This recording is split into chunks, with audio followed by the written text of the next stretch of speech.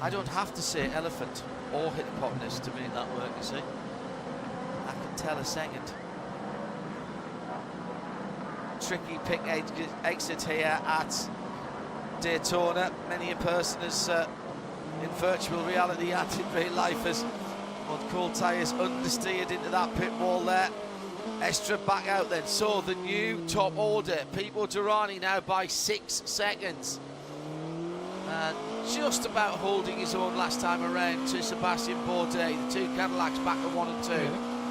4.5 further back is Philippe Albuquerque for the first of the Acuras. It's the number 10 black and blue car. Then Joseph Newgarden for Porsche Penske Motorsport. That is now the best positioned Porsche, 21 seconds off the lead and 10.5 away from a podium position. Seems early to be talking about that, so I'll put that thought out of my mind. Then it will be Kevin Estra, having taken that 10-second stop and hold in fifth in the number 6 Porsche. Check. Felipe actually who's gone through. Then Jenson Button in 6th. Kevin Estra yet to come across the line. Where is he? Is that going through? He'll be down at the tail end of the cars. He'll be back in 9th position, Kevin Estra. With that drive-through. Is that how much time has he lost there, Joe? Mi senti tutto bene? Si sente tutto? La vedete? Perfetto? Sì e no? 1, 2, 3. Check. Yeah, that was a while ago. And through the last stint, Phil Hansen was struggling, See? probably on old tyres, because he was really quick in the test here. So probably just using up some, Madonna. they're going to have fresh rubber to go in the final stages of this race. But Resty has turned some really good laps during this stint, and he's regularly been quicker than the leaders. Where is he on the racetrack compared to everybody else? He's really contention to get the lead lap back. Grazie. I think for a full course caution, but clearly that car seems to be running well now. It wasn't too long ago he turned a 36.9. Did Westy. That car's fastest lap of the race was a 36.6, which he turned way back on like 35. So clearly not too much amiss there. It was just pace, Jeremy, wasn't it? They didn't have a problem with that.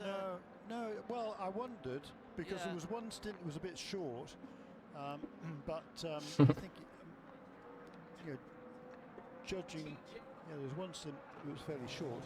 So I think it was probably just using older tyres.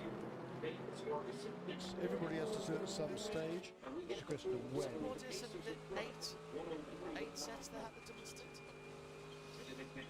Yeah, I mean, it depends on number of cautions and what have you, but they've got 21 sets, I think it is, to last them through the race. And if it was green all the way, it'd probably only be 2 or 3, probably. But with cautions, a bit more than that. News of another retirement, and this time it's not divisible by 11. This is the number 75 Sun Energy AMG GT3. That car was slow just before the last caution, actually, coming out of the International Horseshoe, and ground to a halt. It was recovered, and in fact, it came back down to all of its own power. So that's another one for Joe Bradley to investigate. I'm expecting that will be a driveline problem on that car. Per me, esatto. By the way, has found a way past the rock. We saw it past Albuquerque, didn't we? But he's now pulled away already by 6 seconds. That didn't take long, did it? In the course then of 3.5 laps, he's put 6.5 seconds between himself and Philip Albuquerque. That's not close. So Bourdais is definitely, he's been the hard challenger during this stint, and when he took over the wheel of this car on that 244, he was in 5th position and about 10 seconds behind the leader. Now he's up to 2nd, and the gap is half of that. International Horseshoe incident.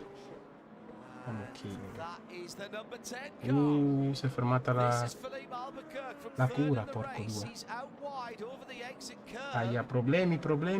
And zero electrical power on that car. No lights, no marker lights. I'm looking to see if the hybrid light is green. I can't see it at the moment. See if we get the binos on that car, because it is just, well, there's a green, yes, there is a green light on the front of that car, so it can be touched by the marshals. And here comes, we must have gone full course yellow because we've got course vehicles moving out. The intervention Porsche Cayenne GTS is there. The doors come open and Felipe is getting out. He didn't want to touch the ground in the car at the same time until he was sure that it was safe to do so, and there's steam and smoke coming out the front of that car. There was a bit of urgency with the AMR safety team there, so maybe they had more information. But Felipe reticent to get out of the car until he was absolutely certain that the hybrid was safe. Now the reason that's important, Madonna, cosa gli è successo alla cura? Ha bruciato il motore. At the same time, you'll see sometimes the drivers jump out so that they fly through the air before they hit the ground. That's because carbon fibre will conduct electricity, so you don't want to be touching that and the ground at the same time, and therefore make yourself potentially live with the high voltage systems. Philippe's got back in again here, so I wonder if there was a bit of smoke or something there in the cockpit, because he was eager to get out. He was, wasn't he? Number 52 car, by the way, did come into a closed pit.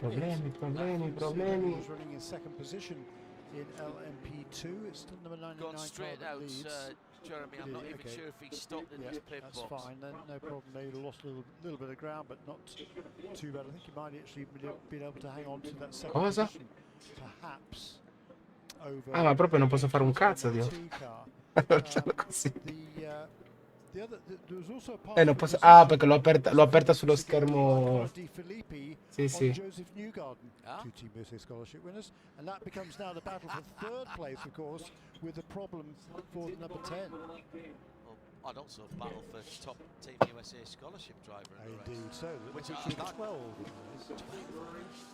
3 more in the support series, and about another dozen are on the premises of various different guises. Steve Buddy Rice, Jimmy Vassar, Brian Herder, and last year's boys, I think we're both here this weekend. Jack Sullivan and Ayrton Hout, two names I think we might be hearing a little bit more, quite a bit more of in the future. I like those a lot when I spoke to them in the latter part of last year. Pass around will start. I'll head to Joy in a moment to see if he's got any information from Wayne Taylor about that issue in the pit lane. Tu mi senti così, guarda? Cadillac. Is that a CTSV that's out there as a safety car? Safety car? January 21st for the session now. Visit Safety car? Now he's gone back in. Green light on the windscreen indicates that from a hybrid point of view, it's in safe mode. 6 in double bid, Mrs. off the bench, she has 18. The two La pura. safety teams are with that car. They are.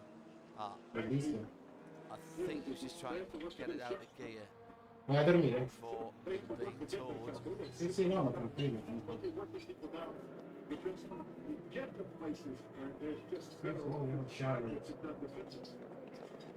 Recovery truck is there. Flat toe from the back of the car, maybe. Albuquerque's out again now. And he's been led away from the car. He's reluctant to leave his race car, Jeremy, because he's hopeful that the racing gods might smile on him, and if he presses enough buttons, it might actually start. He's frustrated.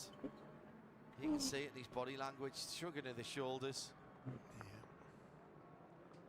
Joe Bradley with this CrowdStrike update from what should be the pits of where Taylor Racing with Andretti Autosport. Well, there's no look of despondency here. There's more a look of action, and crew members running back to the garage, which is literally just behind their pit perch. It's one of the garages. I think it's garage 2 that they're in. So that's not far to walk and not far for the car to be recovered back to. So whatever the problem is, I'm going to dive in and ask the question what they have found out as to why the car has been brought to a halt.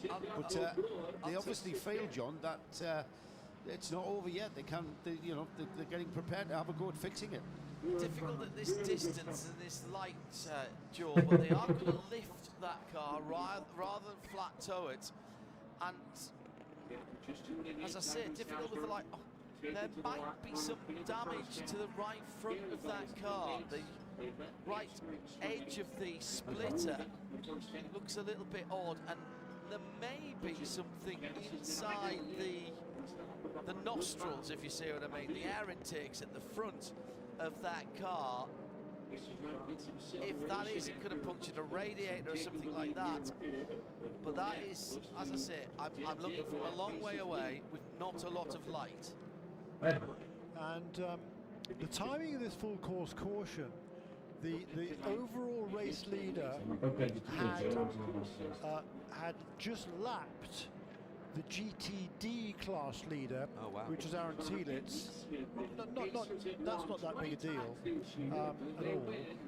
But what is significant so far as the race is concerned is that the 2 cars ahead of Aaron Thielitz in the GT category in the race were the 2 pro cars, number 1 and number 62. But with the time of this caution, when the safety car came out, the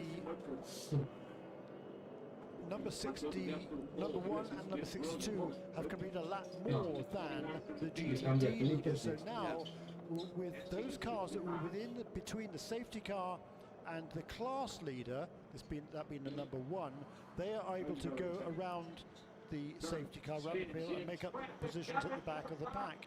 But those in the GTD category, the non-pro class, they weren't in that position to do so. So now, when we get for the restart, the GTD Pro cars will all be a lap ahead of the GTDs, which actually makes it a lot cleaner to watch, to be fair. And it'll make the GTD Pro guys very happy because they've had it the other way before and never got back. And of course, then we had a GT, which is what happened last year. The GTD beat the GTD Pros for exactly that same reason. Correct. But this time it's worked out the other way around. So we'll have all the GTD cars as nine GTD Pro cars. There's 9 of them are still on the lead lap. So the next one is the McLaren, the Pfaff Motorsports, which is 20 laps back. So 21 laps back in actual fact. So there's top 9 cars there. We'll find it out from there, and then we've got a big long string of non-pro cars, GTD. I think there's probably going to be 15 of them on the lead lap. What's worrying me is they've lifted that car. That would suggest a transmission or some kind of mechanical issue. Joe Bradley is in the pit lane as the pits are opening. First of all, Joe, what have you been able to glean from the Wayne Taylor Racing pits? Well, it's kind of very busy, so I'm not really going to push in and interfere when there's a lot of sort of communication going on between the pit team. The team has dashed back to the garage. I came across Marcus Ericsson, who was already suited and booted and clearly ready to take over the car. So I don't know how far that number 10 was off its pit stop. That might be a clue. What I'm going to do... Well, they are showing with 35% energy remaining. Right.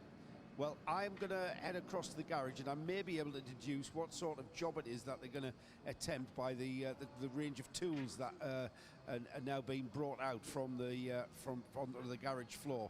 So we'll wait and see. I mean, the car will be brought back here, and then we'll be able to stop speculating and actually tell you what we think's wrong with it. But right now, the team are the driver. By the way, Marcus Ericsson, I asked any information regarding why the car is stopped, and he says, I don't know, and I believe him because he's a racing driver. Why would he need to know that? Yeah, he's just the driver.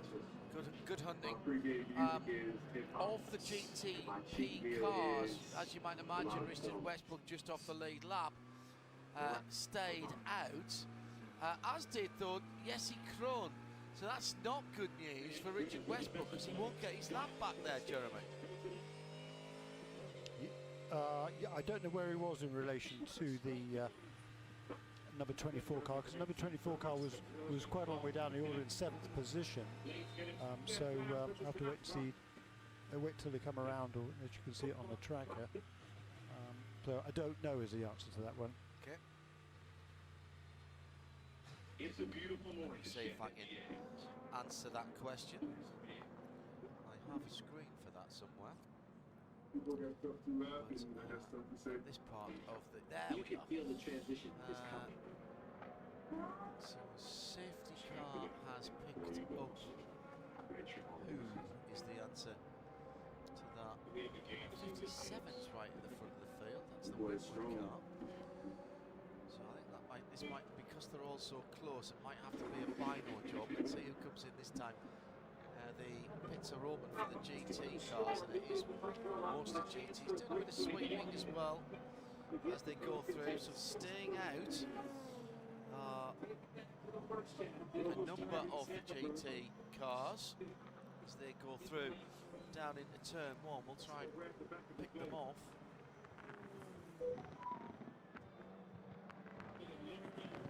Well, there's Richard Westbrook, 3rd in line. He's got two GT cars ahead of him. Oh, it's time for the fireworks. Just after 11 o'clock. And we've even got a safety car. Now, this is going on film as well for the movie. Well, they're going to come back and refilm fireworks, which are going to go off in 3 different areas of the track. They've got another 2 weeks of filming here for the approximately 10 minutes that IMSA will feature in the movie. As it stands. As it stands. Well, the script's written at the moment, but that doesn't mean you can't rewrite it, does it? Joe Bradley down in the pit lane, and he's gone back to the paddock area for this CrowdStrike report. Felipe has arrived back. I think he's a bit bemused. Felipe just discussing with the team, and he's reporting back what he can smell and what happened. I don't know. So we just something burned there because I could start feeling some smell in it in the car, and then out of nothing, like actually I reported like, man, something strange here, and like feel some smell, and literally the second after the car completely shut down and nothing left. Like I couldn't pick it back again. I tried to put the emergency buttons on the outside, but that was it. It died. So we couldn't even go to neutral. We got tow. We had nothing. We need to put on a trailer to bring it back the car. Thanks. Electric, are they? Cars arrived back as well, guys. I thought there must have been something that was potentially fire because of his haste to want to be out of the car, but he got the door open very early, and then he was sort of half in, half out of the car, but he didn't want to step out the car in case the hybrid hadn't deactivated. Mi piacerebbe provare però una cosa così. AMR safety team to let him know.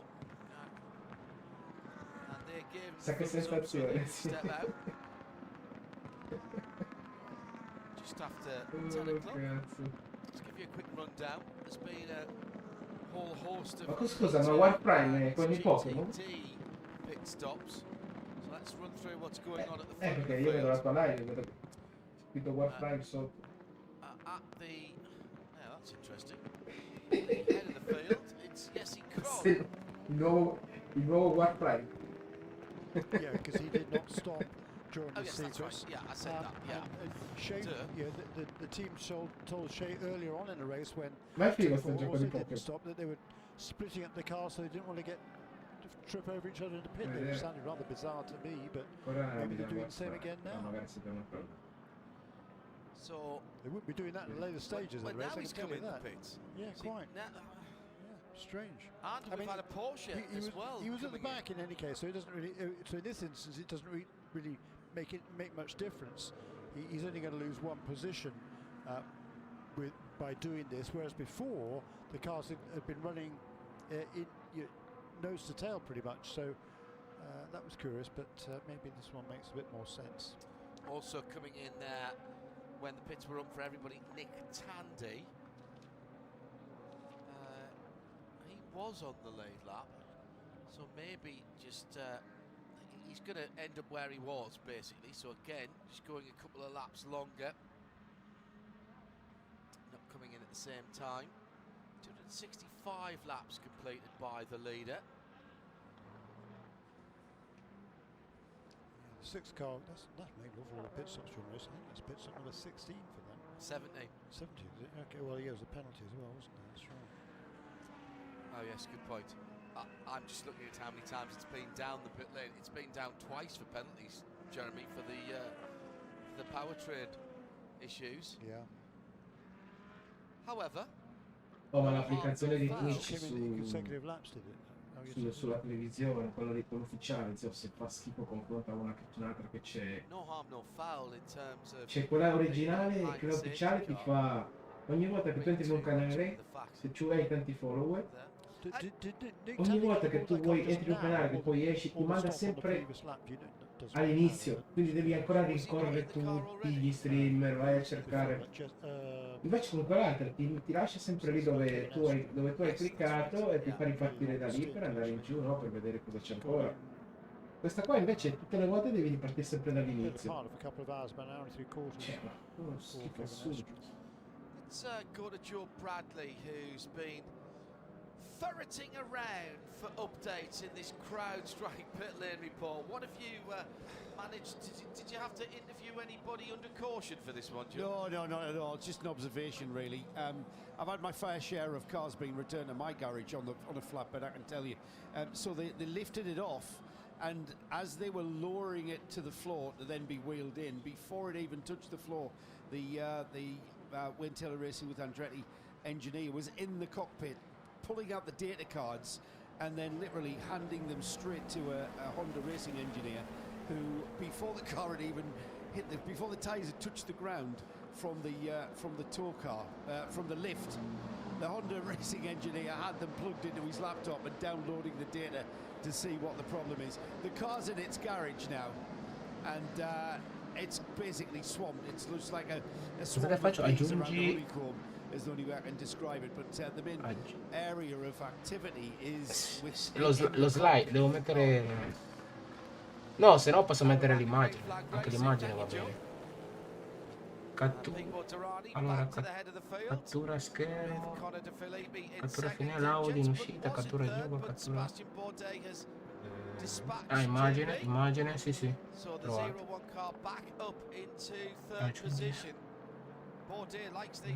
Immagine logo di. There he is side by side with Conor De Filippi going down into turn number 6. He's done him on the outside, going into turn number 6. These Cadillacs on the restart looking very strong, and particularly when Sebastian Bourdais is behind the wheel, Jeremy. Yeah, particularly absolutely right. He's been absolutely charging that last stint, and now he's got his sights back on the lead of this race once again.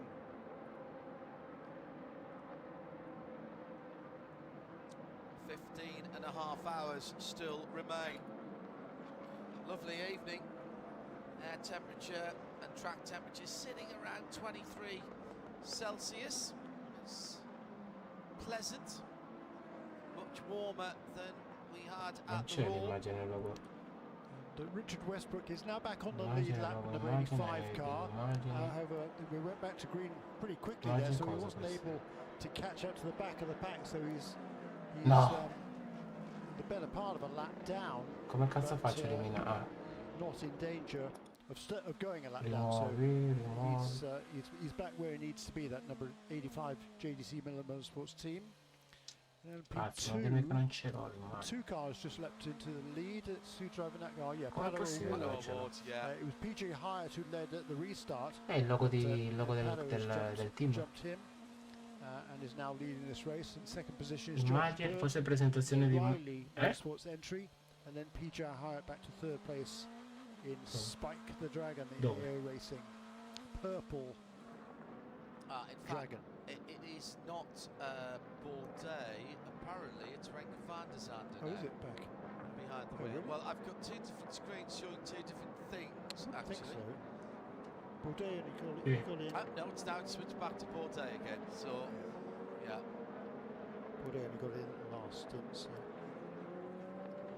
Esatto. Felipe Nasser behind the wheel of the Porsche Dove cazzo è?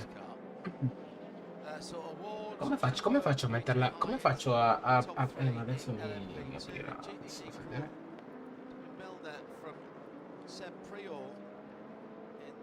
Io come faccio a metterla dentro su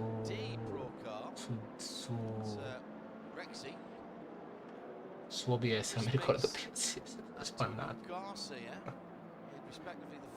Aggiungi. Ma devo andare a cercarla su una cartella esterna. Perché se metto lo slide, vederlo presentazione di immagini. No, lo slide c'è, però mi fa vedere tutti gli sponsor.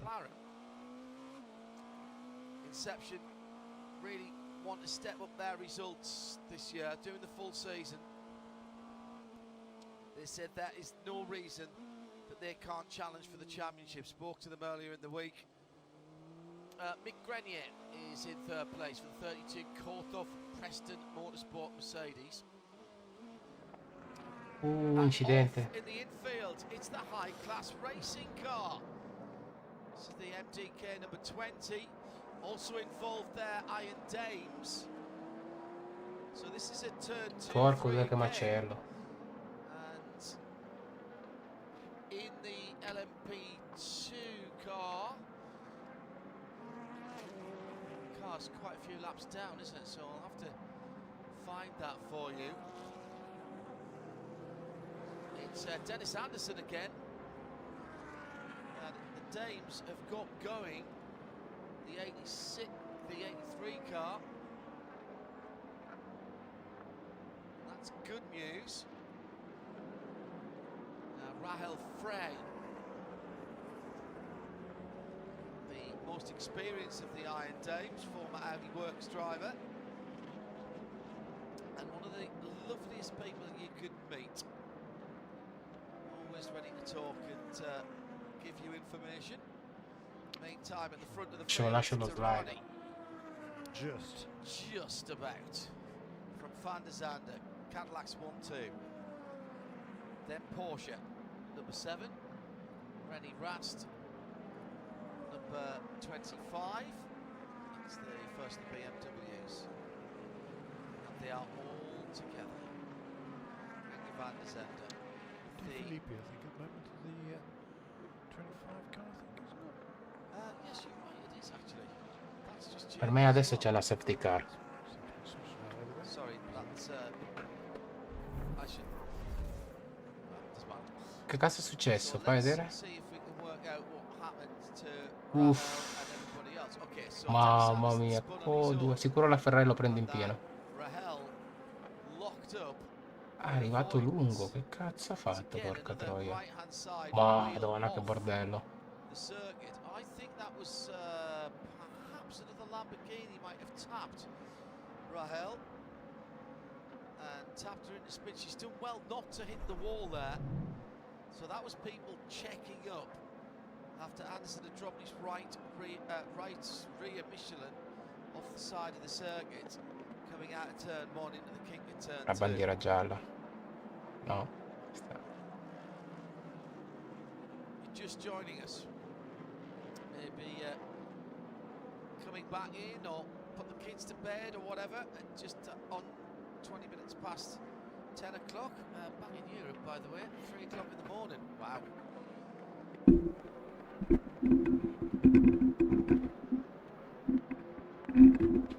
Just coming round to the end of the Dubai 24 hours as well. So if you're joining us that race. 15 and a half hours of endurance racing for you. The latest full course yellow caused by a systems failure. Bit of a burning smell. And then a complete shutdown for the Acura ARX06 of Philippe Albuquerque and Wayne Taylor racing with Andretti Autosport. Very bizarre. Car grinding to a halt very quickly at the International Horseshoe, having to be lifted, couldn't even get the car into neutral. Now, danger time for Durrani up behind the Sean Creech car goes over the top of that car and the Iron Dames Not Lamborghini. literally, thankfully. But yes, indeed. In terms of on the banking, Bourdais cuts one way, then the other, because De Filippi is right there as... No, it's NASA, rather, that's right there in the And Porsche. Filippi, actually.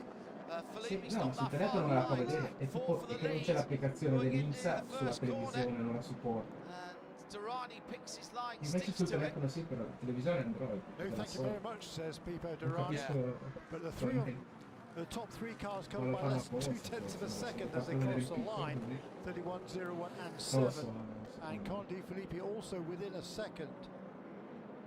The BMW number 25. Se no è troppo Marvellous forte. stuff at the front of the field. Jenson Button's watching that from a couple of seconds back, thinking, oh, Yeah, I'm not wanting to get Sì, io involved ce in l'ho that, quella thanks very much. su I know, sparare actually, sul Jimmy will be camera. going, hang on, how do I get involved in that? Yeah. That's what Guarda he'll be qua. saying. he will, won't he?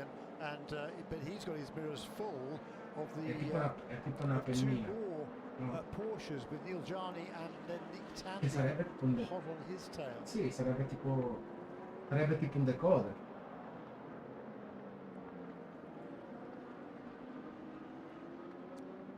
Equidistant down to the Le Mans chicane. Durrani, Bourdais, Nasser De Filippi, Jenson Button full screen. in fifth position for the Perché darker Viet. blue for the Acura. Richard Westbrook is just over a minute behind. Magari piano adesso perché è tardi, qualcuno sarà già Probably venire. 13 in total. È cominciato a behind the minchiare. race leader Pipo Durrani, but that would leave him Allora, 25 seconds or so away Per from raggiungere i Vier, cos'è che era? I Vier. there for Pipo Durrani, the race leader. Hurry up a bit.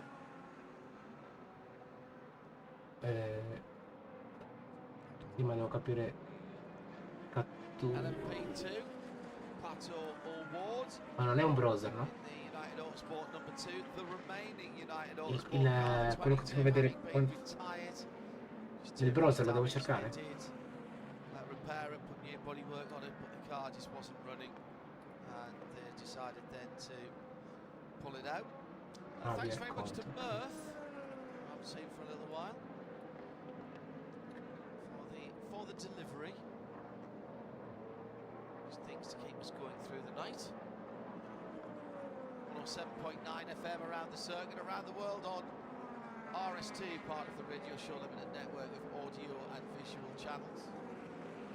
Sirius XM 207. And of Yeah. course on the World Feed TV. Coming up later on into the early hours are now famous night owls.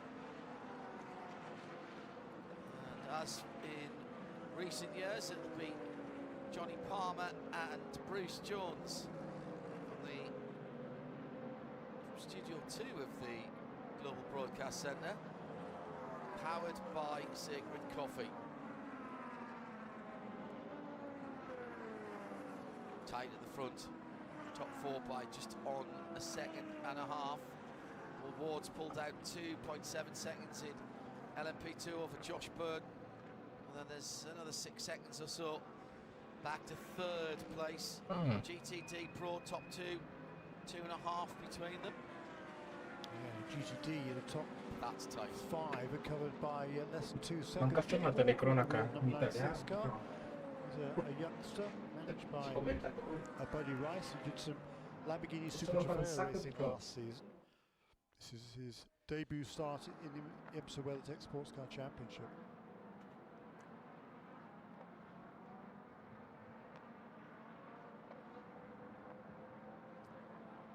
Penalty. New leader. Borde's gone past Tirani, yeah, absolutely. Penalty for it's the Magnus car, fire extinguisher not properly manned. That'll be a drive-through for the number 44. Tisk, tisk, tisk. Nicky T has been in fact, he's on his outlap now, so he'll probably come straight back in, push them back down the field. So Borde and Tirani side by side across the line, and Tirani gets the decision that time around. Well, actually, I've got Tirani ahead on Comunque devo trovare il modo, non so come si mette sul disco, back to the per top on the other vedere screen. That's fine. se tu And he's pulled guardi out 1.5 seconds. They've been having a di quegli scrap. amici Let's follower, put se it guardi, that way. vedi che ce n'è uno So che they've c'ha un just puntino gone viola sul across the disco, start finish line. See brillante, if I can pick them off e dici che c'è un puntino viola, through vedi? the infield. Non dire il nome. Ecco, non so come cazzo come si mette, che quando tu vai in live ti dà 10 fuori così. To Felipe, trying to chase them Io ho down. trovato di quei bot 3, Puff of smoke from the far Che ci sono end. lì Somebody's sul gone vostro straight viso. on at the ho messo dei West cosi, però hairpin, non so se sono giusti o se... Now, I'm sort of Quei looking at video that che sì, thinking that's a GTP però- car. And it was in the vicinity of the leaders. It's Okay. reversing out now. And I think it might be Borde's car. I'm only looking at it through the binoculars at the moment. Is that the 01 Anche car? le It tue, is the sì. 01 car. So Io non so come Borde aveva off the fatto track di mettere su. whilst trying to chase down the leader. So Nasser's Quella gone persona through che in the fece il second video place. And it's all on his own. Locked up, Lui era anche lui scende long way out for tipiche perché due o tre amici sono anche da su. Che vedi come cazzo Borde. fa. Durrani was having his own struggles through the traffic, but that was quite extraordinary. Sì, sì, sì, sì. And he's got a puncture. Sì, sì, sì. There's a puncture on the 01 car. It's scraping the ground. Comunque ho messo io la open Sparks coming practice, off ho the messo back io of la it start, all però non around the sapevo mettere il oval, folk. heading towards the Le Mans chicane. That would suggest to me it's Sì, running so very low at the back, so succede there's prima. either a suspension problem or a Quindi sì, puncture. quando sarai... ma Another bit of drama ho detto poi for the vedrò. Cadillac. Yeah, he's pulled off. He's not taking the racing line. One of the advantages of having paved off the area that used to be grass Perché is poi volevo that fare una anybody who stampa, does have an issue, vabbè, can oltre a pull questo, out ma of the avete way. proprio una con scritto non is it a left disturbare. front problem? Because the car is certainly sparking right underneath. Sempre qui sembra At the helicopter shot, però we can non see so it come coming sta out the così. back, but I think it's emanating from the front left of Borde's car. So Joe Bradley, stand by for action. I'm guessing, and it's Okay, only a let's see. guess, but I'm guessing this is a left front puncture or suspension problem. Ah, What the are Kawasaki. are the team Oh, up on the crap. wall, and what have they got up there, Joe? Oh yes, they've gone springing into action and ready to receive the car. Borde onto pit lane now, comes immediately across to the left, skirts my feet. It's a front left puncture, that's what it is. So front left puncture, it's going to get new wheels and tyres all the way around, and a change of driver. Minchia, che merda, che sono un po'... So, battle for the lead, that was intriguing, wasn't it? Just so captivating watching these drivers duke it out, and where he's picked that up, I do not know. We haven't seen, and it's left hand. I mean, there's a lot of energy going through the right-hand side tyres here at Daytona, but left hand, that's got to be a slight contact or something. Or maybe, I'll tell you what that is. You saw the length of lockup going into that horseshoe. Yeah, but And was it then- cause or effect? I think I he's just. I think the puncture is because he's flat spotted the tyre. I think he was locked up because he had the puncture. Because he had the puncture. Let's find out. I'll dive in. Perhaps there was constant contact between those two Cadillacs when they were going back and forth and battling for the lead, as they did on a couple of occasions. Meantime, in the Wayne Taylor Racing number 10 car garage, and I mean garage, the lead lap. that car is still being worked on. Era Motorsport in the pit lane with the number 18 LMP2. It was such a long way back, Jeremy, from the overhead.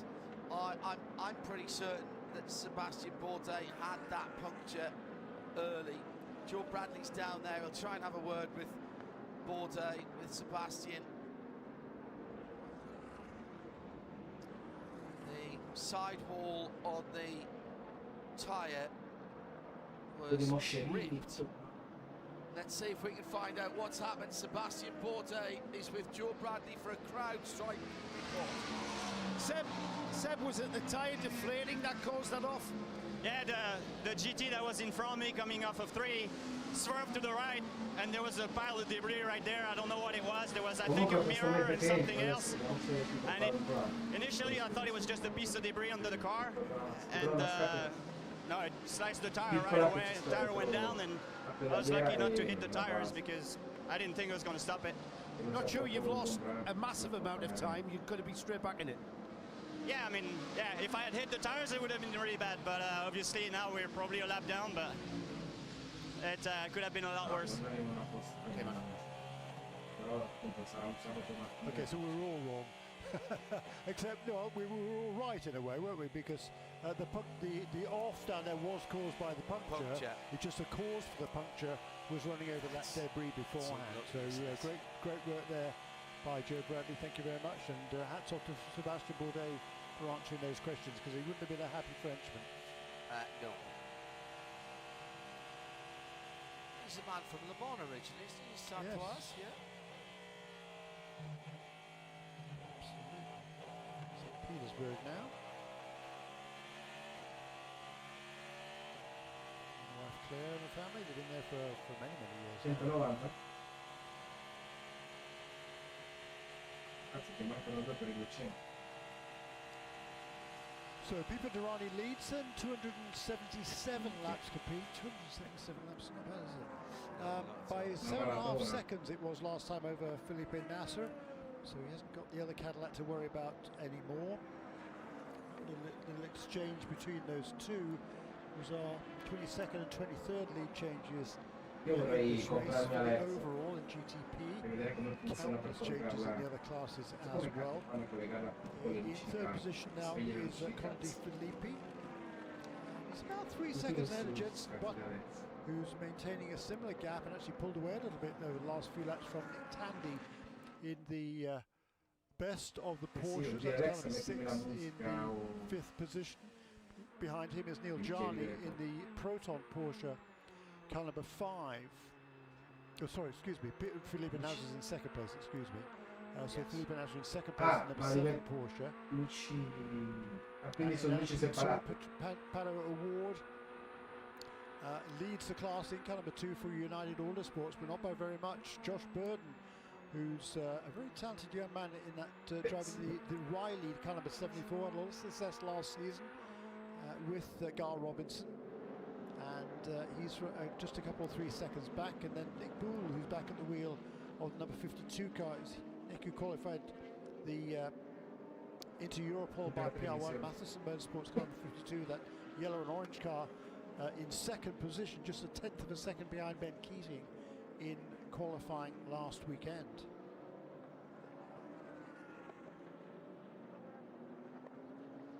In GTD Pro, meanwhile, as it has been since the restart, the Corvette of Tommy Milner leads by a couple of seconds only over the Ford.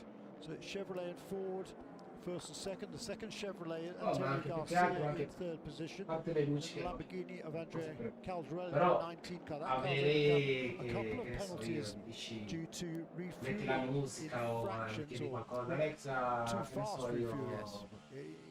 Fai sparare 2 battute. Kevin Regon is now at the wheel of Racing Competizione Ferrari in Sta, fifth perché gli position. chiedono una domanda di storia, di Behind him geografia. is Neil Verhagen in number Cioè, Number 1, Paul Miller non so Racing come cazzo fanno a BMW. So collegarlo, perché potrebbe stare a vedere qualche the top video 9 dopo. cars in GTD Pro, a lap ahead of all the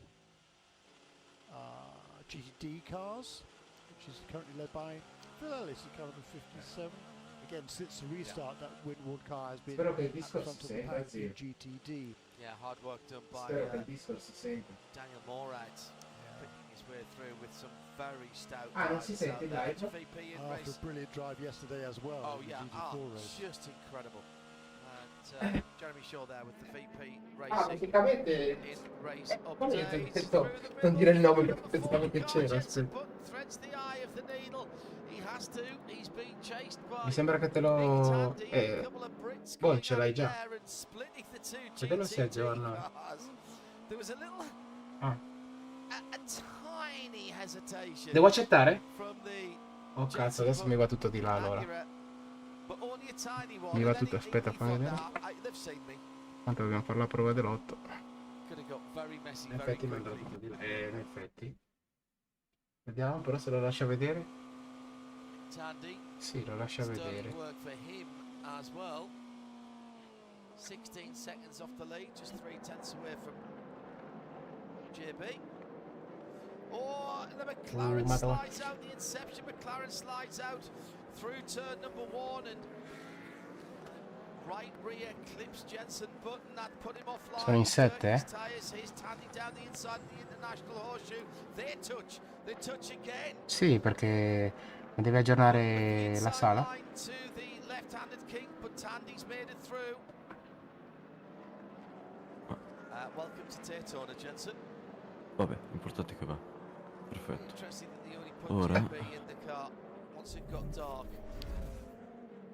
Prova a metterlo nell'altro schermo sto Originally, coso. it was the Yes. Inception McLaren that just lost the back end a tiny bit. Pushed Jensen off line. Ok. Battle for fourth in GTP Qua we're talking about chiediamo here. che non ci serve qua. Ma è smalto. Perché lo sento doppio? Ah, forse perché lo sto guardando. Eh sì. Ok. No, lo sento ancora dopo. Dove sei? Qua. Ok. Te Hardy. It's hard to get a head around. That's two McLarens in the race now. Lo sento doppio. Tu lo senti doppio? Lo senti doppio. Sento due voci.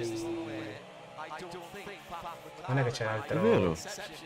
Sì. È vero, ma che cazzo?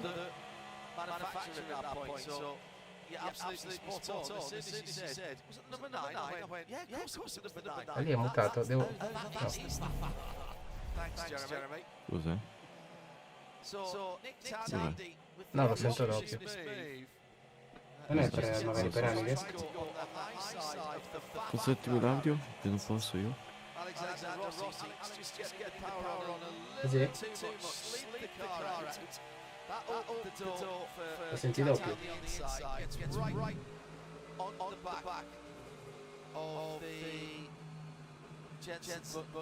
Non è che c'è una live accesa? Sì.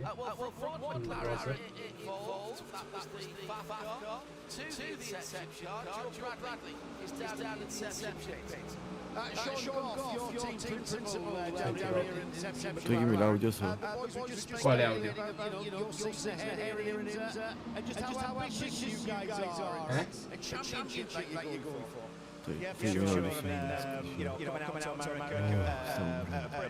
Ma quale audio? Bang. C'è Eagle. Bang Eagle. Ma invece di fare il coso, volevo venire. Lo sento doppio, sì. In realtà io andavo però. Sì, lo sentiamo a doppio a questo povero Dixman. Se mi vuoi aiutare a capire che cazzo è successo. Sono rimasto abbastanza triggerato. Forse è previsto?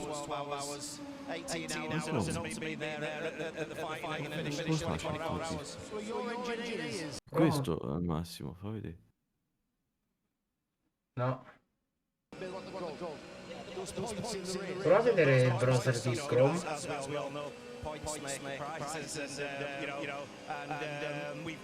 Ah, c'è. Magari c'è. No, è mutato. Si blocca. Ma come mai? Cosa è successo?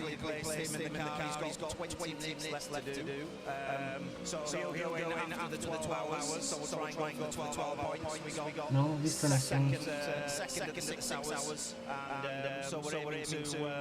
Che cazzo è successo? Come non hai visto nessuno?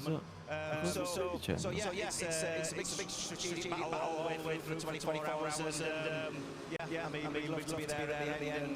Perché lo sento dallo stesso cazzo di... Me l'ho sentito più anch'io.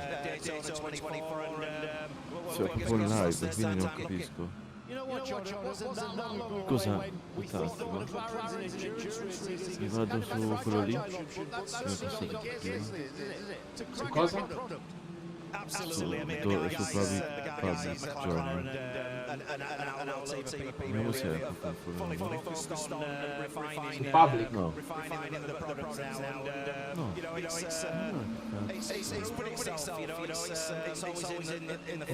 problemi c'è? No, non ho capito.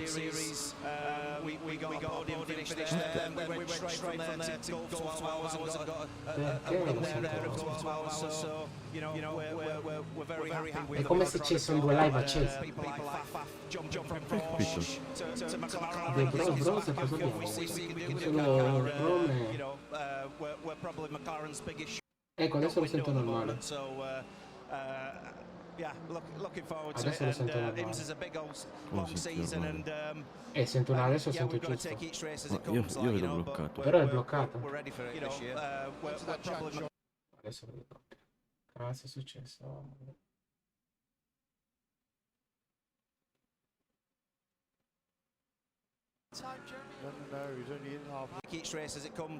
Ok, a posto. Mettilo full. Thanks for that chat, Sean. I'll not pester you again, mate, I promise. Cheers, man. He doesn't mind. He doesn't mind at all. While Joe was talking, Scott Dixon was in and out of the pits in the 01 Cadillac. Was that on time, Jeremy? Non ho visto nessuno su Discord, se no passavo. Eravamo qua, cazzo. Ma è possibile che lo vedi Discord, Davide? No, ma mi sa che la stanza live era nascosta, ma è strano.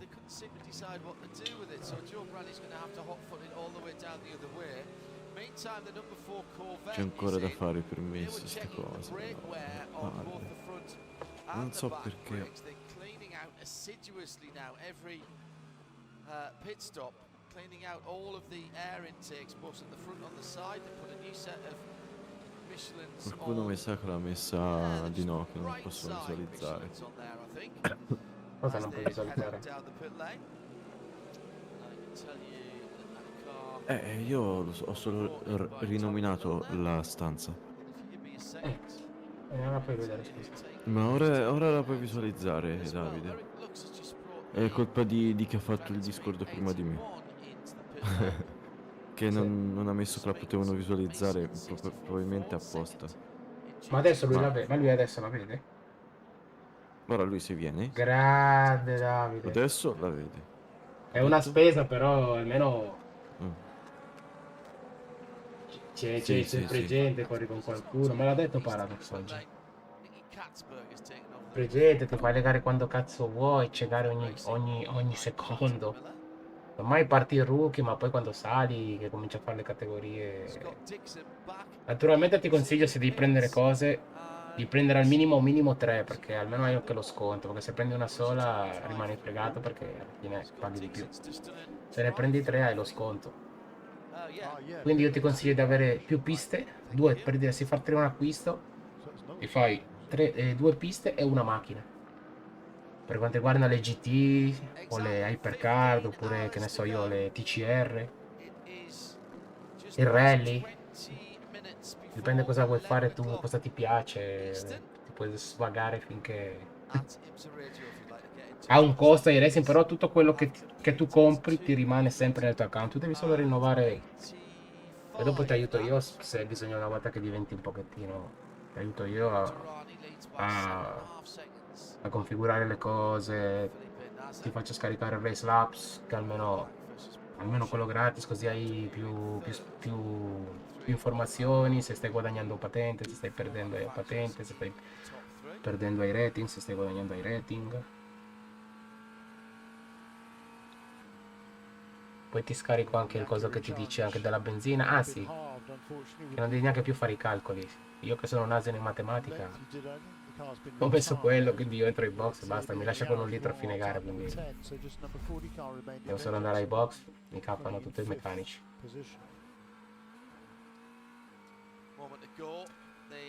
Poi naturalmente su iRacing non puoi mettere il post, cioè puoi mettere il post-it però non puoi mandare la gente a fanculo, nel senso volgare, perché ti possono bannare, devi avere un certo comportamento, devi comportarti bene. Puoi dire idiot, che cazzo ne so, ma no, non dire, capito, cose che ti possono bannare, lo che loro ti possono segnalare. La prima volta ti fanno un richiamo, poi dopo ti bannano una settimana, 3 mesi, 6 mesi, un anno, per sempre, dipende. Poi i fenomeni li trovi ovunque, Comunque non credevo lo facessero oggi. Vabbè, ieri però. Non mi ricordavo neanch'io, cazzo.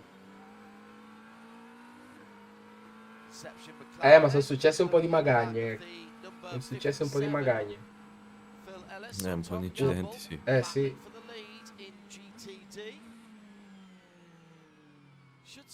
Vabbè, però l'importante è che non si sono fatti male nessuno. No, in effetti lì dove è uscita la cura, quella blu che hai detto che era bella, no? Ha fatto una Sì, ha messo furcursiello lì, che cazzo era bandiera gialla sarebbe. Sì, ma cazzo blu, bellissimo. La cura, quella è bella. Poi è proprio lo tipo di macchina, quella macchina, l'hypercar sono macchinoni, figa. L'ho scoperto una mezz'oretta fa e ho detto, ma vuoi vedere che disse se lo preferisco? Ma io Para sapeva il pallino, Para capisce le cose al volo, in un 4-4 cazzo. Cioè, tu mi capisci, no, Davide, cosa intendi? Nel senso, questo aiuta un po' il canale.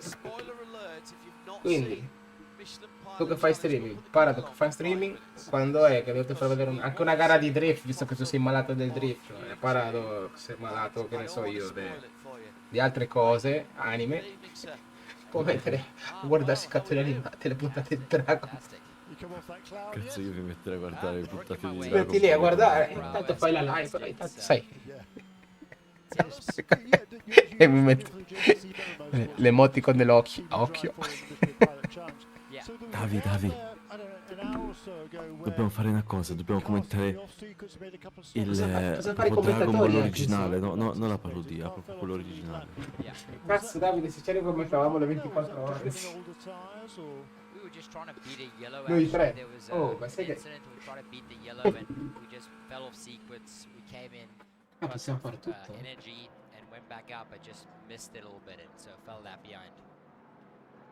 But overall, I think the pace has been pretty good. Yeah, we were trying to be clever. Sometimes there's windscreen, sometimes. Poi Davide ti fa entrare nei Furious Racing. Talk about yesterday, and the day before. Actually, we just had a spin. No, it was all yesterday. Well, yes, it started the day before. Let's not forget. True. We just had a spin for the Gradient NSX, by the way, and that now going slowly round the banking. So I'll keep an eye on that one. Paradox non si è ancora avuto il caffè, quindi è come Tom e Jerry. Anzi, come Jerry, c'ha un... O Tom, siamo come Tom. Due stuzzicadenti negli occhi. Gli tengono solo gli occhi. In realtà il caffè l'ho bevuto, però. Era un caffeccino, allora non ti ho fatto stare. Però ieri non ho bevuto, ne ho bevuto solo uno ieri. Sì, ma ieri non l'hai bevuto, ma hai tenuto più di me perché io sono partito, figa, sul divano. E mi sono svegliato alle 9, dico dove cazzo sono? Sono tornato nel letto, sì. Ma io oggi ho dormito veramente da cane, però Tu sei rimasto con... cos'era? Eagle? Sì, sono rimasto con lui. Ah, era Davide quello? Ma che cazzo, non capisco il nome di Davide, devo mettere... dobbiamo mettere fra parentesi almeno... C'è il nome Tra parentesi il nickname, mentre come ho fatto io adesso ho Ma sì, lo puoi messo cambiare tu, che noi lo possiamo cambiare. Tipo io posso dire, posso cambiarti pure il tuo, pensa un po'. E tutti sì, visualizzano il nuovo nick che ti metto io. No, forse da il tuo mettere il no. nome così. Arriva la Forse il pioggia. tuo no perché il ruolo è proprio quello più alto. No, infatti. Da No, cambiargli il nome a aggiungi Davide e un amico. mettergli il suo Davide, poi tra parentesi, cioè Davide, tra parentesi, il suo nickname. Dico io. Boh. Sì, Sì, che ho fatto un macello, roba, minchia, ho fatto un macello di roba oggi, sono veramente distratto. Che fatto? Cazzo hai fatto, minchia? Macello mi puzza. Macello, dillo subito che ci dissociamo.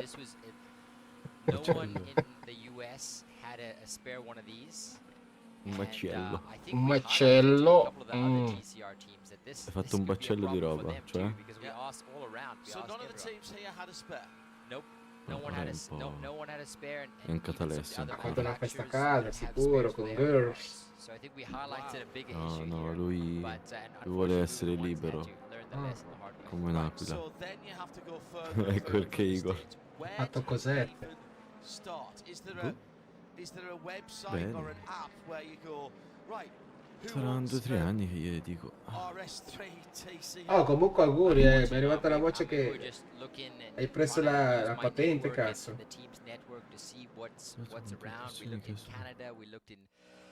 Mexico, we looked all around and just kind of see what's close by and what we had access to. Because Ho chiacchierato con un po' di persone. Chiesto per la verifica sui diritti d'autore per il nome della community e altre robe segrete.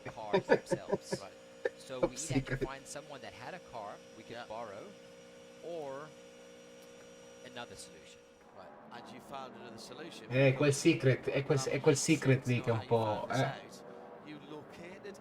e altre cose segrete.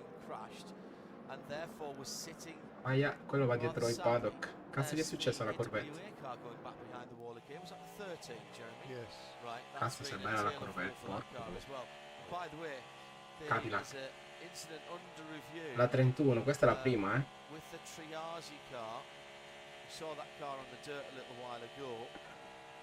sì, posso dirlo, gli altri mi fucilano. Ma c'è sempre qualcuno che va a poter fucilare qualcuno, perché ormai... Se no non c'è il colpevole.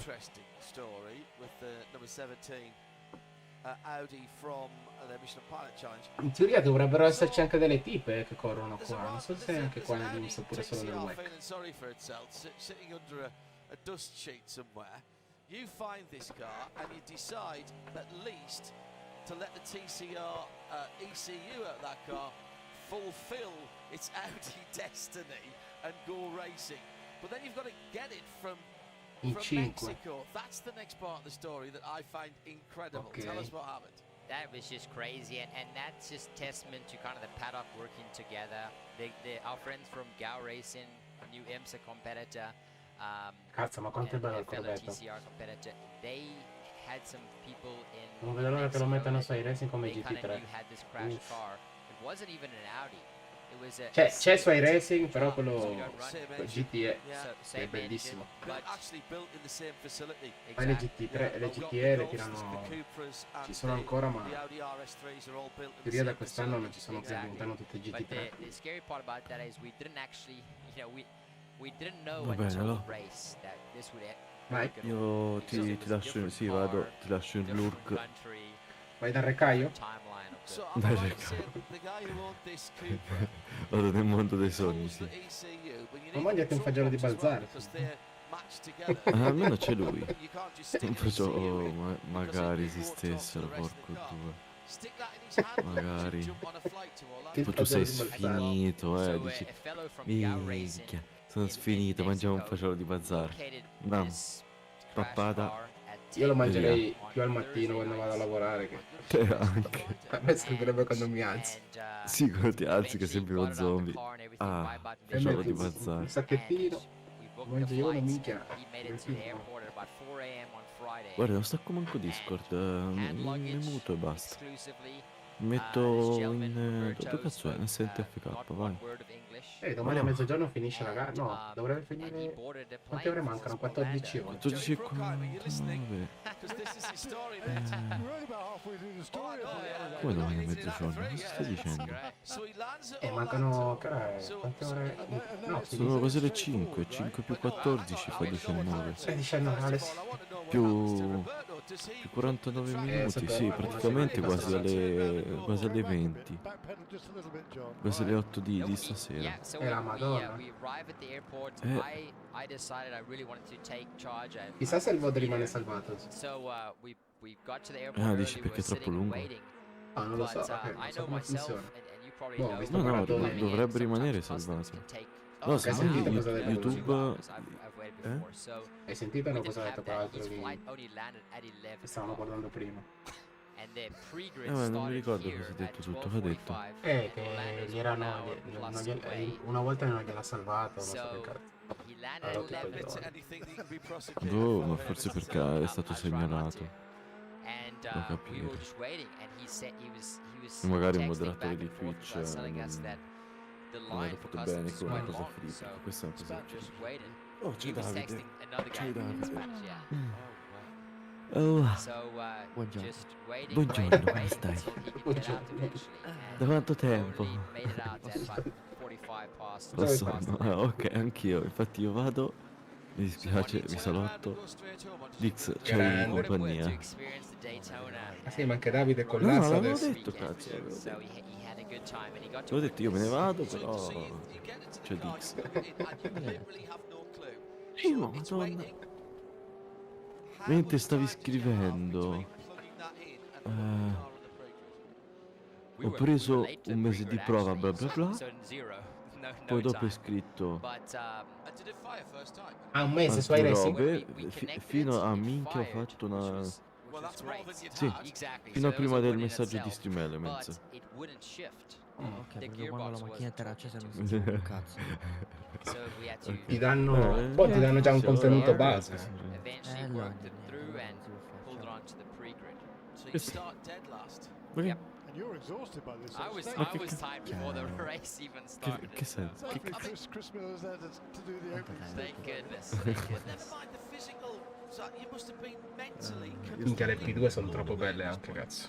Ascolta, mi faccio un caffettino e ti tengo un altro poco, dai. Che cazzo è la Warframe? No, no, Davide, io non- I'm really glad No, my no, coach Davide actually Però quello was dei with me Pokémon. the first couple stints, 'cause I was pretty knackered Fabio ti ha after. inviato un messaggio. We had basically been through this from 7 a.m. on Thursday Fabio. all the way through. Didn't sleep much ok, on comunque Thursday ti ha night, messaggio di là. and yeah, eventually there at 1 p.m. Ma io ultimamente sento tutti i nomi Fabio. E io tutti Andrea. Ma, Incredibile. aspetta, Fabio, Mattia, Matteo, Andrea, c'era un altro. Quale Oggi cazzo è il era? 28? Sì, sì, sento anche Simone e Davide. Come true. Oggi è il 28, sì, madonna. Tra 4 giorni sarà un grande giorno. Che fatto? I was waiting for La tua canzone. the shoe to drop during the race at some point because you know La tua. it's just everything was going right. We had a couple pit stop issues, but you know when I was in that car, Quella I was che just, mi hai fatto sentire I was la just scorsa waiting volta. because Ah, ok. we had no idea it would work. We had no idea. Ma che At some bellina point, forte I comunque. still felt that L'ho it piace. could l'ho be in rifatta the da zero. electrical harness for some reason. So we had no Però, idea. and- scusami, Oh, 100%. li devi mettere diritti però lì in quelle cose. Li metti diritti, Non no? voglio parlare. Lascia perdere. It was a sequential. no, ma I don't know dico- why Perché we're oggi non ho avuto abbastanza per registrare No, ma io... questo nerd. È stato un bordello.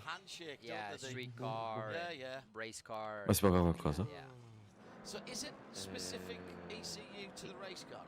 Non mi It's ricordo quanto. specific to the Audi. Sotto le 100 o It's a su? magnetic Pirelli Sotto, ECU. ok. So that No, is allora for dai, race non car. è You'll tanto. find the same one in È più un bordello old burocratico, insomma. LMP3s that used to be here. And then Se I no non think the potevamo fare un Porsche cazzo. might have it too.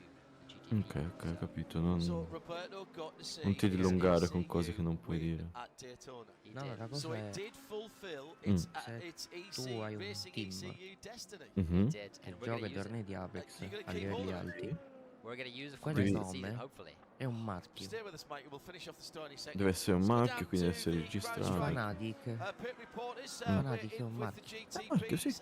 Nick Tandy in the pit Anche lane. se non c'è un cazzo di Yeah, just straight Fanatic. forward it looks like, and I think he stayed in the car there. ESN, It's a little bit further up. It's already off the pit apron and coming past me, John. So you might have had a better view as to whether we Sì, saw quello him. In fact, lo so. let's just wait until he ESN gets out there and we'll see addirittura la partita if he IVA con stayed in. sotto The 31 in the pits as IPSN. well. There goes the 25 BMW. So we have got a flurry of GTP cars. We've Sì, got sì. the Proton Competition Porsche 963. That's the Mustang sampling car number 5. That's finished Perché sarà tipo una I società, think we're qualcosa still del waiting genere, the quindi 31, no sign of it yet. immagino che Oh, it has, proprio... has it? Are you sure that was the BMW? No, it's Jack Higgins taking that car over.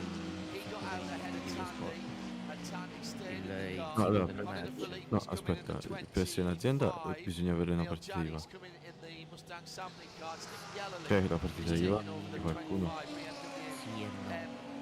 RL.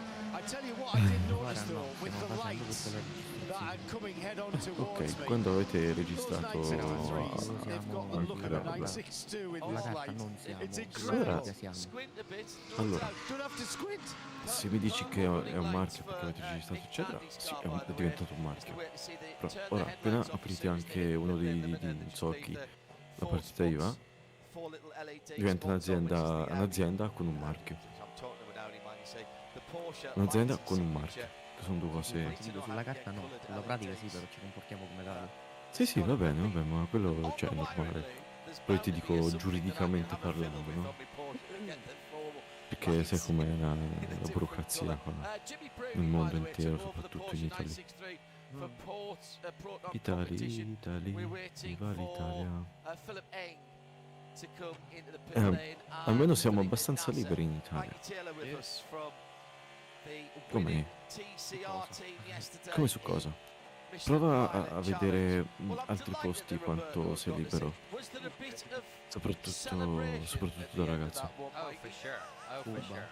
We were just celebrating being there, and everyone had a great time. So That's a hell of a story, mate. heck of a story, and just to be there, and just to everyone worked so hard to get it done. So When during the race Adesso did non you sta realise cambiando you had un a chance pochettino. of winning? Because the car came, Però Chris started the car, he steamed per through uscire the da field. Cuba.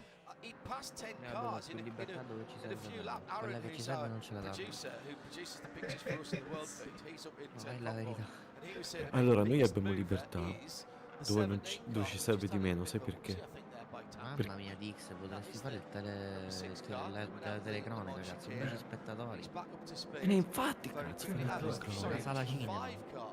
Steel Gianni, who Problemi. really just over that car, she said that Lei, to me. lei. Box. Ah, sì, fatto, A proposito, ma hai detto che è successo un macello? Ah sì, degli incidenti. Stavi dicendo Dix degli incidenti, Ah Ho no, capito. sì, prima c'era uno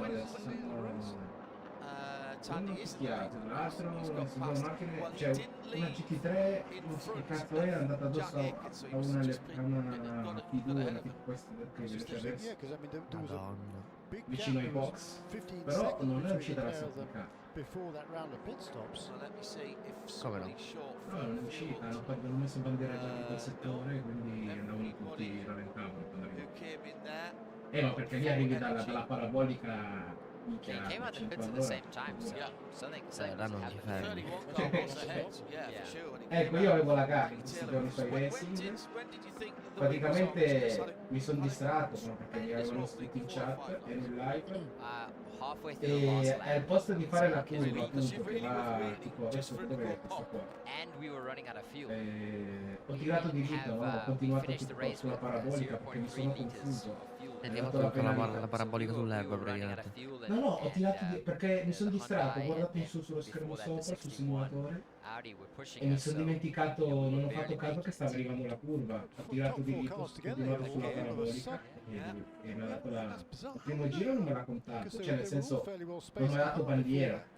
Dal secondo sì, giro quello qua, bandiera nera. hai tagliato la curva con il rischio di impennarti. No, ho tirato di dito proprio, era già troppo tardi quando mi sono accorto. E mi ha dato la penalità, quindi ho dovuto prendermi il box. Mettere a posto la macchina perché non ho toccato con la riparazione.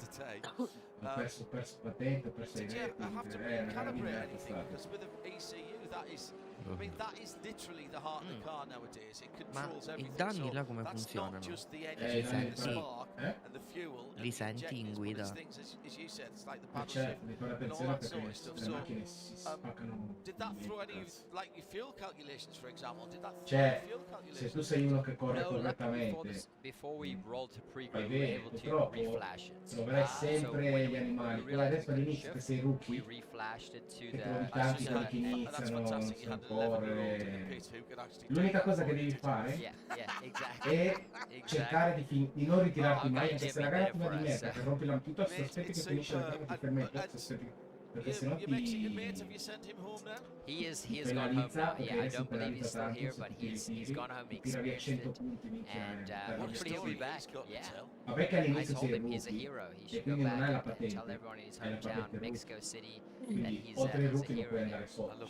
Allora, in realtà io non ho problemi troppo grandi perché tra il competizione, Project Cars, BeamNG e poi che cazzo è che giocavo? Vabbè, comunque ho la mia esperienza nel guidato. Sì, ma purtroppo trovi fenomeni che ti dominano la gara. Ecco, tu devi cercare Esatto, sempre... quindi la mia idea cioè quello che farò io sarà farli passare tutti. No, se hai da fare Li faccio bagare, fare fai la tanto bagare. loro si schiantano. Cioè, si schiantano sicuro. Quindi io sto dietro, faccio la mia gara pulita, gli sto vicino. Quando posso li passo uno all'ora. Sì, infatti dopo pagano, adesso non è che Ma devi perché sennò mi cannonano. Più che altro devi cercare di non fare fuori strada, cioè nel senso off track, perché quello ti tira via la patente. Vabbè, c'hai gli off track limits, beh sì. Lì ai racing sono le una merda. Sì, ma anche su competizione. Quindi devi fare attenzione a quello e va bene. Comportarti bene, non fare... Ma tu ce l'hai Air Factor 2?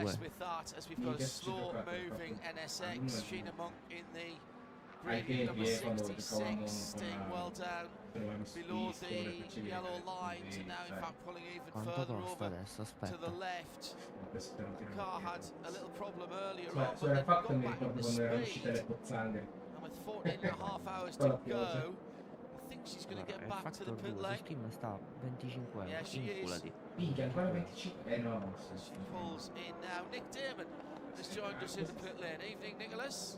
Good evening, John. The temperature's dropped noticeably in the last 2 hours when I was enjoying the wonders of the press room. So it's actually become exceptionally pleasant now to be out here of the glorious nighttime ambiance of smoke and barbecue and audiences and all sorts of things. It's had a huge set of GTT cars to greet me as I came in. And we were also next between the car that's pretending to be Brad Pitt and the Turner Motorsport BMW as the E adesso non c'è la pioggia, l'anni che aspettano Let's not start putting our own values on the car. The car may identify as a well-known Hollywood star. Who knows? But yeah, so there was a very close. The 120, which is called the right motorsport car, dived in as the BMW left, but just managed to stop as they kind of were thinking about how it would be very embarrassed. Actually, quite a spectacular incident, but. We've seen a couple of near misses, but so far everyone's managed to avoid an actual hit. Questo te lo fai piacere, devi capire solo che il miglior sistema online ce l'hai dentro. Dipende. Se vi serve gente che corre, io potrei esserci, là diventa una questione fra virgolette lavorativa, mi prendo l'annuale. I'll definitely do that. We hopefully have a good year of racing ahead, just like Tu that. vedi come ti trovi? I'll take it. I'll take that. All'inizio Oh, un po', by the way, a cioè, 4-hour race però at una volta che Middle sali Iowa. a te, That's gonna be exciting. I'm really excited about that. Yeah, I know. Gestisci il tuo Famous. campionato, Yeah, poi I'm hai really racing. excited about that. So Se that'll tu be a fai good su time. 16 gare, Thank you. ne Appreciate fai it. almeno 8 Maggie Taylor from JDC. e magari fai anche due Electronics, campionati, ti prendi what a 11 story dollari that e con was. quei Let's slip soldi te back li down to accumuli e ti compri poi Nick contenuti, in le the pit macchine, le lane, piste. and the next voice you hear after that will be Però appunto devi fare almeno 8 Yeah, gare. with the Gradient Racing car, Shilly Monk took it in. They are having Perché a all'inizio ci look sono troppi at soldi. the intake side Penso of che all'inizio the compravo big una roba Acura sola, non engine sapevo as a che V6 c'era twin sconto, turbo. They're having not actually more where the più not so prendi much the più actual escono. air intake, but and series around it. 17 spec stai riempiendo veramente una sala Something cinema. like that. That might actually be a Madonna. it is the intake plan they're looking at. Quanti? I'm not too sure whether they've got Il conto si è fermato a 11. There's no great let's attack it with all the spanners we have situation at the moment, but they are having a good old search of it is. My guess Però è is bello, they've ragazzi, gone down on capito? È power bello and they don't perché know why. ti gestisci I'll proprio hang tutta around la and find out settimana, and decidi tu quando meanwhile, allenarti let's see what e quando Peter fai has la to gara, tell me. prima del martedì, perché il martedì, ogni martedì cambiano la pista. All I have to tell you, Guarda, guarda, guarda, guarda, guarda, guarda. Madonna. That's all I want to Quella è la hear. curva che dice io ho tirato diritto lì. what it's not really though, sadly, for the Mi Gradient sono team, ritrovato qui per... Jeremy, Dai, non lo they've credo. had some great pace all week, and this guarda is tu che middle of cazzo the di night. This is sorpasso. not what they're looking for. No, very disappointing for them. And pit stops going on now for the GTD cars. Number 12 car that was is currently second place in the class. Has just made Comunque era pit stop. fatto 2, 70 car ha messo anche, hanno is messo now anche in the loro pits. il That sistema, non has dico been come i the race, leader però for the last little while. Number quasi. 57 car. Il problema è che non è che se ci prendono le a GT little o while che vai a ago, so correre con le pretty much GT, completes the decidono sequence loro. now in GTD Che ne so, pit stops. loro But the adesso non action mi ricordo come has been at cambiano the la front of the pista, field. After the però pit che ne stops, so, we gli saw number mettono 6 le car Formula, in the lead of the le race. F3, le The ruote 31 car scoperte, that had mettono been la leading BMW, pretty convincingly. dipende, Jack poi anche lì c'è la Aitken has taken over patente, the wheel of infatti la that car patente from bronzo, Pipo che Derani, diventa and he was però è has just carino, been costa meno was dai overtaken racing, by Felipe se non Nasser. sapete mai che devi comprare And tutto then 2 laps ufficiale. later, Felipe Nasser took over the lead of the race. Ma We're now sbaglio on lap 300. o le LMPZ Just stanno completed girando on lap più lente del 299. solito? Nasser overtook Nick Tandy and LP2? took the lead of the race, so it's now a Porsche No, 963 l'LMPZ. 1-2 with the No, sono number 7 LMP2, ahead sì. of the number 6. But E right quello era un behind pelino them meno is Jack Aitken in number 31 and Philippe Phone sta driving number usando. 24 Ah, ma BMW. perché c'ho la The top stream in 4 piccolino cars sul gathered telefono, niente, a by posto, sono very io. little. Ecco, quelle adesso quando ricomincia il campionato del WEC dove c'è anche la Ferrari, c'è anche la Toyota, quelle non ci saranno più, le metteranno solo le 24 ore, ne metteranno quante? 10 o 15 mi ricordo. Penso che sarà l'ultimo anno dell'LP2. Sì, sarà qua. Ma le LMP2 girano con le LMGT3. Sì, ci sono le GTP che sono le che sarebbero tipo le APK. E poi ci sono anche le prototipi, i prototipi. Sì, che sono i primi, sono le GTP sono. I due e poi Quelli fanno paura. quelli sono. Io sto facendo il campionato sui racing con quelle. Perché quelle girano più forte delle formule. Sì. Ok. Sì. No, ma sì, ma perché non hanno limitazioni da regolamento. So solo che esorbita campionati, quelle macchine lì, cioè questo campionato qua nel senso la Formula 1 insieme scade qua diceva uno che stavamo guardando prima che lui segue queste gare qua che sono arrivati in 5 fine stagione per il titolo, invece in Formula 1 o è uno o è più di 2, cioè non è che vedi su 4 macchine che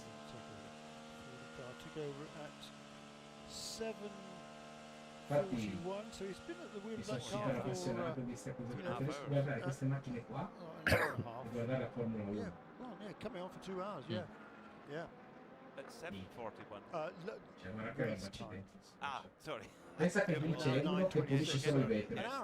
C'è solo quello che allaccia le cinture la mattina la sera. Meanwhile, his sister, Un bel lavoro. his sister crew. Sì, ma comunque stanno girando, o almeno io sto guardando Bourdon, sta girando un secondo più lento. Car and all the HRC Quale?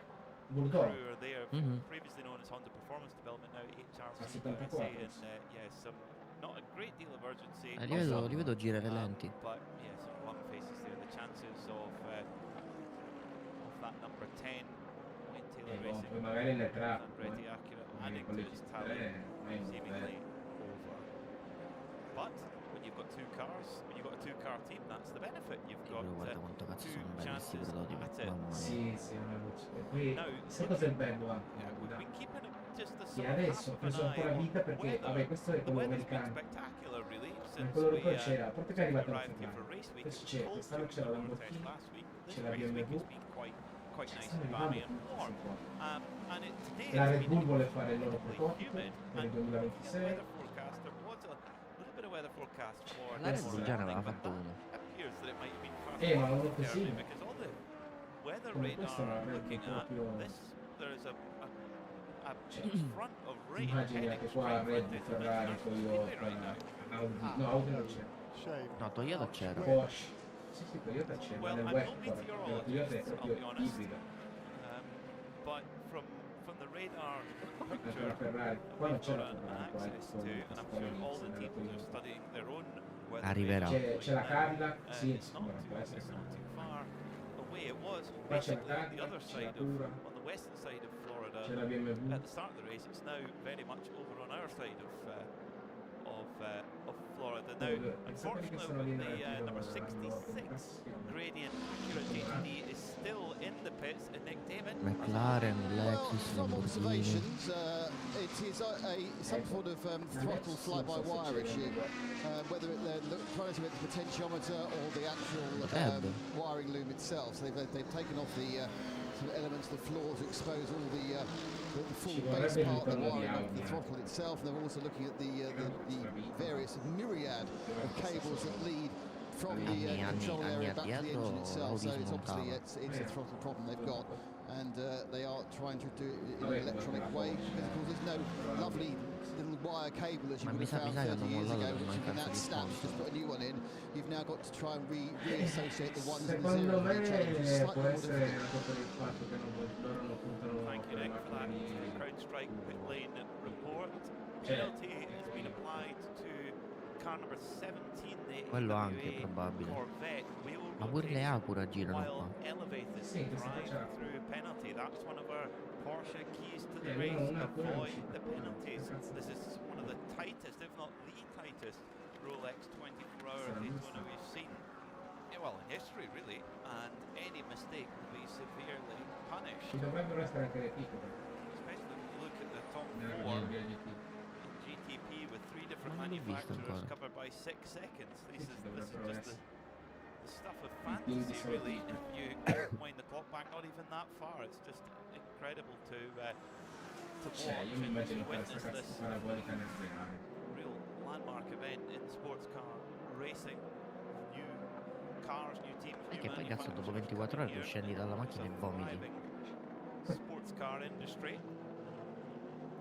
Ah sì, è vero. So the Immagino. rapid battle Che costiccia, perché sei sotto pressione H24 su sto circuito, che sto circuito è una merda perché è pieno di curvoni. Altra mi pare che c'è una curva di sto circuito che è angolata.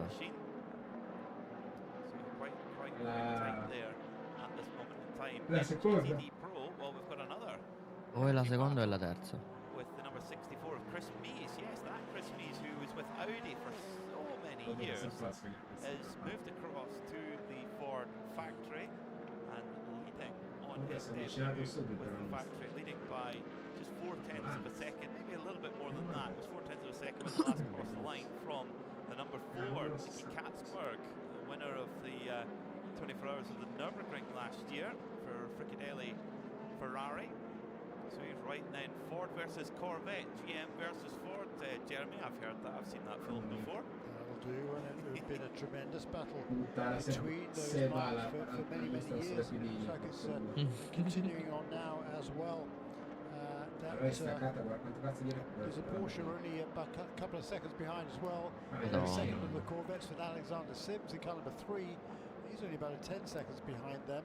And then there's a battle between the Lamborghini of Jordan Pepper, that's number 19, and number 62, Rizzi Competizione Ferrari with James Collado driving the number 62 car. And he's just set that car's fastest lap of the race. And I went 46.6, which is about a second quicker than the class leaders last time around. Meanwhile in GTD, it is a Mercedes 1-2 right now. It's number 57 car for Winward Racing, Daniel Borred, who's been on absolutely on top form this week. A brilliant drive yesterday in the Michelin Pilot Challenge race with one of the Aero team Leagues, principals, 60. Bryce Ward, dad of Russell, who is sharing number 57 car today. He leads the way out by about 5 seconds over Michael Grenier in the Courtoff Preston Motorsports car number 32. And then hot on his heels is Tom Gamble in the Inception Racing McLaren in 3rd place. Parker Thompson, the pole sitter in GTD, is driving in the 4th position. That's car number 12 for Vassar Sullivan. Il numero 31 è un pazzo furioso. Farther back down the road and being pursued by Robbie Foley in a Turner Motorsport BMW car number 96. Change for a second position then. Tom Aitken, the number 31 Whelen Engineering Cadillac, has just moved past number 6 of Nick Tandy for Porsche Penske Motorsport. Nick Tandy returned to the Porsche factory last year to join this program, and Daytona didn't go all that well for that car last time out last year at Daytona, but going much better this time. So getting reports that the Wayne Taylor Racing Acura, the number 10 car, is getting an entirely new wiring loom. Wow, that would massive amount of work. Yeah, that would rack up a fair bill at your local dealership, wouldn't it? Guarda, di solito la velocità media su ste piste è stata su tipo 3.30, 3.40. It's completed 260 laps, so 46 laps then behind. A Le Mans la media era di 3.80. Now done 306, so 46 laps already behind, and that's going to take a long time. That's not the work of even an hour or more, so even an hour, so a lot more work than that, and that car is going to be, well, it is already totally out of contention. All the other 9 cars in GTP running well, although that problem for Sebastian Bourdais with that puncture, and then an extra drive-through penalty for Scott Dixon. Number 01 car is 2 laps down now to the overall leaders, and number 85 car, Timon van der Helm, the JDC is also now 1 lap down to the leaders. Tu pensa, sti stronzi a guidare per 24 ore così.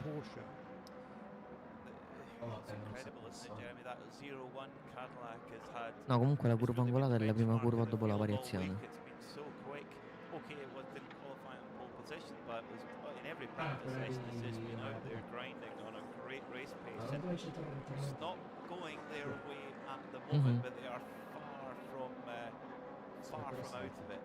Do not write them off. But you cannot write either that team or indeed the driver lineup out off. One driver though who's on the charge, and that's at the front of GTP, is Jack Aitken. He dispatched with Nick Tandy laps ago, and he's now got his sights set on Felipe Nasr. In quella chicane recuperano un botto. Felipe Nasr on the last lap. Le GT nella chicane volano. Our GTD leader Daniel Morad making his way through the pack, and just you said it just right there, Jeremy. He's just in the groove this week, and we see a few drivers in the IMSA WeatherTech paddock that pull double duty in the race in the Michelin Pilot Challenge as well, and I do wonder if it's just and I know they're 2 championships in their own right, and both are significant, but the Rolex 24 is a massive race, but having that run in the Michelin Pilot Challenge, I think it's a great tune-up. It gets you fully raring to go for the race. Well, that's for sure, particularly somebody with his level of enthusiasm, that's for sure. But look, it's a great battle going on here in pretty much all of the classes at the moment.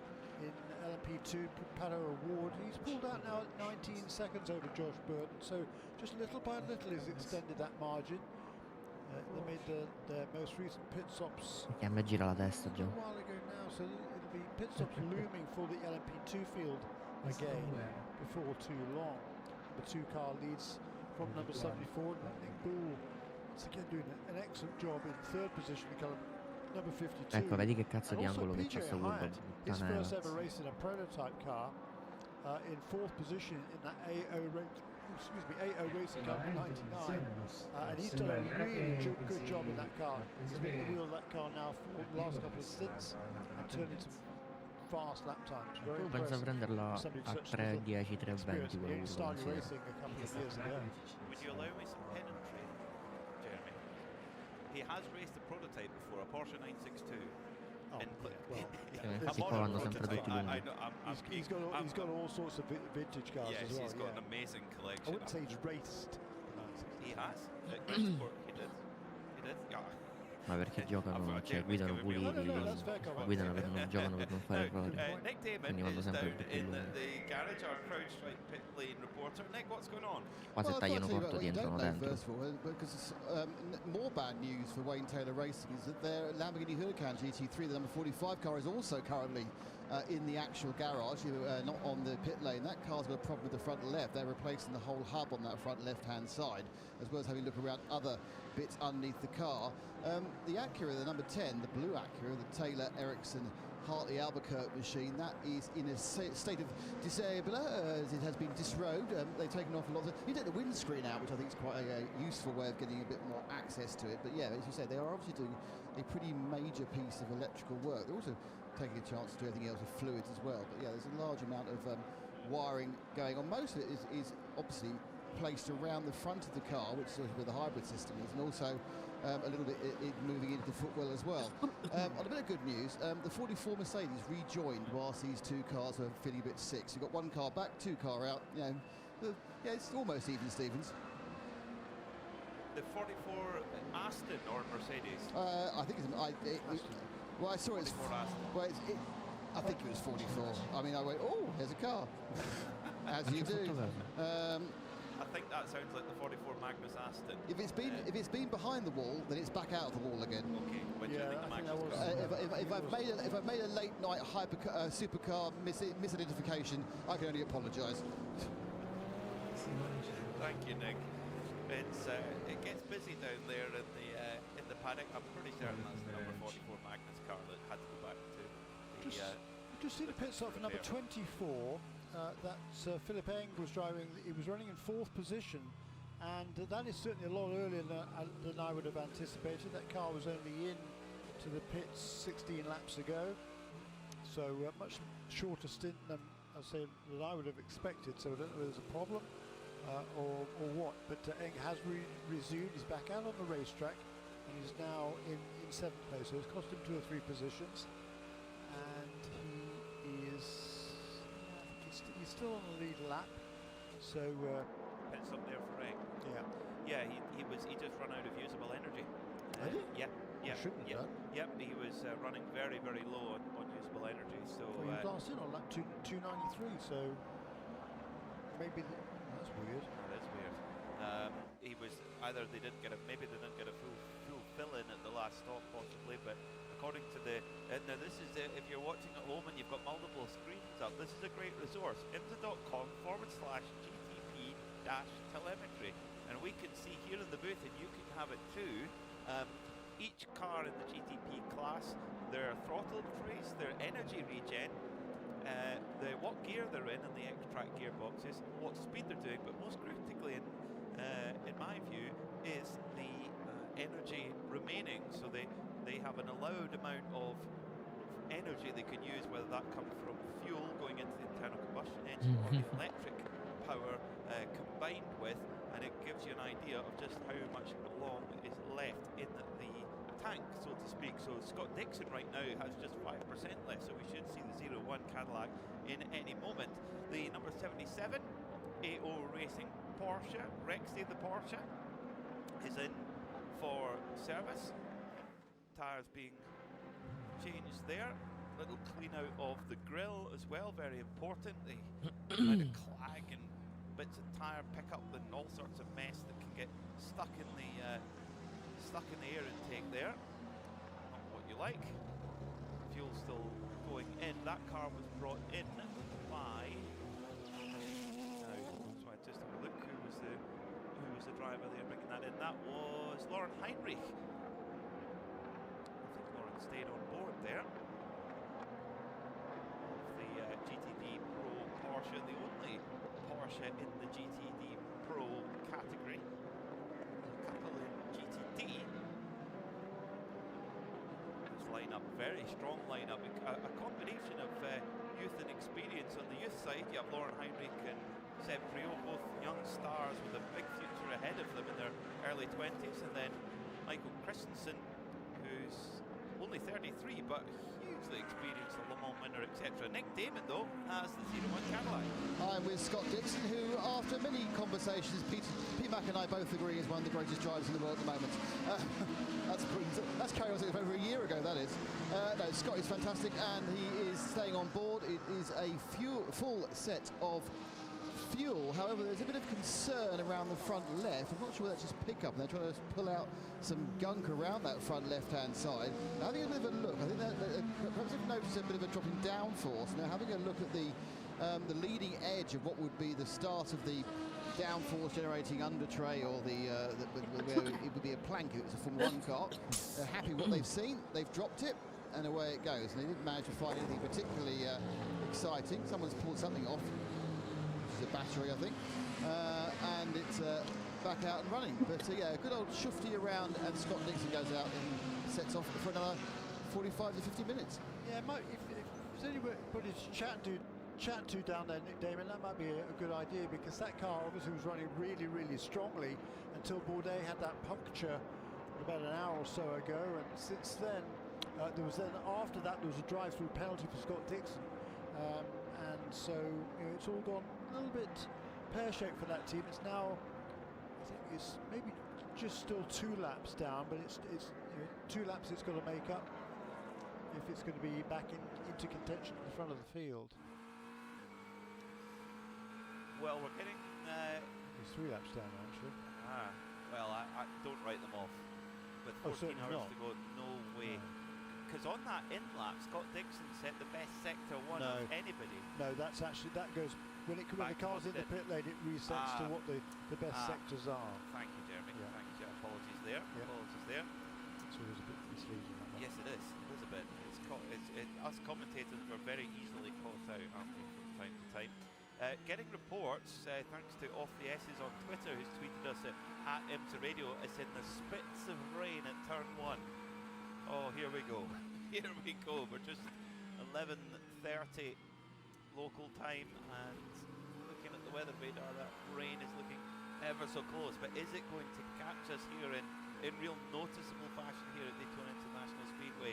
We'll ponder over that one, because it's now time for a VP in-race update. So your leader right now, Felipe Nasr, for Porsche Penske Motorsport in their number 7 car, leads by 3.8 seconds from the chasing Jack Aitken for the number 31 Whelen Engineering Cadillac. Then it's the number 6 Penske Porsche machine of Nick Tandy, with the 25 BMW of Nick Yellowly in 4th. Rounding out the top 5 is the number 40 Acura of Jensen Button. In 6th, it's number 5 Mustang Sampling Porsche of Jimmy Bruni, followed by the 24 BMW of Philip Eng.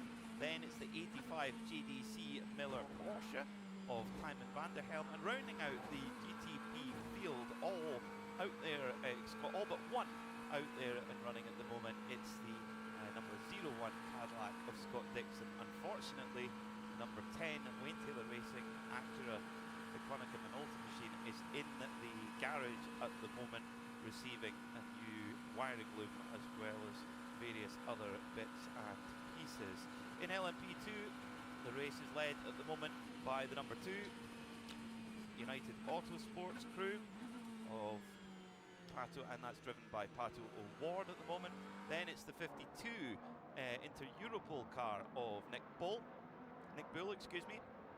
Then it's car number 74 for the Riley Ranch Resort crew, or was. It's just come into the pits, and that moves up the number 99 Spike, the LMP2 of PJ Hyatt. Sitting in 5th in LMP2 at the moment is Toby Sowry for the 04 CrowdStrike Racing team. Then it's the number 18 Era Orica of Ryan DL. Then in 7th we've got the number 8 Tower Motorsport car of Ferdinand Habsburg. That's not his full name, but I'm not going to read out his full name because we'll be here all night. Car number 81 Dragon Speed sits in 8th at the moment. Jeremy. I did that earlier in the week, so we're done with that. You've done that. Go back and check it on the archive. Jeremy did it very well, and we do it once and that's it.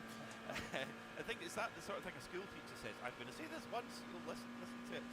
GTD Pro, Chris Mees on his Ford factory debut leads the way by just over a second from the Chevy Corvette of Nicky Katzberg, car number 4. That is the battle that sports car fans and race fans have been dying for, that Ford versus Chevrolet. It's one of the classic rivalries in motorsport, and it's being acted out right now in this Rolex 24-hour at Daytona. 3rd place is the 2nd Chevy Corvette, car number 3, driven by Alexander Sims right now. Then it's James Collado, the Briton, in car number 62, the Ferrari for Risi Competizione. Car 19 for Iron Lynx Lamborghini, Jordan Pepper sits in 5th in GTD Pro. Then is the 2nd of the Ford Mustangs, another new signing, Fred Vervish, another driver who's moved across from Audi to drive for Ford.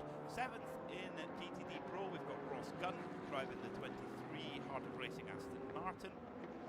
And in 8th, we've got car number 1, Madison Snow, in the Paul Miller Racing BMW. Lauren Heinrich still aboard the number 77 Rexy Porsche for AO Racing. GTD led at the moment by 2 Mercedes, Daniel Morad from Mikko Grenier, Winward Racing from Korthoff.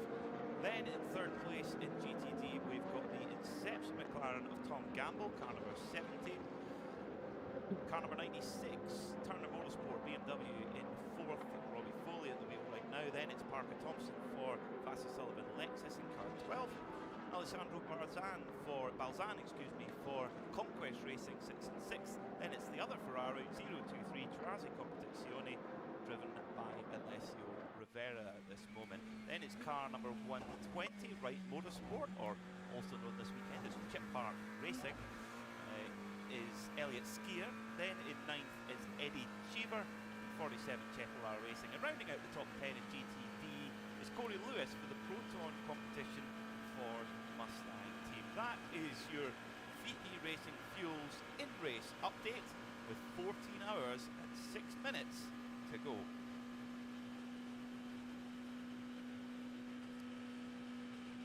So,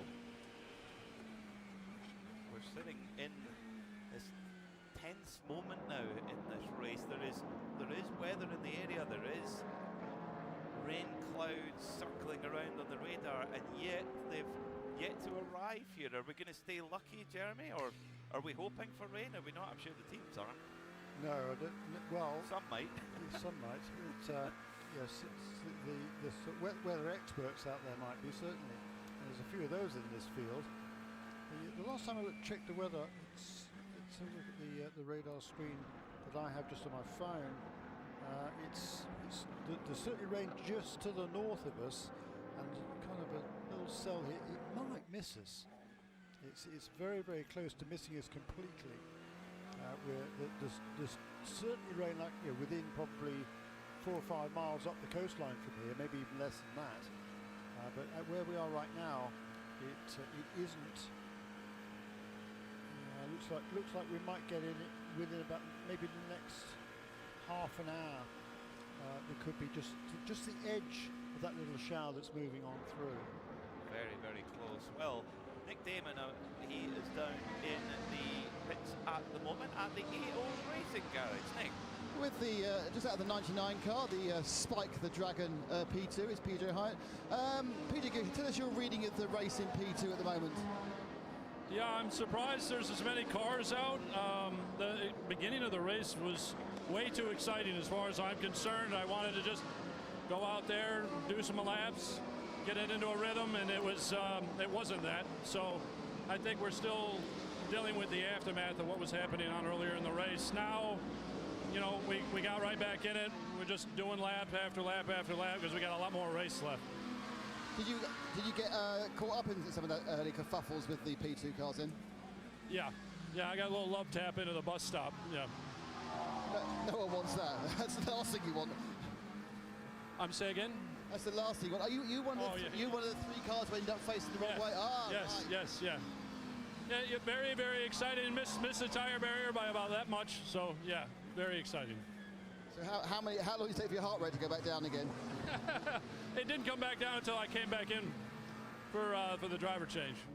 These cars now, of course, these P2 cars, they're very, very established. They've been around a huge amount of time.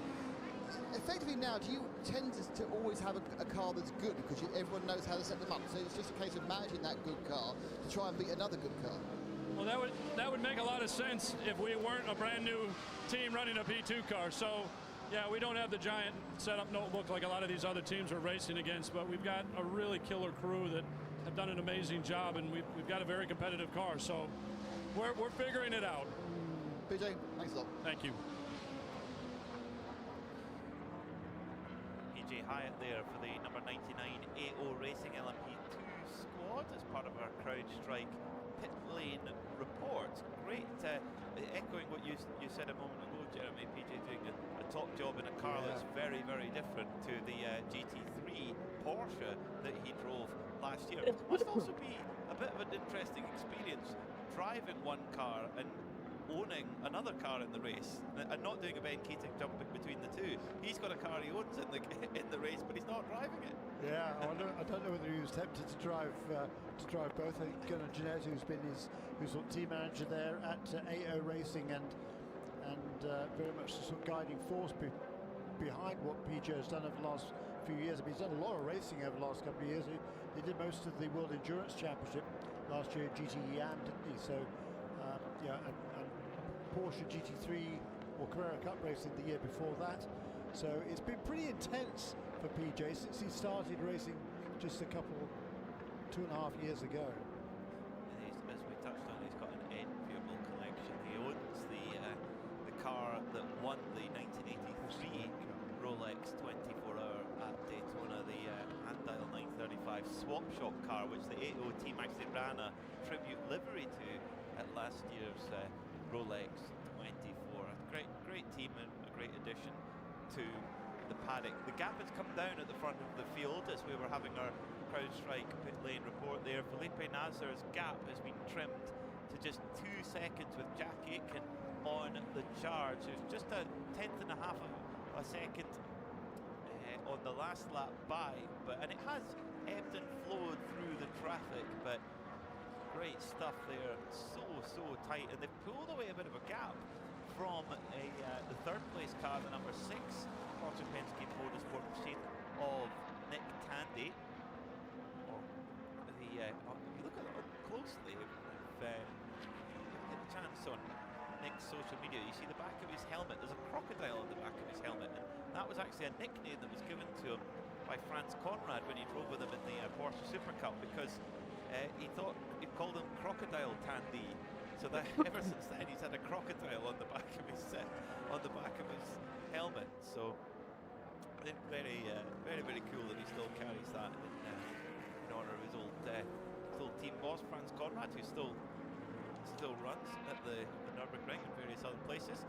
So this weather, is it coming towards us? Is it going to miss us? That's the question. Then, you know, can you imagine what it's like on the pit walls right now, Jeremy? With every team, I'm sure they'll be studying every last second of all the radar to see if they need to be getting ready for a potential switch. Yeah, I mean, wet tires.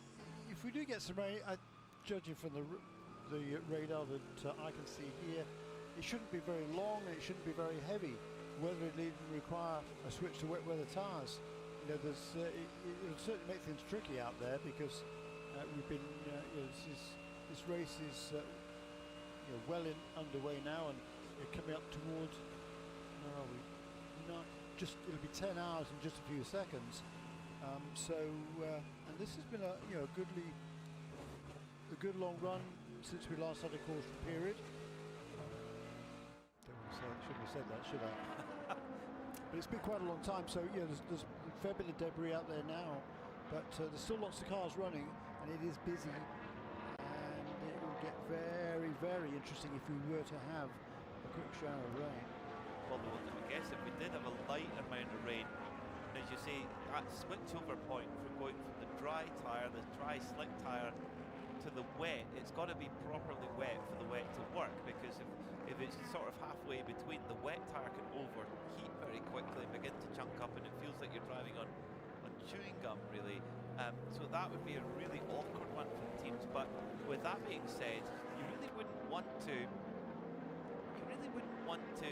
get, if it was just in that halfway house where you had to stay on the dry tyres, the dry slick tyres, in a little bit of rain, you wouldn't want there then to be a full course yellow, because then you've not got the temperature running under the full course yellow.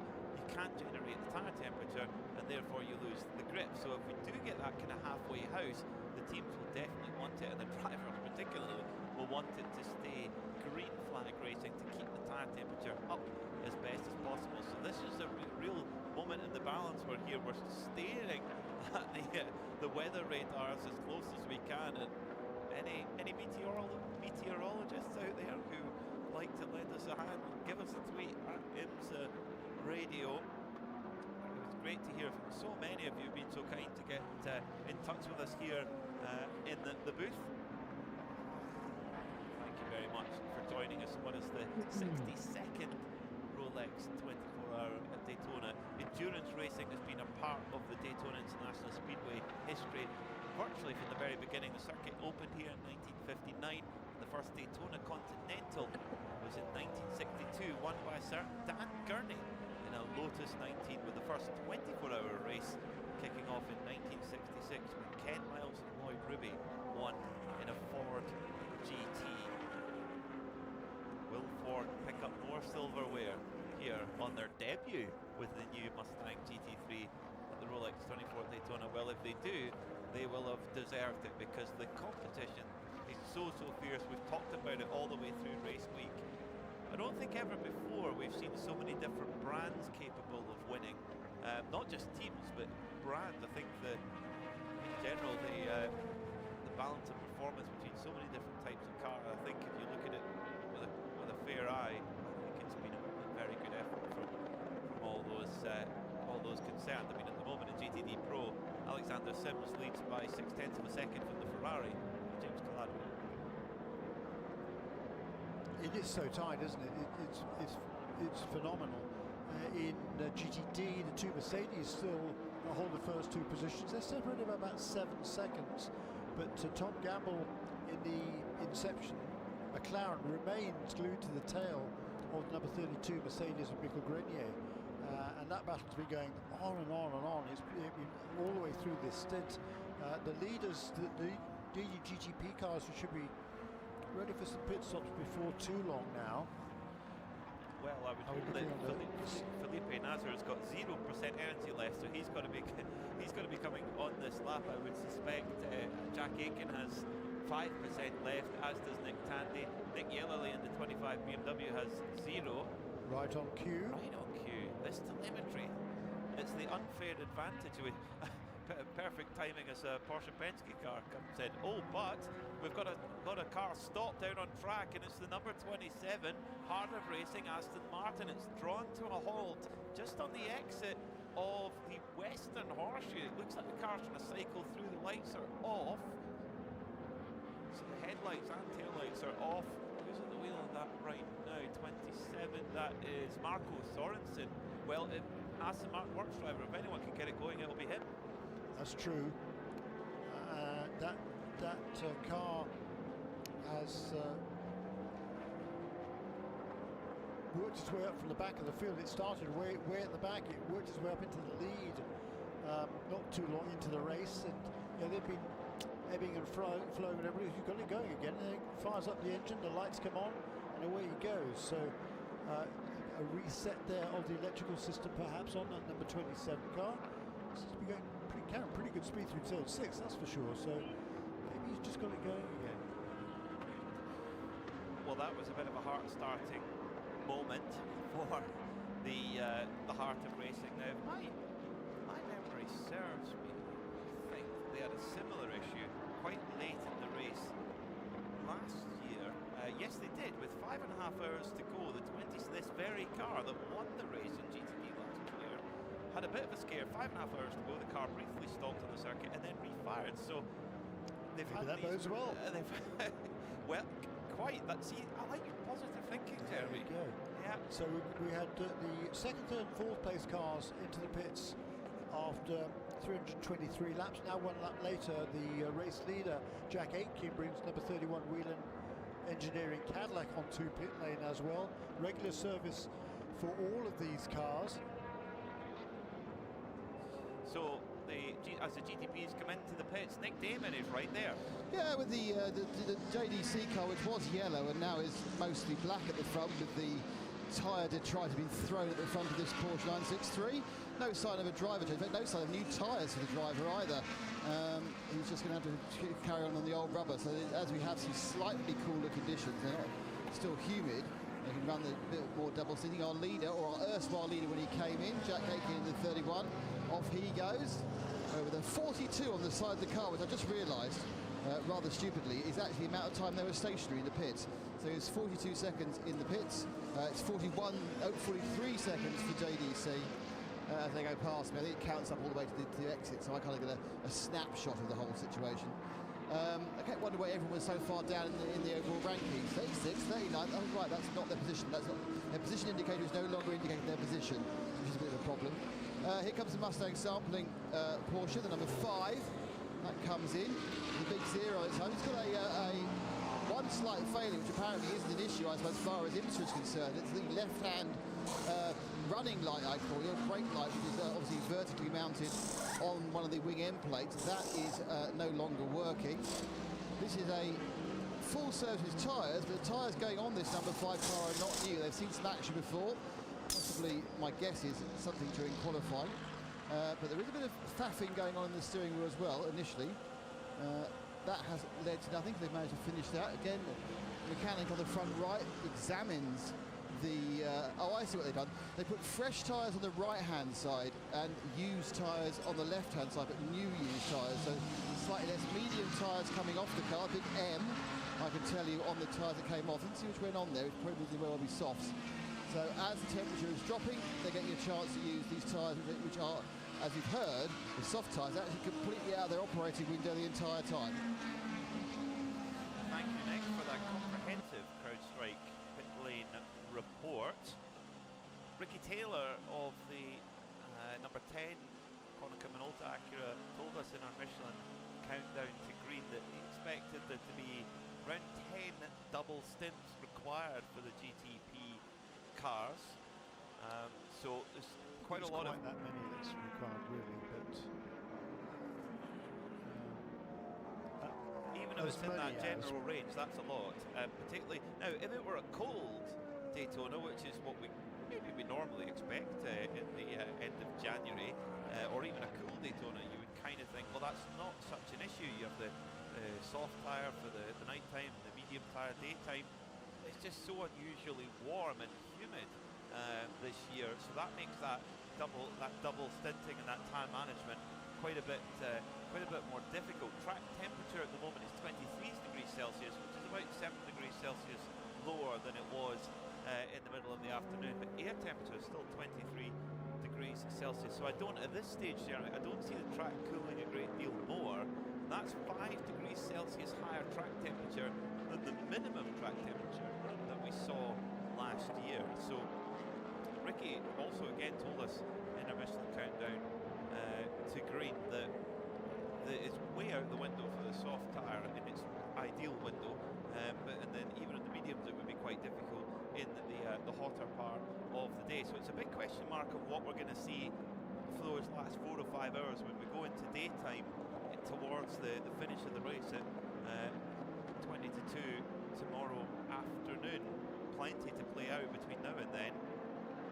And meanwhile, with 13 hours and 50 minutes to go, Felipe Nasr and Jack Aitken are having a bit of a time trialling competition at the moment. They aren't actually right beside each other on track, but the way that they're battling with one another on the timesheets, trying to get through the same bunches of traffic. Felipe Nasr going through about 2 seconds ahead of Jack Aitken, trying to make the way through and trying not to lose time, but also trying not to take unnecessary risks. There's still a long way to go in this motor race. So take that one off your bingo card if you hadn't had it already. Last time by, this is how close we're talking about. Bearing in mind, we've got a Cadillac in the hands of Jack Aitken with a 5.5 litre naturally aspirated V8 engine.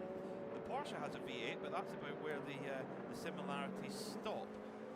And yet, there was 19 thousandths of a second between them on the last lap. These are top pro drivers performing at the absolute peak of their ability in the middle of the night, and it's just it's just a joy to see them go out and do their thing. I'm sure their respective teams are rather pleased right now. They've opened up a bit of a gap as well. Car number 24, Philip Eng for BMW, Team RLL, that's about 12 seconds behind Jack Aitken. That's the gap from second to third, but Felipe Nasr at the front of the field, of course, joined the Porsche factory 2 years ago, joined actually with this project in mind. He had a year of testing effectively of this new car, drove a few races in GT, and in fact 2 years ago won this race in GTD Pro in the FAF car alongside Matt Campbell and Mathieu Jaminet, in one of the most dramatic finishes we've ever seen at this race.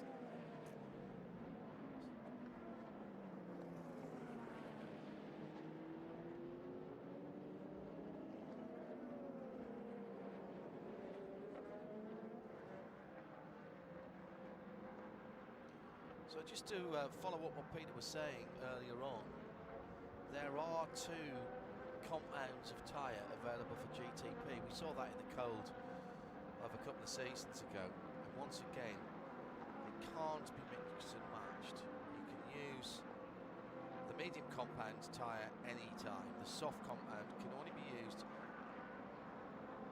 after 7 o'clock in the evening and up until 8 o'clock tomorrow morning.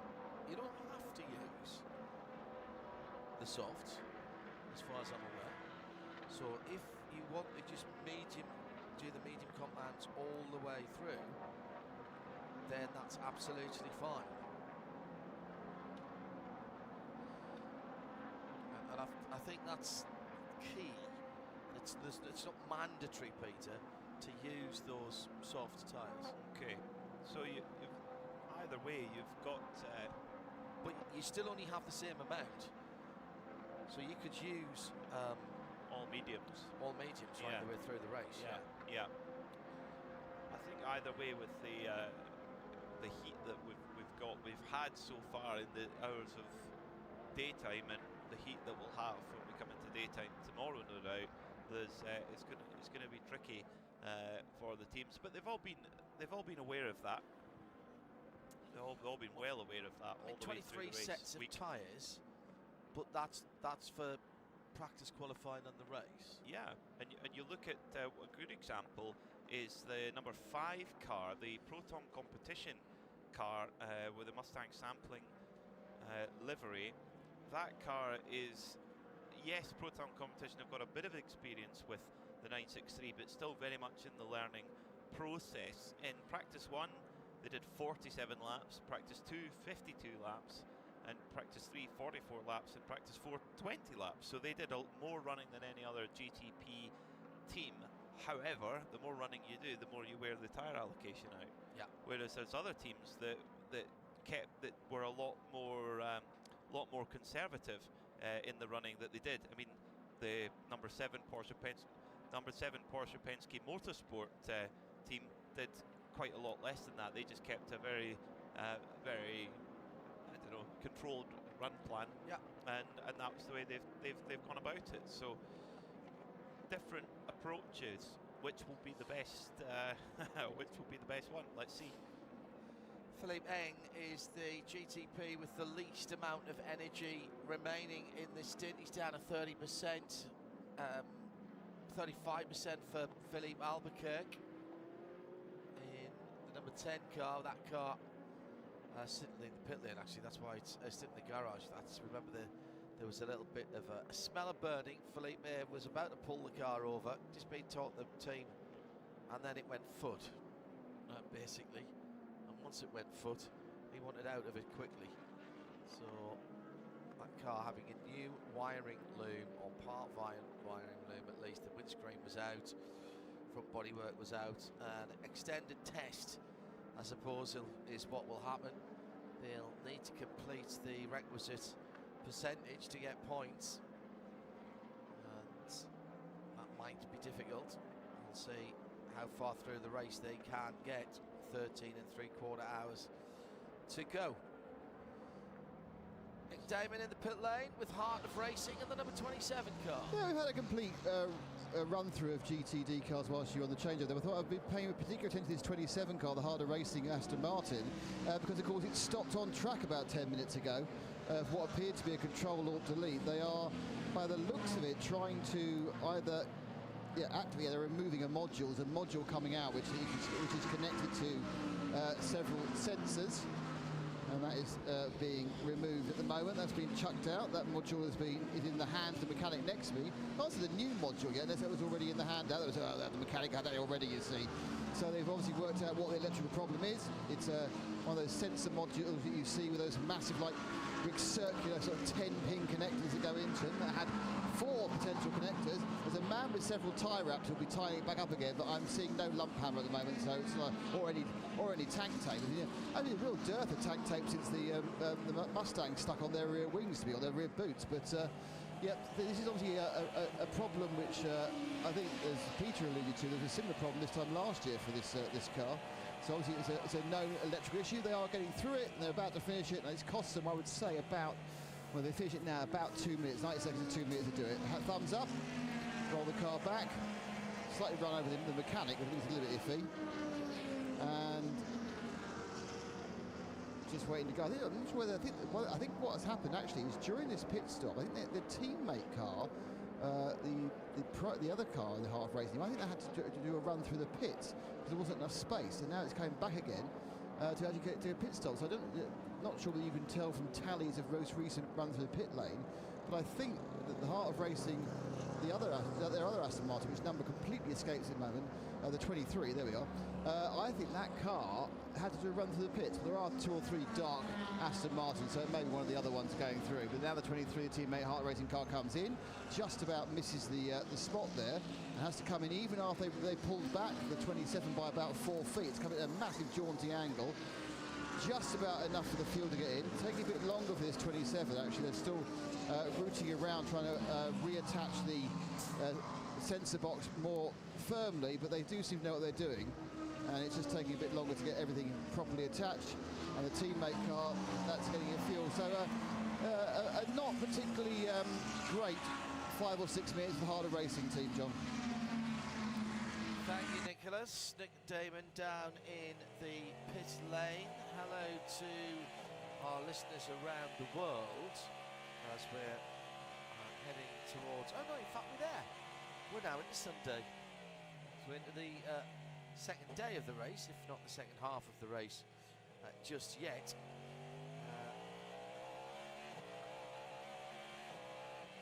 In which case, happy birthday, Tommy Milner, says Jeremy Short. I'm not sure if everybody heard that, but he said that to me. Hello to all of you around the world. People in Singapore listening. That must have been an early start. Kuiper Hoffman. So it was nice hearing Mickey on air during the Rolex after that wonderful race yesterday. Rexy and Spike being a lot of favourite liveries. What are yours, says Finley Gunn? That's a long conversation. How long have you got? That's a conversation for when I'm looking after the middle of the night at the Nürburgring, when I'm sitting there with my feet up and my cup of sacred coffee and just saying, "Hi, all you truckers out there, let's hear what you're doing." The Sacred Coffee powered night owls coming up with JP and Bruce from 2 AM Eastern. It's 7 o'clock in the UK, 8 if you are in Central Europe, which is nice. And I was trying to find a particular tweet there, and the problem is, Peter, they're coming in so quick. They are. That every time. Right, we've got somebody being pushed the wrong way down the pit lane. Oh, that's it's the Heart of Racing 27. Oh no! So that's bad news. That was the car that it stalled out at the west end of the infield, didn't about it? 20 minutes ago, and they had they won the race last year. They were so fast, and yet 5.5 hours before the end, they had the car stutter to a halt and then refire, and they still won the race. But this is a much more. It appears a much more of a difficult problem where they're having to push the car all the way back up the pit lane. Yeah, that's a long way. There's 4 mechanics working hard at it, and what a shame for Heart of Racing. It is a new Aston Martin GT3, but more of an evolution package. You can actually use the old car and buy the as evolution a basic package. Yes, yeah. exactly. So you need to buy an entirely new car. We're not really talking about it, are we? The GT3 or the GT4, particularly not the GT4, because that car, the shape of that car was disguised by, well, the car's we're not actually supposed to, released yet. but hang on, if I put my microphone down, the car isn't actually released yet. So Aston Martin have allowed it to race. Although, if I'm allowed to, the front, the lights on it are exactly the same as on the Valhalla. I think they call it the Son of Valkyrie, which is the Valhalla is like one down for the Valkyrie. Daughter of, I know that would be. Yeah, okay, could be Son of. Yeah, Valkyries with the female. That's certainly what they've got. Certainly what they've called it. So, yeah. What have we had in the V cars? We've had Vulcan. Yes. Yeah. Valkyrie. Yeah. Valkyrie AMR Pro. Yeah. Vantage, of course, is the standard car. Vanquish. And one. Have we had the Vanquish yet? Oh, we've had a Vanquish. No, in the past. There's a new Vanquish, isn't there? That was meant to be the V6 car. There was sorry, I'll fade you up, Nick, and then everybody can hear you. So I just thought wasn't there a special called the Valhalla, like the ultimate thing? Because remember they kind of split off when they had the Valkyrie and the Red Bull. Then someone started producing an ultimate version that wasn't Red Bullified. Now Red Bull have gone off to do their own thing as well, and they're kind of a weird. That's a Lamborghini, by the way, from Iron Links. That's the way to get out of the pit box, isn't it? Yeah. I think that's the big Lamborghini Bull saying, no, stop talking about us. Yes. Talk about me instead. Yes. Look at me, I'm bright and yellow and loud. I mean, let's talk about the Urus or the Huracan, none of this Aston Martin rubbish. Right, do you want me to talk to Romain Grosjean or Dorian Pain? Who do you want? Both. Well, I'll see if I can. Dorian looks quite tired. To see if she wants a quick word. Oh. She's a big favourite. Dorian, good word.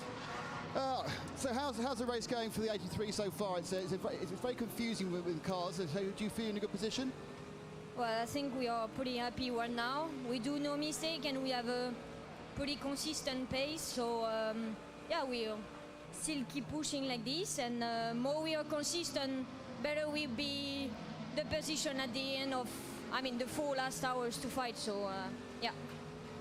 Now, we have something in common. We were both at Yas Marina last weekend. I was covering the endurance sports car race, but you were racing Formula 4. What's that like, and why have you decided to go back to single-seaters? Well, that's always had my dream to be in Formula cars, and my ultimate goal it's to be in Formula one day, and I have this opportunity this year to race in Formula 4 and also together with Mercedes. So I'm pretty happy about this opportunity, and yeah, now I'm doing Daytona, but it's not easy to switch, but it's quite interesting because it's two different racing, and but you learn on both sides. So yeah. Now, of course, you're also taking part in the Formula Academy racing for Mercedes. How do you feel about going to a female-only series when you've been racing so competitively against men as well? I think it's a good championship for women in sport to have the possibility to race in single-seater. Yeah, I will. For sure, the goal is to win this championship, and I'm really happy to do that with Mercedes and Aaron Dames, and yeah, I'm looking forward. Their first race is in Jeddah in 3 weeks. So. Are there any sort of conversations with Mercedes? Because obviously they have a young driver test at the end of the year. Is that something you possibly could get into? Say again?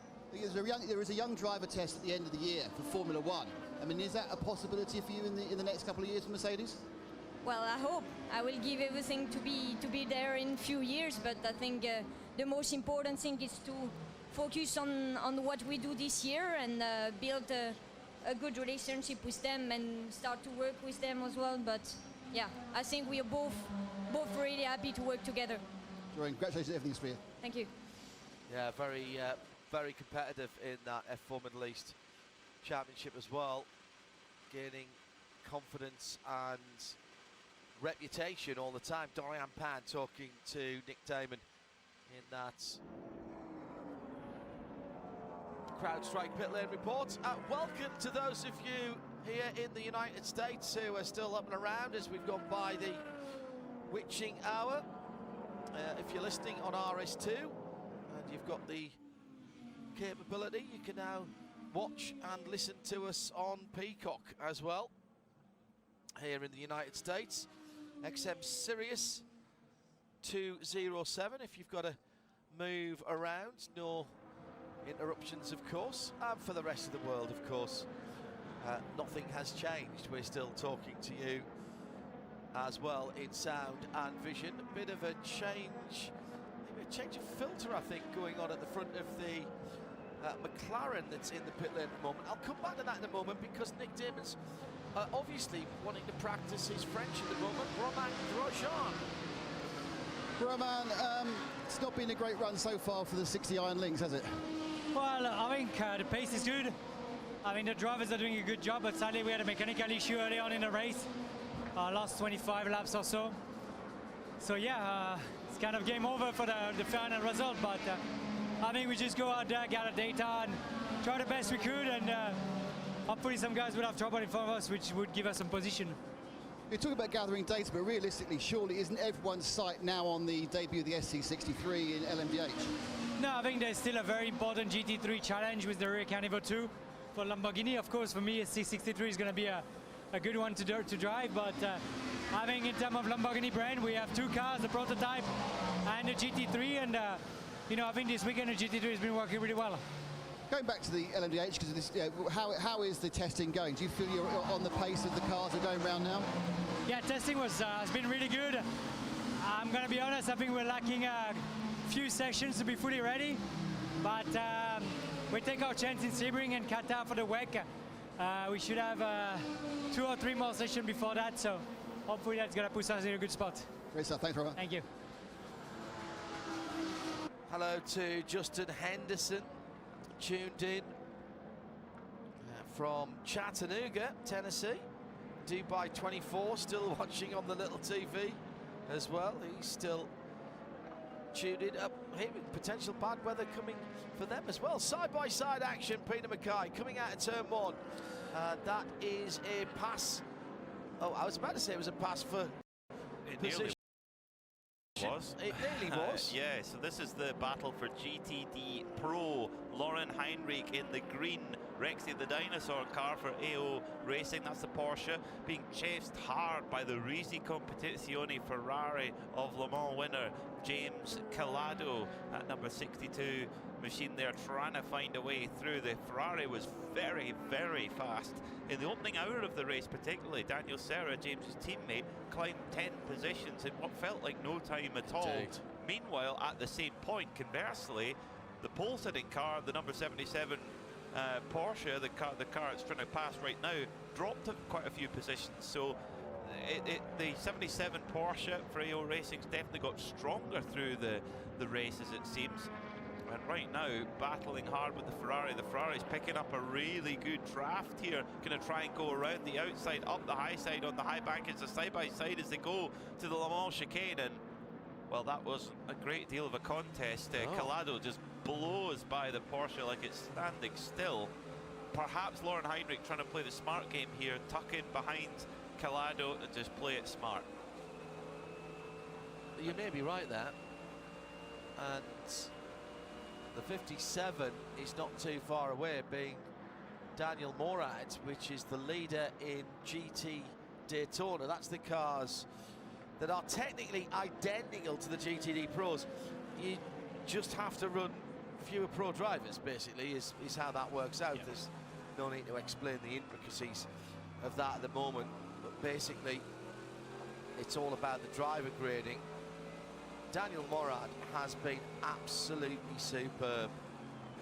The stint earlier on today, which brought this car into contention, was stunning. He was out with all the big names, more than held his own, picked off some big scalps there, ably backed up by his teammates. His turn has come around again, and it's time to go hunting. They're just looking at the stint lengths. James Calado pitted 8 laps ago, and Lauren Heinrich pitted 24 laps ago. Now, we don't know for certain if they're both took tyres at the last stop or not, but the way at which Calado and indeed Daniel Morad went blowing past Lauren Heinrich, I suspect Lauren Heinrich is towards the end of the life of his tyres, and he's going to need to come in and change at the when the tank runs out. He'll hopefully get some new shiny boots on the car. Lauren Heinrich, of course, highly thought of at Porsche, did all. If we cast our minds back to what our esteemed leader, Eve Hewitt, the responsible adult, called the long yellow flag, by which she means the couple of years that we spent under the umbrella of COVID. Lauren Heinrich was doing all the driver training in the virtual world for the Porsche real world drivers. She's a superb virtual reality racer. Cars might not be real, but the racing is, and that has translated very nicely. She's one of a couple of people who've done that. Whatever was going on the front of the driveway, Faff McLaren, Nick, you might want to nip down to the McLaren pit, because they've changed something underneath the luggage cover at the front, but now it's going behind the wall, coming out from behind the wall. One out, one in here. Is, after a very long stint in the pit, the number 10 Konica Minolta, Wayne Taylor Racing with Andretti Autosport Acura. That car went in hours ago. If you remember, Philippe Albuquerque was in that car. He smelled what he thought was something electrical, maybe, and then all of a sudden the car cut out, and it was recovered. It wouldn't even go into neutral. That car has come out of the pit lane with Marcus Ericsson at the wheel. It is 79 laps down on the leader, so that'll tell you how long that's been. It's about you might as well call it a 2-minute lapse or double lap with you add the pit stops in. However, they had too many people over the wall, so they'll have to come straight back through for a drive-through. on that car. I was going to give you the retirements, actually. Stephen Thomas, TDS Racing, the number 11 car, clipped the curb coming out of the Le Mans chicane, headed straight for the wall. 88, Luis Perez Companc, Richard Mille AF Corsa. 22, Daniel Goldberg in the car, United Autosports, trying to fix their Oreca LMP2 car. Got it back out with some new bodywork on, but I think it was a bit of an uneven task for them. The 75 Sun Energy 1 car, I've seen that as a retirement on the official channel, but I haven't had that confirmed yet by the teams. So I wouldn't get that as crossed out with your maybe the Sharpie of Doom yet. Maybe the like a heavy pencil, like a 2B pencil of Doom. Now the number 10, so the number 10 Konica Minolta Acura. This is the penalty. Yeah, serving its penalty for having too many people over the wall as the spike goes out. 99 AO Racing LMP2 takes a routine pit stop. Now there is a little bit. You think why should this Konica Minolta Acura so many laps down, multiple hours down? Really, why bother going back out again? Well, there's a multitude of reasons. These are cars that are under constant development, but I think also if we're going to get changeable weather, it looks like we've perhaps survived the front that just passed very close to Daytona International Speedway, within 5 miles of us. It very nearly caught us. But if we do have another weather front come in the morning, having a car that's completely out of the running, you can use it as a kind of guinea pig. Whether test you run, mule. yeah, test mule. You say, right, let's try wet. Are we too early? Are we not? And you've got a car that you can play to your favour, and that's the benefit of having two cars. Let's catch up with a few of your messages at IMSA Radio. Hello to Brendan Roberts. Welcome to Sunday. Sydney, Australia. It was a 5:40 a.m. start for him. Said, I'm pleased the race has settled down. I'm enjoying this now. Adam Green hearing us on Peacock for the Rolex. And hello also to SKS Motorsports, who enjoyed that Lamborghini blasting past Nick Damon, our crowd strike pit lane reporter. Hello to Drew Adamson from iRacing, who's still up and around, or at least he was about 24 seconds ago. If I know Drew, he'll still be going. Yeah. He'll still be going. Oh, side swipe. That was a bit naughty. The number 55 Mustang taking a bit of a hip check there from the GTD in 22nd position. That was Misha Goikberg in the Forte Racing, number 78, not number 40. That is the Lamborghini Huracan.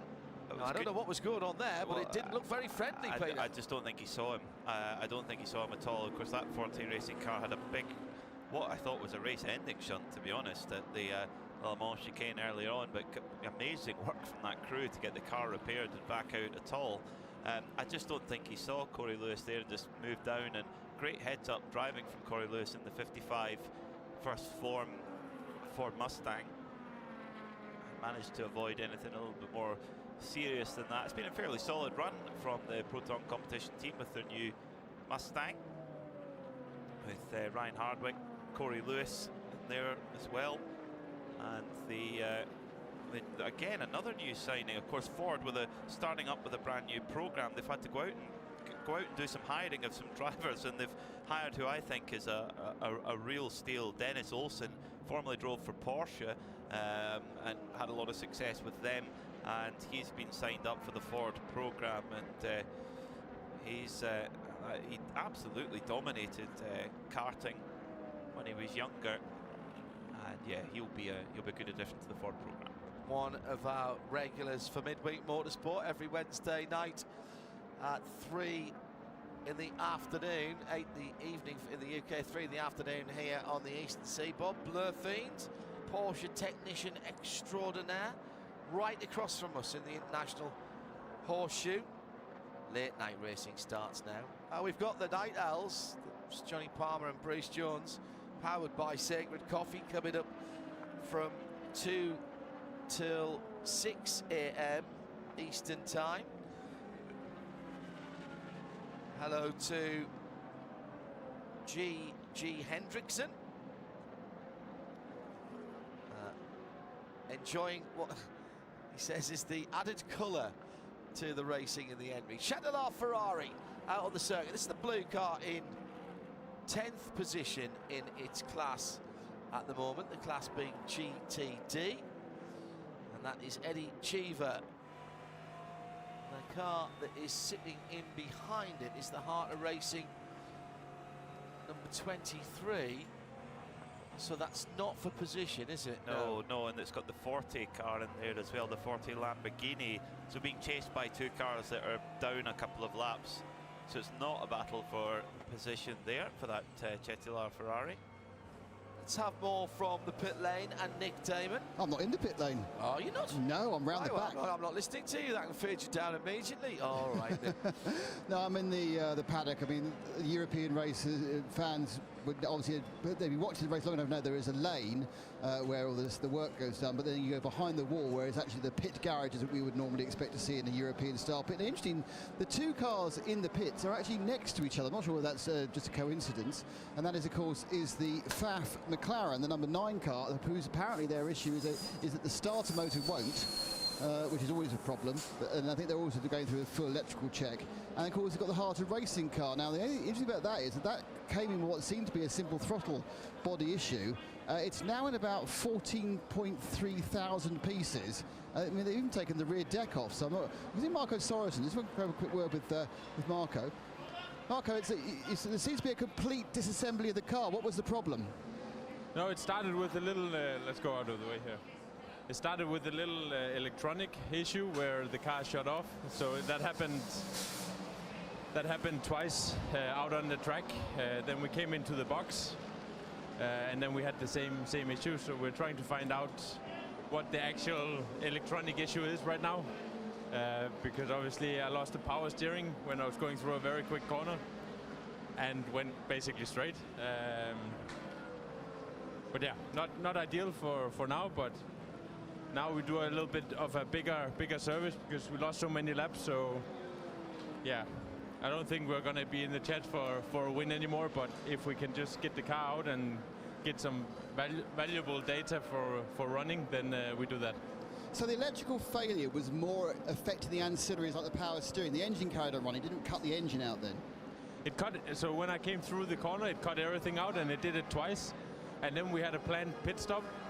And then we tried to sort the issue, and then it stopped again in pit lane, unfortunately. So I think, well, after the boys have done a full service, I'm sure it's going to be up and running again.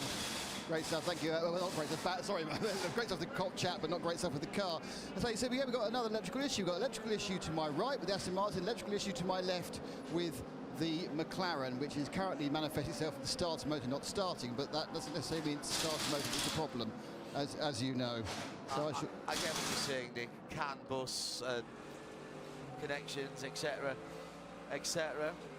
Don't like the sound of that at all. Chris Lemon is building a fresh 12th scale whilst enjoying our coverage in the US on Peacock at the moment in Central Ohio. Nick Damon has found another interviewee. It's I'm going to try and endorse Mr. Jarvis, Ollie Jarvis, out of the 9. We're hearing it's starter motor, is that correct? I don't know. I think, as far as I know, it won't start. That would kind of be starter motor. I mean, this is this project. Ollie, you have literally driven everything over the last few years. You are one of the drivers who enjoyed the glory of the proper LMP1s, to say it. I mean, what's the excitement? How do you about this new McLaren project? Yeah, it's been really exciting. I think the difficulty with it is that the team got the car mid-December. You know, and GT3 racing, they're still very complex cars, and you need time to sort of iron out any issues. And unfortunately, we've been doing that here at the Rolex 24, which isn't ideal. I mean, we were hopeful that we'd have a clean, trouble-free race, but it just hasn't proved to be that way. Talking about your career, up until a week ago, you were the ultimate lap record holder here in the Mazda. I think you beat a 26-year-old record set by PJ Jones. I mean, we all know records set to be broken, but does your heart break a little when a record like that gets broken of yours? No, not at all. I didn't even see the qualifying session because we were debriefing, but it was always going to happen with these new LMDH cars. They're extremely quick on the straight. Probably not as quick as the DPIs in the corners, but you know, it was only a matter of time. And like you say, records are there to be broken. You know, the sport continues to move forward, and you know, I was just grateful that, you know, myself, John Doonan, Mazda, we could be a part of history and break that record that stood for so long. Let me ask you a hypothetical question. If the Audi R18 had been around here in racing, how much quicker would that have gone round the lap of this track? that thing would have been amazing round here. Yeah, I'd say it would be quicker than the LMDH quite comfortably. That car had everything. It had the, you know, we were talking nearly 1,000 horsepower on pure acceleration with the combination of hybrid and, you know, combustion engine. And then, you know, aerodynamically, I have to say, Audi did an amazing job. But that's what happens when you have these development wars that we had back then. But as a downside of that, budget's got out of hand. And as you always see in motorsport, when that happens, you go through a cycle and people start to pull out. I wish we were on camera, because the smile on your face when you were talking about the LMP1, is that the fondest memory of your career? Yes, I would say so. You know, I've got to say the DPIs were awesome to drive, absolutely awesome. But just the whole Audi project it was one of those things at the time, you know, as a driver, you're always, you know, saying things we can improve and, you know, where we're missing, and then, you know, when you step back and a few years later you look at it and you realize just how incredible that project was, and how lucky I was to be part of it. So yeah, definitely amazing memories. But you know, I've been very fortunate through my career. You know, won the DPI championship in IMSA, an incredible car. Now driving for, you know, an incredible team in FAF Motorsport. Unfortunately, it's not always highs, and this is the reality of motorsport, is what we're seeing right now, is things do go wrong. And that's why these 24-hour races are so hard to win and so precious to every driver, because you can do them 10 times. You could have the quickest car 10 times and still not win it. Too right. Ollie, thank you so much for your time. That's Ollie Jarvis out of the FAF 9, the McLaren, for one of our many, I hope, to come, more CrowdStrike paddock reports. Well, you're supposed to be in the pit lane. You've overstepped your remit there, I think, Mr. Damon. Hello to you all. Particularly welcome to our traditional overnight slot on NBC. With you on Peacock right now here in the United States of America. John Hindhoff and Peter Mackay in the booth. At IMSA Radio, if you want to get in touch with us. We've got an Insta feed as well. That's Radio Show, all one word, LTD, all one word. Radio Show LTD on Insta. That's how you can get in touch with us. I'm trying to keep up with the messages coming in. Apologies to Jerry. Jerry Bundles just said, "Oh, I've enjoyed the IMSA Radio commentary. I'm glad to be off the road now to watch the overnight fun on Peacock." And he's got in and he's found it's still us. We are following you around. Jerry, thanks very much for tuning in and staying with us. I thought you were saying there, John, oh, it's still them. I thought that's what you were getting at there, but well, no, that's very kind. He might have had a shock. He might have been expecting Diffie and the guys. So he may have had a little little stutter when he got in. Chicago here in the US, doing a couple of iRacing races, well, on full sound and vision, keeping up the work, loving every minute of it, says Mum's Spaghetti. And back in the UK, good evening to the brilliantly monikered Lanzarote Camel, who is Alan Prosser to the rest of the world. Good to have your company, Alan. Thanks for the screenshots earlier on. Scott Fitzsimmons, down under in Australia, trying to keep on top of the Daytona 24, the Dubai 24, plus the test match, Australia versus the Windies as well. And Scott will be at Bathurst for the 12 hours in a couple of weeks' time, just over a couple of weeks actually. And I'll be pleased to see you there.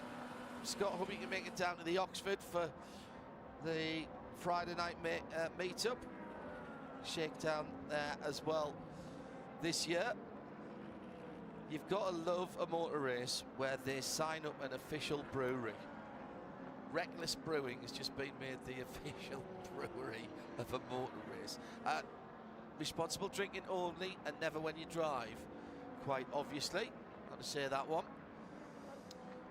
Most breweries now do a good 0.0, so you can still enjoy their wares whilst... Richard Westbrook, who's driving here, he and his wife Jess have been doing brewing for a little while, but have come up with some motor racing themed beers, which there's low alcohol and low carbs and gluten-free versions of them all. So if you're doing a bit of a keto diet, trying to keep the carbs down, still the opportunity. If you want to be fighting fit like Richard Westbrook, who's already driven, he'd put in some big stints early on in the 85 JDC Miller Motorsport car. They're only sitting they're just off the lead lap at the moment, but they're right in this motor race, make no mistake. And they will have got Ben Keating's minimum driver time done for the GTP class. It's not as you've got a lot less minimum driver time required. So in effectively, let's call them the pro classes. So we say the GTP class and the GTD Pro class, your minimum driver requirement is just 2 hours, and I think Ben ticked that off from my memory. In LMP2 and GTD, you've got to do 4.5 hours. That's a significant chunk of time. So how you do that, very important. Jack Aitken in the number 31 Whelen Engineering Cadillac. That's very recognisable livery. Look at white on the car in different places this year. White on the roof. Last year it was the red front fading to the grey back end on the car, which they're still doing, but there seems to be a little more white, particularly over the roof line, down the back of the car, down the central spine of the car. Still so recognisable. And also, it's more often than not driven by a rapid Brazilian.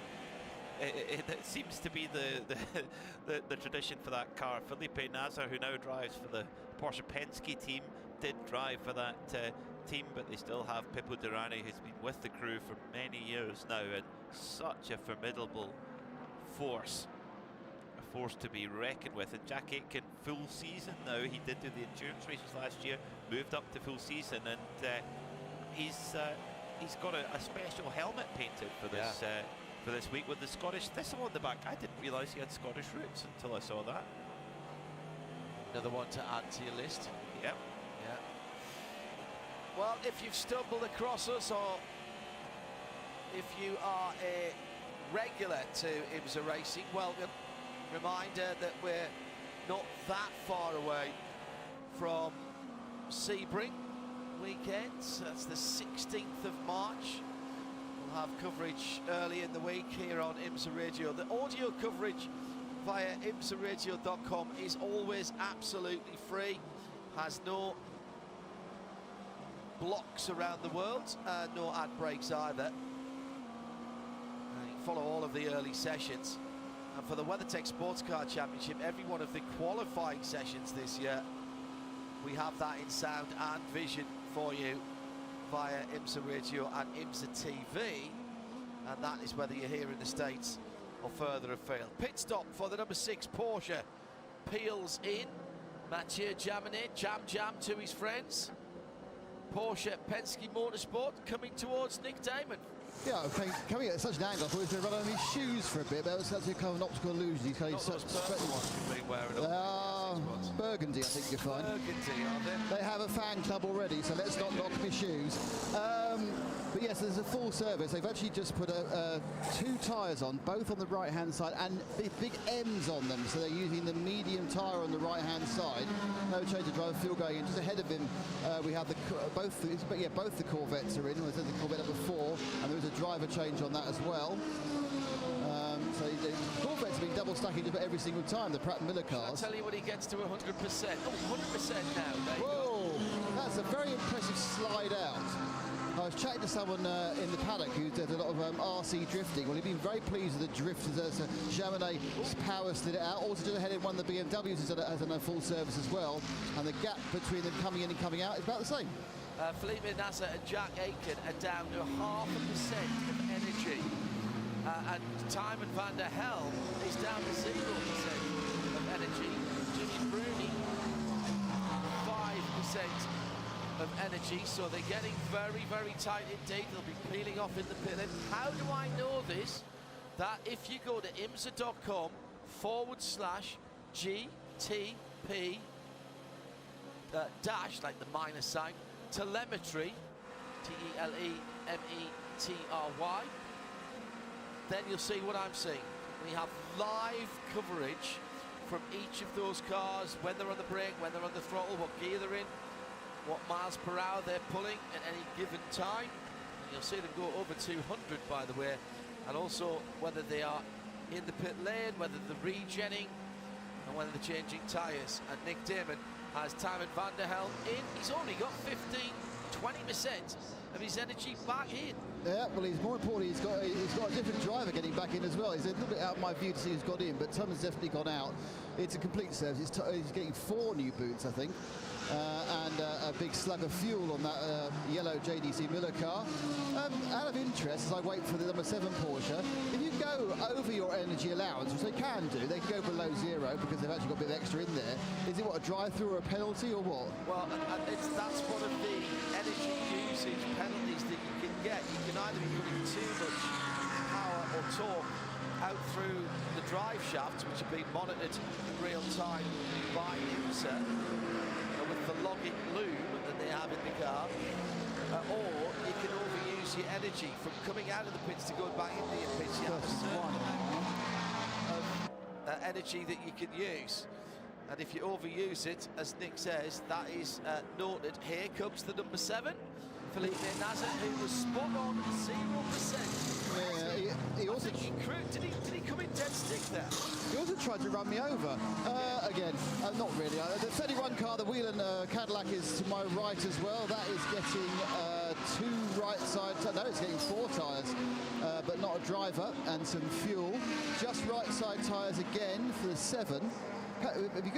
When he comes in with the rear view, it's really quite exciting because it's got those high exhausts and they're glowing red. It's all kind of like a real kind of eye candy for us motorsport and motoring fans. Oh yeah, glowing red exhaust, fabulous. But both of these brakes. Yeah. Oh yeah.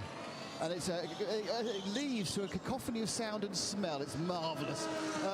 Obviously, probably life-shortening, but who cares? And there goes the Whelan Energy car.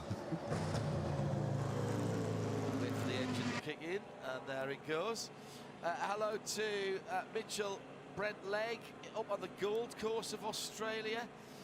Mikey Maguire says these night racing stints are better than therapy. Sure about that. Hello, David at Fan Institute, listening in from the Sierra Mountains in Northern California. I'm supporting Nolan Siegel in the 33 LMP2. It has not been a good run for Sean Creech Motorsport in that Andy Blackmore liveried machine. Lance Wilsey is out in that car at the moment, but there are many laps down. 9th in LMP2 at the moment. We've had the number 10 Acura back in towards the pit lane. That was the car. That car had to have its wiring loom. It's the motherfucking Eagle Double G. Snoop Dogg. You know I'm mobbing with the D.R.E. Yeah. Driver change. Yeah, they've done a driver bottle as well. Yeah, so Jimmy Bruni out. That was Roman Duma getting in, making his debut in the Porsche 963. His 3rd generation of Porsche prototype that he's raced. Started off in the iconic Porsche RS Spider LMP2 machine, was from start to finish in the Porsche 919 project, in which he won Le Mans and the World Endurance Championship. And this is really special because he's reuniting with Neil Yanni when he won the World Endurance Championship and the Le Mans 24 Hours. He did that with Neil Yanni and Mark Leap, and Mark's long since retired from driving, but Neil in the car with him. So it's really nice to see this reunion, and they are running strong. They're on the lead lap, and they are just throwing fuel some tyres at it. Yeah, that's exactly what you've got to do. Christopher Huntsman is in section 148 in the grandstands, which is just about where you turn down off the banking, which is where the Whelen Engineering Cadillac is right now.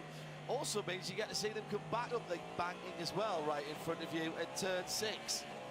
And he's having a great evening, a real gem of a view from there. It's 5 AM where I am. Says Jimothy B. I've hardly slept on my second cup of great coffee. Rolex 24 on, cheering on Magnus Racing and Nicky Team, and about to get ready for a 13-hour shift at work. The dedicated life of a race fan is normally untold. Luke from Melbourne, Australia. Does the Ferrari 296 have more straight line speed than the old 488? I would say it probably does, because this is a GT3 version that is less dependent on aero than the 488 GTE car was. Well, there was a GT3 version of the 488 too. True. But that is a very good question. It very much depends on the balance of performance. So it can really depend on what pace is brought to the track. So they have to balance it in with each of the other cars. So the straight line speed can vary. It's got to a CrowdStrike pit report just out of his 963 Porsche. Is Jimmy Brady with Nick Damon. Jimmy, the Mustang sampling the Proton Porsche, I mean, it's just so much ebb and flow. How do you feel you're doing at the moment? How do you feel you are relative to the other cars in the GTP class? No, I mean, very good. I think the run is going very well. My first 2 stints early on now was quite competitive compared to other competitors, and was quite good. And also these runs were quite smooth, and pit stop were very good. So we just now go through the schedule and see at the end who has more tires left. Last spoke to you at Petit Le Mans when you just started racing this car. We've had, what, 5 months since, and how much better do you know the car, and how much better is the car being run by Proton? Yeah, the car, for sure, the people involved in this project, they know the car very well, including myself for sure, and Neil. So this is for sure a good boost for the competition and for the speed, but we still miss some final tuning that unfortunately we couldn't enter the test day here in December, and so it was okay. I mean, we're catching up the others, so I'm looking getting closer. When the season is starting from now on, we will be competitive every race, better and better. You're, of course, in a unique situation, being the only customers with JDC in this class. And are you really measuring yourself against the Works Penske cars, or are you measuring yourself against the fastest car in the field? Yeah, as a drivers, you want to be the best and faster, but obviously sometimes you have to look what you have and try to do the best for the condition, for the moment with the car you drive. I think Proton competition, they're doing a great job with knowing the car very limited time on track, and actually we never had any test day so far since Monza WEC last year. So I'm pretty happy about all the group that Christian and Michael was able to putting around. Will you get some test days before Sebring? Will be difficult because the team will be involved in the WC, so it will be difficult again. So I expect when it's about mid-season or just before to be right there. Great stuff, thank you, Jimmy. Thank you. Nick Damon with that CrowdStrike pit lane update. It's IMSA Radio, IMSA TV and Peacock all together as we have the whole of the endurance racing community all tuned in. John Hindorf, Peter Mackay, Nick Damon and John Doonan, President of IMSA. How you doing, John? Happy New Year. Happy New Year. What a race. Well, first of all, let's go back 24 hours. Spoiler alert if you haven't seen the Michelin Pilot Challenge or the two Whelen Mazda MX-5 Cup races. But we are going to talk about them now because we have to. The Mazda races were bonkers, as always. Jonathan from Mazda said, we should just race here every other week, shouldn't we? It was incredible. And then we had the first of the two 4-hour races for Michelin Pilot Challenge. Both classes going right down to the wire. Brilliant stuff. Unbelievable. First of all, thanks for having me. Hello to all the listeners. We're thrilled. Those watching also on Peacock. What a weekend. Honestly, I had several pinch me moments over the course of the last 24 hours, like you said. Not just what's happening on track, but has anyone seen the infield? The aerial shots early in the race. Not just the infield, but the surrounding camping areas. We've never had them out in the airport like this. Unbelievable.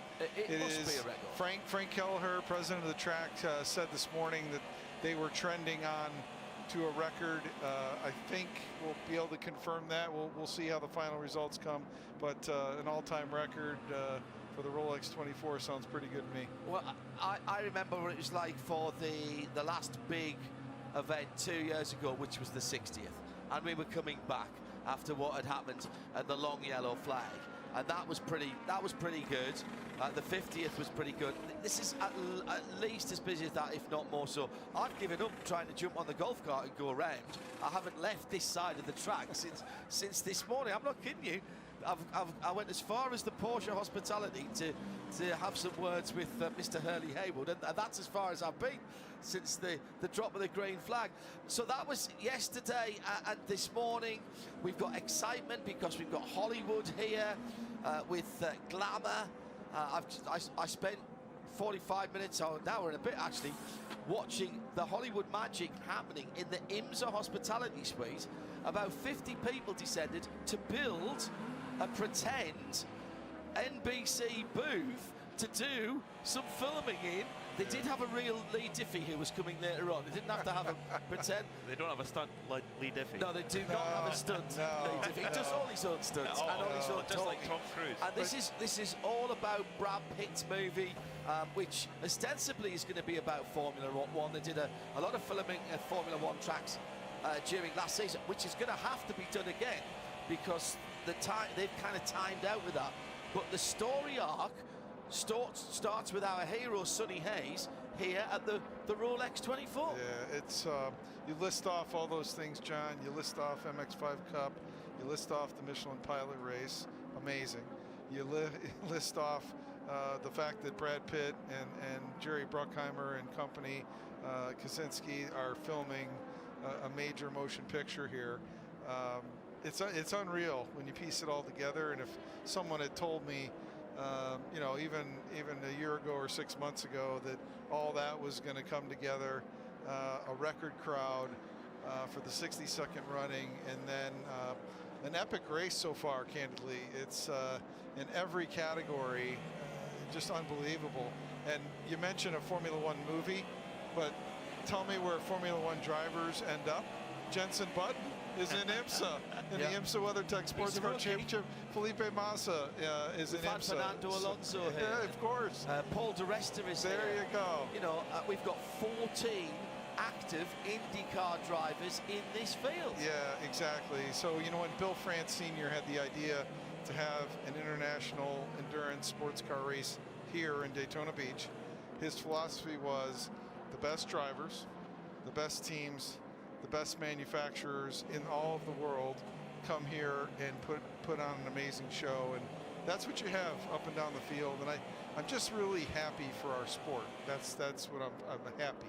And on the high banks at the moment, we are watching a battle for the lead with 12 hours and 51.5 minutes to go, with Dane Cameron in the Porsche 963. Porsche, what a history that brand has with this place and with endurance. There can't be an endurance race without a Porsche in it. I think it's against the regulations. And behind them, the 31, the Cadillac, well, they've got endurance heritage as well. If you go back through the years to Le Mans, specials were brought over from the United States to race at the Circuit de la Sarthe, and at the moment they're on the high banks coming down to the completion of another lap, and that will be 361. They go under our feet now, and here comes Aiken to the inside. One of those IndyCar drivers we're talking, he's brilliantly uses the Turner BMW as a pick, and they're side by side. That Turner BMW has to keep their wits about them. This is the beauty of multi-class racing. That looks like the caught-off car ahead of them as well. It's the number 80 machine, excuse me, that is an EMG. And through they go, and we have had a change for the lead whilst we were talking about it. That is not manufactured. We have not seen, honestly, Jerry Bruckheimer, John Kaczynski did not write that script. That happened in real time. And we can't have another take. No, and that's, exactly. Yeah, exactly. That happens, and it will continue to happen. And the joy of seeing this kind of racing for 24. I still think, John, you're a race fan. You always have been. There's something slightly illicit about watching racing in the dark, as if we really shouldn't be doing this, should we? Yeah, you're right. And you know, I think it was end of the season last year. We're watching the end of Petit Le Mans with you and Jeremy in the booth, and you get to start just like that moment there. I get to start giggling because you know, it is like I'm just a racer. I'm still a young boy in the stands. Exactly. I'm still the young boy that is on the other side of the fence. And the kind of racing that we have here in the WeatherTech Sports Car Championship, you can't script it. It is epic. The best drivers, these GTP cars, they went and broke my track record, John. I know. From 2019. We just talked to Ollie Jarvis about that. It. The team told us that last weekend in qualifying at the Royal, they didn't tell Ollie until after he'd finished his qualifying. Him. He said, I hadn't seen. And that lap record that the 77 Mazda broke in 2019 was 26 years old. PJ Jones, an All-American racer. That we thought that was going to stand forever. The little team that could, with that Mazda, the smallest engine car in the field, took the lap record. It did. It was a special moment for us. You know, we went out and celebrated with Justin Gurney and Evie Gurney, and I had Bill Patterson do a painting with both those cars on the banking. The Mazda was a little bit ahead because it owned the track record now, but what a special moment for us, and to celebrate what the Gurney family had done with that program. But in the end, records are made to be broken. Yeah. And you know what? The conditions on Sunday were much like that day that Ollie broke the track record. Quite chilly. Cool temperatures, a tailwind going into turn one off the tri-oval. It was just perfect, and the entire GTP field was under the track record. That was the thing for me. Now, I know last year the conditions weren't conducive to lap record running pace, and the cars were new. But to have the whole field under Ollie's record this week, and in fact all of the pole positions reset the qualifying records for their individual classes. Aside from GTP, and we've got Jack Aiken leading now as he comes through with the Turner BMW, the number 96 car, just going back out of the pit lane with Patrick Gallagher on board of that car. Former MX5 Cup champion. Indeed so. And there are plenty of them here as well, sir. By the way, with Luca Mars and, well, there's all kinds of people Stephen McAleer. Stephen Elliott, McAleer. Elliott Skier. There are plenty. As they come through the field, obviously they're running their own race. LMP2. IMSA have stuck by LMP2, John. Yes. How long can LMP2 be a part of this? We've got a fabulous array of cars, not just for this race, for the whole season. Enough, in fact, that there will be the headline act at Canadian Tire Motorsport Park. Yeah, it really excites me. You know, that platform obviously is the spine or the underpinnings of the GTP car. That was our whole entire philosophy when it came to DPI. And I'm super proud of the folks at Multimatic and Orica and Ligier and Dallara who've stuck with that philosophy. Obviously, in LMP2, Hugh Schoenack and his team have brought the Orica as now what is the LMP2 car worldwide. But thrilled that the Ligier is back with Sean Creech Motorsports. So really epic field. Excited for what that's going to do throughout the season. And I think if GTP was the story last year, and an LMP2 field increasing, this year is great. GT is where it's at. In our Michelin Countdown Green, when I said to Peter, watch the story this year, and he said straight away, 2024 is the year of GT. GTD Pro, GTD, they're the same cars. It's the motherfucking Eagle Double G. Snoop Dogg. You know I'm mobbing with the D.R.E. Yeah. Confusing, but just break them up into different races in your head. It's like, for those of you in Europe, it would be like putting Formula 1, Formula 2, F2 and F3 on the track at the same time. Indy next, IndyCar, and maybe Formula 4 2000 on the track at the same time. It's that same idea. Everybody's racing at the same time. But what is it here? The difference here, John, is we have manufacturer support in endurance racing, and IMSA has built a place where they want to come. Dr. Don Paynos at the start of the American Le Mans series, if you build it, they will come, using that well-known phrase. It's built, they've come. What is it? Can you define it? Again, I'm so grateful that we have 18 automakers that chose to race with us. My hope, and I believe we've proven it, that this is a marketing tool in their toolbox. When you have 9 manufacturers activating on the midway, right in the center of the speedway, with product displays, with road cars, with the race car brother and sister of the road car. You got the Mustang GTD, which is an amazing machine for the street or for the track, if you're a track day, and you got the Mustang GT3. Obviously, that's a big part of. There's a couple of those Mustang GT3s. They've got no trunk lids now. That's what I heard. That's what I heard. How cool is that? This morning, Mr. France held his annual chairman's breakfast down in the Rolex Lounge, just one floor from where we are.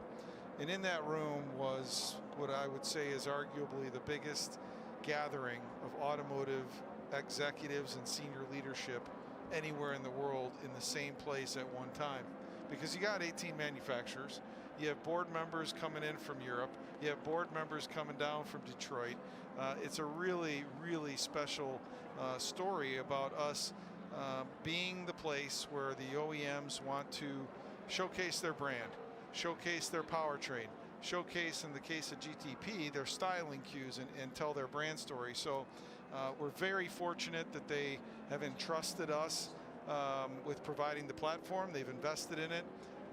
And in the end, when I was a kid, I said this morning, I used to go to the Chicago Auto Show with my father. And you would go there as a little kid, as a racer. I always wanted to see in the display what race car they brought, because I think the most authentic and frankly the only authentic way to market an automotive brand is in motorsport. Obviously I'm biased, but this has turned out to be the new auto show, not only on the midway but on the racetrack. And to see particularly for GT cars, 100%. And also that was part of the thought of GTP and DPI before that, to bring in styling cues to make a Cadillac GTP car look like a Cadillac. You cannot deny the BMW M Hybrid V8 looks like a BMW. Like or loathe the front of that car, anybody's going to point and go, that's a BMW. Yeah, that's the thing with the record crowd in the Trioval and the ball field today. All of those families and individuals identify with one of these brands that's racing here. And a new Mustang, a new Corvette, a new Aston Martin Evo, the 911 GT3R that launched last year, the Ferrari 296 GT3 launched last year, the Huracan GT3 last year. All these cars, these people identify with these race cars, and in the end, we are here to serve as a platform for the auto industry. So what an epic time. Don't go away, John, because I've got a couple of listener questions for you, viewer questions, if you don't mind. Significant potential action on the track now as the leader, the number 31 car of Jack Aitken, the Whelen Engineering Cadillac V-Series R, is catching Romain Dumas in the Proton competition, a non-factory team. This is a customer team of Porsche with the 963 Mustang sampling back on that car. Now this is to take that car off the lead lap, Peter. That would be significant, because it's not impossible to get laps back here, but that you begin to see on these long green flag runs how the performance starts to stack up. You've got to remember how feisty an animal Romain Dumas can be. How many times have we seen him not say die in any competitive situation? And for sure, he will be trying everything to keep on that lead lap. Remember, he's been in the Saudi Arabian desert for 3 weeks. Yeah, he's been on the Dakar rally. He was setting a lot of pent-up energy. Oh yeah, top 5 Don't talk about sandbagging mind with him. That would have been last week's joke. I'm saying nothing. And yeah, so he's been setting top 5 stage times in an independently entered Toyota truck in his own team. Flies straight here, straight into the car. That's great. It's his 3rd generation of Porsche prototype he's raced. Amazing. I love his spirit. Battles right the way through the field.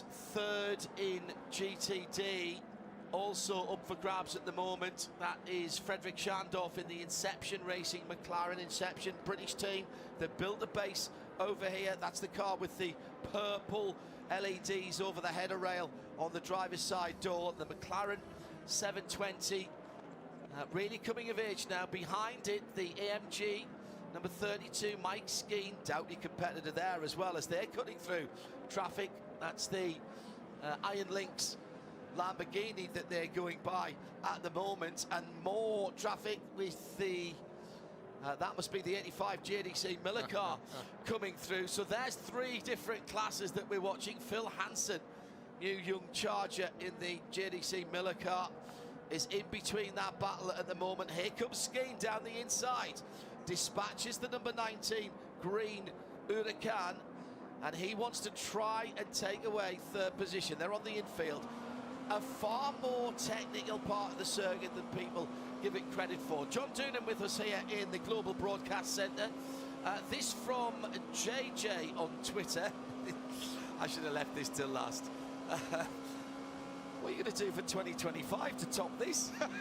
We haven't even finished the first race of the season, John. Someone asked in the media center that same question earlier today, and I think, you know, one of the things that has made the last several years incredibly stable is consistency of our schedule, consistency of dates and venues, consistency of corporate partners, consistency of the manufacturers. Yes, new rules, new regulations, but we need to stay stable, and I think that's been the key. And we obviously want to continue to evolve and grow, but stability has been a key term, and I think you're going to see more of the same in 2025. We got a full course caution out at the moment, and we'll get you some news on that in a second. John Doonan, president of IMSA, is with us. On the same turn 5 is the problem down at the far end of the circuit, and let's see if we can pick off who is Stephen McAleer has come into the pit lane with damage. That would be entering a closed pit. As did the 12 Vassar Sullivan Lexus. Right. They are allowed to come in for what's called emergency service. We've also got the JG Wentworth car in the pit lane. This is the 66. The Acura. Sheena Monk, along with Catherine Legg and Tatiana Calderon. Stephen McAleer's teammates there. 9 female drivers in this race. Not that the stopwatch, the cars, or the circuit, nor any different. They are just competitors here, and very impressive competitors indeed. Catherine Legg was on provisional pole overall in GTT last weekend for a little while, ended up starting well up the field and has been at the sharp end in her first stint. So still waiting to see where the yeah, we've got debris on the circuit, and that is the problem. It's just off the racing line down at turn 5, and coming out of turn 5 there's been a bit of a schmozzle, bit of a coming together. We'll take the opportunity to put this to John Doonan. Mikey Maguire says, how does the excitement around the start of the GTP Year 2 compare to the excitement around last year's GTP launch? Well, we've got more GTPs to come because we haven't even fulfilled this year's quarter yet, John. No, and hi to Mikey. He's up in Plainfield, Illinois, I suspect. Classmate of my daughter's in high school, ironically, small world. But yeah, we haven't even gotten there. The Lamborghini SC63 will make its debut at the Mobile One 12 Hours of Sebring, which we're excited about. We're not even there yet. So, you know, Mikey is right. We got an incredible field. It's going to get better, and we're really, really, really excited about that. And I think the other piece for me is to see the customer teams out of Proton Mustang Sampling, to have the Mustang Sampling brand back is terrific. And obviously John Church and the JDC team, you know, John Miller, they've done an amazing job. And you think back to GTP in the 80s, Porsche set the example with the 962 and customer racing. And for me, that is the underpinnings of not only GT racing, but it can be also GTP. So that excites me. And speaking of Porsche, I need to give a shout out to my dear friend Jens Walther. He just texted. I know he's listening. Hello, Jens. Yeah, he must be having his coffee. It's the motherfucking Eagle Double G. Snoop Dogg. You know I'm hopping with the D.R.E.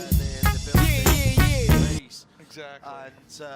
And I was just about to go over and see him and get the factory tour when COVID hit. It's something I still have to do. So Jens was, he's a fantastic guy. So he's tuned in, is he? He is, and I think, you know, certainly I've always seen motorsport It's the motherfucking Eagle Double G. Snoop Dogg. You know I'm hopping with the D.R.E. When Jens was at Porsche, you know, we at that time were fierce competitors in GT, and if a Porsche won, I was the first guy to come find him and congratulate him, and vice versa. When we ended up in victory lane here at the Rolex 24 twice, he and Elwin Springer were the first guys to come say congrats. And you know, that's how it works. We battle fierce on track, but in the end we're friends and family off track. We've just had a pit caller that was the 01 Cadillac. Now, thanks to a new piece of technology which has been introduced this weekend by IMSA, I could tell you that Hello Palo was out of energy. He had nothing left in the tank or the battery, so he had to come into the pit lane, otherwise he'd have stopped out on circuit. Now, obviously, that's not the right thing to do. A few years ago, IMSA introduced a rule about emergency service in closed pits. That's what he's had to do. He's come in, he's allowed 5 seconds of fuel. That's given him 15% energy. And I can see that on imsa.com/GTP-telemetry. And you can too, along with a whole host of other timing and scoring via Alcamel and IMSA that is available to you. Let's go to a CrowdStrike pit update. This is Shea Adam at Gradient and the NXA. Alex. Went down and checked in with them. It was a tire issue on the right front. It actually ripped the headlight out, and the team did a little bit of repair to try and make sure that the hood won't fly up, which is good, but the IMSA officials aren't necessarily satisfied that the repair job that Gradient did was good enough. So this car, which was down 15 laps before this caution, looks like it's going to drop off a few more. Thank you, Shane. 52, the Inter-Europol LMP2 car was leading, and it pitted just before that full course yellow, and so didn't enter the closed pit, just got the service and back out again, so they'll be in a It's the motherfucking Eagle Double G. Snoop Dogg. You know I'm mobbing with the D.R.E. It's another double number. That's another number divisible by 11. So that's 11, 22, 44 and 88 have all retired. Shea Adam will be plotting that on a graph. Yeah, I'm a numbers guy too. My favorite number was 8 because that was Dad's racing number. My basketball number in university was 44. 4 plus 4 is? 8. There you go. Yeah. You know, 55 will be getting worried by now. We've just got the 2 Porsches coming in, John. We'll get back to you in a second.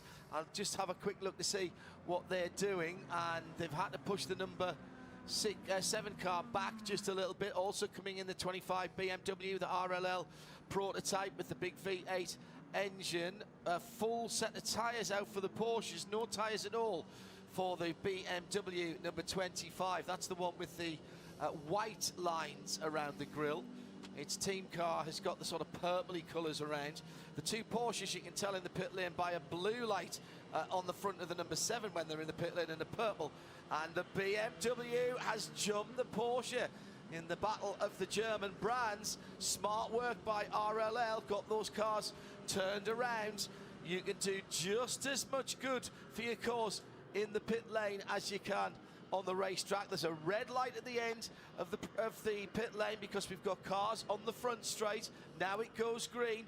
In comes the number 40. This was the car Jensen Button was driving earlier on. It's Louis Delatraz now for Wayne Taylor Racing with Andretti Autosport. The Acuras struggling a little bit in the longer runs, but they've still got pace off the front end. There's a little bit of pressurized fluid going into the right-hand side of the Acura, just behind the number. Somebody's got a torch in there as well, and it's going to be a nose change for that Acura. So some kind of damage may be there, maybe a headlamp problem, and Shea Adam has more from the pit lane. Putting scrub tires on this Cadillac as well, so Alex Palou going back out not only with a new nose, but not quite new tires. A lengthy stop, taking advantage of the opportunity to get it done while there is this yellow flag out. See any damages in the motherfucking Eagle Double G. Snoop Dogg. You know what happened with the D.R.E. Slightly. But the 40 car is still further down the pit lane. I didn't see if they did a nose change for that one. Did you? Yeah. Wow. Yeah, and it was darkish red coloured bodywork at the side of the circuit earlier on. My dad was a policeman for most of the early years of my life, and he said there's no such things as coincidence. I think that might have been evidence, to be honest. We'll have a look at that later on. Shay's already walking down purposefully towards the Wayne Taylor Racing number 40 pit. John Doonan with us here, taking an opportunity to speak to the president of IMSA, whilst we have this slight cessation in the racing action behind the Cadillac safety car as it brings the field around. John, lots of excitement. We've talked about a lot of it. As we move forward, there's other things we've got to consider now. We're getting the GTs in, and Shell keep an eye on that. I was talking about this with our friends from Michelin earlier on today in our broadcast. We've got to consider the future of motor racing, and we've got to consider that in a whole, in a holistic way that keeps motor racing relevant and keeps it able to happen in the first place. And that means sustainability in all its forms. Nobody's suggesting that we're all going to go to wind power and put sails on cars or go battery tomorrow. But IMSA's always been at the forefront of this, and you and I remember in the ALMS days, Mazda engine cars running on cellulosic E85 made from old cardboard and paper. That was years ahead of its time, and IMSA continues to try and lead. You're right. You know, in those days we had the biobutanol, we had a clean synthetic diesel. We want to remain the platform for the OEMs to showcase their brands and all the things we mentioned earlier. But another message item from this morning at the chairman's breakfast, in the remarks I had the opportunity to make, was sustainability. You know, in the room was representatives from the U.S. Environmental Protection Agency, the U.S. Department of Energy. They are our partners officially. They endorse what we're doing because it's authentic. We're running an 80% renewable fuel in GTP. We're running a hybrid system that's helped us run and save fuel. We've Michelin bringing a tire that currently has 30% sustainable raw material in it. They're going to push that boundary even further. We're using a third less tires than we did 2 years ago. So there is a story. It's authentic, and the OEMs want us to continue to push those boundaries. We want to do that for them and explain that you can be responsible in what we're doing and still show performance, still make the sounds, and still put on an amazing show. And when you say using a third less tyres, that's not because we're doing shorter races, that's because IMSA mandates the amount of tyre sets that each individual category within the WeatherTech Sports Car Championship and the other championships as well. So the teams don't have any choice, and working with Michelin, you've been able to give them tyres that are durable and continue to be competitive throughout maybe 2 sets of fuel. In the pit lane, the Forte, number 73, this is the Huracan, and they've got a fire on the left-hand side. I think that was just a brake fire. How cool was the team there? Just a squirt of extinguishant and send the driver, because, you know, no, it's fine. Somebody will be on the radio saying, what's happened? I think it was just when the fuel probe, oh no, he moved early, I take that back. So that was fuel that was pulled out of the Bowser. I thought it was just a brake fire because they were all over that very quickly. And it was the back of the car. It tends to be the fuel vapor that catches first. These cars exceedingly hot. And that was dealt with very, very quickly by the Forte team. And that will be a penalty for safety reasons, leaving with equipment attached. That's a mandatory drive-through penalty. We're just going to put the GTP cars back at the front of the field to make things safer again for the restart. You don't want your fastest cars mixed in through the pack when you have mixed class racing. So that's what's happening now. If you're not used to watching and listening to this form of racing, we're live from Daytona, around the world on RS2 and on IMSA.tv, flag-to-flag coverage. And joining us in the US, as well as our coverage on SiriusXM Channel 207, welcome to those of you on Peacock who will be with us through till to 6 o'clock in the morning. Our esteemed TV colleagues are taking a well-earned break, and don't forget the Night Owls. That's Johnny Palmer and Bruce Jones will be with you, powered by Sacred Coffee, from 2 o'clock this morning, so around about 40 minutes time. John, I know you've got stuff to do. Thank you very much for being with us. I ask you this every time I speak to you, what's going to be the highlight for you this year?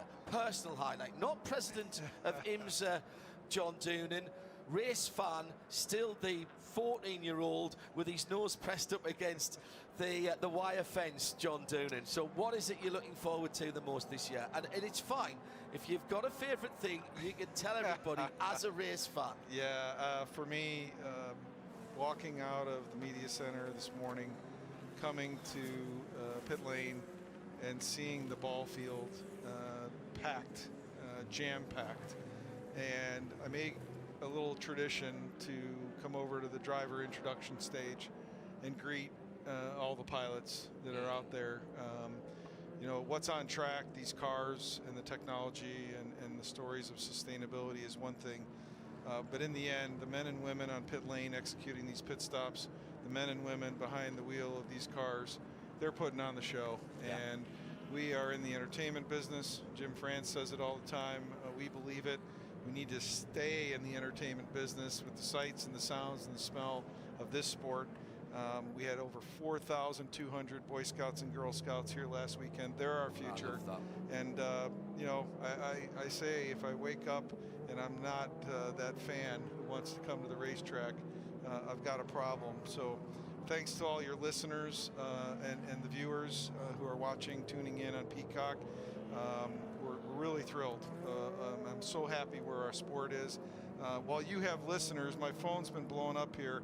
I'm getting in deeper trouble because I gave Jens a shout out, but I haven't given Danny Bender, Ken Sayward, Efren Olivares, Rob Warkaki, my dear friends in the infield, Carl Konigstein from Michelin, Kyle Kimball. They're all blowing me up. And last but not least, Cooper McNeil, who is at home keeping track of time on his Rolex watch that he won here last year. Yeah, in nicely remembered. You like that? Yeah, that's nice, But, Mr. D.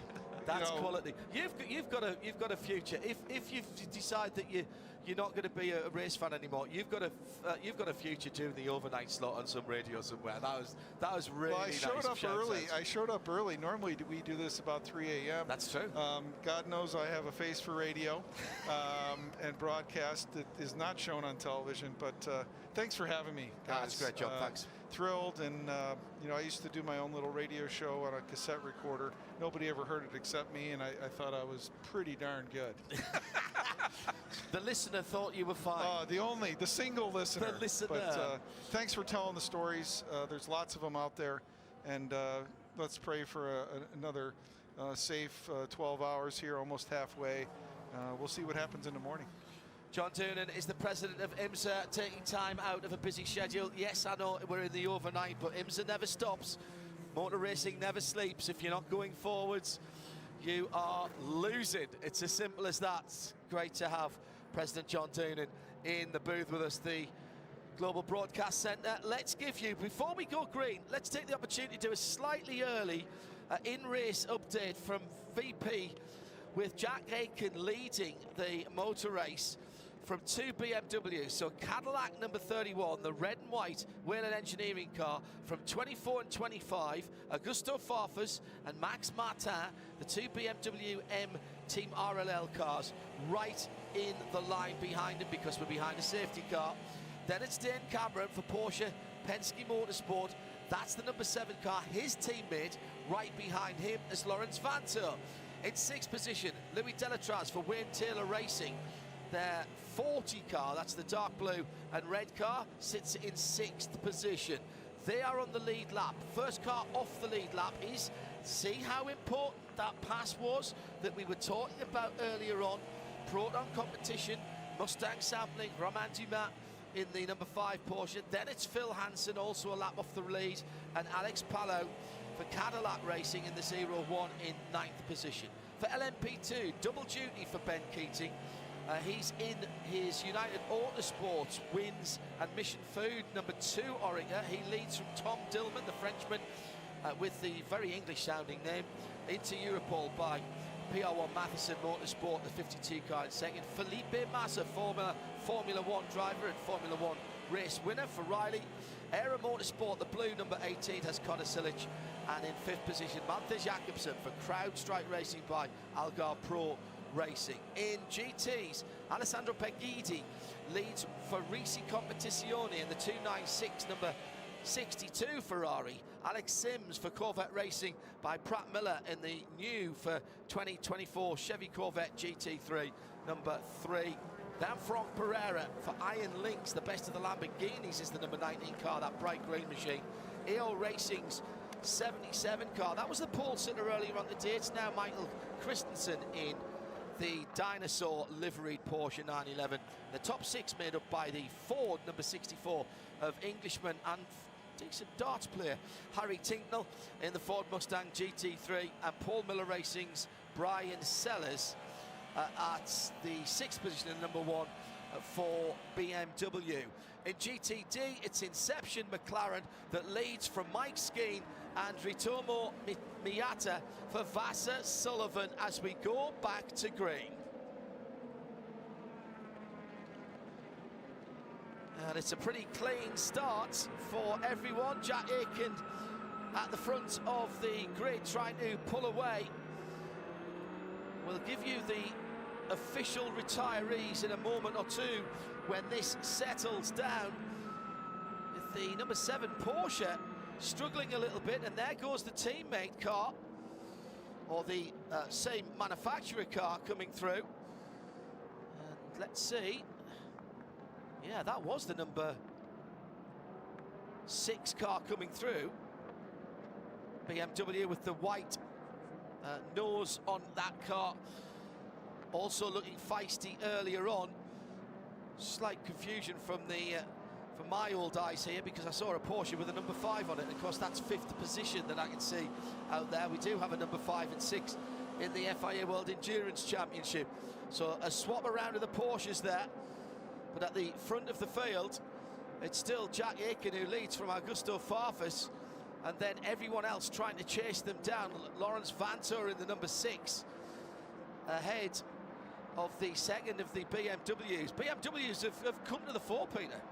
They've been thereabouts the whole race, just keeping their nose clean, clicking off the laps. They're quick, but it is worth saying though that car number 24, that BMW in second position, and well, it's about to lose second position because Lawrence Vantor's on the charge. Vantor goes streaming past Farfus into the BMW. Now that BMW there, car 24, did not pit under that caution, so they're a little bit behind on the strategy. Likewise, and this is the curious part, car 31, our race leader, Jack Aitken, did not pit either. He's only got 40% of his stint energy left, so rolling the dice here, Whelen Engineering. They're going for the Michelin Endurance Cup points, aren't they?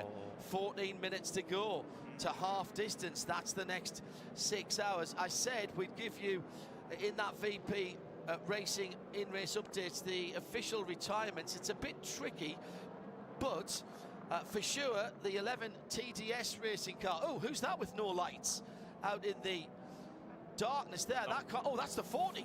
That is the GTP best Acura. Yeah, that is the best of the Acuras, Louis Delatraz. And I wonder if he's lost power. Now remember, the sister car just stopped with an electrical fault, and this is spookily similar to what happened to Philippe Albuquerque earlier on, where the car, there was a foot and a little smell of burning inside the car, and then everything went dark. And that's exactly what's happened again coming out of turn 5. My goodness me, great driving from everybody behind to avoid that car. I think that car's dead stick again.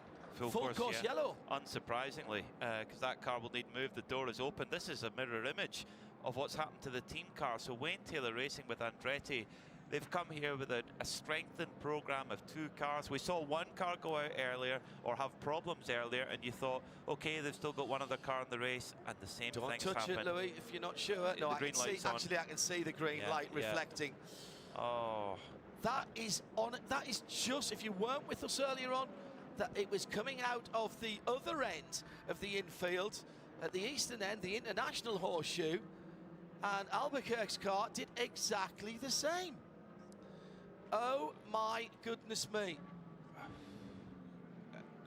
You think about it, Wayne Taylor Racing for so many years, where they just seemed to turn up to Daytona and it just seemed to go their way, and they got so many wins, so many successes. But this is not an exact science at all. The last couple of years, the luck has just not been with them, and today no more so than this. Wow. Louis Delatraz looking at the inside of the car, but he was keen to get out quickly. And I said it when I saw this happening with Albuquerque, it, to me, looked like they were worried about fire. Now they've got the AMR safety crew and the Chevrolet safety truck there from the IMSA safety team, and my goodness, they were there quickly.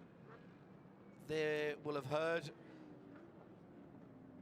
the full course caution called. This is a short yellow, so the pits will not reopen as we've just been under yellow flags. And Philippe Albuquerque got back into the car exactly as we're seeing now. And what they're trying to do, I know exactly what they're trying to do, he's trying to get that into neutral so it can be flat-toed.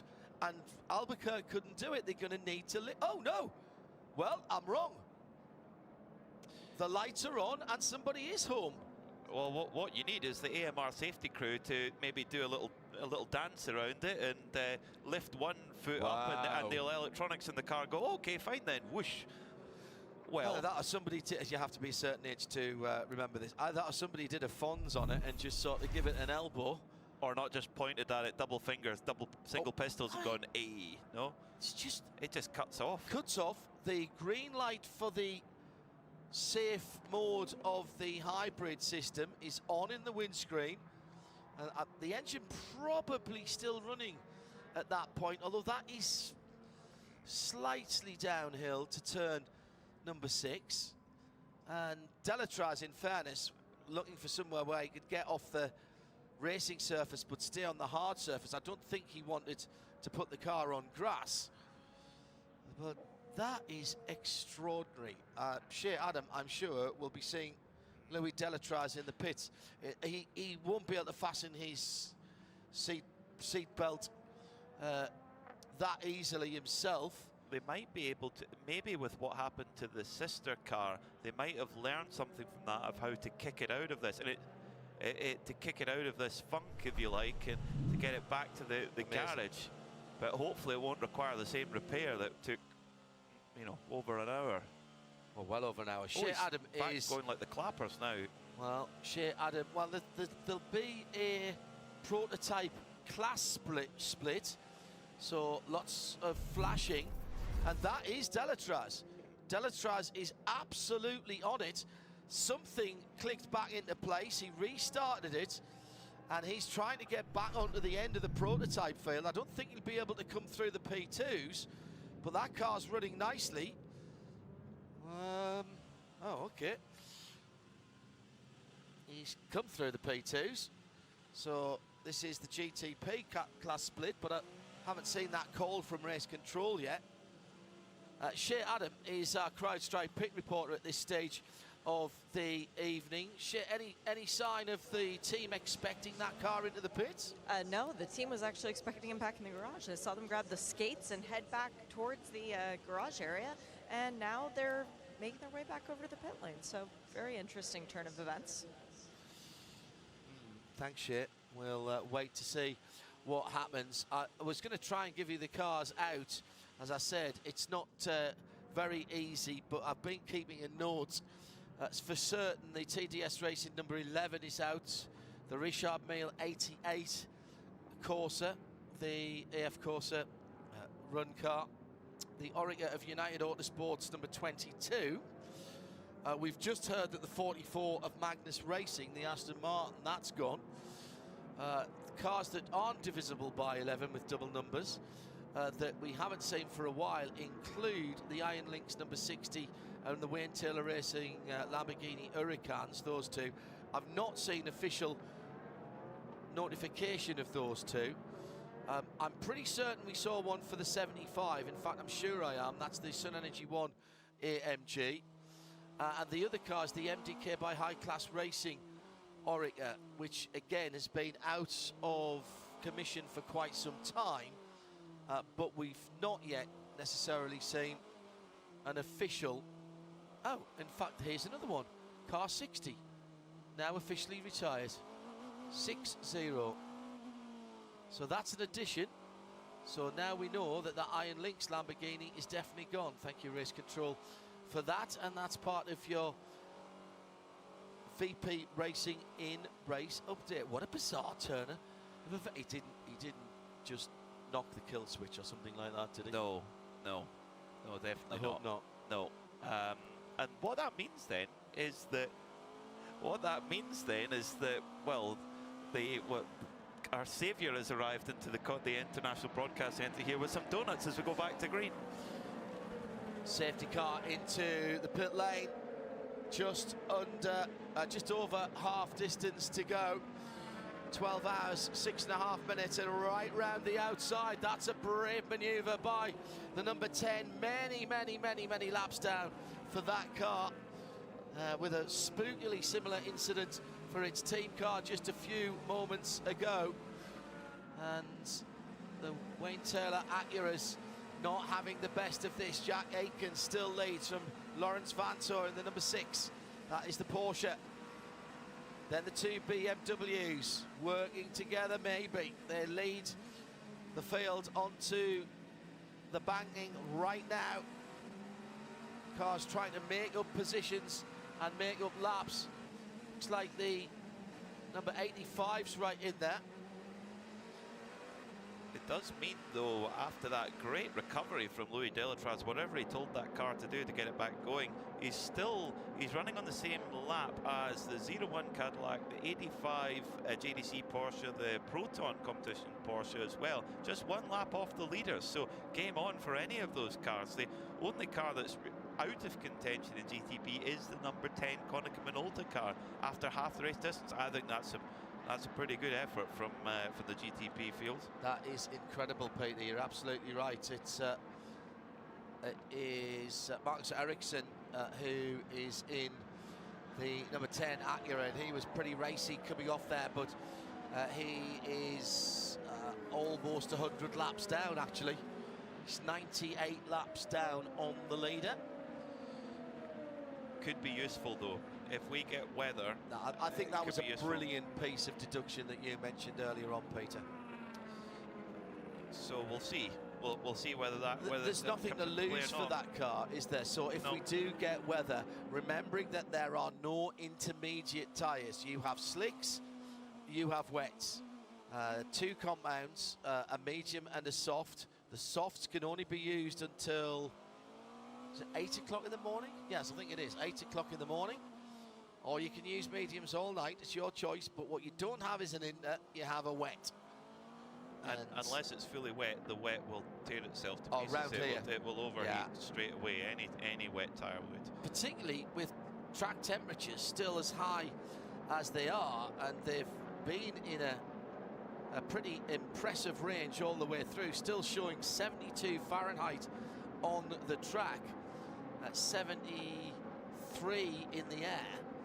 So you can work that one out if you wish into centigrade. It's round about 22, 23 for both of them. So that's humidity still 77%. That's about 4 degrees Celsius higher than what it was at this time last year. Shea Adam down in the pit lane. The debut of the GT3 Ford Mustang this weekend. We had boot lid, trunk lid problems for both of the factory cars earlier on. And you've got one of them with you now. Yeah, we've just had 2 of the 3 with rear end issues. The 55 Proton competition run car, that's the GTP one, was in. They put a new bumper on, but that car lost a lap while it was in having the service done because the bumper wouldn't seat properly. There has been damage to the back of the 64 Mustang. Something has hit it on the left-hand side. It jarred the floor loose and actually broke the floor. So while they had the opportunity, brought the car in right off the green flag, not the ideal time for them. They pulled the floor off and then realized that they would not be able to get a new one on because there was too much damage to the existing carbon, and tape wouldn't stick because it's very, very dirty. So now they're both trying to clean it and using the infamous lump hammer to try and knock bits of carbon loose so that maybe they can find something to drill a hole and then put a zip tie and maybe get the floor to fit back on. But this is devastating for the 64 Ford. Battle for the lead in P2 on the high banking after that CrowdStrike pit report from Shea Adam, heading down towards the Le Mans chicane. Tom Dillman ahead of Connor Zilic, another ex-Mazda racer. John Doon will be happy about that. Connor Zilic won more Mazda MX-5 races last year than anyone else, but because he didn't do the full season, he didn't quite get to the top of the championship, and he's chasing down Tom Dillman at the moment, with Felipe Massa in 3rd place, Matthew Jacobson for CrowdStrike by Algar Pro Racing, then Ben Keating.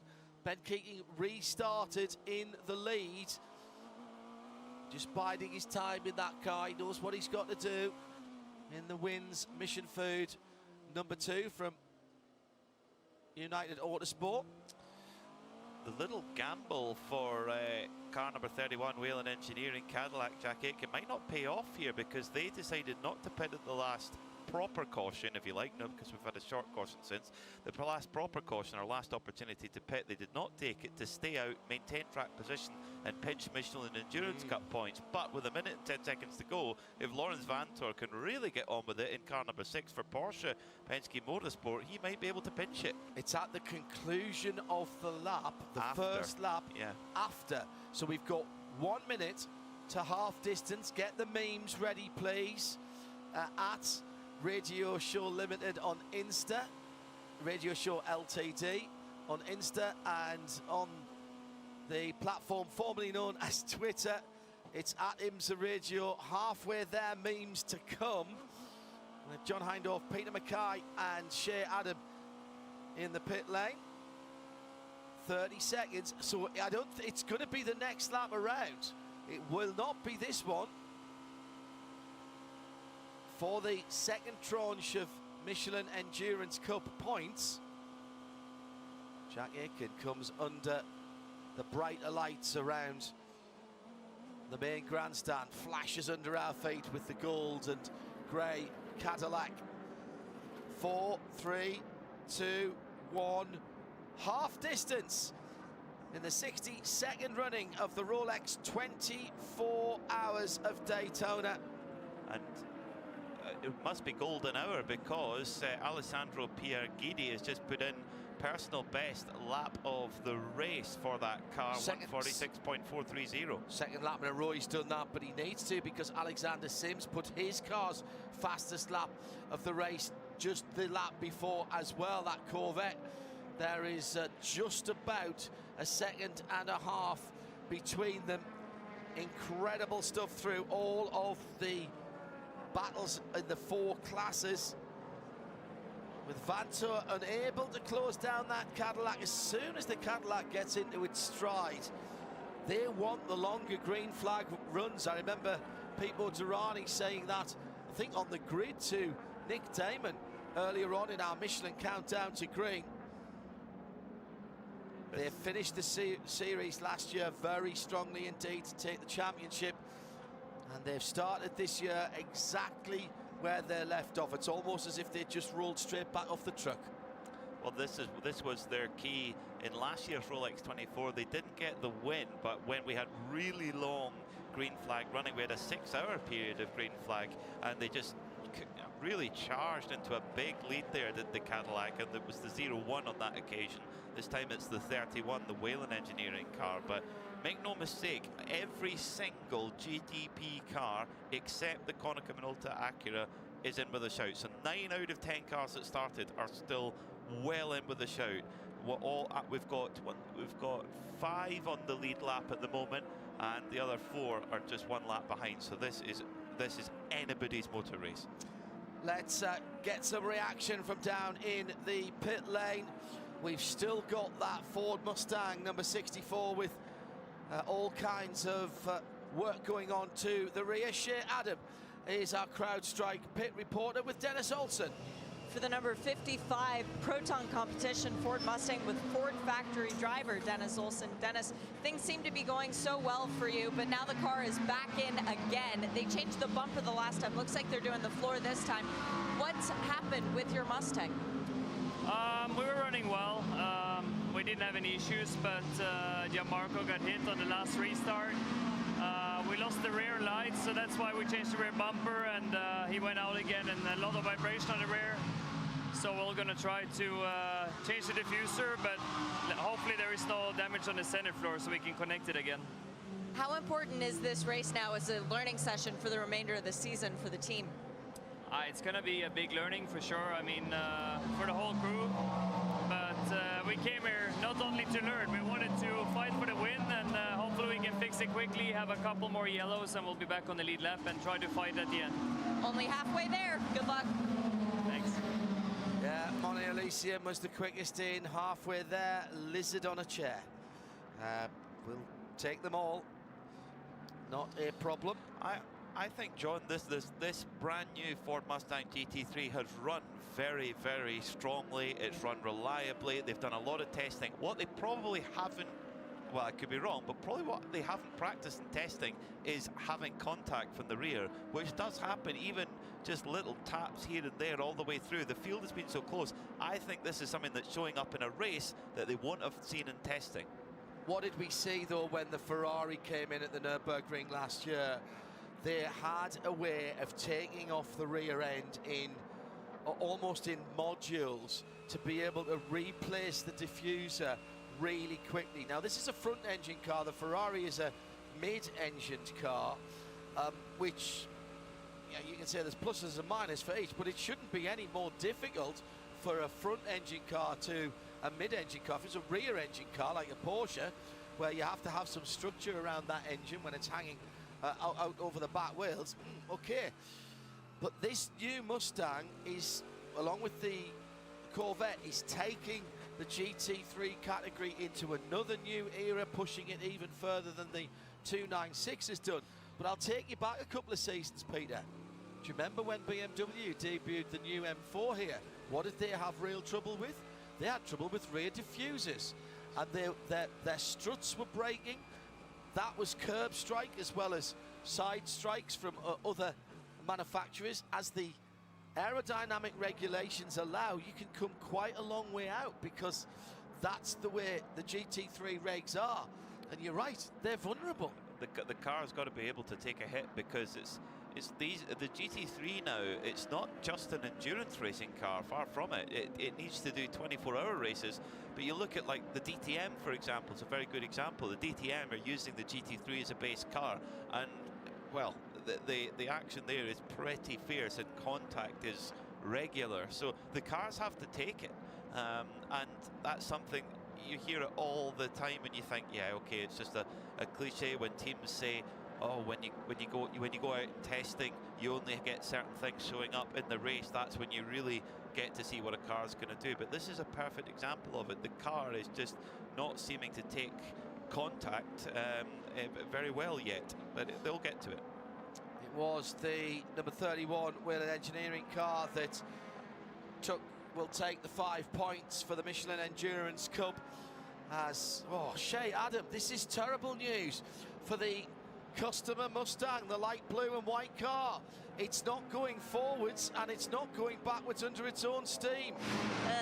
People power, not pony power in this case. No, they couldn't get the floor reseated, so they are pushing it back to the break of the wall. This car will drive back to the garage. It does not have a difficult to access garage. It is a first row garage, which is big, but the 64 Mustang rumbles by it with its pony power. That's going straight back through the pit lane. That's a drive-through penalty for something. John, what was that? That is the 64, the Mustang. That was refueling whilst on the stands. So that's the drive-through there. We had our Porsche keys to the race, which included no pit penalties. They weren't listening, were they? Good battle in GTD Pro. Alessandro Pegguidi by half a second from Alex Sims. That's Risi versus Pratt & Miller. Well, we've said that before. 62 red Ferrari from bright yellow number 3. And at the moment, Alexander Sims just going through in the wheel tracks of the Ferrari, through the Le Mans chicane, onto the high banks again. Coming up in around about 10 minutes, we head into the Night Owls night shift, powered by Sacred Coffee, and welcome Johnny Palmer and Bruce Jones into the Global Broadcast Centre. They'll be fueling themselves up with Sacred Coffee, available in the US as well as in Europe, and with a special Penske coffee blend as well that's available in the US. So they've got the unfair advantage to get them through the night shift. There you go. That's it. Yeah, very good. I like it. The Corvette here now has Alexander Sims has got 5 laps more fuel in the tank than the Risi Competizione Ferrari has of Pierre Guidi. But in the meantime, just drink in a battle of 2 GT greats. Pierre Guidi versus Sims, 2 of the very best at their craft. Shea Adam with her bat ears, picking up a problem for one of the Porsches. Shea, what did you hear on the try-over last time by? From the bottom of the number 92 Porsche, so I think their floor might be coming a little bit loose for the Kelly Moss entry. Not looking like a repeat of success previously in the weekend. Not going to spoil which race it was, though. I can't believe you said that. There we go. No, but I am anticipating pit stops for some of the GTP cars, namely, as Peter very rightly said, Jack Aitken running around with a lot less energy than everyone else. He's on 0 energy now. Yep. He's actually regenning as he comes down towards us. Also, Marcus Ericsson, he's on only 5% energy. Everyone else up in the 40s and 50s. Bart Farfus in the BMW, as he's down to 35%. So he's got the least of the cars who were in most recently. And here on cue comes our leader, Jack Aitken. I don't think that was even fumes. I think that was just sheer willpower from Jack Aitken. He jumps out of the Wayland Engineering Cadillac, and in goes Tom Lundqvist as into the pit lane. Also comes the number 10 Koenig Minolta car. That is Marcus Ericsson staying aboard. He is getting a drinks bottle changed out. Fuel and 4 sticker tires for Tom, so he is not having to share tires with his teammate, which is very kind of Peter Barron up on the wall making the strategy calls to let the new guy have some new rubber. They did do a windshield tear off as well. Wow, they really like Tom. Good to see that he's fitting in really well with this team. Waiting on the fuel as the last part of this stop. And the nozzle comes out. Lundqvist fires it up. There we go. Had to wait for the kick of the Cadillac power. They start on electric power, roll forward. Effectively, that's saving the starter motor. And what they're effectively doing is if you had your mates pushing you down the street, and they have a process where they effectively bump start the engine. So the big racing engine is not turning when they come out the pits, and it's only 10 yards or so down the pit lane that they, in mechanical terms, they drop the clutch, and it's in gear, and clunk, off it goes, and it bump starts the engine. Unfortunately, if you're marking off on your spotter's guide, get your marker pen of doom out, unfortunately, because the number 27 Heart of Racing Aston Martin has been retired. They were going to try and fix it. We heard from Marco Sorensen in our CrowdStrike pit lane report an hour or so ago, but no luck, unfortunately. Now, a little bit of colour to what she mentioned on the sheet. A great spot to hear that number 92 Kelly Moss car. That car, we got a picture sent in, a screenshot from Tim Fulbrook. Thank you, Tim. The front left of the car of that 92 Kelly Moss Porsche had got a bit of damage, and he reckons that's the debris which caused the last yellow. So there could be, all, like you say, there's a lot of bits and pieces of evidence heading towards a conclusion there. But we'll try and get proper confirmation if we can, but it's all pointing to one outcome. Nigel Dobby, hello, how are you? Night hours, he says. I've just had breakfast in France. Well, yes, it's nearly 8 o'clock. Second place for Alexander Sims. Nigel. Sunday morning croissant. Yeah, lovely. Absolutely great. And I've just seen on my messages that we've got a Sacred Coffee offer as well for you. And now I can't find it, so I might have to leave that to Johnny and Bruce in the Night Elves, powered by Sacred Coffee. Oh, there we are. Night shift coming through. I'll repost that for everybody. 20% off. Yeah. 20% off your orders of Sacred Coffee from Sacred Coffee Sport or Sacred Coffee in the US. Use the code Campbell20, CAMPBELL. I'll repost that on @IMSA Radio. Shea Adam. Well, Jack Aitken, you did what you went out there to do, which was get the most Michelin Endurance Cup points as possible as the defending champion in the GTP class. And now the good news, the team has pizza for you behind the tent. How much do you think you earned it on that stint? Yeah, I was working a bit harder than usual. There were a few nice on-track battles with the other guys, and still a lot of traffic out there, so it's keeping you on your toes. I'm glad to be out of the car and have a nice rest now.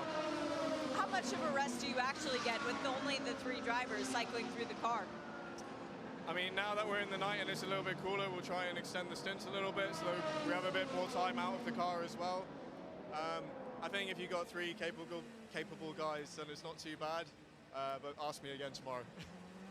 You were the one who took the car to the checkered flag at Sebring, so we know that you can win a race, but also you're in the car with Pippo Durrani and Tom Blomqvist, guys who know how to win this race. Any discussion of who's going to be finishing? The discussion was short. I think it can be any of us, which is a bit of a luxury. So it gives us a bit more flexibility at the end of the race. We don't have to sort of anticipate the driver rotation at all. You know, we'll see how we feel physically and go off of that. But yeah, we all feel pretty comfortable in the car. You've got a cool helmet design for this weekend, and it's got a thistle on the back of it. Do you have Scottish heritage? Yep. So on my dad's side of the family, we're Scottish. To go over the South Korean side on my mum's side. So yeah, I've got the thistle colours, which is like a national emblem of Scotland. A prickly nature, but a beautiful flower. So 2 sides. Love it. Thanks. Great job out there. Thank you.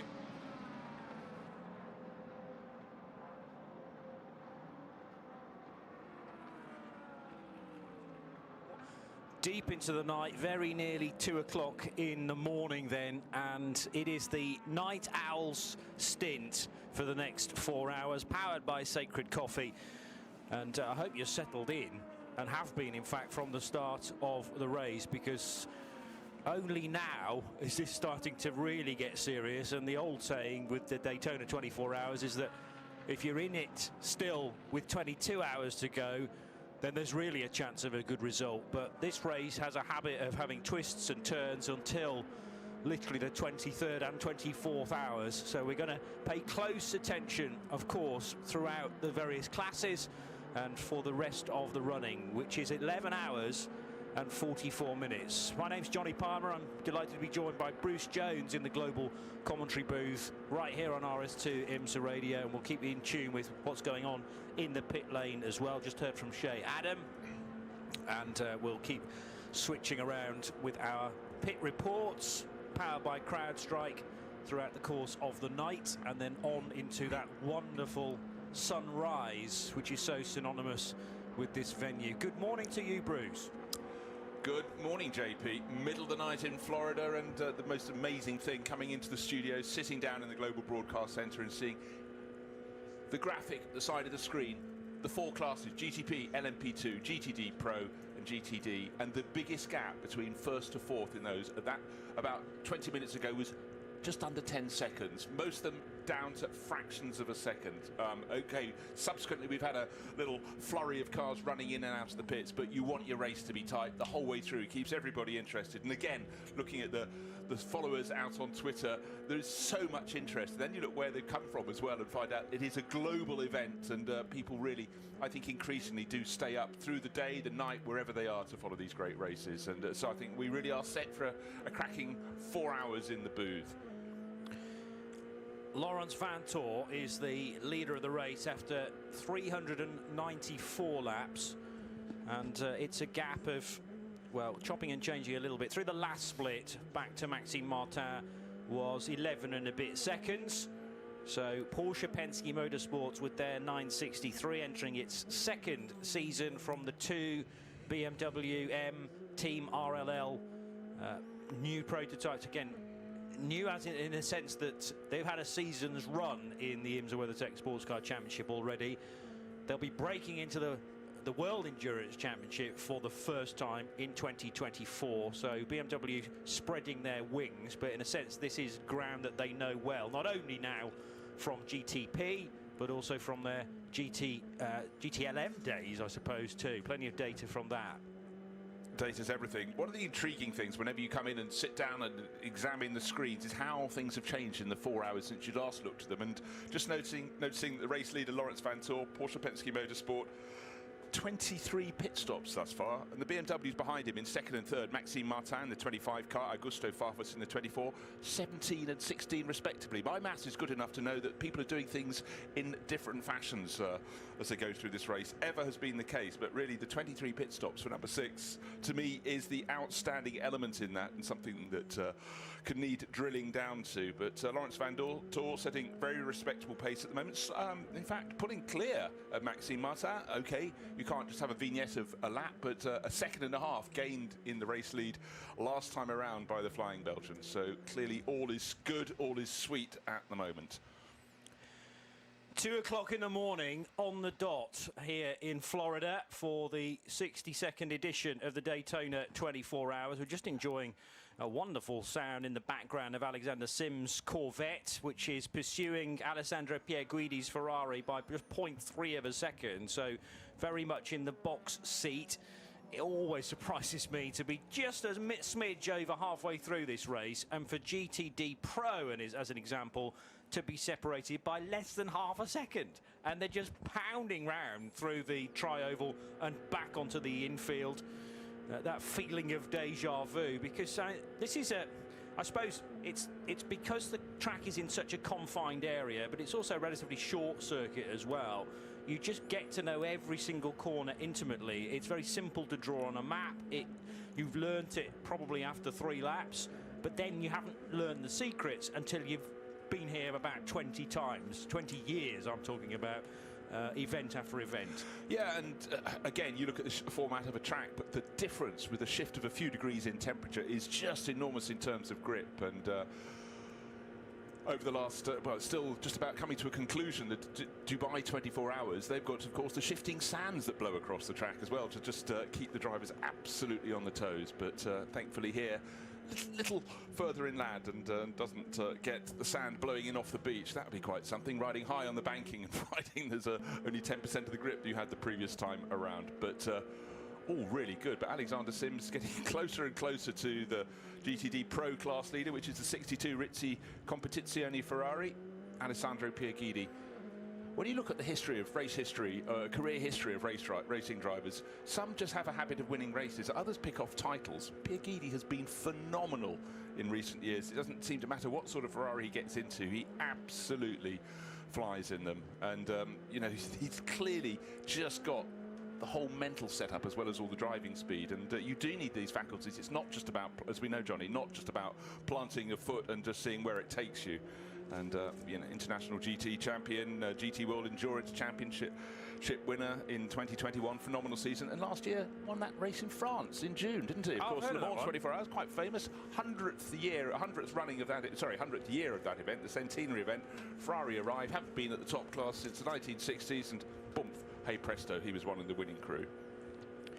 Also fascinating to compare chariots in this GT Daytona Pro fight, because you've got the 3-litre turbocharged V6 of the Rizzi Competizione Ferrari 296 of Alessandro Pierguidi. Compare that to the number 3 Corvette, which is naturally aspirated, 5.5-litre lump in the middle of this car, and V8 for the Corvette Z06 GT3R, which is an out-and-out GT3 car for this year rather than an adapted GTE model. Yeah, again, ever it should be. I love variety and different ways of chasing after one particular goal, which is winning your class, winning the race outright, and long may it last. And I think, you know, with the GT world, we've just got so many more manufacturers involved than we've had for almost living memory, so it's really exciting times. And for Alexander Sims, you just mentioned he's very close to class lead in GTD Pro. Of course, he was running in prototypes in the GTP class last year, took the title right at the end of the season. To some people, to his mind, in fact, even Alexander Sims himself has said it just wasn't quite working for him, wasn't quite feeling he was right on it, and had stepped down to GTD Pro. But the best way of kicking off your championship would be to take a class victory, and maybe, just maybe, he'll manage that in that number 3 Corvette Racing entry there, shared with Antonio Garcia and Danny Juncadella. Gosh, that's quite a lineup in that car. That's what we call probably GTD Pro Plus. Indeed, not strictly a category, but I know entirely what you're saying. Around the world on RS2, IMSA Radio. We're at the track, of course, too, so I'm sure you've found us by now, but 107.9 FM, WDIS, and on Sirius XM channel 207. And delighted now from this point for the next 4 hours to be joined by everybody consuming this race on NBC and via Peacock as well. It's Johnny and Bruce, the Daytona Night Owls, powered by Sacred Coffee. And we cannot take our eyes off, first of all, the GTD Pro fight between Ferrari and Corvette, and not too far away, the Lamborghini Huracan just 6.7 seconds back for Frank Pereira in his Iron Lynx number 19 car, but also keeping a keen eye on the 14, nearly 15-second fight between Porsche Penske Motorsports 963 for Laurent Vantour, and all of a sudden the Ferrari, I noticed, has disappeared from in front of Alexander Sims. That's because it pitted though, right, Bruce? Well, it was. I looked at my moving monitor. It was right there, and I looked down at the timing screen, and there it wasn't. But I think it let's take a look. Was there a change there? No, it was a proper change at the start of the lap. It's fine. It's fine, Bruce. It's come in the pits. I thought all of a sudden Sims had pulled off a stonky manoeuvre around the outside, and I was looking down at a timing screen, but it came in the pits. We're fine. Phew. Needed a bit more Sacred Coffee to get those eyes even wider open. Well, yes, but you know, we are blessed with about 17 screens here. So, as I said, question of where to look next. Funny that I just uttered the words, I can't take my eyes off this battle, and then I did. Here's the 62 Risi Competizione Ferrari. And thanks to Shay Adam as well, who just buzzed in my ears. Yes, Johnny, it definitely just came in for a routine stop, and nice bit of wheel spin there to get it back underway. That was far too fast to get a driver change done there. And Tower Motorsports also in. Michael Dynan's brought the Orica LMP2 car from 6th position down pit road. Felipe Massa has also pitted for Riley in the LMP2 category, so that's going to mean an automatic change of lead, because Tom Dillman in the 52 into Europol by PR1 Matson Motorsport Orica will retake the lead. I haven't mentioned too much about LMP2 because that started to span out a touch, but the nice thing is they're close enough within that category for everything to totally change complexion with just one pit stop. So Massa will now level things up. In fact, that car's pitted 19 times, whereas Dillman, 19 as well. So yeah, Massa's taking that stop that he owed us, and it'll put Dillman to lead for into Europol. Era Motorsports, Connor Zilish second in the 18 car, and Malte Jakobsen for CrowdStrike Racing by APR, the 04 car, now running in third, Bruce.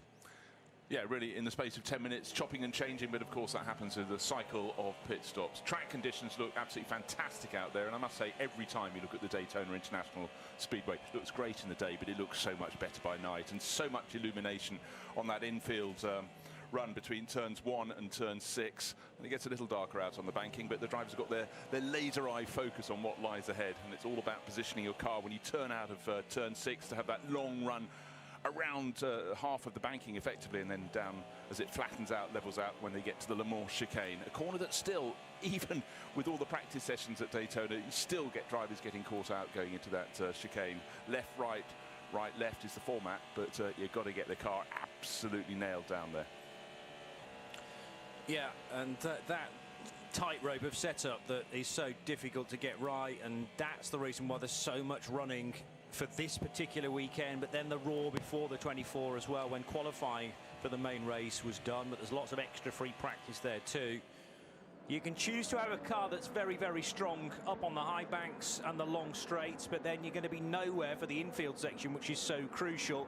65 car and the number 4 Corvette overlapping there, and that was Dirk Muller in the Ford Multimatic Motorsports Mustang, 7th place in class, being lapped by Earl Bamber. So not a change for position, but Earl Bamber 16.7 seconds adrift of the new GTD Pro leader Alexander Sims. So it's a Corvette Racing 1-2 for the Z06, and a car that you would have expected to be really in contention goes a lap down. But then to say that here at Daytona, it's very easy to fall off the lead lap, and you shouldn't necessarily think all is lost, because you can gain lap backs if there are such a things as cautions. I utter that word advisedly. It would be great to have some sustained running in the darkness hours. And with that, one of the GTPs sweeps by the number 65 Mustang and runs a little too deep, actually, into the international horseshoe. Just about gets away with it. Great driving manners there, though. running completely different classes, completely different battles. But yeah, again, it just shows how hard the drivers are having to push, because there was an element of risk there. Are you sure the driver in front has paid attention to you coming through? Oh, hold on a second, you haven't quite got the downforce you were wanting.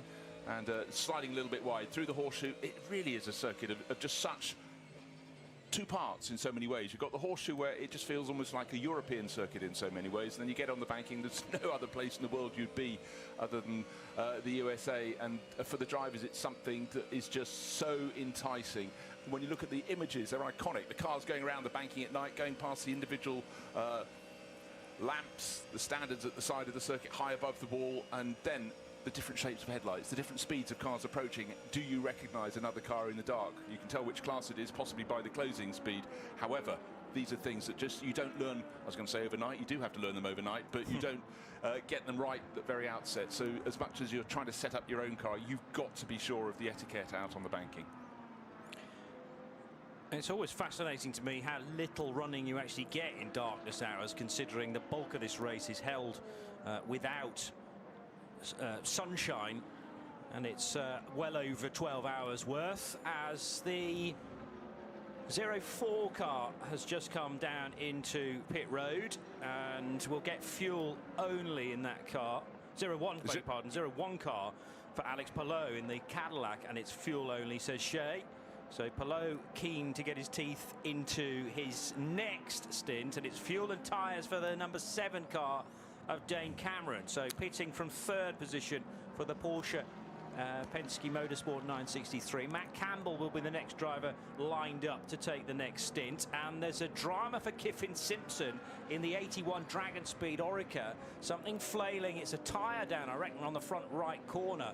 Yeah, front right has got a square bottom, which isn't a good sign. The air has gone from that. The tyre wall's about to come loose as well. Anyhow, he's done well. Kiffin getting back into the pit lane. The Orica, car number 81, 8th in class, but that would have been a slow in-lap back to the pits. Didn't pick up exactly where the tyre went down, but resting around that final corner to dive into pit in. Well done to Kiffin Simpson. So Elton Julian and the gang will go, good job, right, get it changed.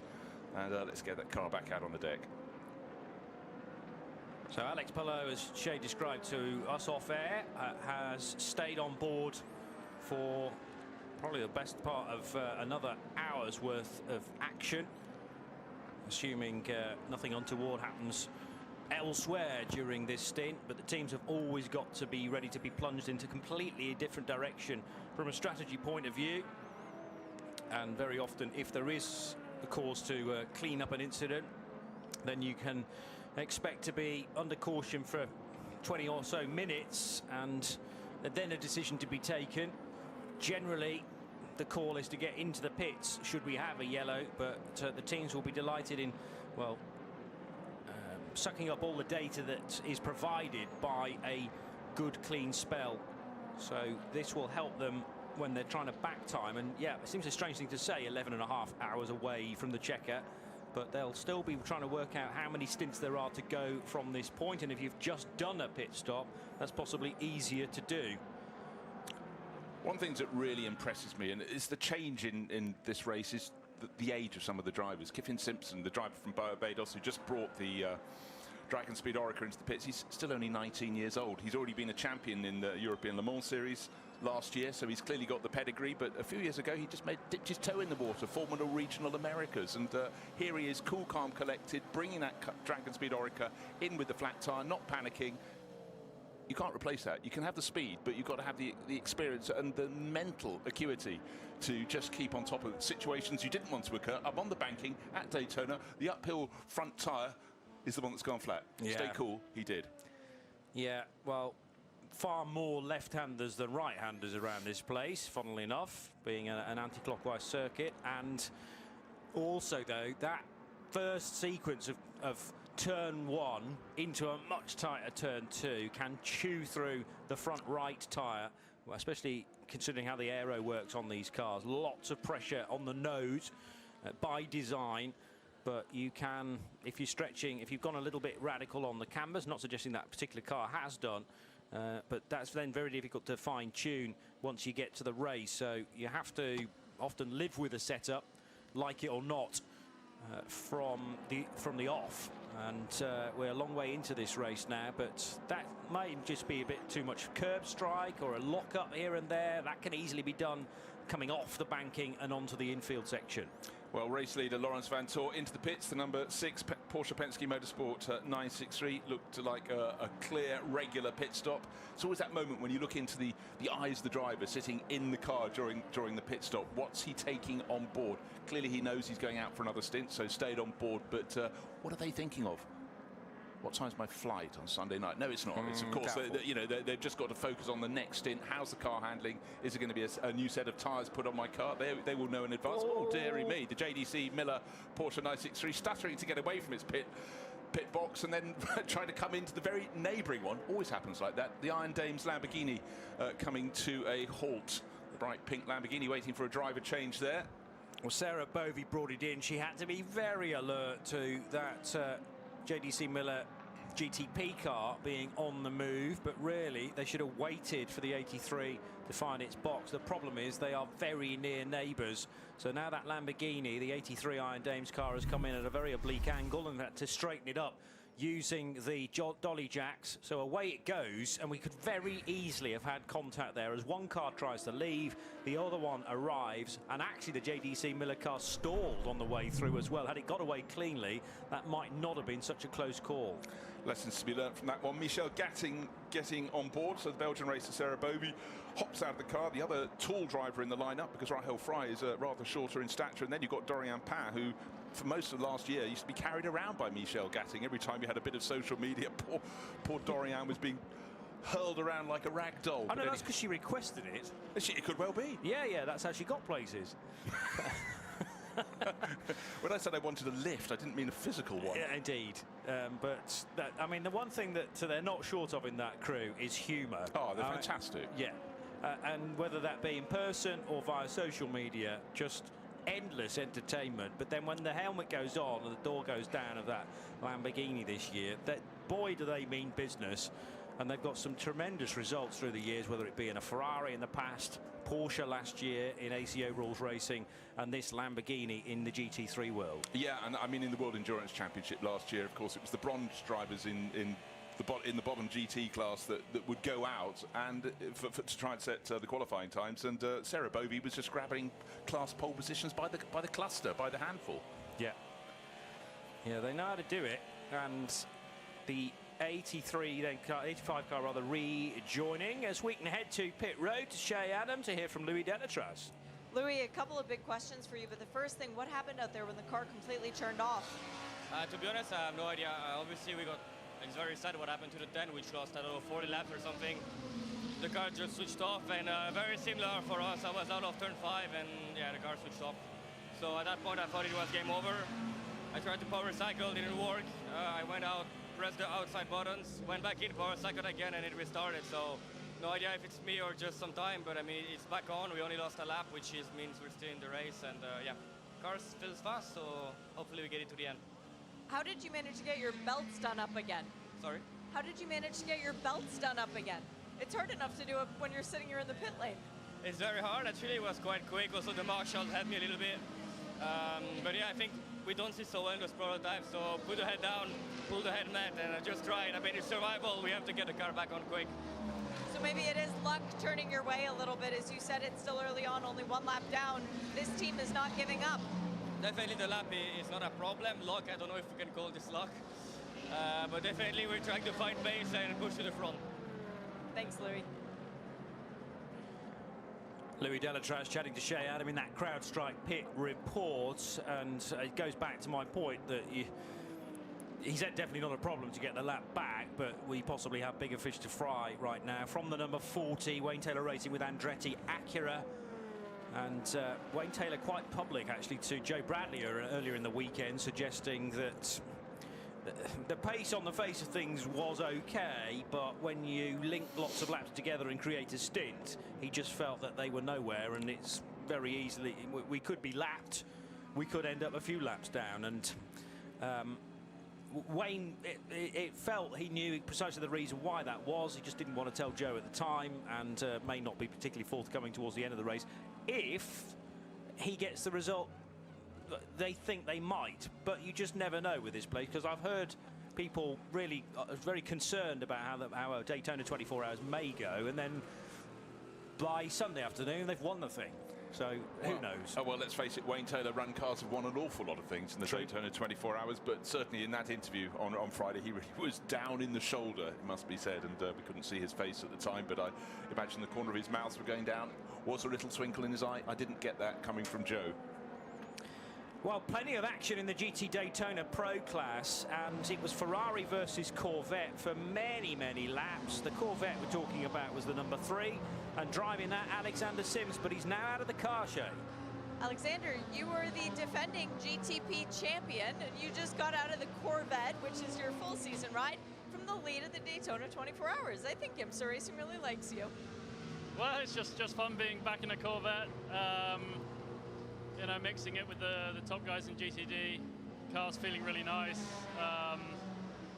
Yeah, I've said it plenty of times already, but yeah, it just feels more natural to drive these things for me. So yeah, really enjoying it so far. What's it like working with this group of people that you've been with before as a third driver, but now primary guy?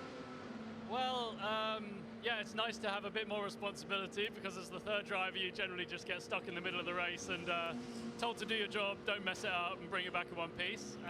Expecting this season to have a bit more responsibility, which is cool, but yeah, the Pratt Miller guys know how to run a good car, a slick race, give me all the help that I need. So yeah, it's been a great start to the season, but yeah, really looking forward to what's to come as well. Are you sure you were just out in the car for a long time? Because you look very calm, cool, and collected. How comfortable is the Corvette to drive? Well, honestly, it's working pretty well in the night. The balance is nice, not having to fight it too much. But yeah, had plenty of laps sat behind the Ferrari in the slipstream and just holding on to him. Really good fun out there. Yeah, as I said, the Corvette's working well. We just got to keep the thing in one piece. No knocks or anything, and be there at the end. Fingers crossed for the number 3 Corvette. Thanks, Alexander. Thanks a lot, Shay. There's another CrowdStrike pit report with Shay Adam chatting to Alexander Sims, sharing that car this year with Antonio Garcia and Daniel Juncker. I'm not sure whether that's whether Alex has had to learn a little bit of Spanish.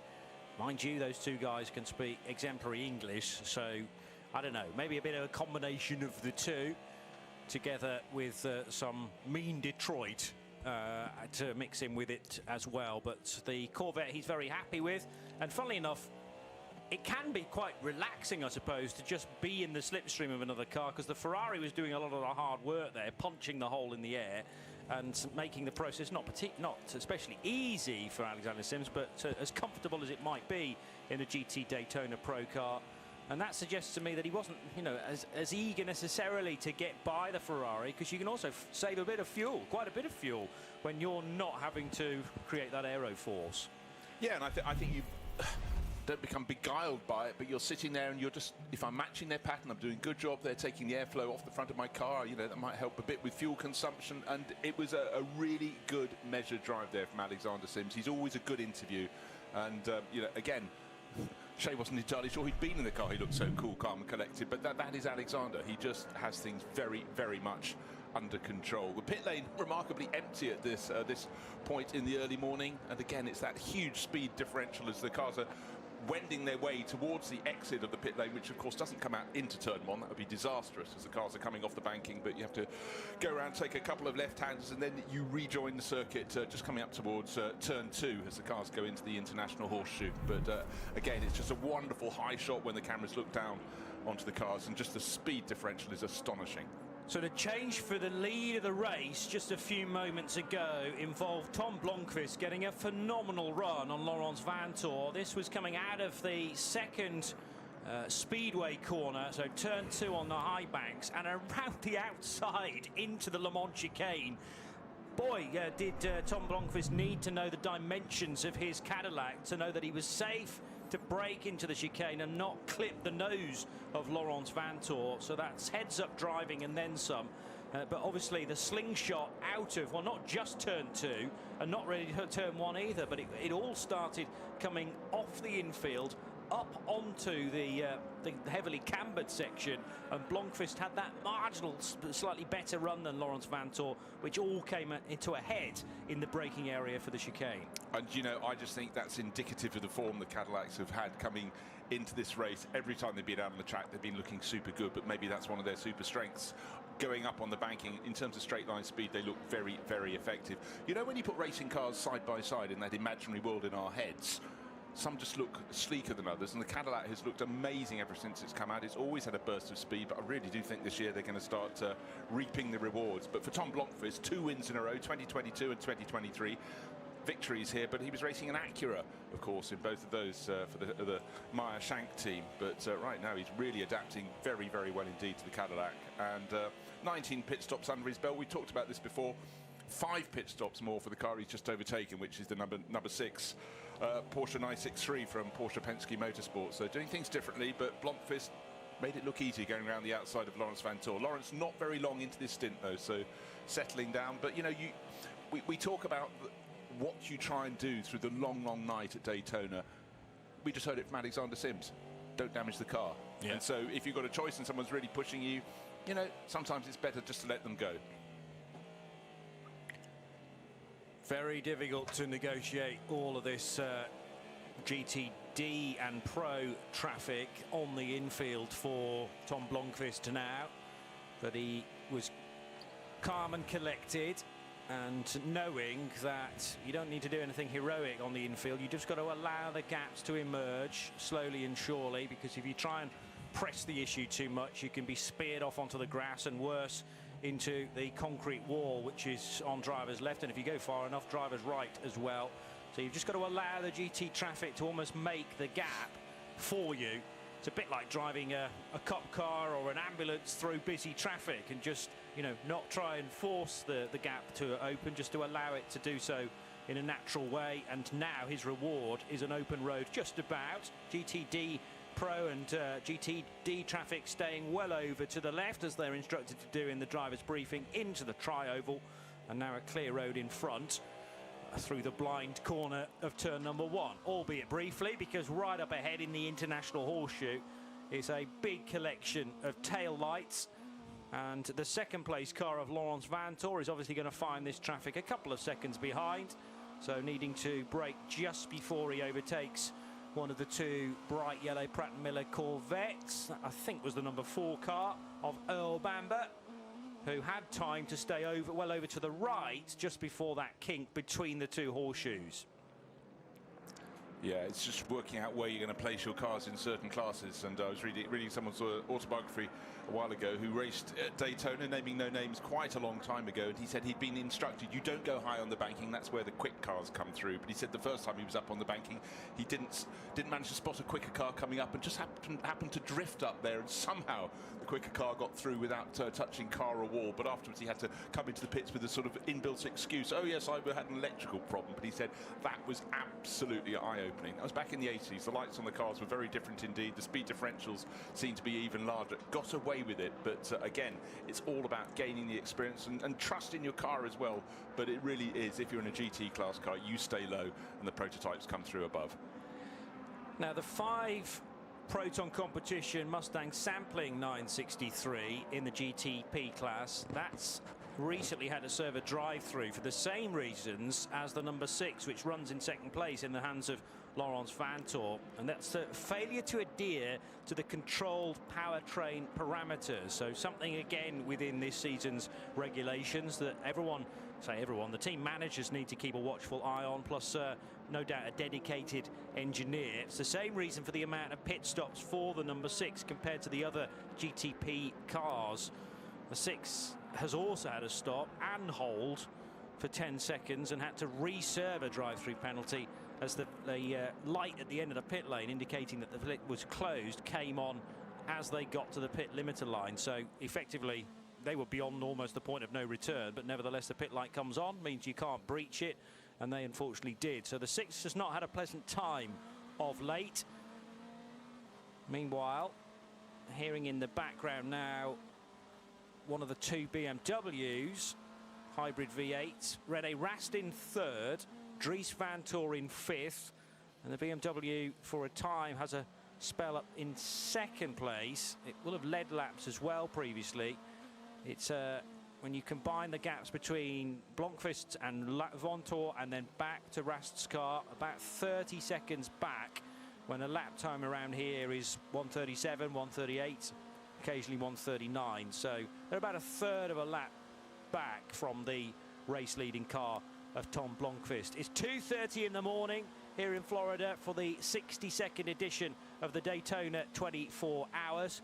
I'll give you a rundown actually of how we sit with 12 hours and nearly 49 minutes gone. So 11, in fact, if I wait 5 more seconds, I can say that there are 11 hours, 11 minutes and 11 seconds to go.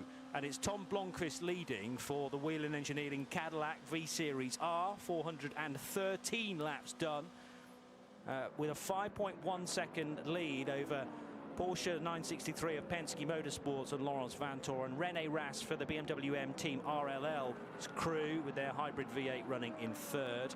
LMP2, now the cars in that category run from 10th overall back to 17th.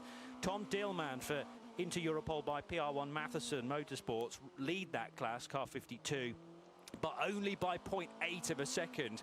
So if you're here at the track and listening on 107.9 FM, WDIS, then look out for the 52 LMP2 car. And right on its tail will be the number 18 of Colin Zilisch for ERA Motorsports. There's a drama for the 24. We'll get to that in a tick. Felipe Massa in the 74 LMP2 car for Riley is in third. In GT Daytona Pro, Daniel Juncadella now leads for Corvette, car number 3, ahead of the 62 Risi Competizione Ferrari, Alessandro Pierguidi, and Franck Pereira for Iron Lynx in the Lamborghini Huracan, number 19, is third in Pro. And in GT Daytona, Kenton Cook for Korthoff Preston Motorsports. The Mercedes are leading in the 32 car from the 57 Indy Doncha Mercedes Winward Racing and the Inception Racing McLaren 720S of Brendan Iribe, car number 70. That's a VP in-race update. We'll do another one of those in around about an hour's time, but we have gone full course caution because of the problems for car 24. It's on the infield on the exit of the International Horseshoe, and that car needing some outside assistance. Was running in 9th position, Dries Vanthoor's BMW. In fact, at the time at the moment, it was running rather higher than that. It was about 6th or 7th position. But I think it was 5th, actually. 5th, was it? Yes. Yeah. It dropped down slightly because when we came into the booth, they were 2nd and 3rd. But obviously, as others have made their pit stops. But the lights are on, but it's going nowhere. 2 course vehicles alongside, and a couple of people may be talking to Dries Vanthoor. Certainly from the pits, they'll be talking to him from the BMW crew, but it's going nowhere. The sister car is still in 3rd place, number 25, René Rast, but still waiting to see what is going to happen. There's definitely been conversations with Dries from the outside of the car, or maybe gesticulations, but right now it's going absolutely nowhere. Still full course yellow, just over 11 hours remain in this, the 62nd running of the Daytona 24 Hours. So yeah, I really put the kibosh on that because I said the BMW's had a strong race to this point, and let's hope René Rast continues to pound round, and that, of course, this will provide is the opportunity to close the gap that had stretched to half a minute between his car and Tom Blomqvist. They'll be right together at the restart, but the issue for Dries Vanthoor and the others in car 24 is that they're easily going to fall off the lead lap. Well, they weren't quite there anyway, but yet more laps are being lost. No overtaking permitted, obviously, under a full course yellow, unless you're a stopped car, and then you're being directly waved past it. And sadly for this BMW crew, they may now have to concentrate on just the one car. I mean, they'll keep the 24 going if they can, but it'll first of all have to try and get back to the pit lane area under its own steam, and then there may well need to be some lengthy work behind the wall because there's only limited stuff you can do on the pit lane apron. And then we've got to look forward to the typical full course caution procedure, which first of all is lining everybody up, and then the pit lane will reopen and we'll have an incredible busy spell of action for the GTPs and the LMP2s and then the GT cars. So the lights are bright on the giant wheel illuminating its patch of the circuit, but are the lights on in for Dries van Toor? Down in 9th position, but stationary just on the approach to turn 6, the end of the International Horseshoe, but saw the car suddenly take a jump, but that was actually the one of the doors being slammed back shut. So Dries still working away, and now we've got about six people around the car trying to work out what to do to get it out of the way. So I've given it a big build-up. Let's get straight to the GTP stops because Shea Adam is watching. It's going to be fuel only for most of the cars that have come into the pit lane, at least so far for the number 6 Penske. That Porsche getting fuel and a windshield clean. There's a drinks bottle change for the number 10 Konica Minolta Acura. And for Tom Blomqvist, well, they gave him the full service last time, so it's just fuel for him this time. Lawrence Vantor, the first car to roll back down the lane in the Porsche for Penske Motorsport. And the BMW is taking fuel, but they are also cleaning the windshield of the 25 as it rolls off again. And let's make sure it safely rejoins alongside the 74 Riley. It does. Last car to leave was actually the 31, aside from the 10, sorry, the last car of the leading group. Also into the pit lane, the 01 Cadillac. This for the Chip Ganassi run team. This is fuel and tires, as well as a driver change. Alex Palou is out. Ragnar van de Zande is in. Yeah, so Alex actually didn't need to do a great deal more running. We talked about in the previous stop him staying in the car, and if it was a full stint, I mean, he's perfectly capable of doing it. And when you get in the rhythm, you kind of don't want that flow disrupted, but a full course yellow can easily do that, and a chance therefore for the team to reflect on their current run of strategy. You're tuned to RS2 IMSA Radio around the world, of course, on the Radio Show Limited network of channels. We're at the track on 107.9 FM WDIS and channel 207 Sirius XM. And delighted that we have also been joined by the NBC audience too. So if you're watching on there, hello from the Daytona Night Owls, powered by Sacred Coffee. We're on Peacock as well for this 4-hour spell in the early hours of Sunday morning for the 62nd edition of the Daytona 24 Hours. Bruce and Johnny through till 6 a.m. And then we'll have a couple of hours away, and we're back again for breakfast. Effectively, we 8 till 11 that we're back on again. In my world, that's the second breakfast of the day, of course. True. We're munching our way through the first right now, accompanied by Sacred Coffee. And Matt Campbell has not come into pit lane, the number 7 car. Am I right in saying he stayed out? Yeah, because he's now taken the lead in the Penske Motorsport 963. Cars rejoining then. The 6 Porsche, the 25 BMW, as the sister 24 BMW is now towed from its resting point from the infield. So it being giving a helping hand, at least back to the paddock area. The 31 Tom Blomqvist driven Cadillac from Whelen Engineering, and the sister Cadillac car of Ragnar van de Zande, as Shea reported in her CrowdStrike pit report. The 01 in 5th place. LMP2's returning to the track as well, so 52 still leading the 18, it appears. Kuba Smirhovsky and Ryan Dial, the new drivers there, as the GTD Pro and the GTD cars are pitting, Show. I know that our friend Rooftop Ray is helping us out, so Ray, if you will watch the number 1 PMR BMW so that Johnny and Bruce can keep an eye on that, I'm watching the number 4 Corvette, because these are the 2 cars that I have seen so far that are doing brake changes under this caution. The brakes are already off of the 4 Corvette. For the front, they are replacing the new ones on the, let's see, they are AP racing brakes as far as the pads are concerned. They've got the tools out to re-secure the discs into their positions. It's discs and rotors and pads and the whole shebang. Let's see, new Michelin tire? No, it's the same Michelin tire that they pulled off, which is good. So Earl Bamber will know what kind of rubber he's got underneath him. Big clout to the nose of this car, actually, where the radiator normally would sit, the air intake in the front of the car. Wheels have gone back on, and let's see, car drops off the air jacks. Earl is told to fire it up and leave. Where is PMR in their brake change? I hope you boys can see it. We're trying to keep our eyes on a number of things during this stop, with thanks to Rooftop Ray for a far better vision than I can muster right now. Doing a sterling job again, Ray Winston Jr., as he does so often, keeping us covered in the early morning stint. And the number 1 BMW looking like it will rejoin now. Tyres being changed on the 62 Risi Competizione Ferrari. Alessandro Pierguidi's just brought that in, and the brakes have changed, as Shay mentioned. So tyres and wheels going back on after that substantial change. But it always amazes me how quickly they could do that.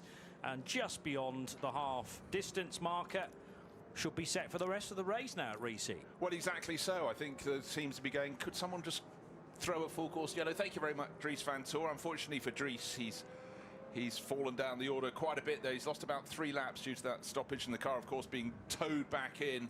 So let's see whether that car gets to continue, or is it going to be a long time behind the wall being repaired. So there were 2 bullets in the gun for the BMW crew. Now it's down to just 1 by the looks of things. I mentioned, Shay, that the 7 did not pit as far as we can tell. You might have a theory on that. And what else is happening on pit road? There's a new nose on the wall for the 7 Porsche, as well as another bit of body paneling. So maybe they've got a bit more work to do, and that would have blocked the pit exit for the sister car, the number 6. But a very substantial moment just now. The number 12 Lexus had a full service as well. They did a brake change. They're still in their box. They had just rolled about 10 seconds ago. I'm walking out sort of a little bit further into the fast lane to see if the pit exit light is on, and it is, even though the cars that were trapped between themselves and their leader, and then when everybody else came into pit, they got the opportunity to now take the wave by. Those cars are going around at full speed. The pits are open for anyone this time around, and yes, indeed, the number 7 is coming in for that service. But the number 12 Lexus from Vassar Sullivan just went from the top 3 in GTD to needing to fight its way back up through the field. Yes, now it has fresh brakes, but so do some of its competitors, and they got their brake change done a lot faster. All right, looking at this number 7 for Porsche Penske Motorsport, it is a new nose going on the car. And let's see, are they doing any other work? There is one mechanic around the right-hand side. And yes, new number panel going on the right-hand side of this car. So the illumination system perhaps was a little bit too faint, too dirty for the marshals. That is a safety problem. That is something that would have needed to be redressed with a pit stop. They're putting the new panel on, and Bert is overseeing it to make sure that it does fire up. And oh yeah, that's right. That should suffice for all of our hardworking marshals out around the track. And thank you, ladies and gentlemen, for your time and your service. We couldn't do this without you. Now there's 2 very clean parts on the Porsche, the number 7, the number panel, and the nose, neither of which will stay clean for very long. So back into the race will go Matt Campbell in car 7. Meanwhile, you couldn't quite make up what's going on the infield, because the BMW number 24, the GTP car, has got as far as the other side of the track from where it broke down. So it broke down on the exit of the International Horseshoe. The idea was to try and tow it into the back of the paddock via that route out of turn 1 and into the International Horseshoe. They got as far as the turning point to turn left across the flow of traffic, and obviously waited for a gap. And in the tow truck and the car it was towing coming to a halt, either the towing strop has failed or it has simply fallen off the tow. Oh, it's pinged off the back of the pickup truck. So the guys driving the 4x4 turn left and think everything's hunky-dory here, then look in the mirrors and think, hang on, where's the BMW gone? And it's still stuck on the track because the towing strop is no longer connected. And now poor old Dries van Toor's thinking, well, what do I do now? I've got no power in the belly, and I can't move from where I am. I'm on a live racetrack. Now the guys have pulled back onto the road from the paddock area. Another tow truck. In fact, that's the dryers that are tending to the track that have just gone by. And now they're trying to work out whether this tow rope is properly snapped and needs to be binned. It looks like that is the case, and a new one needs to be sourced now. It would be better that was the case than if the hooking point, the point from which it would be towed, has had any failure. But yes, they brought a new towing strop out onto the circuit. Dries van Toor, it's a 24-hour race. He feels he's spent at least 24 hours in this problem alone. He's plummeted off the lead lap. He's down last in the GTP class. He's now 6 laps in arrears. But the fact the lights are on, the car is going nowhere. Oh, the number 24 car. This is a disaster. And bear in mind, what, 20 minutes ago? All was running smoothly, all was looking good, get through the night, that little mantra. They were running second and third, they moved down to about third and fourth. all was looking good then for the Belgian racer, while his brother Lawrence leads the race for Porsche Penske Motorsport in the number 6. This recovery has been a real cluster for them. It just has not worked. It took quite a while to get the car moving, get it hooked up, and then just when it looks as though they've done the hard yards, they're about to get it back into the back of the paddock and be able to work on the car, sitting in the track. Driver being spoken to, the door is up, but no one's actually fitting anything new to the front of the BMW. Let's see what happens next. But the race recovery vehicle comes into position. In fact, a second race recovery vehicle, a far more important and larger one, a real proper tow truck has come onto the scene. But for Dries Vanthoor, sitting there very, very hot under the collar, no doubt. I just wonder whether something in the drivetrain has become jammed, so that as the pickup truck pulled away, the car it was towing refused to move, and the only thing that was going to break first was the towing strop itself. But it pinged away with quite some energy, thankfully to a safe area over the top of the car.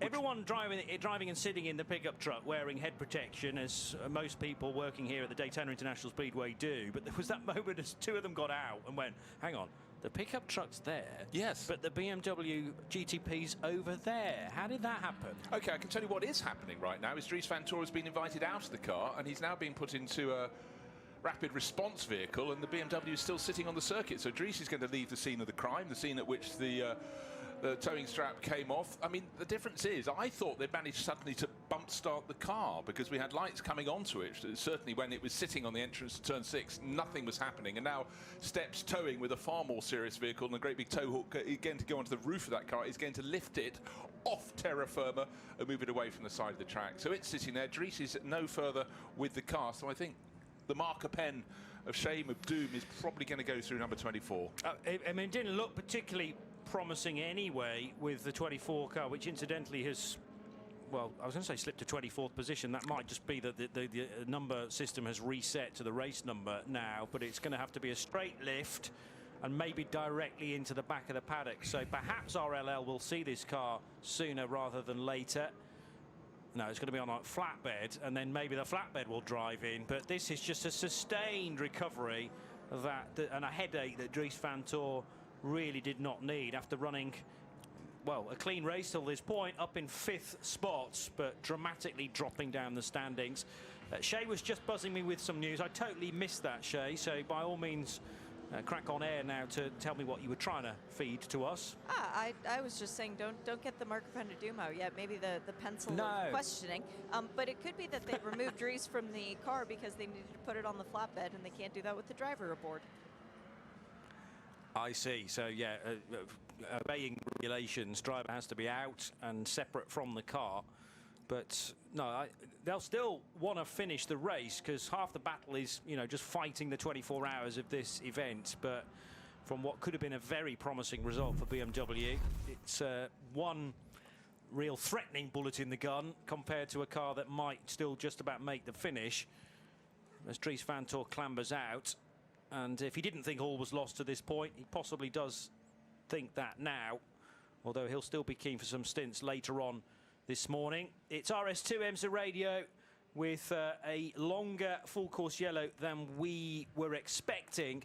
Lawrence Vanthoor emerging from that group of pit stops as the race leader in the Penske Motorsport 963 from the other BMW of René Rast, now up to 2nd place, and Tom Blomqvist's Whelen Engineering Cadillac V-Series R running in 3rd, ahead of the sister car 01. So 31 and 01 are in 3rd and 4th positions, and no changes since the pit stops in LMP2, with Inter Europol by PR1 Matheson leading, with Kuba Śmiechowski, the Polish driver, number 52, ahead of Ryan Diel for Era Motorsport, and Riley.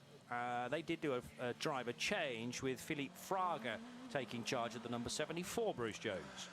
Obviously still running under full course yellow, but so that at least reduces the loss of time that Dries Vanthoor and the number 24 BMW have had. They're now 8 laps down, but of course once the track goes green, the number of laps they're falling back by will increase inordinately, but they're still clear of the best of the P2 runners, and that's 10th place overall. Kuba Śmiechowski, just mentioned him, Johnny, car number 52, one of the many Oricas Inter Europol competition, leading that class from Ryan Diel. There was the driver change just very recently in that run of pit stops. Ryan taking over from young Connor Zilisch. And when I say young Connor Zilisch, I mean his race career is remarkably short, but takes up almost no lines at all in my sort of great big non-digital chart of who's done what. But again, just seeing young drivers coming in and having a crack in sports cars, and certainly Connor has impressed inordinately.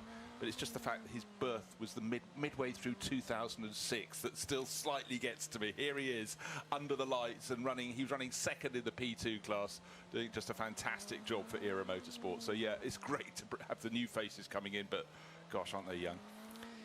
And how quickly they adapt to their new surroundings as well. The style of racing here at Daytona International Speedway, very different from anywhere else, really. Hearing probably 5 or 6 years ago from newbies in that period of time that, you know, you almost on the high banks need a cutout of the roof if you're driving a GT car, because the bit of road that you really want to be focused on, the windshield doesn't cover, because you're tucked in quite low down in the car and you're looking really out towards the top of the A-pillar for your next turning point and your braking point, and it starts to really ache on the neck. But these are the things that, you know, are second nature to those people that have been coming to this place for 25 years plus. But you have to adapt to very swiftly if it's your first time. Yeah, and also if you're driving a GT class car, you generally have to stay lower on the banking, so there's more banking up ahead of you, up above you, that you cannot see. At least in a prototype, you're up at the top. That's your lane, your speedy lane at the top. But again, these things you don't think about until you're physically out there in the car. People can tell you, but you never know the degree of what they're talking about. So, still a full course yellow, just under 11 hours remaining in this 60-second running, and just waiting for the circuit to go green, I would suggest, with the number 24 BMW having been flat-bedded away back into the paddock. Here we go, shaping up for a restart, and the green is displayed, so already the overlapping taking place for 4th and 5th positions. Around the outside, we'll try and go Matt Campbell on Renger van der Zande. There's also side-by-side action just tucked in behind there. That was actually Tom Blomqvist who was trying to make the move. Renger van der Zande involved as well, and up over the curbs went the number 10 car, so trying to force his way through. Terrific driving from, well, all of those cars out front. Laurens Vanthoor has just about scampered away ahead of René Rast. So it's Porsche Penske Motorsport 963 ahead of the BMW hybrid V8 of René Rast. And for now, we'll call that the remaining BMW in the GTP class, but let's hope, fingers crossed, the crew can get number 24 back into the action. But that's obviously fallen an enormous number of laps away from the GTP class pack. That's now 9 laps down. Dries Vanthoor back in the paddock, but importantly, so is that number 24. So the 10 car being driven by Marcus Ericsson. If you're wondering where on earth Marcus is in the order, well, it's 48th, but it's not preventing that car from holding back. And 10th in class, that's the reason why the 10 is displayed on the digital readout. But when you combine all of the cars, they say down in 48th spot, side-by-side action as well as we hit the restart for the GTD cars. And 57 Indy Dontje, there was a spinner there in the GT Daytona Pro cars right ahead of Indy Dontje. That happened a couple of seconds ago at the restart, and a real plume of tyre smoke. Good avoidance driving as Dontje has in front of him the number 9 GT car as well. So all manner of things going on there. Ollie Jarvis in the FAF Motorsport McLaren trying to stay out of trouble. I'd like to see that moment again to actually work out who was having the moment. Whether there are a couple of cars involved, difficult to tell in this level of light. Let's just head to pit road to get this CrowdStrike pit report from Shay. More bad news for double-numbered cars, guys. The 55 Ford Mustang of Proton competition is officially a retirement, and I'm hearing that the 66 of Gradient Racing will be the first ever Acura GT3 retirement coming up here soon. They are still trying to assess if they can fix the car, but as it looks right now, we're not going to have any double numbers finishing this race. Thanks, Shay. Yeah, it's funny how those patterns play out, and the flip side of having a tremendous run to this point is that there are always going to be those cars that are swiftly into retirement far, far early in the big enduro of the year. But all the more reason to come fighting back, I suppose, at Sebring, the next round of the championship in a couple of months' time. As now the GT Daytona Pro cars head up onto the high banking through Speedway turn 1 and 2. And the number 70 car of Ollie Milroy for Inception Racing, actually one of the GTD cars, running in 4th position, that McLaren. And on its boot lid is the Corvette number 4, running in GT Daytona Pro, and in 3rd place for Earl Bamber, so he's looking to stick a lap on the McLaren up ahead. Plotting his course, trying to go high, but certainly the car in front just sitting where it needs to be. If you want to come past, you've got to come past on the high side. So Ollie Milroy, British racer, and that's one of several McLarens in the race, just doing the job he does. So many years now he's been tied up with Brendan Iri, bringing Brendan's career on. Freddie Schandorf, the Danish driver in that crew, is the driver who normally sets the times. But young Tom Gamble also in the mix for the Inception Racing McLaren.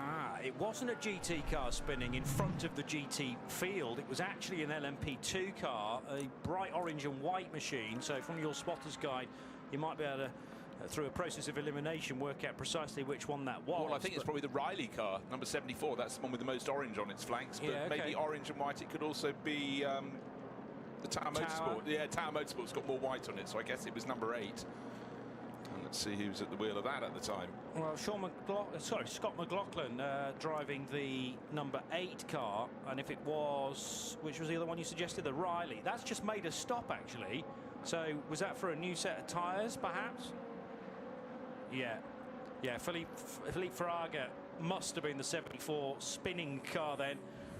Running around on its own now, and it's just made a stop, probably because of a full set of tyres that were flat spotted in that moment. Coolish tyres, remember, no tyre warmers, and no opportunity really to keep the temp up when you're tootling around at full course caution speeds. 3 GT cars absolutely together. But if you're joining us on NBC in Peacock, look to the right-hand side, and there is Felipe Fraga with his moment in the number 74 Riley. And the GTD Pro and GTD Traffic doing incredibly well to not get involved with that. You know, you really have to set yourself up for the corners coming up ahead when you're moving up onto the banking, coming out of the Le Mans chicane, and you sort of set your course, and then when something untoward occurs, you've suddenly got to almost snap out of, not reverie, but you just really got to have an ability to change exactly where you want to put the car, and particularly when you've got a prototype coming past as well. You've already cut them a bit of slack, and there isn't much more slack to cut, but good evasion there from all the drivers, keeping out of the way of that Riley car as it went for its moment. Now let's hope we can settle down. We had that period of full course yellow while the number 24 BMW was cleared up for the BMW M Team RLL. That has now finally got back to the paddock. Be interesting to find out what is happening with that in terms of what they think it is and whether they think they can get it sorted. Now, just as a couple of the cars, including the number 131 Cadillac, were going into the Le Mans chicane, it looked as though there was a car moving very slowly just on driver's left before that Le Mans chicane. We'll see if we can work that out. We're going to go caution as a result of it. So the yellow lights up on the high banking just beyond the safer barrier, indicating to everybody there through speedway turns 3 and 4 that they must rein back the speed. And this is only a short spell after the previous caution. Still haven't quite ascertained which car has caused this, but yeah, another semi-stoppage, if you like. How long was that span of green running? Only just over 6 minutes, I make it. So we had a 20-minute full course caution, now 6 minutes, and Shane knows the regulations back to front. Does this now mean that this can be a quick caution if that car can be recovered? It does. And yeah, we don't necessarily have to go, or we don't at all need to go through the full pit calling system, rigmarole, if you like. It's the 0-1 car that stopped. So this is the big story now of Renger van der Zande is put into that car at the latest pit stop. Yes, and Renger was charging hard at the restart. I didn't see any contact for this car and can't see any damage on it visually, at least, but that's not to say that something inside has gone somewhat awry. There are an awful lot of electronics that run on this car, and of course the marshals need to make sure there's a green light illuminated on these hybrid cars as well to make sure that they're safe to touch, Bruce. Yeah, a rescue vehicle pulling up behind, but this is another last handful of years with the hybrid racing cars. It's been a real steep learning curve, and the drivers can't afford to just hop on board and disregard the elements they have to do. But Renger, the Dutch driver, is getting out. Bear in mind, at this restart, the blink of an eye ago, he was dicing in 3rd and 4th position, that 0-1 Cadillac, but now he's tumbling down the order and climbing out. All I saw just before the full course yellow, I saw a flash of yellow moving slowly. In fact, ironically, the one I picked it up from was on board the number 31, the other Cadillac at the front end of the race, being driven by Tom Blomqvist, went flashing past. I couldn't even see what sort of car it was. All I saw was yellow, which was the front end of that car. And now Renger is walking away. More rescue vehicles, including a tow truck, have pulled in position. So out on the back part of the circuit, just on towards the entrance of the Le Mans chicane, down on the apron at the side of the circuit. And for Renger, oh, what disappointment. Clearly the car was going well. He was happy enough to attack. And now the gun has been spiked. 3 a.m. at Daytona. You're tuned to the Night Owls with Sacred segment of our broadcast. We're on RS2 IMSA radio around the world, 107.9 FM here at the track, on NBC and Peacock. Delighted to have your company, and I'm sorry to bring bad news for Cadillac fans and those been following the Cadillac Racing 0-1 car to this point.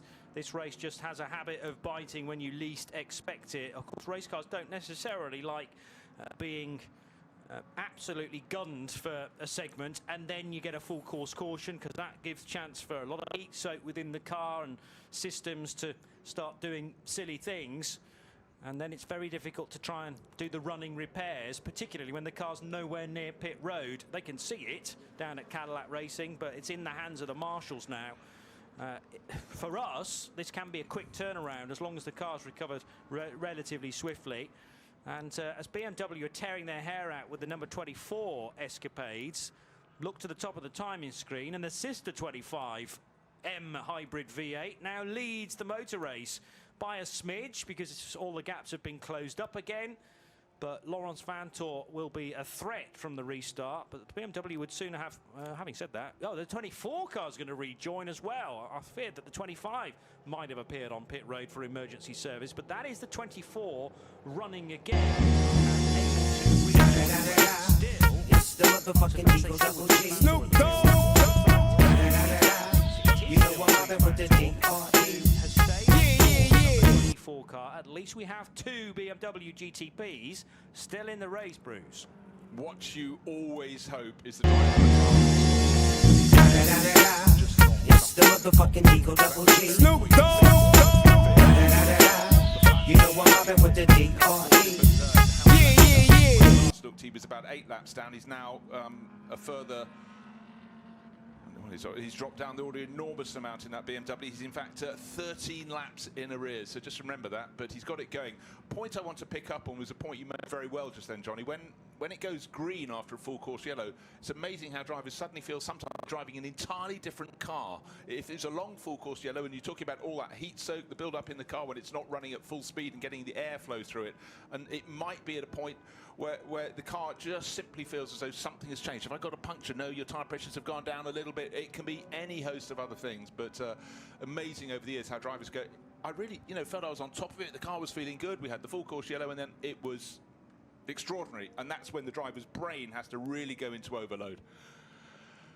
So we've just had a change down in the pit lane. A great stint there from Shea Adam, and Joe Bradley is taking over, bringing the pit lane news to you from CrowdStrike as one of our pit lane reporters. Good morning, gentlemen. How are we? Hello, Joe. Go ahead. Very well, very well. And you, bright-eyed and bushy-tailed at 3 minutes past 3 in the morning? Yeah, absolutely. This is kind of one of my favourite hours of the race. The paddock area quietens off. There's only a few people milling around. It's a completely different ambience to a 24-hour race at this time of the day. And at this time of the race, we've just crossed the half-distance mark not a short while ago, and it's just got that air of idiocy about it, hasn't it? It's like, why are we doing this? Why are we continuing to go round and round? But this is the time of the race when really you can have the race come to you, or you can, in equal terms, have the race go away from you. But now's the time. The cars are behaving the best they'll ever behave. The air's cool, the air's thick. You're going to get maximum out of your motors. Your tyres are cool. You're not going to take too much energy out of them. It's the motherfucking Eagle Double G. Snoop Dogg. You know I'm mobbing with the D.R.E. In the last 20 minutes, maybe half an hour, 2 of the chess pieces have been knocked onto their sides, of course. So things are running very smoothly at the halfway point in this, the 60-second running, Joe. But suddenly we've got the 01 Cadillac on a flatbed. The number 24 BMW had been returned to the pits and has now rejoined the circuit. But for Dries van Toor, an awful lot of time has been scuppered there. Be really interesting to find out what the problem was for Van Toor's number 24 BMW, because they've clearly got it fixed. And let's hope it's a permanent fix, not one of those ones where the car gets going and then suddenly has the same issue. I'm not entirely sure the IMSA WeatherTech Sports Car Championship will be adopting Joe's strapline of hashtag why are we doing this, mainly because at 1:40 yesterday afternoon everybody agreed to it, and you can't back out now. But there are those that are very, very glad that they were happy to accept this challenge, and others that perhaps are wishing they'd done something else with their Saturday afternoon and now into Sunday morning. With 3 hours into that, I think Shay is busy preparing a CrowdStrike pit report with trying to do a little bit of research elsewhere down pit road. Obviously, we've got the BMW story to follow up, so she's going to pass that message back to Joe as she scoots off for a break, but via the BMW garage. And one side of that will be very downbeat indeed, although glad to see the 24 car return to the racetrack. The other side will be, well, trying to be slightly reserved, but really very jubilant indeed to see the René Rast car now leading this segment of the race. I've also recently been introduced on the Night Owls with Sacred segment of our broadcast to a screen to add to our collection already. So this is now screen 18 that I've opened up. If you haven't visited this already, it's very interesting. IMSA.com/GTP-telemetry. So IMSA.com/GTP-telemetry, and you can get all the latest information on things like energy regen for each of the 10 cars within the top category, and also, crucially, energy remaining for this particular stint. For instance, the race-leading BMW of René Rast has 75% of its designated energy remaining.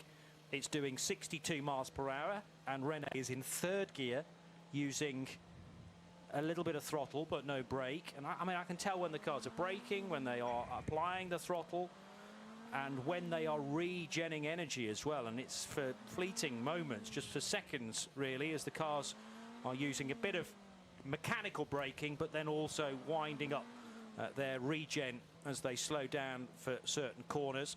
So Alessio Picariello and Richard Westbrook are the most concerned about remaining energy, because they're down into the 40% right now. In fact, Westy with bang on 40% of energy still to burn during this particular stint. And again, something else for the teams to be on top of as we continue with this hybrid era of sports car racing. Talk about spinning plates, Bruce. Oh, talk about spy in the cab, and none of the drivers have got anywhere to hide. You know, over the years, you've heard drivers who haven't quite told the teams the truth about why something has happened, but now it's all here. I'm going to have to go away from that screen. I'm finding it totally beguiling. It'll take all my attention away, but again, it's great for people watching all around the world that you've got these extra screens. It really puts you in the cockpit with the drivers. It's fantastic. What I can tell you, without looking at that screen, with all the telemetry, as the coloured bars move left and right, is René Rast is leading this race. Of course, we're under green flag racing all over again, and he's going to try and stretch away. But Laurens van Toor tucked in behind, just 7/10 of a second in the rear in the queue of cars, and Tom Blomqvist in the mix as well. Green, green, green, and trying the high side line is Laurens van Toor. Let's hope it's not a sitting duck from Tom Blomqvist as they hit the international horseshoe. But scampering away is René Rast in the BMW, and now Blomqvist for company, because level with his rear wheels are the front wheels of Colton Herta's Acura. No, that's not the Acura. That's a car trying to unlap itself from elsewhere. No, it is the Acura, I beg your pardon. The 40 car Thank you, Ray, for zooming in briefly there to confirm my earlier thought. So Colton Herter was overlapping with Tom Blomqvist briefly. He then had to get out of the throttle, and that, I think, allowed Alessio Picariello around his outside and into 4th position. This traditional unwinding a touch of the order during caution. It could be a quick caution because we were so close to the previous one, and we're back racing again for the 62nd edition of Daytona 24 Hours, live on RS2 from the Daytona International Speedway. Yeah, great description there of the restart, Johnny, and it really showed that moment when a driver in a pack of cars has to slightly adjust their line. Bam, Alessio Picariello just jumped and suddenly straight past the number 40 Acura there, and just it was a tiny lift off the throttle to adjust the line, and the Belgian racer straight through. Belgian racer now up into 4th place, Alessio Picariello in the number 5 Proton Competition Porsche. But what a fantastic restart from René Rast. Made the break, he may be hauled in, but he did exactly what the driver who's leading that pack had to do, and while those behind had a really very strong tussle, he's broken the toe to them. Yeah. He's now stretching clear, high in the banking, sweeping down.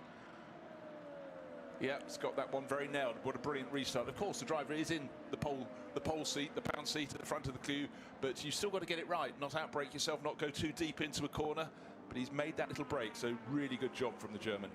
And the thing is, if you can do that at a restart, you then don't really have to look in the mirrors as you're turning through turn 1, and naturally your exit out of that corner is going to be slightly more refined because you can focus entirely on the road in front. How busy would you like it in the GTD element of the race? A Lexus number 14 to the high side of a couple of Porsches, and they are in a very tight gaggle indeed, heading now out of turn 1 and towards the International Horseshoe. That's a certain Mike Conway in the Vassar Sullivan Lexus number 14. He's got a history. The number 24 BMW, the car that was stricken out on the circuit, is in the penalty box at the moment, so I don't know what that's being blamed for, but that was the car that Dries Van Tor had come to a halt just before turn 6.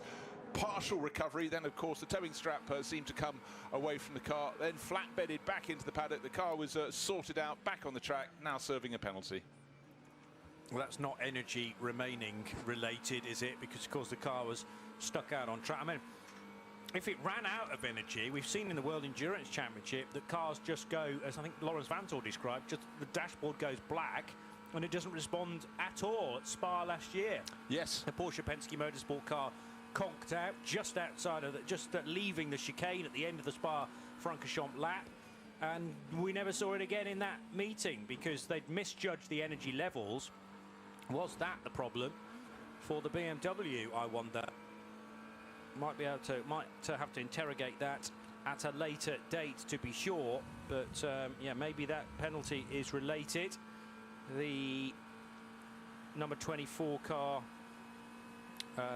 should be on this list, the BMW, and I can tell you it's got 90% now, but of course it's been regened during the pit stop, so haven't got the archived energy remaining information because that would require an awful lot more screens to distract me. But the teams, of course, will be building up that data and have that to look back on. And of course, it's always accessible by the IMSA race directors to keep looking at to make sure that regulations aren't being breached there. So the teams, yes, have something else to concentrate on, but of course those policing this race need to be all across it too. Yeah, some of them will look back across the years when they could just get away with a notebook, but now they've got so many screens they've got to interrogate at all times to keep on top of everything. But the good news is, increasingly over the years, we get more of those screens to look at ourselves. Have got confirmation. Actually, it's got nothing to do with energy remaining. The 24 stops, in fact, for working on the car in a closed pit lane. So beyond the emergency service, 5 seconds of fuel or one single tyre change. So they've had to stop that car for 60 seconds in the penalty box at the end of pit road for working in the pit lane. As we can head to Joe Bradley for a CrowdStrike pit report. Yeah, I'm actually at the back of the pits in the paddock garage with the Cadillac Racing 01, and Renger van der Zande basically described the problem with the car as exactly as we saw it. It just basically stopped, and for no apparent reason.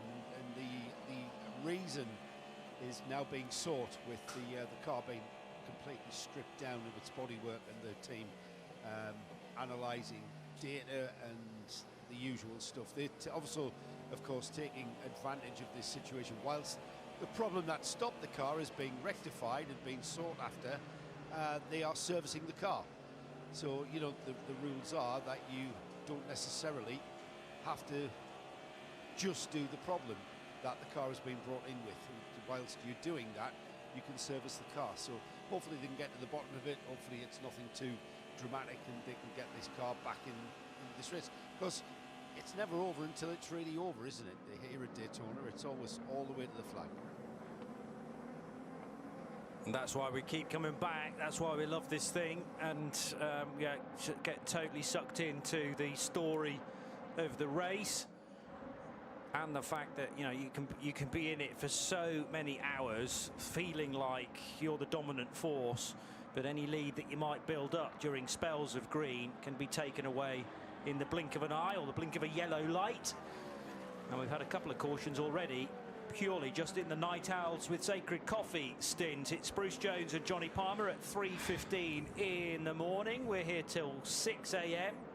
Then we'll take a pause for another breakfast and then be back on from 8 until 11. And then we'll have John Hindhaugh back in the Global Broadcast Centre taking things to the flag. And that'll only be 2 hours and 40 minutes away from the end of this year's race by that point. Johnny, things do happen when we come in the commentary box. Yesterday, you know, people were accusing, but when I came, came into the Global Broadcast Centre and was analysing what was happening before we came on air. All was cool, calm and collected. In the blink of a handful of eyes, we've lost the number 01 with a problem, and the 24 BMW has joined the Cadillac in sort of trying to sort its problems. At least that's back on the track. I do feel very sorry for the BMW M Team RLL crew there for the 24 car being worked on during a closed pit lane. I think if it hadn't been for the 01 Cadillac stopping, they wouldn't maybe have you know, got caught out like that. But the good news is that car is back on track, and hopefully Dries Vanthoor is fully conversant with why it came to a halt. So, you know, sometimes the teams send you back out without really giving you full guidance, other than just get on with it. But drivers like to know what might be going wrong next. But anyhow, still going, that's the good news. So I was quite right. You were quite right to tell me to stay my hand on not putting the lines through the 24 on my chart of who's still in the race, or more to the point, who has fallen out. So yeah, we've still got those two BMW GTP cars in the field, but one, the number 24 car, clearly somewhat delayed right now. But the sister car 25 leading the way by 1.8 seconds. Really good restart for René Rast. Tom Blomqvist giving chase. As I said, he's in the 31 Cadillac, and third is now Alessio Picariello, who's just moved past Laurens Vanthoor. So the Belgian had that really good restart, has gone past his teammate up into third position overall. In fact, Laurens Vanthoor has now been passed by Matt Campbell as well. Yeah, so the 6 and the 7 running round together. Vanthoor fourth and Matt Campbell in 6th place.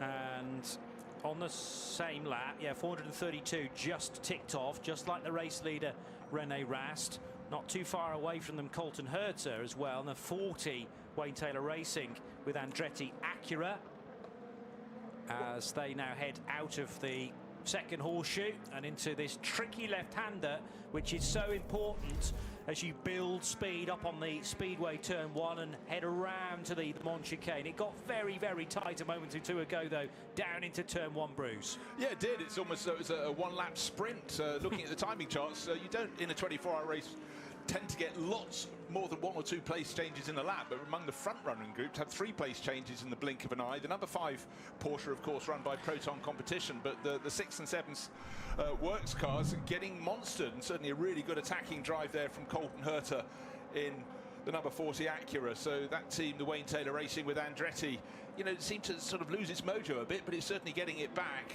And Laurens Vanthoor was the driver who got pushed back. He's now moved back ahead again, so chopping and changing. So the drivers will be loving it, and the fans that are looking at that particular part of the circuit will also be thinking, this is rather good. Wherever you are in the world, the time zone will be different, but the racing is making the night very, very entertaining indeed.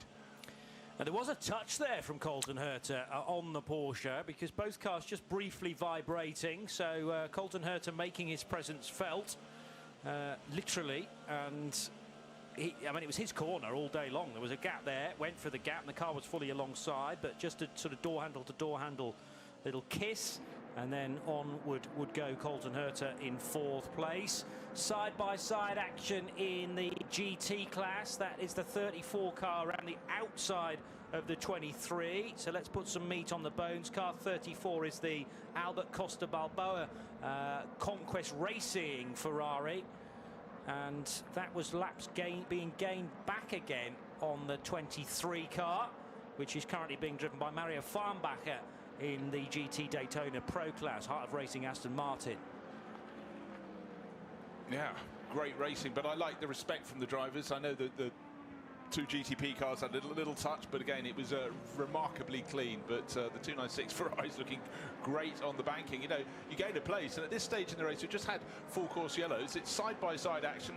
What colour would you like your 296 GT3 to be? Doesn't matter as long as it's fast, and they're clearly going very well at this point in the race. Let's hope we can get a good long run of green flag racing, because this is looking fantastic on the banking down around the infield.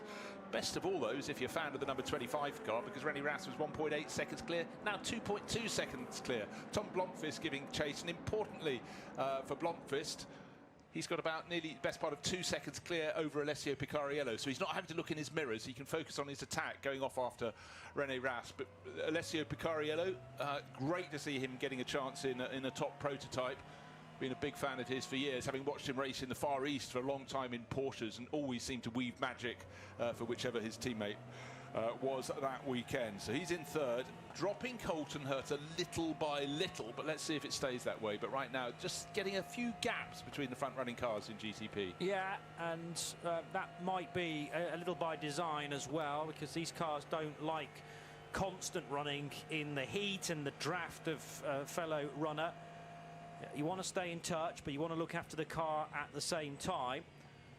Enjoying Mike Rockenfeller come back through the order. He is 4 laps back at least from the GTD Pro leaders. He's actually 5 laps back and a bit possibly for Mike Rockenfeller, but he was scything his way through the order in the Ford Multimatic Motorsports Mustang up alongside one of the Aston Martins. I think it was Mario Farnbacher's Heart of Racing team, Aston Martin. And speaking of which, now the 70 car right on the boot lid of the 23 Aston Martin. So Ollie Milroy in the 4th placed Inception McLaren around the outside of the Vantage, but there's not going to be a way by there, I don't think, because the Heart of Racing team car keen not to lose a place, and also there wasn't really a way through because there was a wall of GT cars down at turn 1.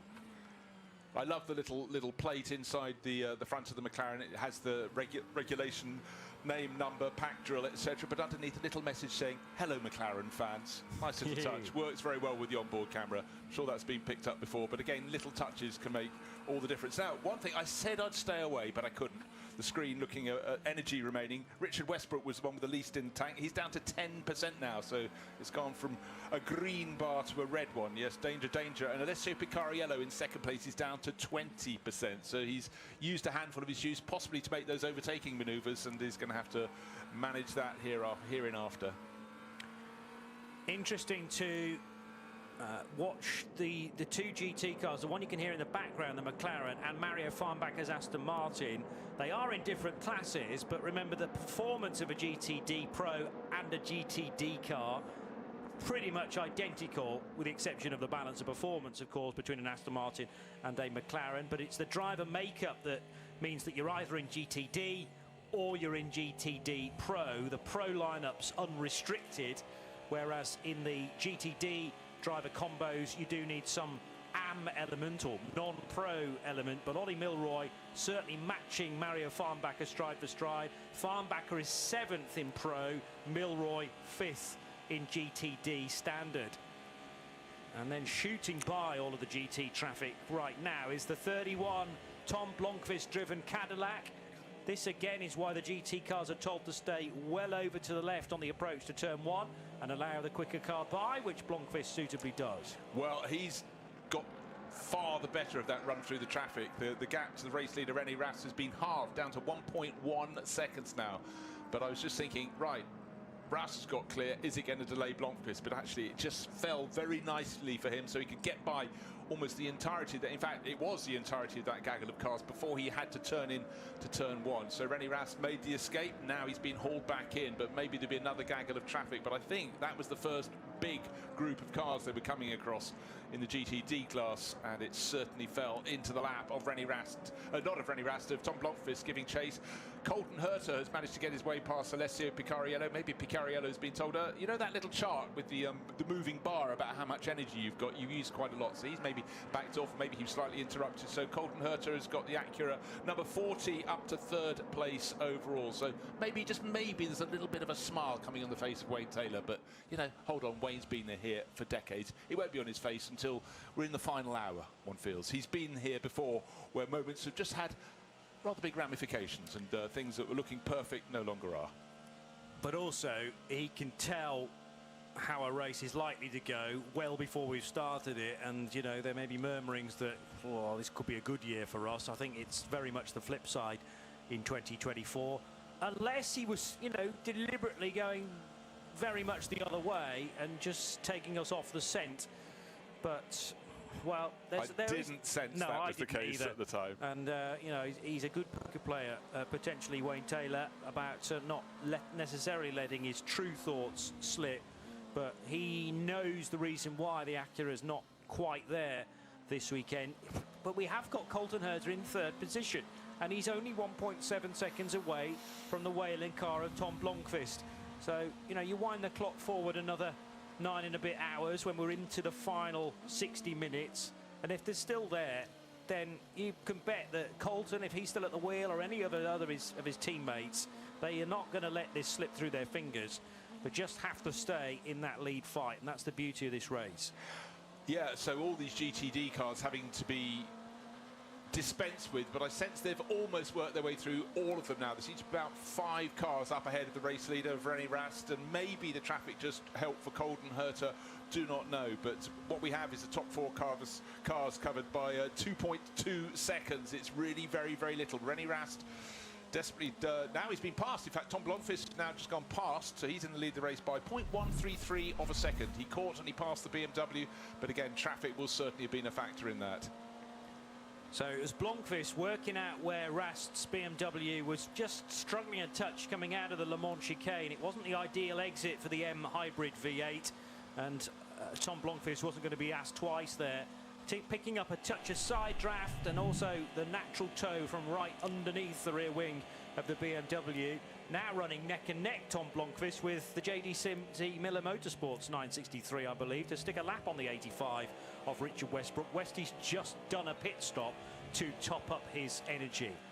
Well, I just find it quite extraordinary, the straight line speed of the Cadillac, and obviously the way the car is set up to get that power down onto the circuit really is their key to success here at Daytona. Far from the end of the race, but the nose in front, but it is only by 1/10 of a second precisely. Top 4 covered by 2.2 seconds, because now we've got a new car in 4th place, the number 7 Porsche. Matt Campbell's moved ahead of the Proton version of Alessio Picariello, so Alessio's 3 seconds down, but he's down in 5th place. But great move from Tom Blomqvist, but actually looked very easy indeed. They'd got past the traffic. It was, I thought, if the move came, it was going to be because of traffic. In fact, they just negotiated some. Maybe, just maybe, René Rast was slightly blocked by the last of the cars they passed into the chicane, the Le Mans chicane, but certainly once they got out onto the banking, the story was unfolding in front of us. So if you're Whelen Engineering and a restart, René Rast starts to disappear up the road by a second, they'll be thinking, it's all right, because when we get to the middle portion of the stint, we know our car is going to sustain its pace, whereas maybe the BMW just starts to fade very slightly. It might have just been a slight error, as you say, or just the traffic on the run into the Le Mans chicane, but that'll be interesting to observe in the remaining stints of this race, of which there are still due to be many, as to whether the BMW does that typically. You know, if we get a BMW out front at the restart again, will that stretch its legs for a brief spell, 10 laps or so, and then start to fall back into the clutches of those behind? Really cracking battle, Johnny, at the front of LMP2, and Spike, the Orica from AO Racing, beautiful livery on that mauve and orange car, has now moved into the front of the class. Ryan Dalziel giving chase. Just a whisker down, 1/3 of a second down for Era Motorsport, having a really good run. And huge distance back. An entire second is Scott McLaughlin in third in the number 8 from Tower Motorsports. It's been a little while since we grabbed a CrowdStrike pit report from Joe Bradley, so let's put that right now. Joseph Newgarden I found sat in his pit just listening into his radio, about to take over the number 7 Porsche. Joseph, is this aspect of endurance racing something that you find challenging, coming from the world of single-seaters as you do? Oh, it's very challenging. You know, I think it's a world-class race. There's no doubt. You know, any racer I think wants to be here competing in this event. It's fantastic to be here, but it is a challenge in different ways to what I'm used to. You know, trying to make it through the night and interact with the entire team. You know, interact with all the other drivers. You know, you got to stay up. You got to be fluid. You got to work throughout all the temperature changes, the car changes. You know, from day to night, pretty significantly. So it's just staying on top of it and trying to be good through all segments of the race, and for sure all of it combined is a big challenge. 3:30 in the morning, your body clock's telling you really should be in bed, and you know, here you are doing this. I mean, how do you get the body to react and do the job? There's no secret. It's tough. I just had a double espresso shot, so I'm trying to amp myself back up, get ready to go. You know, everyone fights the same deal. I think some cope with it a little bit better than others, but there's really no secret ingredient. I can't sleep. I don't sleep very well, so I'm just kind of staying up. I think a lot of people are, but yeah, you just deal with it.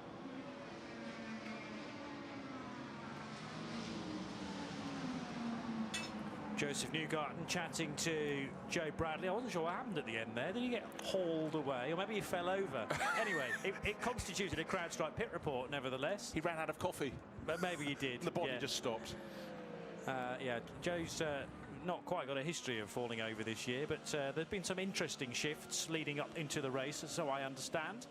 And he put his arm up in fairness for one of the crucial overnight stints to join us here on Night Owls with Sacred. We're on NBC, we're on Peacock, we're on RS2, IMSA radio around the world, and of course live at the track 107.9 FM. And at 3:30 in the morning, let's give you a quick flavour of how things sit in terms of an order in each of the 4 classes. So it's the number 31 car of Tom Blomqvist that now leads after a terrific overtake around the outside of the final bit of a couple of laps ago. It was maybe 2 and a bit laps when Tom got a really good exit out of the Le Mans chicane in his Cadillac V-Series R car number 31 to swoop around the outside of the then leader 25 Rene Rast in his BMW M Team RLL hybrid V8. So Rene just a second back now in second position. And it's Matt Campbell in the number 7 Porsche Penske Motorsport 963 in third. LMP2 is led by the AO Racing Orica of Spike the Dragon, number 99, in front of Aero Motorsports Orica, number 18, Ryan DL. And it's Scott McLaughlin, who we thought was spinning at the restart. But apologies, Scott, you were on the straight and narrow in the Tower Motorsports Orica and has actually worked his way back up to third position now after a consistent run, currently working lap 4:30 in LMP2. GTD Pro, Daniel Juncadella in the number 3 Corvette Racing by Pratt & Miller Chevrolet Corvette. So car 3 leads Alessandro Pierguidi's Risi Competizione Ferrari number 62, and the AO Racing Rexy Porsche of Michael Christensen number 77. Indy Doncia number 57 leads GTD. Winward Racing's Mercedes ahead of another AMG GT3 from Korthoff Preston Motorsports for Kenton Cook number 32, and it's Giorgio Cernigiotto in the Cetilar Racing Ferrari 296 that is running in third position, number 47.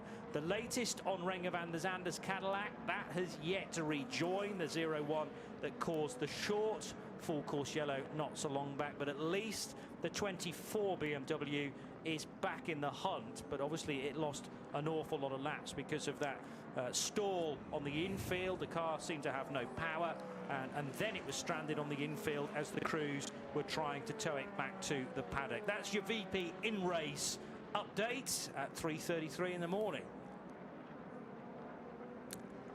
Cracking battle in LMP2 between Paul Lachatin and giving chase Ryan DeYell, and the Scottish driver got to within 1/10 of a second. He's now at 3/10 back, but really putting on a great show. Just 1.5 seconds further back, we got Scott McLaughlin, the driver who did not spin, which we were just reiterating. Fans in the grandstands Well, their approach to the middle of the night is not coffee, but it comes in a can, and it entices them to take their shirts off and wave them in the air. So people all approach the race differently. Other people all around the world are sitting at home with 2, 3, 4 monitors, a sausage loaf, a cup of tea, and shed loads of information.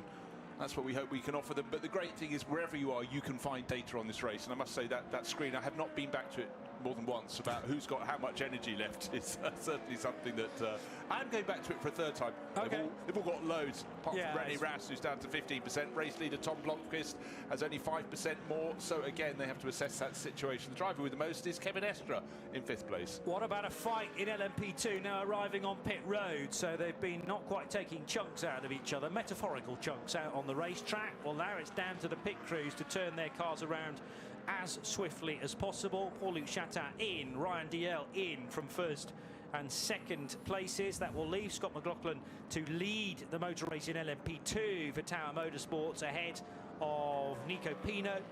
And then it's Colin Brown briefly up to 3rd position as the work continues on the bright purple with the yellow wings of Spike the Dragon, continuing this rather the scene set for the GT cars within AO Racing, but they had to think about some other sort of being or beast, shall we say, for the LMP2 cars. Dinosaurs very much present in the GT Daytona class with Rexy, and we introduce a Dragon into LMP2 as we can go for a CrowdStrike pit report. And Joe Bradley. Yeah, just done a quick visit to the 01 Cadillac pit and just checking on what's happening with the car. The car's still being worked on. It's never a good sign when the car is put onto the high stands so that it's standing about 4 foot from the floor and people crawling about underneath it. There's not much, and another really bad sign is not much activity going on the car. It's not like they're taking anything off or stripping anything down. It's just basically on the hijacks and a lot of chat and conversation going on. I'm not sure this 01 is going to be back on track very, very soon, if at all. Well, that's a massive shame for Renger van der Zande and the crew. It's fallen 20 laps in arrears, so it's certainly not going to feature at the sharp end, even if it goes. But it went from running perfectly to not running at all. And really, really strange for 01. Hopefully they can work it out. But the pace at the front, in fact, we've just had a change of 2nd place. Matt Campbell has moved to 7.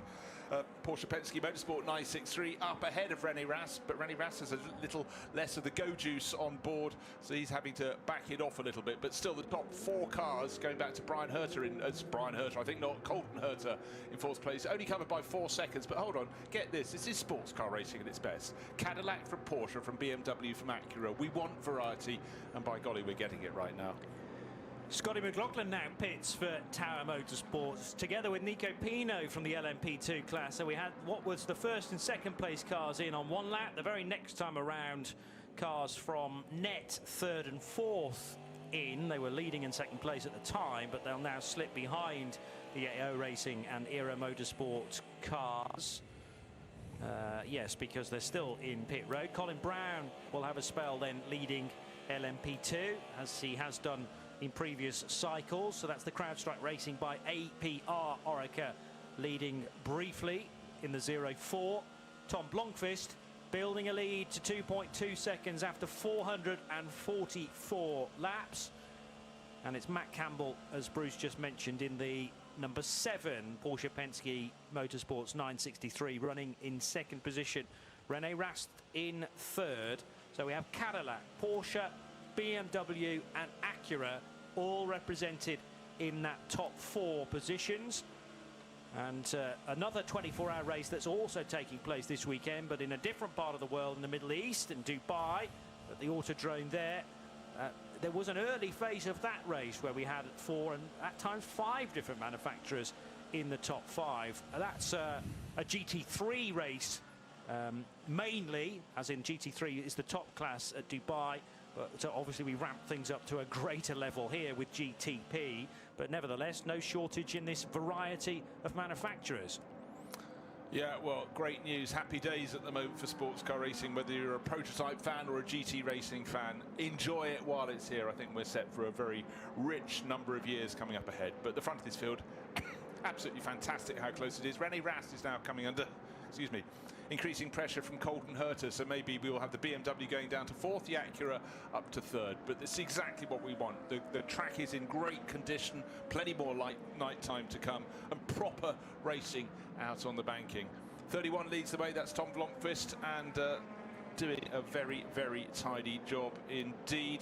And he's just put a lap on Alessio Picariello, just moved past the number 5, the Proton competition Porsche 963 that looks so immaculate to my eyes. It's black and gold livery, but at the moment Alessio Picariello, though he's only 6th in class, bear in mind at the restart he was fighting to get into about 3rd in that queue of cars, and he's lost a fair degree of time since then. I think a pit stop may well have been included to drop him back, but Tom Blomqvist putting another car between him and the chasing Matt Campbell. 0.6 of a second, no, 0.7 of a second back to the number 7 Porsche, but certainly Tom Blomqvist works this traffic really, really well. Very, very impressive. I am hearing on certain channels now that the 01 is a established an official retirement now, sadly, for Renger van der Zande. We heard from Joe Bradley a moment or two ago that it was very unlikely that that car would be able to rejoin, and 01 has retired is what I'm hearing. Just one of those bizarre moments with no warning whatsoever. There hadn't been any contact as far as I know. Renger van der Zande likes to wring the neck of a Cadillac, but they're built to take that abuse and for 24 hours, so that wasn't the problem. But presumably something in the innards of that car, probably electrical, has either been found or perhaps crucially not found, and it's going to take too long to chase and to rectify. So a real shame, and a big story that one half of the Cadillac garage will no longer be competing. It's all on a 31 then, eh? And fortunately for that car, it leads the race. Yeah, I mean, it is really astonishing. Wind the clock back several decades, and almost every car at this point in the Daytona 24 hours, all the Le Mans 24 hours, wherever you had sports cars racing from day to night, today again, would be nursing a mechanical problem. But that 01 Cadillac, as you say, these days, it's effectively a sprint race. You don't have to nurse your cars. You race the cars. Racing fine, not going at all. Out of the race. Quite extraordinary. But again, these cars, they're not bulletproof, but they're a whole lot better than they used to be in terms of mechanical reliability. But when it becomes an electrical problem, the things you cannot see, you cannot hit with a hammer, then it really is incredibly frustrating. And it may take quite a lot of electronic investigation to try and work out what it is. Maybe by now, if the official word is coming through, or the word is almost official, as the BMW number 25 comes into pit in the lights, dipping out on one side of the nose there. Rennie Ras bringing that in, and obviously he had got to the end of his power, needed a little bit of a reset, so he's brought that in. But quite a few of his rivals down now to about 25% as well. Race leader, in fact, Tom Blomqvist down to 5%, so he'll be probably in next time around. The 25 BMW, though, it's driver change time. Yeah, let's get to Joe for a CrowdStrike pit report on the latest stop for 25. Yeah, and as the 25 comes down off the jacks, it's going to be the fueling that takes the longest. We've talked about this all day long, haven't we? Tyres are done, cars off the jacks, and now we just wait for the fueler. That seems to take forever. The fueler is watching the fuel flow through the pipe. When it starts coming back on itself, that tells him that the tank is full. Well, the 25 tank is full, and that car resumes. To my left, we've got the 23 Heart of Racing Aston Martin. This is a car, pardon me, in the GTD Pro class that finds themselves surrounded by GTD cars from another class, and they're just off the tail, really, of the GTD Pro class proper, and really they're going to need to make some massive ground to get in contention for class honours in that. A little bit of a delay going on here. Looks like the fueling and the tyres is done, but a little bit of a tension in the car. And I'm not sure whether we saw a driver change on that 23 Heart of Racing Aston Martin. Did you guys say that there was a driver change on the BMW? There was a driver change on the 25. Connor Di Filippo, yes, has taken over that car. Right, we'll dive in. René Rast getting out. Yeah, we'll see if we get an insight. So we'll get back to Joe with that CrowdStrike pit interview in a tick. Meanwhile, enjoying the Cadillac on the infield, almost up to 450 laps completed for that car and those that pursue it, which is Matt Campbell's Porsche 963 from Penske. Wayne Taylor Racing with the Acura Colton Herta driven number 40 car, and Connor De Filippi rejoining the race in 4th spot, although we'll allow timing to just correct itself as that car rejoins. It takes a couple of sectors for that to do. LMP2 has now been reset after that latest round of pit stops, so I think everybody came in under green because they were all due for fuel within a couple of laps of one another. Paul-Luc Chatin for AO Racing back to the front in the number 99 then, and I noticed on our graphic Scotty McLaughlin, yeah, that is correct, in 2nd position now for Tower Motorsport, so he's actually gained a spot on Ryan DL. He did. He came in a lap later, but clearly things have gone better for him since the pit stop. Maybe slightly quick, less time at a standstill, so 3rd has become 2nd for Tower Motorsport with its black, grey, white and orange race livery, and Ryan DL just a little bit further back, another 1.5 seconds in arrears in 3rd place. Cars still coming into the pits, but most notably our race leader, Tom Blomqvist, brings the 31 Cadillac to a halt right now. So this is obviously a pit stop we need to keep a keen eye on. Also in on this lap, Colton Herta from 3rd position. Matt Campbell stays out though, as the wheel gun really struggled to get that front right wheel loosened. There were sparks as it finally gripped.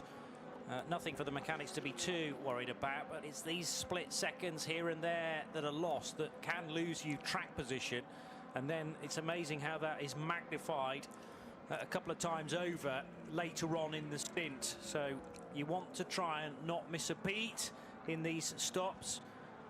Fabulous to have these two big teams so close to one another in pit road. It is the Cadillac that leaves earlier than the Acura, but that's fine because that's the order that they came in. Yeah, and Matt Campbell leading the race, you pointed out, the number 7 Porsche Penske Motorsport 963. That ought to be in next time around because he's got very little of the go juice left. Energy remaining 5%. Of course, all those coming into the pits have had theirs topped up back to 100. So Tom Blomqvist, Colton Herta going back out. Connor De Filippi, he's down to 95 because he went out a lap ahead of them. But an interesting little sideline. So it's IMSA.com GTP. I'm trying to remember what the catch was, the strap line. GTP hyphen telemetry. There you go. IMSA.com/GTP, as in the category dash telemetry. Exactly. And the full list of the GTP cars are there. Position, so current position in the far left column. Then under the car banner, who's at the wheel of each car and the number and the entrant too. And then you can find out how much energy is remaining. And Matt Campbell, thankfully, has pitted on this lap where he had 0%, probably 0.5% as he came in. And now as the fuel goes in, the energy is starting to be topped up. 30%, 35, 40, and it will go all the way up to 100% before the car is released. They're doing tyres, medium compound Michelins all around. You can tell that by the little yellow sticker element. It's not actually a sticker, it's a part of the sidewall, but the yellow with the M on it. Thank you, Rooftop Ray, for homing in on that. Tells us it's medium compound for another nighttime stint beginning at 3:47 in the morning. And then the long run towards pit exit. Driver raring to get going, but having to wait until they leave, go past the second part of the pit lane and turn left and left again to rejoin the track. But expect Tom Blomqvist, I would suggest, to be in the lead of the class once he's rejoined. He should have already rejoined in 31 Cadillac. Down in GTD Pro, it's Alessio Pierguidi who continues to lead the way for the Rizzi Competizione Ferrari team. LMP2, it's Paul-Luc Chatin, French driver who enjoys racing. Spike, and in fact loves racing in the States, but for AO Racing he's got that car at the sharp end of the field. So for now, Matt Campbell still listed at the top of the time charts, but we know he's brought that number 7 Porsche into the pit lane, hasn't quite exited the pit lane. So we will find out who goes to the very top. It might even be his own teammate. It's now Joseph Newgarden. We heard from him. Joe Bradley interviewed him down in the pit lane, working as our CrowdStrike pit lane reporter down there. He seemed very cool, calm, collected, and just hoping the double espresso would carry him through this next stint in terms of staying awake. But it's one thing sitting in the pit lane when you're not driving, sitting behind the pit wall, quite another once you're strapped into the cockpit. I think then the adrenaline kicks in. So Kevin Estre now leads the race, with Joseph Newgarden taking over the sister car from Porsche Penske Motorsport. That's the number 7. It's the 6 Porsche that leads the way. Tom Blomqvist coming out in 2nd place overall. Through the darkness goes the number 6 car then of Kevin Estre, with the huge banners that are to his right on the back straight. Nicely illuminated, not quite the amount of floodlighting on that back straight, although the corners he can pick out very easily indeed. This place no stranger to darkness racing, not only from this race but also from the NASCAR night race as well. As out of Speedway Turn 4 and into the tri-oval goes the number 6 car that is now in front of Joseph Newgarden.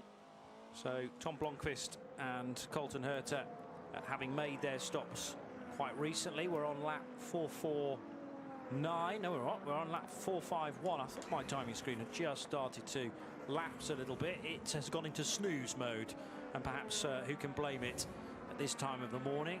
I'll try and do a quick refresh there. But Kevin Estre, the new race leader, by 13 seconds over Tom Blomqvist's Cadillac. It's a Porsche 963 prepared by Penske Motorsports that leads the way. Car number 6 ahead of 31 and 25, the Connor Di Filippi BMW, with 9 hours and 52 minutes to go. Remember, we started at 1:40 yesterday afternoon, so when we get to 20 minutes to the hour, that's where another race hour is ticked off. Although as we bring you this broadcast, of course, we'll be mentioning when we get to the top and bottom of the hour, as we call it in radio parlance as well. Give you a VP in-race update when we get to 4:30 a.m. Another quick top-up of how things are going in the various classes. Although hopefully we'll keep you in tune away from that update as well. Alessandro Pierguidi for Risi Competizione and the Ferrari.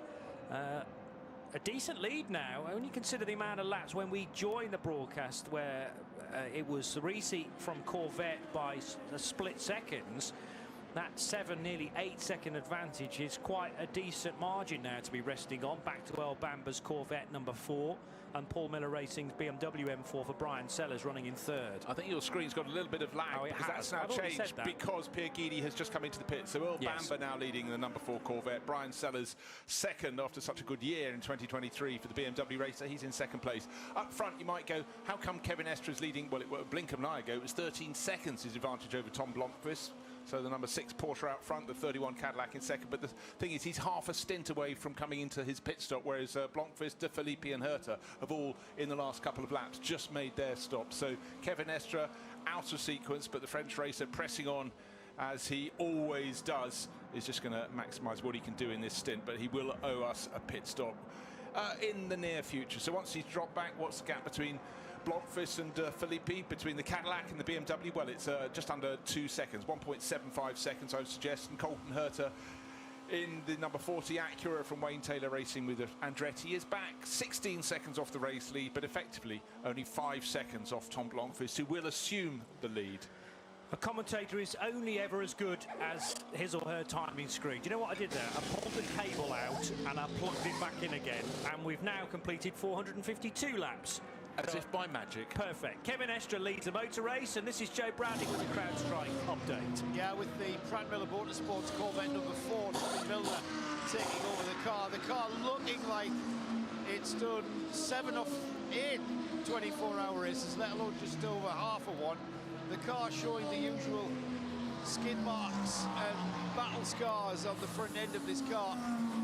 As Tommy gets in, he's going to be given a fresh set of Michelin tyres to start his stint with, and a bit of windscreen cleaning going on there. There's still a few tear-offs on there, and there's the Pratt Miller Motorsports Corvette soundbite for you, everybody. Thank you very much, Joe. Love it when you open your mic during, when you're doing an interview down there and you get the start-up, particularly of the GTD cars. They do sound great. And Pratt & Miller, I don't think that it's in their rule book they're allowed to run a car that doesn't sound absolutely magnificent. And again, you talked about the battle scars, the skid marks, the rubber dents on the nose of the number 4 Corvette. And you know, it's great, but again, you look at I love looking at what the mechanics do, sort of in the middle of the night. Someone out there on the pit apron with a little air wand, just blowing down to try and clear the radiator halfway up the hood of the car. Anything counting. Only one of the tail lights is working on the number 3 Corvette, I've just noted, as it's going through the infield. Just noted, but it has been like that for about an hour and 50 odd minutes at least. I was watching from the other side of the car. Fair enough.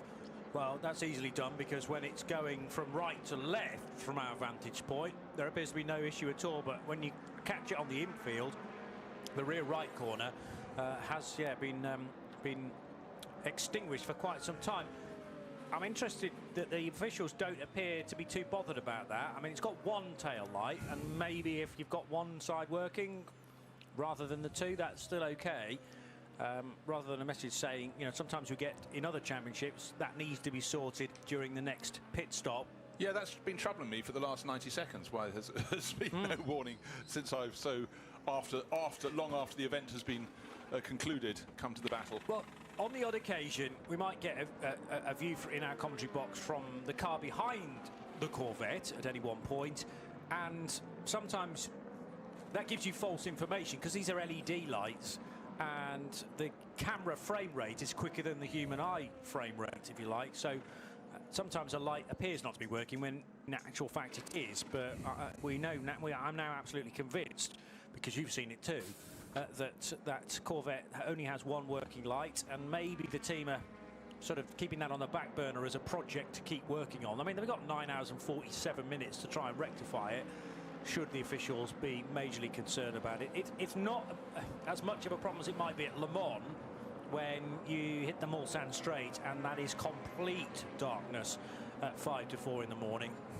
Here, at least there are a lot more lights on the stanchions so that you can pick those cars out.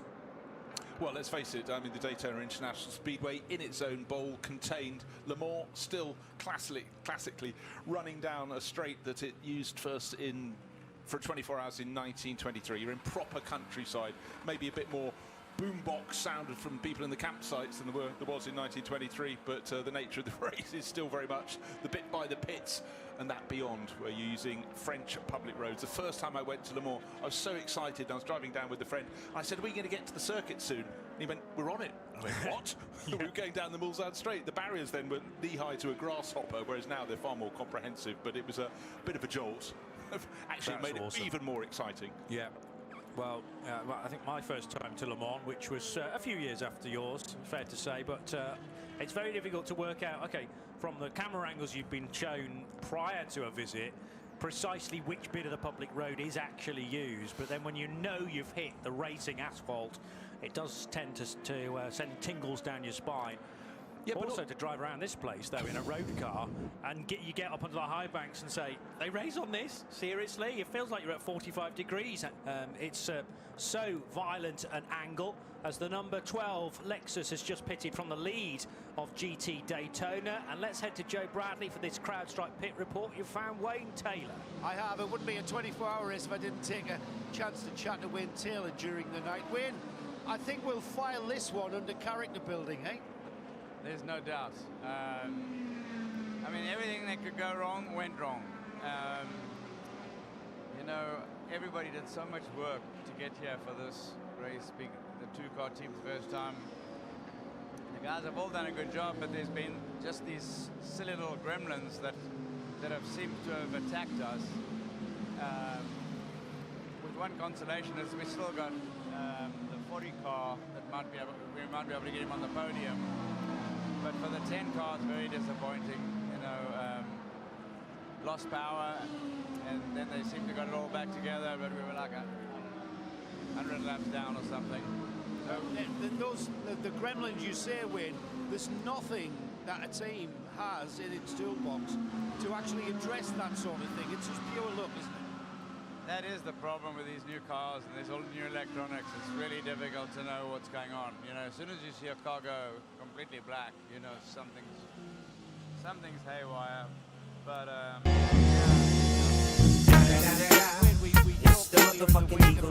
Snoop Dogg. You know what happened with the D.R.E.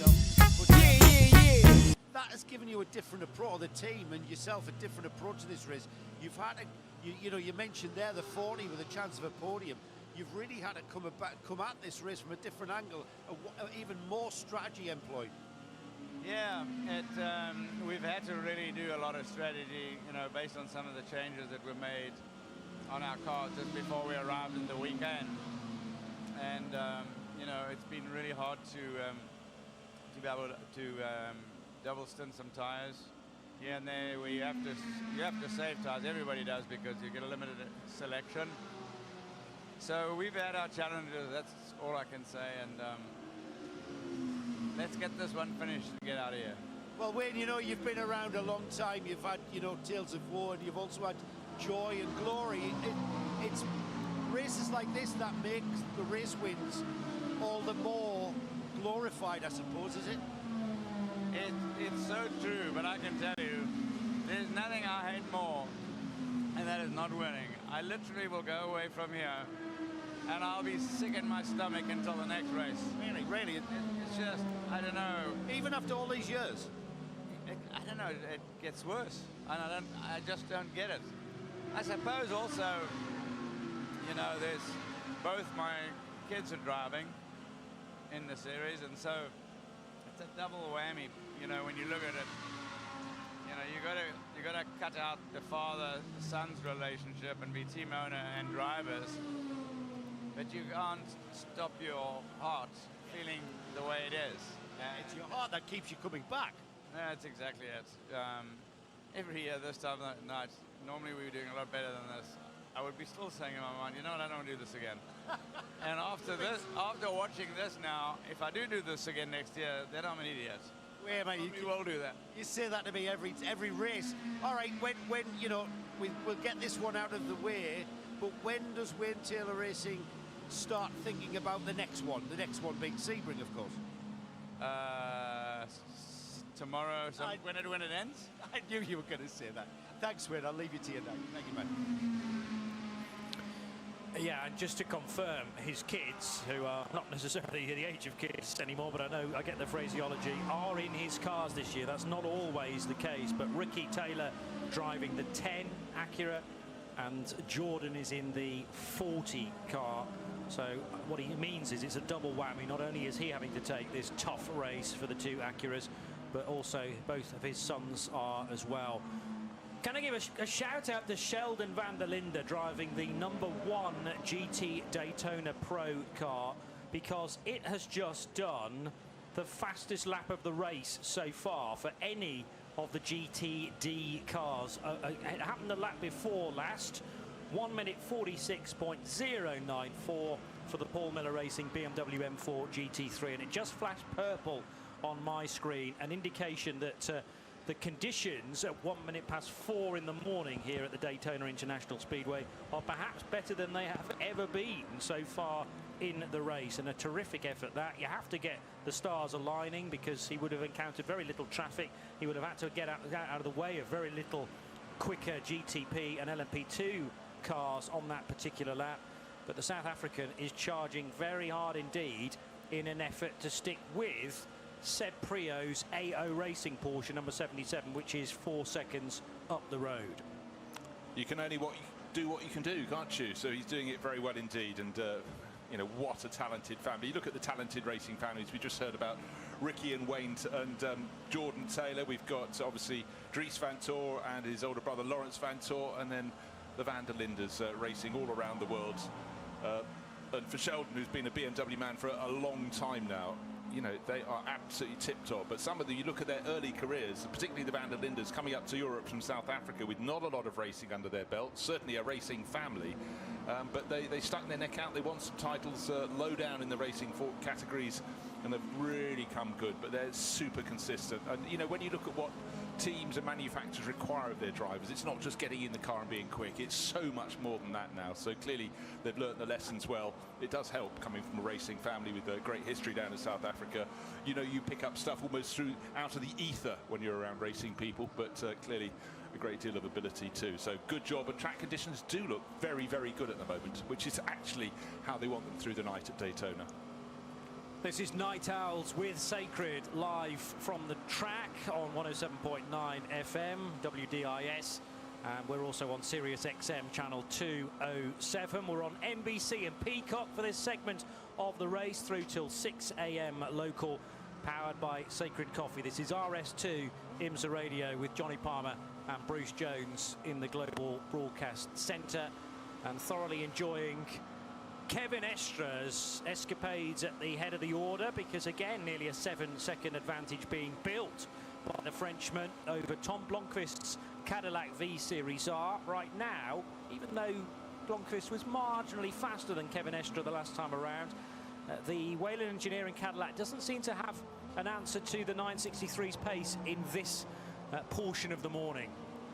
Kevin Estra is getting towards the end of his stint, and Tom Blomqvist has actually brought that down from over 11 seconds. In fact, when Blomqvist rejoined in the number 31 Whelen Engineering Cadillac, he was 13 seconds down, so he's got that speed. But then he'll be, when Kevin Estra dives in out of the lead and Blomqvist assumes the lead, of course Kevin Estra will come out with 100% tank capacity, and in terms of the energy, and at that point presumably Blomqvist will be down to about 50%, but certainly Blomqvist sitting pretty, because in this stint the important margin is not so much his gap to Kevin Estra, it's the margin to Conor de Filippi, who's currently in third, effective second, because he too had served a pit stop recently, because it's gone out from about a second to what we're looking at there, 4 and a bit seconds. So certainly with each lap, 31 Cadillac just gaining a little bit more of an advantage over the BMW.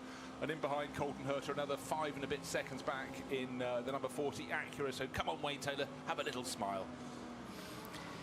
I think it'll need to be later on in the race, and that car to be in this position still, for him to start to realise there still might be the chance of getting a good result. He suggested that the 40 car might well be able to sneak onto the podium, but crucially for Wayne, it's not a win, and it's going to stay with him potentially for the next month and a half until we hit the concrete at Sebring for round 2 of the IMSA WeatherTech Sports Car Championship for 2024.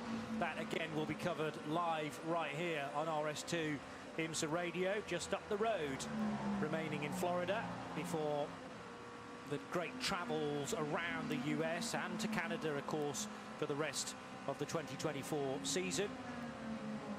Side-by-side LMP2 action now, and this is the CrowdStrike 04 car on the inside with Colin Brown, Nico Pino in the other car, number 2 of United Autosports, and they through the last split were separated by just 0.2 of a second. Pino still just about ahead of Colin Brown. So actually, Brown's just got back ahead coming out of the Le Mans chicane. So they were side by side. And Nick Boole in the Inter-Europol by PR1 Matheson Motorsport car has just made a pit stop and returns to the racetrack in 7th position in LMP2. But it's poor Luc Chatin who continues to lead for AO Racing. This is a mightily impressive stint from an LMP2 specialist. He's been a multi-champion in the European Le Mans Series, most recently in 2019 when EDEX Sport took victory in the ELMS, but also been a champion at the World Endurance Championship level as well. I was going to call him a safe pair of hands. He's an awful lot more than that, poor Luc Chatin. Yeah, also won an LMP3 title in the European Le Mans Series back in 2013. Overall champion in 2014, as you said, 2019. You don't just do that by mistake. And IMSA P2 champion last year with Ben Keating. So clearly stateside, as I pointed out a short while ago, is really where he loves his racing right now. I know he's a very, very popular member of the team, probably because he's quite nice out of the car as well as being quick when in it. Because, you know, that's still a massive factor. When drivers come across from single-seater racing, some, of course, are not even going to single-seaters anymore. They start their careers and move almost directly into sports cars or GTs or whatever to step up the order. But you know what, the dynamic between people, they're not just together at the racetrack, they're together in the hotel, they're together on the flights together around wherever they're going. But certainly for Paul Chatin, I was hearing, I think it was PJ Hyatt being interviewed on Friday, and he was you know, speaking in glowing terms of the Frenchman. The racetrack again in very good condition right now, because there were back-to-back personal best lap times in GTD last time around. Yeah, that's very recent data. So for Rahel Fry, not just a PB for her, but for the 83 Lamborghini itself, the 147.774, and Mirko Bortolotti in the number 19 car has just done a personal best time for the number 19, which is not in that leading gaggle. In fact, it's not had a great deal of luck, but in the sister Iron Lynx Lamborghini, maybe they've set those cars up to be supersonic in the nighttime hours. Car 19, unfortunately for Mirko, down in 9th position in GTD Pro. Can I offer you a change of positions in P2, because Ryan Dalziel's just moved up to second in class, just moving ahead of Scott McLaughlin, so number 18 ahead of number 8, and right on their tail is Brazilian racer Felipe Fraga. So good little scrap. All those 3 cars covered by about 1.5 seconds. Out front, however, in class, Paul Le-Chatin, we've just been speaking about him, 7 and a bit seconds clear, but certainly Ryan Dalziel, who was second in class ahead of the pit stops, has got back ahead of Scott McLaughlin, who was third before the pit stop. So maybe it was a case of as you were, gentlemen, but certainly that was very neat and tidy, and the move done very well indeed. Now, I mentioned the CrowdStrike racing by APR, Algarve Pro Racing Orica, driven by Colin Brown at the moment. He is 5th, but the man looking after the initiative, together with wife Samantha Cox, is Stuart Cox, now with Joe for this CrowdStrike report. I'm doing the rounds of the team principals during the night, Stuart, and I just want to see, you know, how you guys are doing. You're the man with the name at the top of the shop, if you like, or above the shop. What's it like so far for you guys? Without hexing it, Stu, is what I mean. Yeah, we don't want any of that. Mind you, saying that, earlier on we had a bit of an issue that's actually cost us a bit. Colin, on the couple of restart ago, just went up the inside of the Ligier, and Fraga in the 74 car was just in front of us, and there was a bit of a gap, and I wouldn't say he was necessarily going for the gap, but it just panned out. He ended up tapping the back of Fraga, and we've got damage on the front clip. Now that's actually costing us lap time, which is why we've actually gone backwards.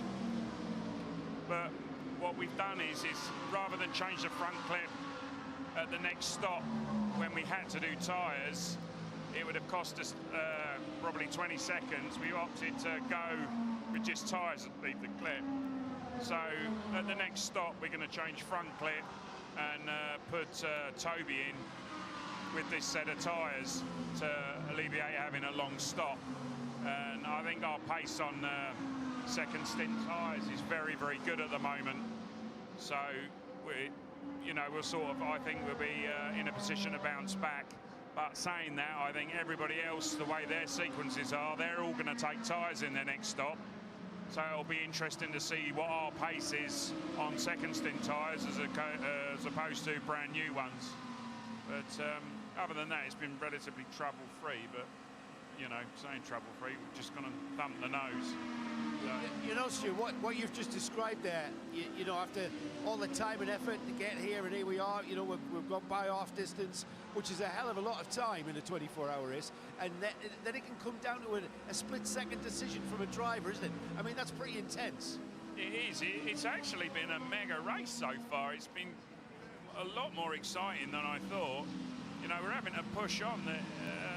Normally with these sort of endurance races where you get your wave buys, you can do a lot of fuel save and take it easy, because the race generally comes down to the last 20 minutes, as we saw from last year. But now everybody's starting to push on, and they're racing bloody hard. So it's been very good, and even the spectators are enjoying it. Stuart, I know you've got a lot of experience in this sport. You know, the highest level. You worked in Formula One. The intensity is, you know, it's a little bit different, isn't it, on these long, drawn-out races, or is it? You tell me. No, not really. You're still managing, you know. You listen in Formula One, it's all about looking after the tyre. You're managing, so you're not necessarily driving the car as fast as it can go on that lap, because you're looking for the pace in laps down the road, you know, further laps, like lap 9, 10, 11, 12, for instance. So you can't just go out and murder the tyres on the first few laps. So it's all about managing the tyre. So it's very similar. We're having to push as hard as we can, but we're being very careful not to upset the tyre and have the tyre fall off a cliff, which we don't want. And what about managing people? Because as team principal, you have to be the team psychologist, the team mother, the team social worker. And you've got to motivate the men and women in the team as well, haven't you? You're shaking your head there, Stu. You did. Good job of not telling. No, you're exactly right. It's murder. That's the hardest bit, isn't it? You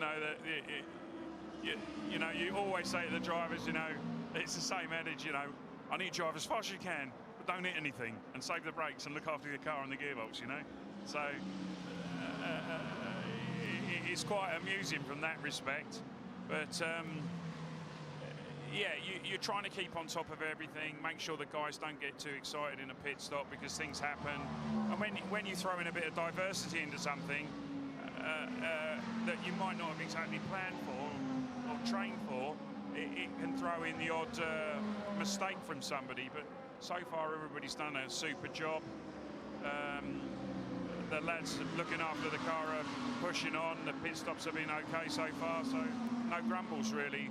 The two race engineers down here, David and Jeff, are doing a cracking job, and I'm just up here when I see, and I can add a little bit, which I do, a bit of old school not engineering but strategy. Looking at the race, they've got computer screens that, you know, it'll take me a month and a half of training before I can understand what they're looking at. There's so much going on with their the information that we get sent to us, where we use this pace tech system for strategy and help, but sometimes it's just down a bit of a seat of the pants call at the right time, and there's been a few of those made here this evening. So as you saw, we had George had to jump back in because there was 7 minutes more driving time, so we made a call there, and that was not really, you know, just looking at how it would pan out, and that was a quick call. Both drivers were ready, and literally on that lap, as the car was called into the pits, we made the decision to put George in and not Colin. And then it worked out really well because the way the other cars were running, we were in a position to do what we needed to do. So, you know, just got to keep pushing, and the aim is to come and win it. Thanks, Stu. Fabulous insight there at APR, CrowdStrike Racing with APR. Now, during that pit report, we had a couple of stops for the 6 and the 85. How about this for a late call for the number 6, though, that had to come right across the nose of a GT car. That was one of the Porsches, wasn't it? So they were going on the radio, I'm sure, pit, pit, pit. And Kevin Esther was thinking, well, I'm on the right-hand side of the circuit. I can't get to pit road. Yeah, it's easy for you to say. Yeah. Talk about a close call. Do you know what? That is years of racing at the Nürburgring Nordschleife, I reckon, paying dividends, because you've got to know the dimensions of your car and also your surroundings, if you like. And he knew that he had to come in, probably because the energy reader was down to single digits, and Kevin Esther pulling that off to an exemplary fashion, and he stays at the wheel of the car, whereas Richard Westbrook, who also pitted at the end of that particular lap in the 85 JDC Miller Motorsport car, there was a driver change there, Westy getting out, and Tijmen van der Helm, the young Dutchman, taking charge. But what about that, Bruce? Slicing his way through GT. It'll be on the highlights tape, that's for sure. Big time. Whoa. Now then, Joe, pit stops for LMP2, and yes, from the lead of the LMP2 class, you've just gone from APR and CrowdStrike talking to Stuart Cox. Paul-Luc Chater comes in spite the Dragon. Yeah, I'm not omnipresent, Johnny. It's just they're next door to one another, and I popped out the CrowdStrike pit just as the 99, the Dragon car, the purple and orange Dragon liveried car, and that's the car pulling away there. I got there quite late. I'm not sure. Yes, we have got Paul-Luc Chater out of the car, so we'll see if we can get a chat with him. Give me a few minutes, guys. Let the driver cool off, and then I'll give you a shout. I was going to say, give PLC a few minutes just to debrief and to catch his breath. He's a fit guy, but he'll need a bit of water because it's a warm night here at Daytona. Also in on this lap is the number 2 of Nico Pino, young South American, and the United Autosports car USA. United Autosports USA in from 5th position. Christian Rasmussen taking charge of the number 18 Era Motorsports Orica, and that car rejoining too. Yep, nice clean pit stops down there, and just waiting to see indeed who has taken over from Paul-Louis Chatin. Really, really strong run for AO Racing in Spike, the car that's drawing a lot of media attention all around the world. Following on from Rexy, of course. It just adds something rather different. Whenever I saw Rexy, I always thought about the Flying Tigers after the Second World War, based out in the Far East, with the beautiful teeth on the nose of their planes, long time ago. But again, in a pack of so many cars to stand out, you have to do really something very different indeed. The Tower Orica also in the pits now, came in a lap later. That was running very, very nicely in the hands of Scott McLaughlin. Went out after its pit stop into second place, came down one position to third, but all very tight. But we'll see where that one slots back in. But the P2 battle, as with pretty much every battle, is very tight indeed. At the moment, the only class that hasn't got a close battle because of the pit stop sequence, not for any other reason, is the GTD class, and Indy Doncher's leading that in the Winwood Racing Mercedes by 30-something seconds. But once he gets into the pit cycle with the others, Kenton Cook is very much in the mix. And let's go down to hear from Paul-Louis Chatin because he's with Joe Bradley. Well, we expected the LMP2 fight to be intense, and that's what it's turning out to be. And you're right there in it. Yes, exactly. You know, LMP2, it's always really tight. There is no BOP at all in the LMP2, so we just push from the first lap till the end. After we have to chip the car in one piece until the last hour, because it's where it's matter. But the team is doing a great job. We had a small issue at the beginning of the race, but now the car looks better and we are able to fight. So I think our pace starts to be good, and we need to keep working like that, but step by step. Are you absolutely flat out, or are we looking after tyres, or is it really just a sprint race over 24 hours? Yeah, it's more or less a sprint race over 24 hours. Of course, we take a little care in the traffic because we don't want to have any issue right now. So I would say we're at 99%. Thank you, Paul Chatin there. Isn't that incredible to think that the LMP2 battle is literally that, just a battle flat out, driving those cars as fast as they can. The 32-year-old Frenchman from just to the southwest of Paris, but has been an international racer and very successful, as Bruce mentioned, last year here in the IMSA WeatherTech Sports Car Championship. They're doing the front clip change, I notice, on the 04 now, so the nose damage, particularly on the front right corner, missing a dive plane. So during a scheduled pit stop, that work being carried out. It was interesting to hear from Stuart Cox at APR that that had been left for a bit, and now the opportunity to get it changed. There's a fair chunk out of the nose, and you can see why, Bruce, it was losing so much time. Yeah, certainly the front right headlight and underneath it, well, it's not really attached to the bottom part of the bodywork. There's a great big chunk missing, and you could just imagine the effect, particularly going high on the banking, of that getting airstream in where it's not invited to go in from the design studios of Orica. But again, Stuart Cox at APR, just talking, Crowdstrike Racing by APR, talking about how he's got all these people with incredibly clever telemetry and things, but you still got that sort of seat of the pants team manager at the top of the chart, and he took that decision, went, you know what, we're going to lose more time if we do it this way, let's do it the next way. Sorry, Toby Sowery will now at least go out in a car that's going to be handling rather better than it has been for a while, but it is about managing the small things to add up to the big picture. And Stuart Cox, I mean, he really has been there, seen it, done it, and I just like that old school approach, actually. Clearly the attitude as well, that he couldn't even understand how to turn a lot of these computers on. No. I do like that. He doesn't need to. He's got people who know how to do it. That's their job. He has to bring all his experience to bear, and that's what he does. Play to your strengths. And Stuart's been doing this an awfully long time and brings with it, therefore, the necessary and crucial experience. And the boffins that operate the computers in the background, well, they're employed for precisely their skills as well. And it's all combined into a team effort. It's easy to forget that a motor race is totally about the team behind the scenes as well as the nut behind the wheel, as they're so often called.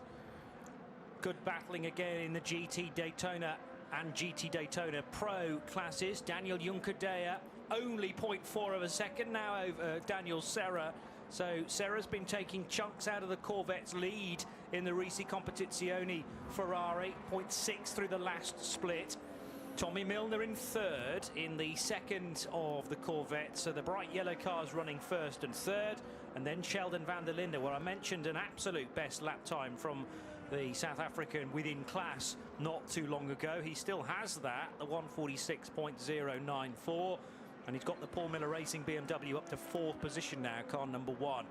And is this a potential overtake? It's the 62, no, not behind the number 3. It's go behind the 120, which is the Chris Chiphart Racing with Wright Motorsport Porsche, passing it really rather easily around the outside. But again, it's about one driver realising he's not in the battle with the other. Let's not slow either of us down. It's maturity, it's totally sensible, and certainly that red Ferrari from Rizzi Competizione going very well indeed. They're in different classes as well. One's GTD Pro, that's the Ferrari, and certainly it's a GTD only for Chiphart Racing with that blue Porsche. So with its one functioning tail light, the Corvette of Daniel Juncadella now approaching the International Horseshoe. Risi Competizione's Ferrari just to the left of the BMW of Connor De Filippi, who heads out of there with the Corvette right in front of him through the kink, and had to just feather the throttle there because there was there's no way by the Corvette into the Eastern Horseshoe, I don't think either. He can get around now on the outside line, just about clipping the curb, which briefly unsettled the car, but nice control in the end from De Filippi, who maintains that second position. Cannot afford to be losing too much time though on Colton Herta behind, who's also missing some tail light on the Acura, I've noticed, as that hits the high banks once again. Yeah, traffic doesn't affect all the drivers equally. Some laps it comes to you, some laps it just obstructs you. But certainly the lap last time around for Connor De Filippi was best part of 1.5 seconds slower than race leader Tom Blomqvist in the 31 Whelen Engineering Cadillac. That did a 1 minute 37.7 second lap, 1 minute 39.2 for Connor De Filippi, 1 minute 38.3 for Colton Herta. May have been traffic delaying Connor De Filippi, but if that degree of difference continues, his margin over the chasing Colton Herta will come down to next to nothing. Let's see if this lap, free of traffic, or is going to be relatively free of traffic through to the end,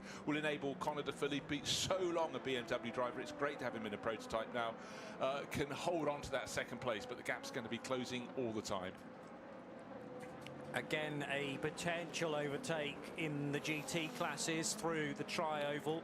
So often the cars get really close on the braking area there. This is the Winward 57 car that actually leads the class. So this will be some lappery on the 43 Porsche, which actually makes way for 57 Indy Doncia. So it's Gabi Chavez in the Andretti Motorsports Porsche, realizing that the GTD leader was wanting to get by.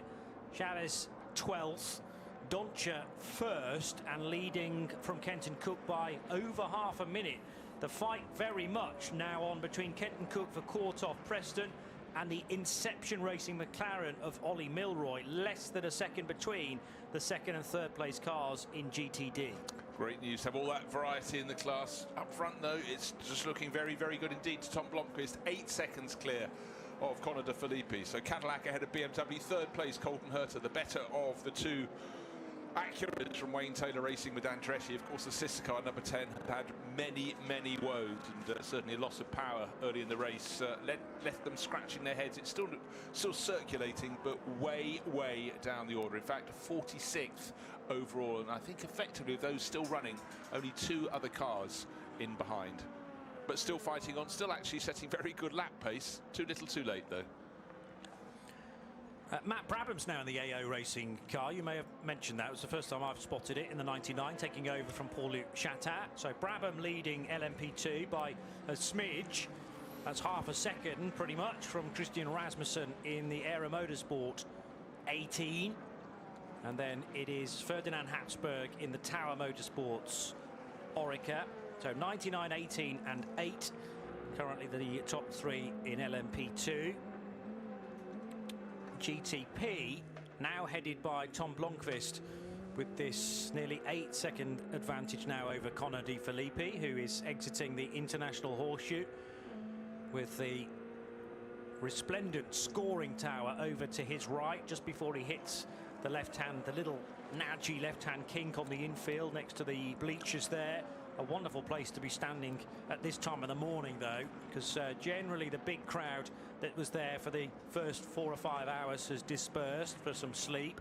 And a number of times in the past I've headed to the infield section, because this race really, it does take on a completely different complexion in the dead of night. And you can get so close to the cars as well. On the inside of that left-hand kick, you realise quite how fast they're going. Yeah, but you know, while the grandstands may empty, in certain areas they remain full. The campsite, there are always people doing something, whether they're just nipping out of their tent to go and check what's happening on the banking, or whether their barbecue's ready to go. In the night, there are still people moving around, so it has its own camp within the camp nature. Right, I'm very pleased to report Conor De Filippi got completely back on the pace of the race leader on that last lap. So clearly the previous one, traffic was in the way of that number 25 BMW, but he is down to next to no juice left on board. Energy remaining 5%. Race leader Tom Blomqvist down to 15%.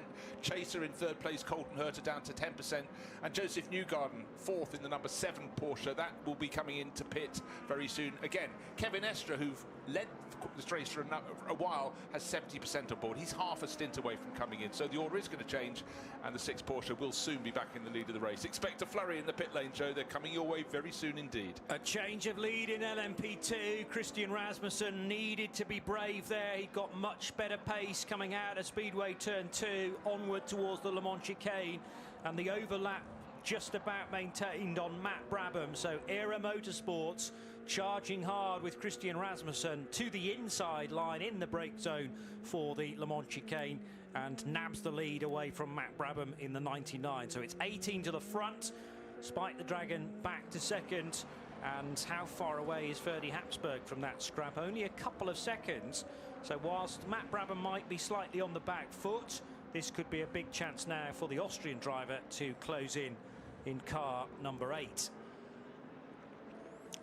There really is some good racing under cover of darkness here, isn't there? You know, it depends. You really feel the camera crews are just trying to work out which gaggle to pick up on, but they're sport for choice. Almost at any point around the banking, we've got a class battle. The only class that's you know, an enormous margin between first and second remains to be GTD, where the Winwood Racing Mercedes is sitting very pretty, 35 seconds to the good. That's Indy Dolce, the Dutch racer, head of car number 32, which is the Courtois Preston Mercedes. So Mercedes 1-2 in class. Third place, McLaren. Right on the tail of Kenton Cook is Ollie Milroy, the number 70 Inception Racing 720S. But Indy Dolce sitting on a chunky lead. Nobody else in the other 3 class can afford to back off for a nanosecond.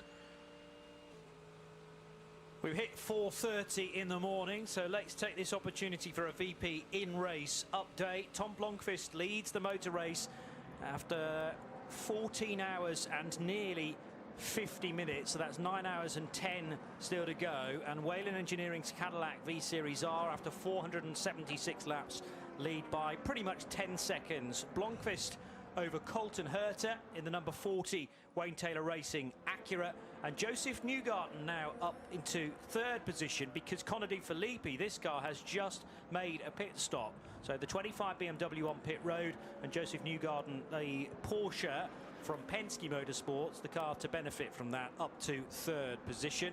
In LMP2, it's the number 18 Christian Rasmussen driven Era Motorsports Orica after a splendid overtake just 2 minutes ago on the AO Racing Orica, the bright purple Spike the Dragon liveried LMP2 car of Matt Brabham. They were side by side in the braking area for the Le Mans chicane, and Rasmussen coming out in front. 18 leads 99, and the number 8 Ferdy Hapsburg Tower Motorsports Orica is in 3rd position. GT Daytona Pro has Daniel Juncadella leading in the number 3 Chevrolet Corvette from Corvette Racing by Pratt & Miller. Ferrari 296 of Risi Competizione just half a second back though for Brazilian Daniel Serra. So Spain versus Brazil there for the 3 and the 62, and it's American driver Tommy Milner for the number 4 Corvette, who is in 3rd position. GTD headed by Dutchman Indy Dolce for Winward Racing in their Mercedes AMG number 57, ahead of Kenton Cook for Courtois Preston Motorsport. And there's about 35 seconds now separating the 2 AMGs GT3 cars in GTD. 3rd position is Ollie Milroy's number 70 Inception Racing McLaren, so representing the UK and Woking to be more specific, the McLaren 720S GT3 Evo. That's another VP in-race update. live from the Daytona International Speedway. Around the world on RS2 IMSA Radio. We're at the track on 107.9 FM WDIS and on Sirius XM channel 207. And another 90 minutes or so of the Night Owls with Sacred Stint. Bruce Jones to my right. I'm Johnny Palmer. We've got Joe Bradley in the pit lane providing our CrowdStrike pit lane reports. And the number 3 car, I've just talked about the 3 car being the race leader. Well, no longer, albeit briefly, because Daniel Juncadella arrives on pit road for a scheduled stop, Bruce. Yeah, the one I was watching was actually the very slow pit stop, the long pit stop for Conor De Filippi. Came in second place, a lap ahead of the race leader who's just come in now, which is Tom Blomqvist in the 31 Whelen Engineering Cadillac. But the bodywork at the rear of the BMW was removed. It looked like the gearbox oil was being topped up. But for Conor De Filippi, that's dropped him from 2nd down to 7th place. So that's not quite what the doctor ordered, but the American racer back out onto the track. And again, of course, you do have rolling repairs through in the midnight hours. The Acura in second that came in from what was 3rd place, Colton Herta, also sitting in the pit lane at the moment. The Whelen Engineering Cadillac, nice, clean, slick pit stop. It looks like it's going to be very much the same for the number 40 Acura as well, so that gets going as well. That's the red and black Acura. The sister car, number 10, was the one that had the problems. The blue one still going, but way down the order, all the way down, actually having just served a pit stop as well in 46th position.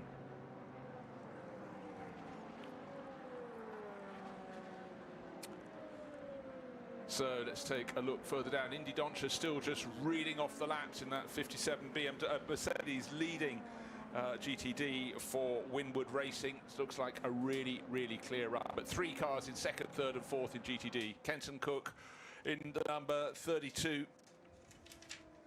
A Mercedes from Courtois Preston Motorsports. Ollie Milroy in the number 70 Inception McLaren. And 80, which is Rui Andrade, who shares with the Lone Star Racing Mercedes. That's 3 Mercedes in the top 4 in GTD with Sally Yoluk, and of course Scott Andrews and Adam Christodoulou. That's been in the lead of the class before, but at the moment Indy Dontcher leading comfortably for Winwood Racing. Not a good sight with the number 14 Lexus RCF of Vassar Sullivan in the garage. So behind the wall, it's gone back to where the 14 crew are based this weekend. Kyle Kirkwood brought that car in with clearly a significant problem. So once again, similar to BMW in the GTP ranks, it may well be that Lexus have firmly concentrated on the number 12 car and trying to get that initially up into the top 6 and maybe scraping a podium. But even that seems like a tough ask for Frankie Montecalvo et al. At this stage. Porsche Penske Motorsport 963 arrives on pit road, and this will be the number, is it number 6 or number 7? 7 car. Only look at the nose rather than on the side. And a windscreen clean as well. So from the lead of the race, Joseph Newgarden is in. Pipa Dirani has just come in and gone back out again, and Colton Herta back out into the race as well. So that will mean that the lead of the race flips from one side of the Porsche Penske Motorsport initiative to the other. 7 bails out of the race lead, albeit briefly, and Kevin Estre back to the front. Well, I mean, he was really entertaining to watch, not least for that pit road entry for the previous stop right through a load of GT cars. Hang on a minute, more dramas for BMW. Now, they're going to hope this is for the 24 rather than the 25, but it's not, because the 25 of Conor De Filippi pitted not too long ago, and now this is losing an awful lot of ground as well, Bruce. Yeah, I saw something being topped up at the rear of the car. I think it was gearbox oil, and I did worry the other crews from the other class front runners in GTP were not doing that at this particular pit stop, but I thought maybe it's BMW, it's just a routine efficiency, but clearly a scurry back in. While that was happening, I saw another mechanic who was out on the apron having to sprint to the pit wall to get something to put in the car. Then I saw it was whatever fluid was being put in the back, but clearly something untoward. So Conor De Filippi, I had that slight concern ahead of the pit stop that he wasn't running at the pace of race leader Tom Blomqvist in the 31 Cadillac, but then it proved to be traffic. He was lapping within a few tenths of a second once they got clear of the traffic all over again. However, then it was the time to come in the pit stops. He pitted a lap before the 31 Cadillac, but it was a longer pit stop, and now Conor De Filippi back in the pits, but down in 7th place. He's now 1.5, 2 laps in arrears, so this is going to be very costly for them. And bear in mind, the sister car, the number 24, was running right in the mix, but about an hour and a half ago came to a standstill just ahead of turn 6, just going out of the infield horseshoe. And that has lost an awful lot of time. In fact, I have to scroll down to 14th position and 14 laps off the lead of the race. That's Dries Van Tor in the sister car. So for the Rahal Lanigan Racing BMW crew, always looking pretty good at the midway point in the race, and then suddenly things have started happening. But unfortunately for them, it's been on not one of their cars, but both, and that's where the real misfortune comes. Pit stop there for the number 32, caught off Preston Motorsports Mercedes AMG, and Kenton Cook, after at least a double stint, is now out. And Maxi Goertz welcomed back into the 32 car. It's dropped to 6th, but with Goertz at the wheel, you can guarantee that it will be able to make up a few more places between now and the end of this stint. It is 22 minutes to 5 in the morning. Kevin Estre is the new race leader in the number 6 Porsche Penske Motorsport car from Cadillac 31 and Acura number 40. As we can take another CrowdStrike pit report, here's Joe. Yeah, it's a 77-year-old Porsche coming in for a pit stop. Tyres and fuel only, though. The driver staying on board. Replenished drinks bottle, but he needs that in this humidity. It's cooled off massively since this early evening, but here we are in the middle of the night, and it's still very, very hot, hot, warm and sticky. So what it must be like in those cars. Engine still running while the fuel goes in IMSA. And then the obligatory wheel spin just to scrub the sheen off those brand new Michelins. Thanks, Joe. I'm getting word, actually, that part of the reason why the 32 came in, and then presumably then consequently done a full pit stop, i.e. with a driver change as well, is that he actually got black flagged, the 32 caught off Mercedes. Operational requirements, which rather covers a multitude of sins. It's one of those phrases that doesn't give you much information at all, but I can understand why they use it, because there could be all manner of reasons why it needs to stop. But the 32 black flagged and then presumably permitted to rejoin after those operational requirements were met. Absolutely side by side in LMP2, and around the outside goes the orange and white Tower Motorsports car on Spike the Dragon. A terrific overtake down through turn 1 from Ferdinand Habsburg to pick off Matt Brabham on the high side of turn 1. You don't see that too often, Bruce. Ferdinand Habsburg does nothing that's not extravagant, and I think that's an extravagant, fabulous move around the outside. He'll be chuckling his way around the banks, the Austrian aristocrat. What a great inclusion. He is in any championship such a character, not just fast on board, but, you know, he entertains and keeps the team's mojo up when he's in the pit garage as well. But by golly, he can race. So that was a fabulous move. And again, Daytona just offers something very, very special. No wonder it's caught on as a formula since 1966. 24 hours on the banking and infield, it's a cracker. But again, Ferdy will be talking his way through that moment many times when he finishes his stint. But that was a brilliant, brilliant start from him there. The real advantage of doing it that way, and you've got to be so brave and confident indeed in the car that it's going to do what you expect it to do, but outbraking someone to the right-hand side as you come off the banking, which is what Ferdy's doing on the very next lap now, and staying on the outside line, the reward, the instant reward, is then the inside line for the International Horseshoe. You can be neck and neck with someone through the right and left sweeper round the back of the pits, and then crucially have the inside line for the next corner, which is the right-hander at turn 3, I think it's normally called, even though it's sort of turn 4. So yes, that's precisely how Ferdy picked it off, and it can work well in somebody's head, but then in reality you need the stars to align for it to happen without any contact, and just the perfect example of it. You know what, you're quite right.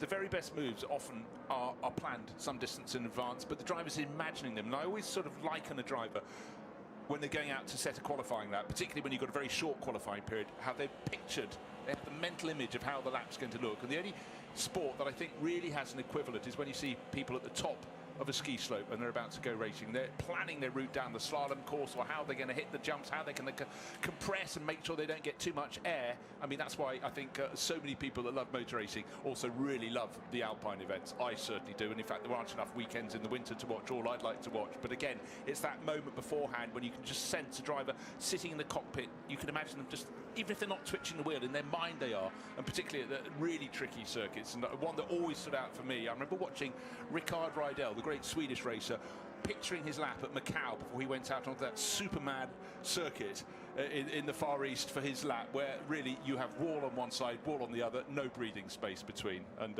you know, so many drivers do it, but some are just far more visual they're in their zone. You know, don't talk to me now, I'm at turn 3. No, you're not sitting in the pit lane. It's a fantastic analogy, and yeah, wholeheartedly agree with that. There are so many unknowns in motor racing. I suppose you want to settle on the knowns first and have those pre-planned in your mind, and then your brain can be fully occupied by the unpredictable nature of this sport. Joe's got a little more for us down in pit lane.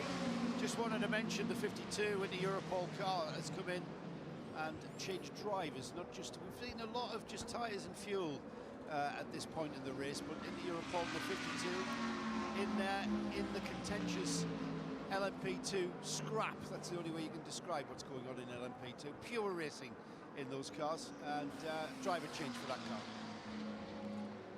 As Paul-Luc Chatin mentioned to you in a previous CrowdStrike pit report, no balance of performance in LMP2. It's frankly not necessary. The bulk of the order in LMP2 are the Orica LMP207. We did have the Ligier entering the race, of course, Sean Creech Motorsports, and that's still running, but in 9th place, and behind it, sadly, only retirees, i.e. the number 20 MDK by High Class Racing car. Seth Lucas last driving that, but it only reached 185 laps. Fewer laps than that for the other United Autosports USA car, number 22, retiring after 128 circuits. And only making 107 laps, Richard Millet, of course, as Orica for Lewis Perez Compang, the last driver in car 88. So we started with 12 LMP2s, 9 are still running, and you could say that 8 are still very definitely in contention. Right, one thing I want to pick up on, Johnny, is the fact that we had a huge class lead in GTD, the only class that had a big class lead, but that was Winwood Racing, and the car brought in by Indy Dontje, but it's had a full brake change during that pit stop, so they've got that done now. That'll take them through to the end of the race, just under 9 hours of the 24 still remaining in this fabulous Rolex 24 event, but that beautiful looking Mercedes, and I use that advisedly because a fabulous livery, but it's looking incredibly clean at this point in the race. Going back out onto the circuit, but they've had their long pit stop, they've got it done. Maybe some of their rivals did it last time around, thus the large advantage over, well, at the moment, Ollie Milroy in the number 70. McLaren is second in that class, but with Phil Ellis going back out onto the circuit, GTD, the battle has been rejoined, but the brakes were done. Cool, calm, collected at Winwood Racing. And always best, I suppose, to allow a half-distance marker to pass you by before you then factor in the brake change. Sometimes that's not possible, and it's done maybe an hour before the half-distance marker, but better to get the bulk of the race under your belt before you do that. They have to generally be done at some point, because this place, although there's a lot of open country on the speedway turns and on the main straight, heavy braking, which really does kill brakes, turns 1 and the 2 horseshoes on the infield. Now the battle in GTD Pro, moving up from GTD to GTD Pro, it's down to just 0.277 of a second, and Sheldon van der Linde, who hopped aboard the number 1 Paula Miller Racing BMW M4 GT3, immediately set that car's fastest lap. We talked about track conditions being brilliantly. He's getting closer and closer to the tail of Ollie Tommy Milner, leading the class, the number 4 Corvette Racing entry, but it's almost nose to tail, 2 car lengths between them, but having caught the toe, certainly Sheldon van der Linde, the South African driver, is getting closer and closer and closer, now right on the tail, diving into the pit, so playing with the driver ahead. I thought he's going to get the toe up on the banking and make a move into turn 1, but instead he's turned more sharply to the left and come in. But certainly the pace that Sheldon van der Linde was showing as that M4 GT3 for Paul Miller Racing is absolutely on top form. You can't really imagine a better scenario for an in-lap, though, there, when you've got the toe of the class leader helping you through speedway turns 3 and 4. And Joe Bradley not very far away from this stop for the number 1. Is he going to stay in, Sheldon? Yeah, he looks like he's staying in. I was just next door at Iron Links where the 83's just pitted for driver, tyres and fuel. Driver jumped out, driver jumped in. I'm not quite sure. They were exactly the same size and shape. Those two ladies driving that car. We'll check on you guys to be able to tell me who was in the 83 and who's now in the 83. Meanwhile, the number 1 BMW, Sheldon van der Linde, staying at the wheel. And that pit stop is done. There he is, just wheel spinning away. It was fuel and tyres only. Yeah, nice, neat and tidy. Sheldon van der Linde staying on board. It should be Rahel Frey who's gone out in the 83. Not so long ago we saw Michelle Gatting driving that car, and they're not quite the same shape and size. And Sarah Bovey and Michelle Gatting are both tall individuals, and certainly Bovey got out and Gatting got in, but now, in fact, it's changed again. We've got, instead of the 2 taller ones, we've gone from the 2 smaller ones. Rahel Frey's handed over to Dorian Paz. So they're rotating single stints at Iron Dames, doing it with a smile, doing it with a laugh, running 8th in class. So again, another strong showing from the all-female crew in the GTD class. Great to have them here. And maybe when you switch Rahel with Dorian, there's no need for a seat insert, because I would imagine, and indeed to pull the seat forward or back, probably not the adjustment required for then Michelle Gatting or Sarah Bovey to take over. It's like there's been some planning. Do you reckon? I reckon so. Quite possibly so. Just got a hunch. Right, Tommy Milner was leading his class. The number 25 BMW coming back towards the pit lane and onto pit lane. We saw some shots, but not revealing what was happening when the work was going on for BMW M Team RLL. They've already had the problem with the number 24. We thought it might be out of the race. That's got going again, but last time I checked, it was about 20 laps down. Overall, Dries van Tor, the driver, on board when it came to a halt. The long recovery, the car not making it back on the toe, having to be put on a flatbed. But it's a 25 car that, bear in mind, was running 2nd when it was brought in by Conor De Filippi. But I can tell you what, it dropped to 7th, but importantly for them, or tragically for them, they're now 9 laps in arrears. Really intriguing to find out what the problem was, but the fact of the matter is the team thinks it's been fixed. The car's come back from the garages behind the pit lane and is now going back out onto the circuit. So work has been done. Be really intriguing to find out what the full extent of that was. Interestingly, during that lengthy stop, they chose not to address the one light out on the famous BMW kidney grille. It's not part of the regulations, of course, to have that illuminated, because it's part of the car design to make it look like a BMW. But one side of the kidney grille is brilliantly lit up in the sort of white LED strip, and the other one's been out for several hours now. But that clearly wasn't the focus to make the car look a little more symmetrical. They wanted it to be running, namely, and it is at least under its own steam now, with Conor De Filippi still driving it, but sadly no longer flirting with a podium position, dropping back to 7th position, and a costly pit stop that. The sector time, which incorporates the pit stop, 13 minutes and 30 seconds. It's actually a lap time of 14 minutes and 43 seconds, so it's lost pretty much 15 minutes within that pit stop. Now, we're talking a lot about the Iron Dames with their Lamborghini. Dorian Paz just taken over that car, and Rahel Frey out of it, Joe. Rahel, the GTD class is about, well, it's like playing chess at high speed, isn't it? You guys just plugging away. Yeah, absolutely. It's getting more and more intense. I mean, we all love the fresh air of the night, especially the early morning. It's a pleasure to drive out there. We love Daytona. We love this intense fighting. We are pretty happy. We had a little incident earlier on, but so far it's going pretty smooth. We are back, let's say, in the same lap. That's always important, and now we need to be ready for the final push. Does the car actually perform better at this time of day? The air is cooler, the track is cooler? Oh yes, absolutely. And you can tell as a driver?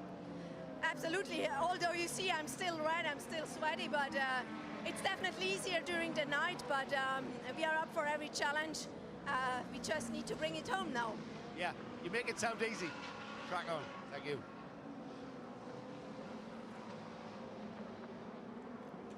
The 60-second edition of the 24 Hours of Daytona continues. We're still a good couple of hours away from the sun rising, by the way. 7:15 I make it for sunset on Sunday morning, the 28th sunrise on Sunday morning, the 28th of January 2024. So well over 13 hours of darkness. 8 minutes to 5 in Florida, and Kevin Estre continues out front by only 1.2 seconds after 488 laps. So this tussle between Porsche and Cadillac continues at speed. And the Acura that Wayne Taylor Racing was insistent might be able to make a podium, but that was really the best that the 40 car might muster. It's still only 5.6 seconds away from the race lead, you know, and we've got, over a third of the race still to go. But on balance, there appears to be not a great deal wrong with the Acura ARX06. They've obviously been battling away with various issues, and perhaps not wanting to put words in his mouth, but they don't feel like they're necessarily fighting on a level playing field with the other big manufacturers in this race. However, the timing screen never lies, and it's under 5 seconds now, Colton Herta to Kevin Estre. Yeah, bear in mind also, quite simply, not one, but two of the BMWs have hit trouble. That's removed them, or certainly dropped them down the overall order. So you just got to be there, plug away. Might be half a second down some laps, might be a tenth the next time around, but certainly Colton Herta has really put up his hand. He's had a fantastic double stint here, and he's still in the battle. And he's sitting on an advantage of 30 seconds over the car in fourth place, which is the Proton competition Porsche. The second of the Porsches, of course, the race is being led by one of the two from Porsche Penske Motorsport. That's Kevin Estre in the number 6. But as in the previous stint, he's how far into his stint? Well, he's down to 20% energy remaining. So if they've managed it properly, he's effectively about 4/5 the way through his stint. He'll be making a pit stop, and then Pipo Derani now in the number 31 Whelen Engineering Cadillac. That's car 31, and Colton Herta, identical amount of power left, 60%. So they're matching themselves, absolutely as they should. They have same pit stint length, 4 seconds between them. So there we are. Colton Herta 4 seconds over the potential race leader. I think that's not too bad for Wayne, really. The previous stint for Kevin Estre was 29 laps, and within that, no laps of caution. So expecting that the number 6 car can do around about the same. He's already completed 25, so within the next 4, maybe 5 laps, that number 6 car will need to come in for more fuel and perhaps more crucially, more energy. On our little telemetry webpage, IMSA.com/GTP-telemetry, if you want to keep tabs on that, amongst many other things. If you've stayed up for the duration so far, every credit to you, even more so if you began with the green flag lap of the Dubai 24 hours, which was many hours before we got underway here at Daytona. Because of the conflict in the Red Sea, those two famous 24-hour races conflicting somewhat on the same weekend. That's posed quite a problem for drivers that wanted to do both, for teams that wanted to do both, and quite frankly for us here on the Radio Show Limited network of channels, because we have been covering both events on each of our RS1 and RS2 IMSA radio outlets. But a thoroughly intriguing race in the Middle East. No spoilers here, of course, on IMSA radio if you want to revisit that race later on in the week. Just a kind of festival of sports car racing for the final weekend of January. And frankly, you think about a 24-hour race being a good training process for the teams, the drivers, everybody associated with them, but for some of the ardent supporters trying to do the what they jokingly call the 48 hours of day by, as they combine Daytona and Dubai, some of them truly will have had high sights, and they'll certainly fall short, I'm sure of that. Now, Joe Bradley, what have we got down the pit lane? A McLaren diving in. Yeah, just confirm this. Is it the 70 McLaren that was at the lead of GTD? Just confirm that for me. It is. It's the Inception car. Yeah. That car was leading the class there just before the pit stop phase, and here it is coming into the pits. However, it's not just a straightforward pit stop. We've got the rear deck, which exposes the mid-engine on this McLaren off. Something going on there, not much. And then we've got some it's a battery change, and the battery's housed in the front of the car. And to get to the battery, you have to take off the air ducts, the air ducting from the front of the car that go all the way through. So it's had a battery change on the number 70, which is going to sort of drop it out of the lead. It's been flip-flopping and sort of swapping the lead during the pit stop phases, and it's been in contention. I'm not sure where this delay for a battery is going to put it. The rear deck of the car was off, because whilst they're changing the battery, that's the primary job. You might as well do something else and do a bit of service, like, you know, top it up and top the oil up, and see if Ollie Milroy can shed some light. Ollie, because I'm just going off what I can see. I'm just going off what I can see, but Ollie Milroy is hanging about on the. He's getting some. Ollie's getting some service done on his kill suit. Ollie, have you just got? Yes, you have just got out. Is that a flat battery that you changed there? I'm not sure. It struggled to start at the start of my last stint then, and then it went on the second push of the button, and then for some reason it just won't start now. So, hopefully, not too long more, not too much longer, that the car will sit there. You guys were well in contention, weren't you? Swapping the lead backwards and forwards. Yeah, and the car feels awesome.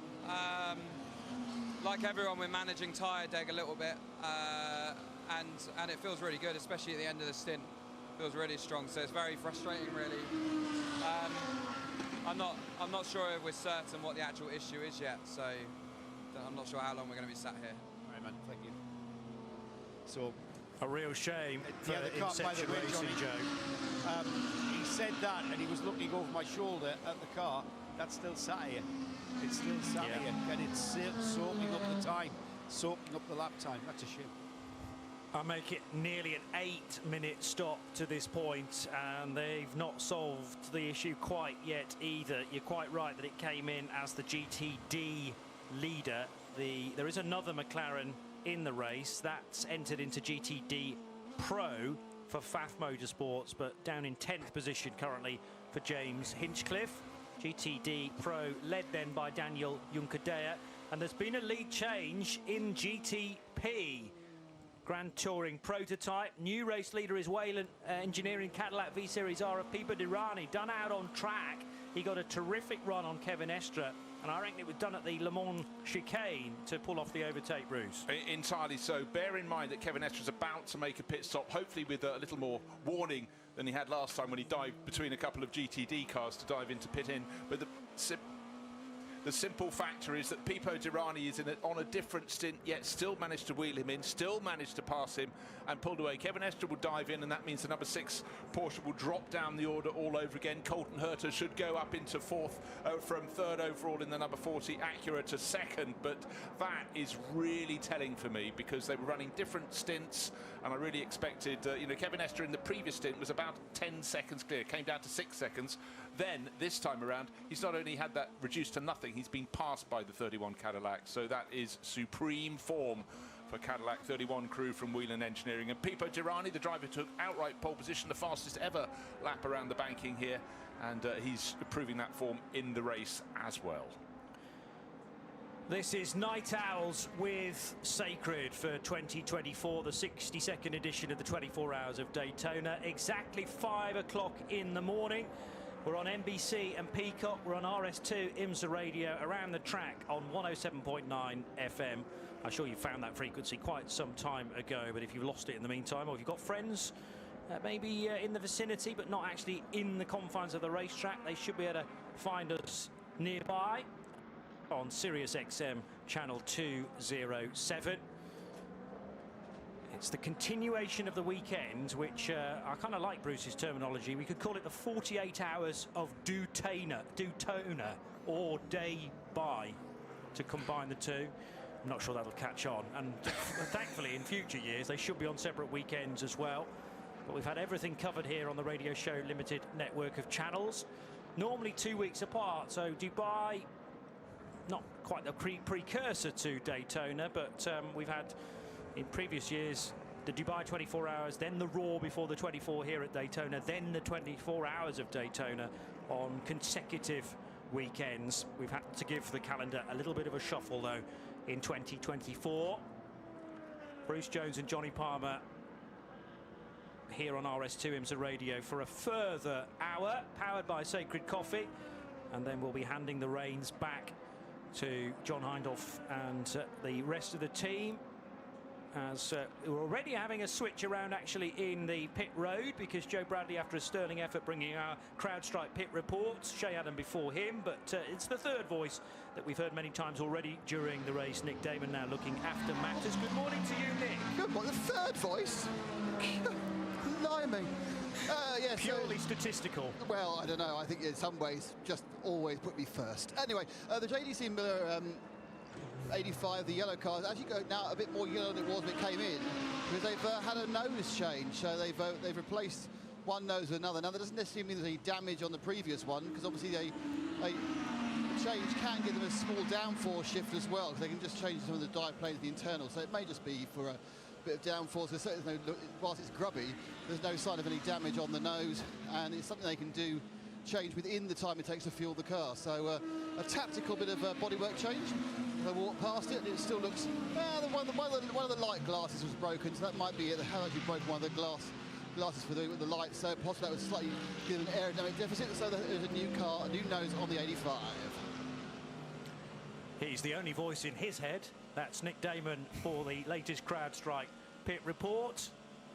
And there are another 5 laps to go until we reach the half to 1,000. We have never got to 1,000 laps here at Daytona. That really would take some doing, but we got very high up recent years. I forget now the distance record. It wasn't that long ago, maybe 3 or 4 years ago. I'll look that up in a second. Distance records have rather been scuppered, though, by a number of full course cautions early on in the race. In this new era of GTP cars, I suppose the reliability will come, but there have been, the odd glitch here and there, namely for BMWs during our stint. 24 having its problems, and then latterly the 25 BMW GTP, Bruce. Yeah, I was just taking a look at what sort of pace the number 24 BMW had managed since the problem for Dries van Tor, where it slowed and stopped, had to be towed back to the pits. That didn't work, had to be put on a flatbed, lost a lot of time. 15 laps down is Jesse Cronin, the number 24, but lapping as fast as the race leader. In fact, fastest car on the track, 1 minute 37.1 seconds last time around. And the second fastest car on the track was the sister car, number 25, down in 7th position, 9 laps down after its delay that took it back behind the pit wall to the garages at the back. Be interesting to find out the real reason for the problem for that 25 BMW, but that's the second fastest car on the track. So they've been both delayed but lapping really, really well at the moment. So Nick, if you could sidle up to the BMW area and find out what it was precisely with the 25 and the 24. Never had got to the foot of either of the problems for those cars. That would be really handy indeed. But right now out on the track, both running supremely well. It'd be really annoying if it was a tiny little problem. I did joke, but with an element of seriousness about my approach to that one. What if a driver had knocked the switch in the car that caused it to stop? Yeah. Which is number 24. It's happened many a time over the decades, but let's face it, it gets harder and harder. There are more buttons to press in so many ways. The cockpits seem even smaller for taller drivers. Maybe that's why Pipo Derani goes as well as he does, because he's not very tall or large in any dimension. Fits in beautifully to any cockpit, and right now lapping in the lead of the race. Not particularly great pace at the moment. He's only 1.6 seconds clear of Colton Herta, so that gap has come down. Derani to Herta, it's gone out to 2.3 seconds as I speak, as they work their way through traffic. But maybe Derani's just dialing himself in. Oh yeah, in fact his last lap was the best one, as he's just in the early laps this stint. He's down to a 1 minute 37.3 second lap. That's right on the money. Not quite as fast as the BMWs at the moment, but they're respectively 9 and 15 laps in arrears after all their problems. Well, let's hear. We wanted to know about the 25 BMW, and Nick Damon strikes immediately. He's just got the driver who's climbed out, Nick Yaloli. Hi, Nick. Hi, Nick. I think it's hi, Nick there. I confused myself because I'm called Nick as well. It's like it's very early in the morning. It's very early in the morning, but unfortunately not a great morning so far for either the BMW cars. First of all, what's the problem with the 25? 25, I've only just arrived, so just trying to dig to the bottom of it. I know we had to fill up something with the oil tank. Obviously, we've lost a lot of laps, I think 8 or 9, unfortunately. Still over 8.5 hours left in the race, so you never know with the yellows here. You might be able to climb those laps back, but not ideal. It seems to all be running okay, and that's normal now. But the exact problem, I can't tell you yet, I'm afraid. I mean, as an outside chance, you know what how the problem the 24 had by any chance? Because that's also had a long trip behind the wall. I know there was a small issue with the steering wheel, but then I don't know anything else apart from that, I'm afraid. That's more than us, so that's fine. Now your car's gone out there, it's gone straight back to pace again. So it's one of those really annoying faults, it seems, where it's not working, you fix it, so it's absolutely full health again.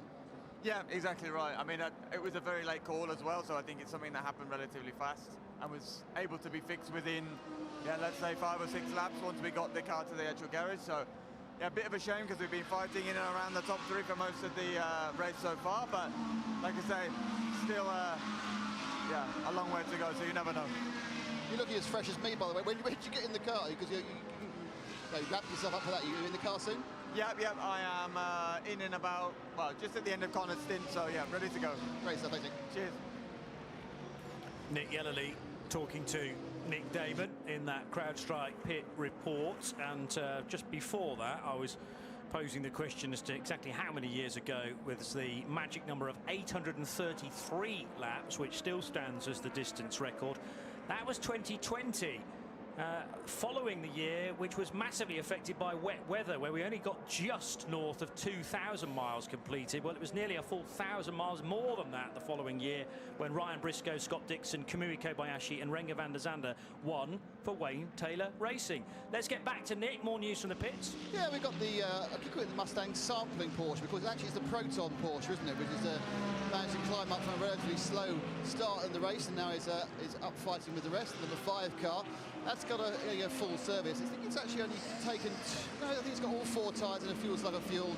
And that, what seems to happen now a lot is that they use the advantage that a full fuel takes a while for a very good thorough look around the car. They just prod stuff and check it. But it did look like the car was absolutely A-OK. And I think the only advantage being black is you can't see all the detritus from the track, so it still looks as good as it did when it started. Clever bit of pre-planning that, you see, to hide various events through the course of the race.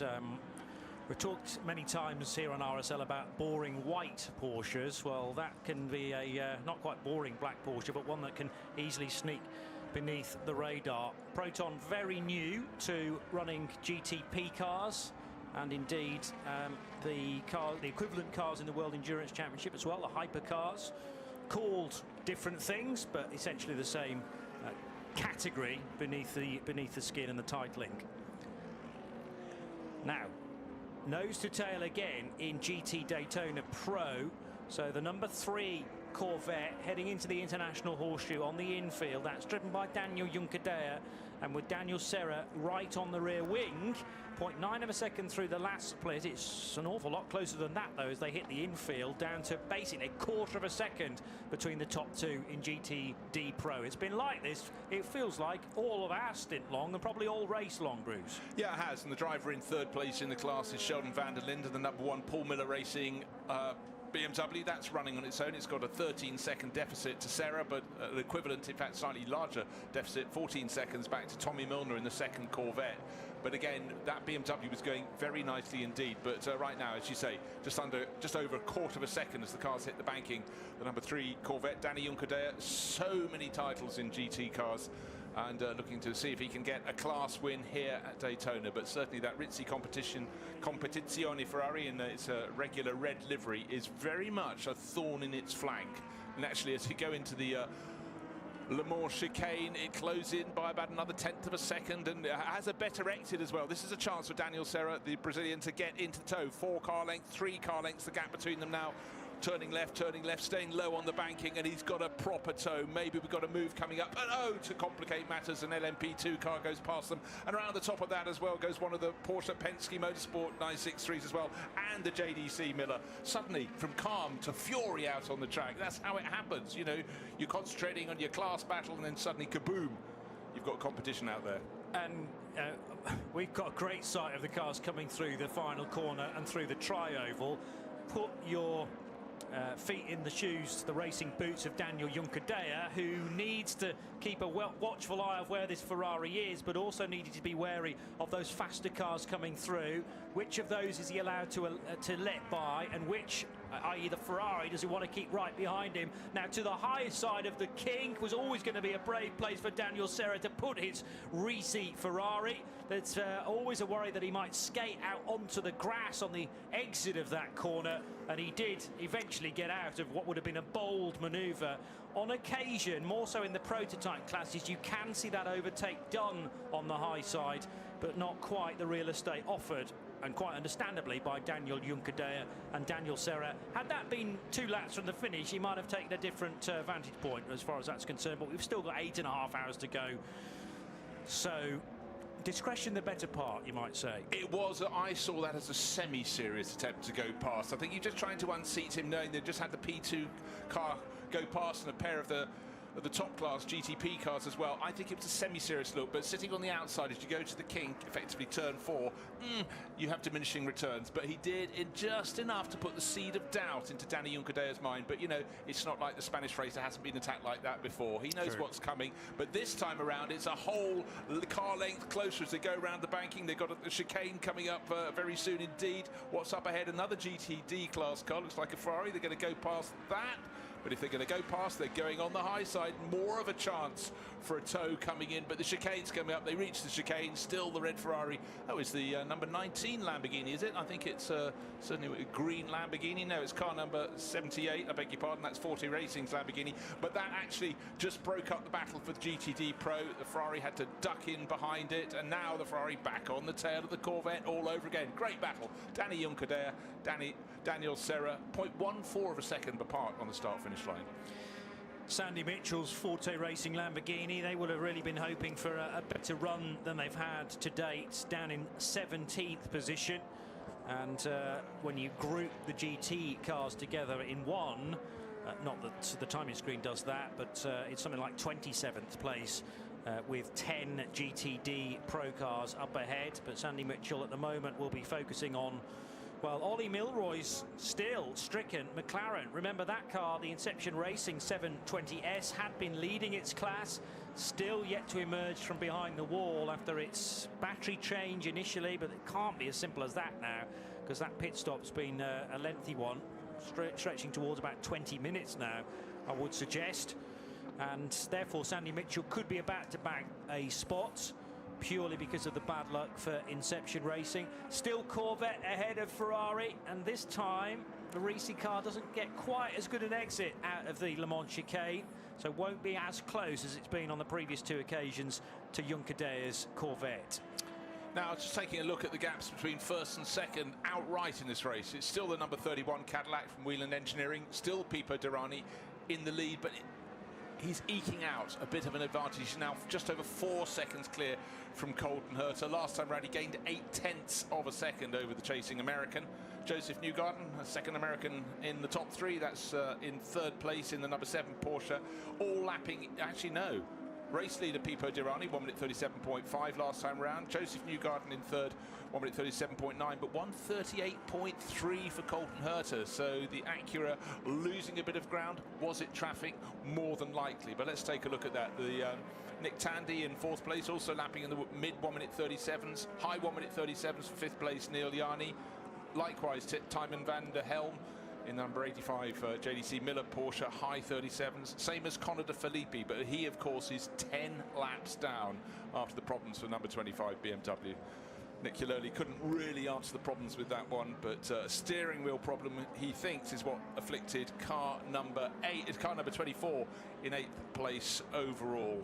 And that was the sister BMW, where we had it coming to a halt, just approaching turn 6, suddenly not moving at all with Dries van Tor at the wheel. But that, unfortunately for them, is 14 laps down. Both BMWs still going, still lapping well. However, they've had their problems. Here comes the Ferrari into the Le Mans chicane, and it's just a bit too far back for Daniel Serra, but he thought about a move there.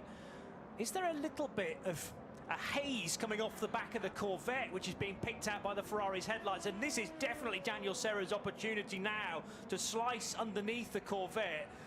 I'd like to see Daniel Juncadella's sector times to see whether they've dropped off at all. It might just be a little bit of miss, because here comes the Corvette on the fight back, so there's certainly no question that the top speed is still definitely there for the number 3 car. And often this lack of light can play tricks to the naked eye, but down into the first corner they will go again, and they're in a different order this time around. I think there's just a little bit of ambient mist here and there, which was tricking me to think it was coming off the back of the Corvette. But now those cars have switched around, it's still present between the Ferrari and the Corvette too. So nothing to be worried about as far as the performance of these two cars is concerned. And Daniel Serra was plugging away so many times. I thought his best opportunity for an overtake would have been coming off the banking and into the first corner. In fact, he did it into the Le Mans chicane on the back stretch. Yeah, what's interesting since that happened, trying to fight back, Danny Juncadella could take the wider line into turn 1, a better sweep through the corner, didn't find an advantage, could also take the wider line in turn 3, but since then they're now just turning through left through the exiting the horseshoe through turn 6 up onto the banking. The Ferrari is pulling clear, so I really think the story has been told. He just was careful, cautious for a handful of laps. Spike has just flashed through beneath that number 3 Corvette as well, and the number 10 Acura into the pits. This is the one that's up at the front, the one that's had all the problems, gone behind the wall. When I said into the pits, I should have been rather clearer in my description. Yeah, not a scheduled start. Well, it may well have begun like that for Brendan Hartley, but it's turned sharp left partway down pit road and into the garage area for Wayne Taylor Racing, with Andretti to do more significant work to the number 10 Acura. Of the two ARX 06s, though, this was the one doing not as well. I'm sort of trying not to exaggerate with that comment, but the number 10 car had dropped many laps earlier on, and this could be yet another problem to compound the issues from earlier. However, the sister car, the number 40 ARX 06, still in the hands of Colton Herta, pretty good. Only 3.7 seconds away from the race leader Pipo Derani. So having established itself into second, it's got up ahead of the two Porsche Penske Motorsport 963s. Joseph Newgarden and Nick Tandy in the 7 and the 6, and they're running third and fourth, but crucially behind the Acura in second and the Cadillac V-Series R of Pipo Derani, as we've reached 505 laps completed in this year's race, the Daytona Rolex 24.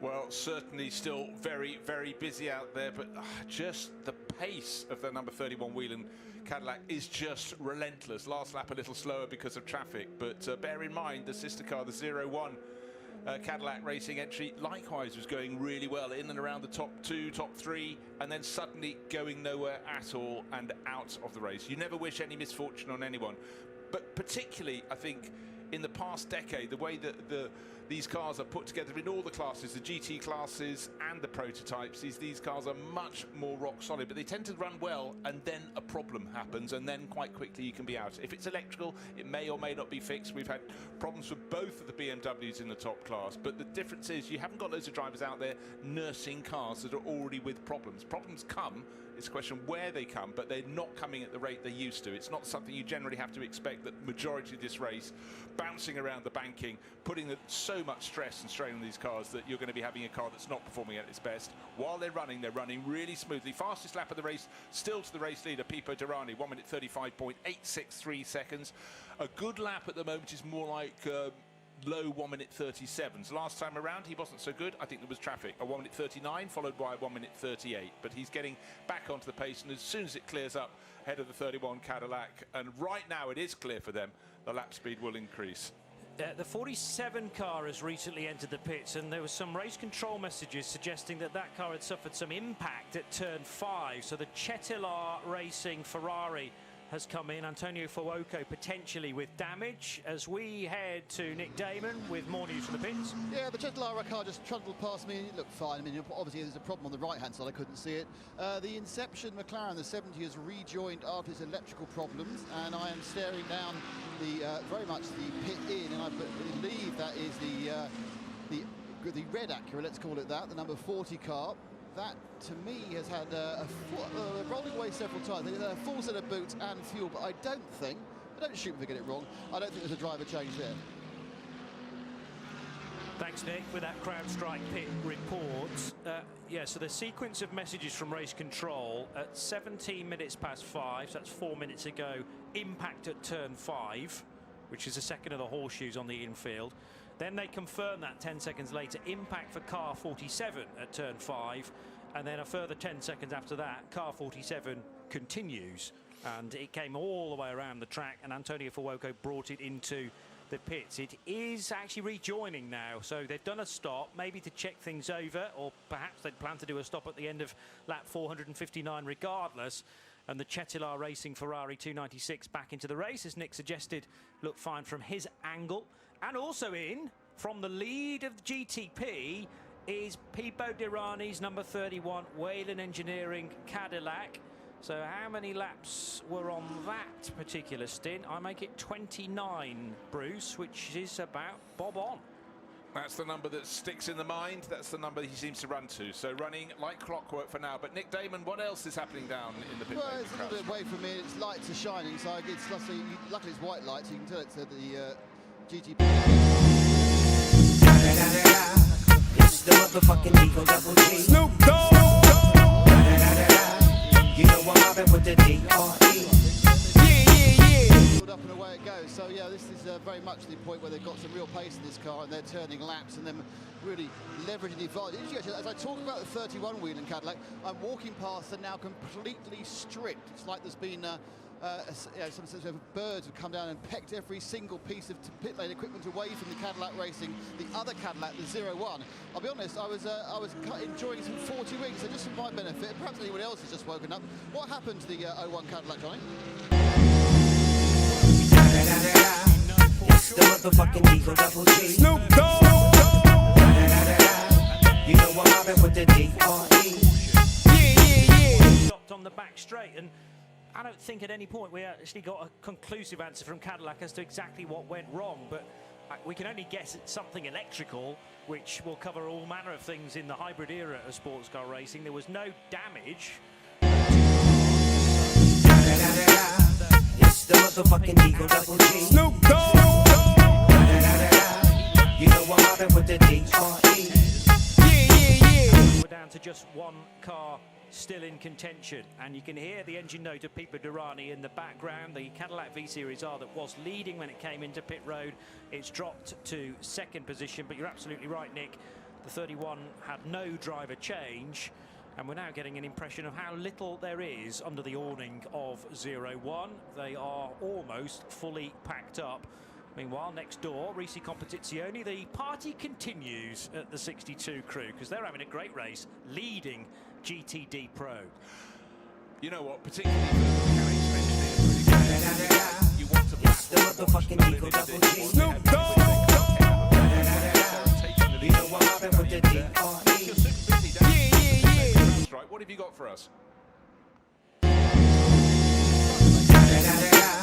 It's the motherfucking Eagle Double G. Snoop Dogg. You know what happened with the D.R.E. Are they going to take them is the question. No driver change, yep. So it's 4 tyres for the 7 Porsche, and they'll be up and away with the same pilote as they had when they came in.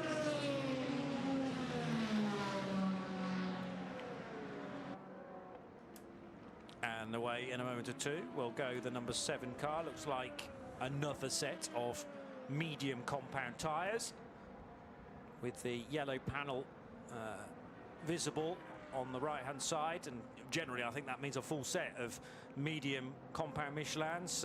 We have seen in the previous season of the World Endurance Championship compounds being mixed with hards on the left and mediums on the right, but keep things simple here.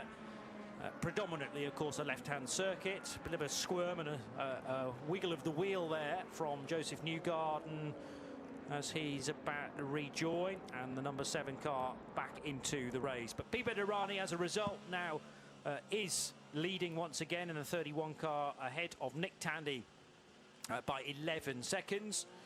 And the 7 car just waiting for that to ping. And in fact, Felipe Nasser, I beg your pardon, is the new driver in the number 7 Porsche Penske Motorsport 963. So their cars are on the timing screen in 2nd and 4th. We've got customer 963s for Proton and for JDC Miller Motorsports just on the fringes of the top 6, 5th and 6th to be exact, for Neil Jarni and Tymon van der Helm. And it's BMW's 7th and 8th as they continue on their recovery drive. There were no tyres replaced on the 31 car, and when you're retaining driver Pipo Derani, that would make sense. Tyres heavily restricted, as they so often are in this race, so you want to certainly be double stinting a set, and there may well have been portions in the dead of night, as we're not quite in the dead of night at 27 minutes past 5, but when tyres have been triple stinted to make sure that you've got some very useful rubber for the closing stages of this race, Bruce. Save where you can, and of course when you get a full course yellow they get the opportunity to do just that. But right now the important thing, if you're taking a little time away from this race, you're just coming back, you think, whoa, the number 6 Porsche's going well, it's in second place, just 10 seconds down on the race leading Cadillac. It is half a sequence out, so it'll be pitting in about 15 laps ahead of Pipo Derani, who's the race leader. So Nick Tandy will at some point be coming in and dropping down the order all over again. That should promote the Wayne Taylor Racing with Andretti Acura. Jordan Taylor at the wheel now up into second place all over again, and just about possibly maybe, no, Neil Yarni will also have to pit relatively soon. Not as soon as Nick Tandy. He's running 4th. Yarni, the Swiss racer in the number 5 Proton competition Mustang sampling Porsche, the black and gold liveried car, but he'll be one of the stoppers sooner. Tymon van der Helm also in another Porsche 963 will be coming in fairly soon. But for those who just made a pit stop, the number 7 Felipe Nasr Porsche is in 5th place. Likewise Jordan Taylor, not long ago in the pits. He's got 90% of his power left. That's in the number 40 Acura, and our race leader, 90% of the power left in the 31 Whelen Engineering Cadillac. And the good thing, if you're fans of Cadillac racing, is the fact that Pipo's getting this to run like a train, as his teammates have. And in every stint, he's just gaining a little bit more of an advantage for the number 31 Cadillac. It's telling. The last few hours have been very, very interesting indeed. It was closer when we came on air to start our 4-hour stint at the Global Broadcast Centre, but the story is starting to unfold. As we heard from Joe Bradley when he was down in the pit lane with CrowdStrike, conditions actually as cool as they've been throughout, as you'd expect when you're getting towards 5 o'clock in the morning, as it was when he departed the pit lane and Nick Damon came on board. The official line from Cadillac, the party line, was that the reason for the 01's retirement, it was mechanical. Ah, I feared as much. Yes. So you can file that one away under a word that can mean all sorts of things.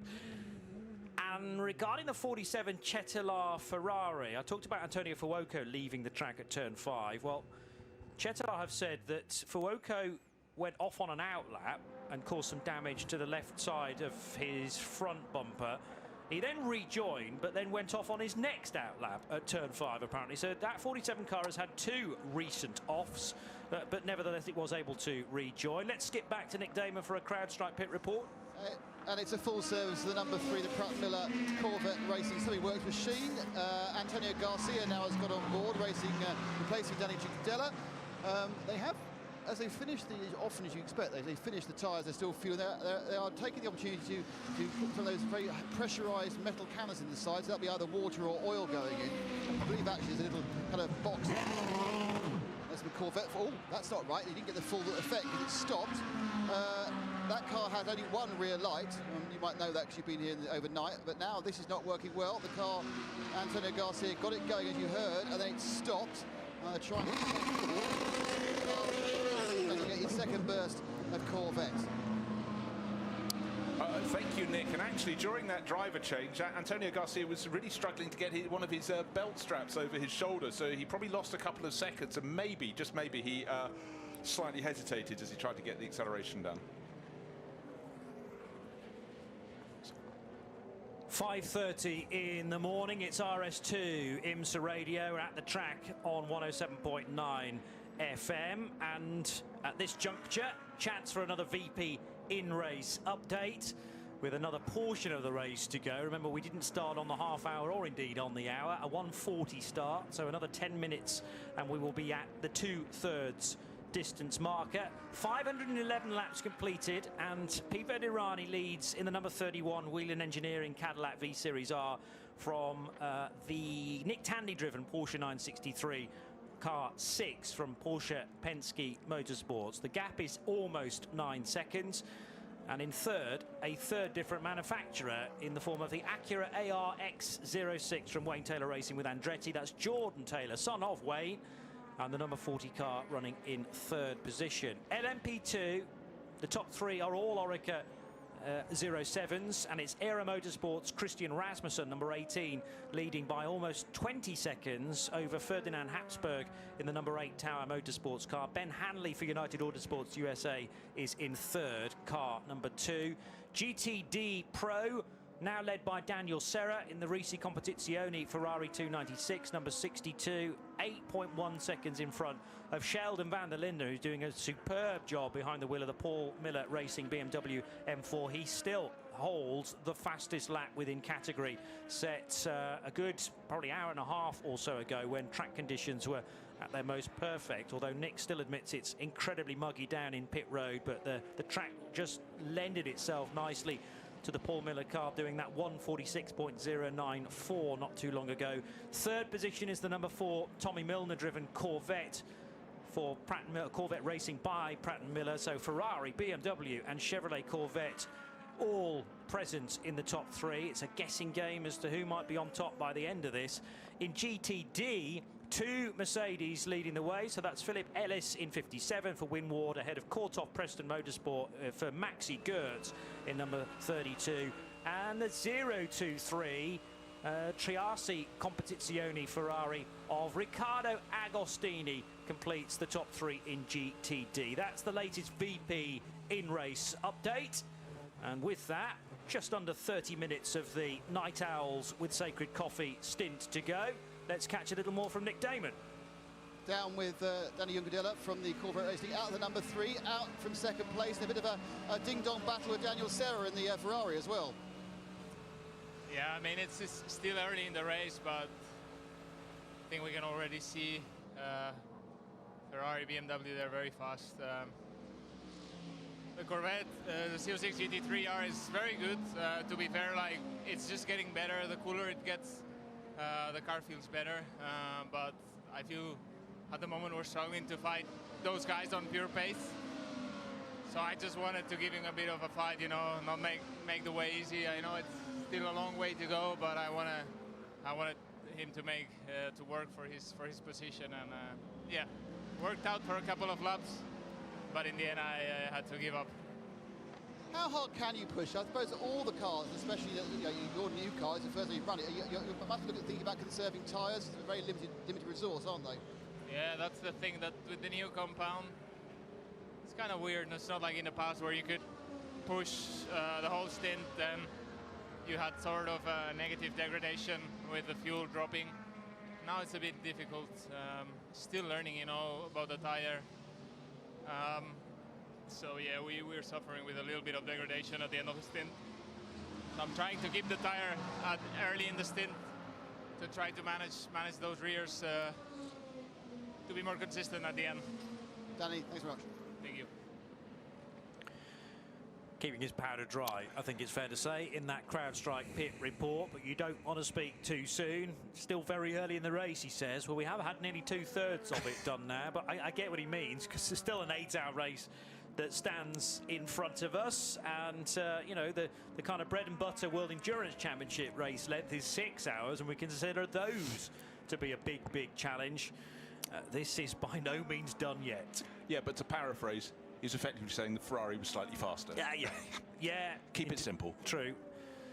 Nick Yellerly rejoining, by the way, after a pit stop in the number 25 BMW, so that is in 7th spot, and Yellerly, I think, will have been right on the button there. Well, Conor Di Filippi bringing the car in after 26 laps, and Nick back in the car. He was reporting to Nick Damon not too long ago that he'd been away for some rest, so was just starting to update in his mind what had been going on with the two cars, and there was quite a lot actually to download there. Yeah, well, before probably just about the point he went away, they were running absolutely in the mix. When we came on air into the Global Broadcast Centre, they were running in the top 4 comfortably, not quite at the pace of 31 Whedon Cadillac or of the 01 Cadillac Racing example, and one of those has hit trouble since then, and then both the BMWs have, but galling for them since they've come back. They're running absolutely on the pace all over again, so whatever their respective problems were are behind them for now. Let's hope they don't get repeated, but that moment where a driver has taken a little bit of time away you don't just walk back in and know exactly what's going on. You know the sort of feel of the garage. There may have been no mechanical problems, but there might be something that the team know about. You just got so much information to take on board, and you're not at your best. Anybody who's coming to take over a car at 5 in the morning is hardly going to be feeling sharp. And who was it who told us that? Joseph Newgarden, saying you can never really prepare too much for going through the night. It's going to hurt come what may. Couple of coffees, couple of espressos, possibly quite not enough to get you through, but you know, each driver does it in a different way. Some are able to sleep, others simply in their break they would just want to lie down. Some have a massage. Everybody has a different approach, and it does depend at what point in the race. It also depends how physical the car is you're driving. Yeah. If the car's not behaving, you're going to feel a lot more tired. In fact, you ironically probably sleep better after driving a car that's been really difficult, because you've just burnt through a bit more of your own personal juice. In fact, that'll be the next screen. We'll have that for next year. How much personal juice has a driver got left on board, while their energy, fantastic graphics showing us how they're dropping down. Nick Tandy will be the next driver in from the GTP class. He's running in second place because he's only got 30% of his juice left, whereas race leader Pipa Durrani's got 3/4 of his energy tank filled at the moment. Another car coming in soon will be Tymon van der Helm, the JDC Miller Motorsports Porsche 963. That's running in 6th place. So much data to look at, but it's great. It's just you simply don't have enough eyes or enough time to look at it throughout the entirety of the race while trying to commentate at the same time. Very difficult, I would imagine, after one of those tricky stints, to actually be able to switch off, though, as well. And you'll be in that sort of state of just dropping off, and then you'll jump back awake again, thinking, am I still in the car? Oh, no. I'm back in the trailer and just need to switch off for a few hours.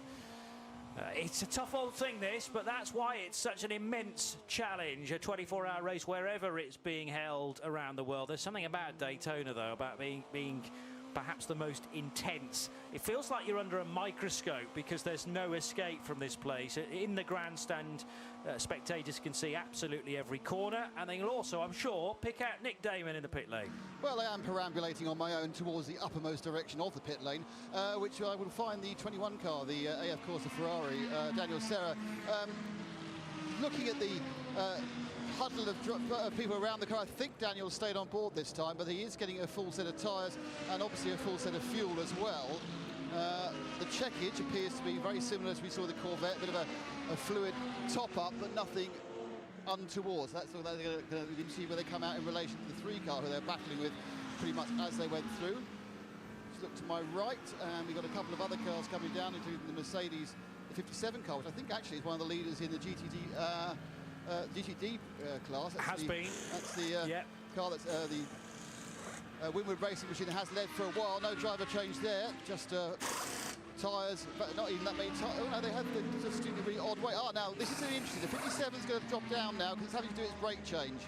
So the 57 is doing its brake change on the front brake change, actually on the apron, but that's going to cost them some time, so they'll probably forfeit their lead in the class, which is the GTD rather than the GTD Pro. Actually, interesting, I think the 21, which is sitting on the apron about 100 yards from me, that's also doing its brake change. So both the cars around the lead of their respective GTD-based classes are doing longer stops to make sure they can stop later in the race. Okay, Nick, that's very interesting, because the last time the 57 Winwood Mercedes was in the pits, they certainly changed the brakes at the front right. I didn't bother looking at whether they'd done them on the front left. That's the one they're working on now. That'll be most odd, but I thought, as I said to you, Johnny, they're taking the pain now.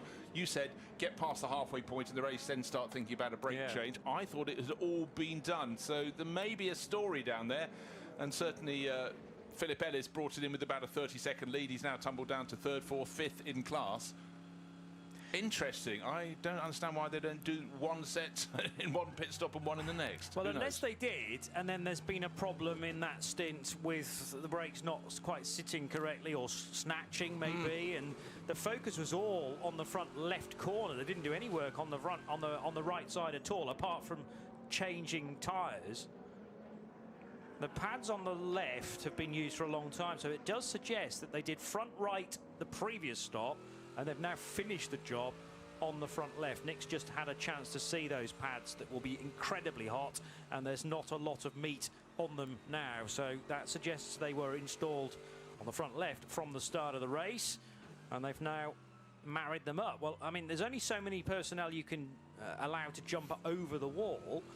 And rather than take a longer stop where you're doing both sides together, they've obviously worked out that a half and half job is quicker in the long run. Yeah, well, I can imagine that, looking at the sort of orchestrated ballet of the mechanics working around any of the cars, and you don't just suddenly hop into the pit lane and no. You know, this is where so much planning goes in, and of course also the ability for all the crews to while they're in the race, they can't really look to see what other teams are doing, but if they look at the replays of the race, they can see exactly how the more experienced teams work their pit stops. We've hit the 2/3 point of the race, folks, so that's 16 hours done, and now just under 8 hours still to go. 7:59 and 20 seconds, as now the leader in LMP2 is in pit lane. Let's take a CrowdStrike report on that from Nick. The era number 18 car. Freddie Robinson's got out. Can't see who's got in because I'm trying to position myself also so I can watch the Tower Motorsports stop. They're currently second. They're on the wall. They'll be in a lap or so. This is fuel and tyres. It's 4 tyres for the new driver. Now, I think a little bit of an effort getting him in the car by the looks of it, but they aren't having to do anything else. They have to replace brakes in the P2 cars, obviously, unless there's a fault with them. And that car gets away at pretty much a faultless stop.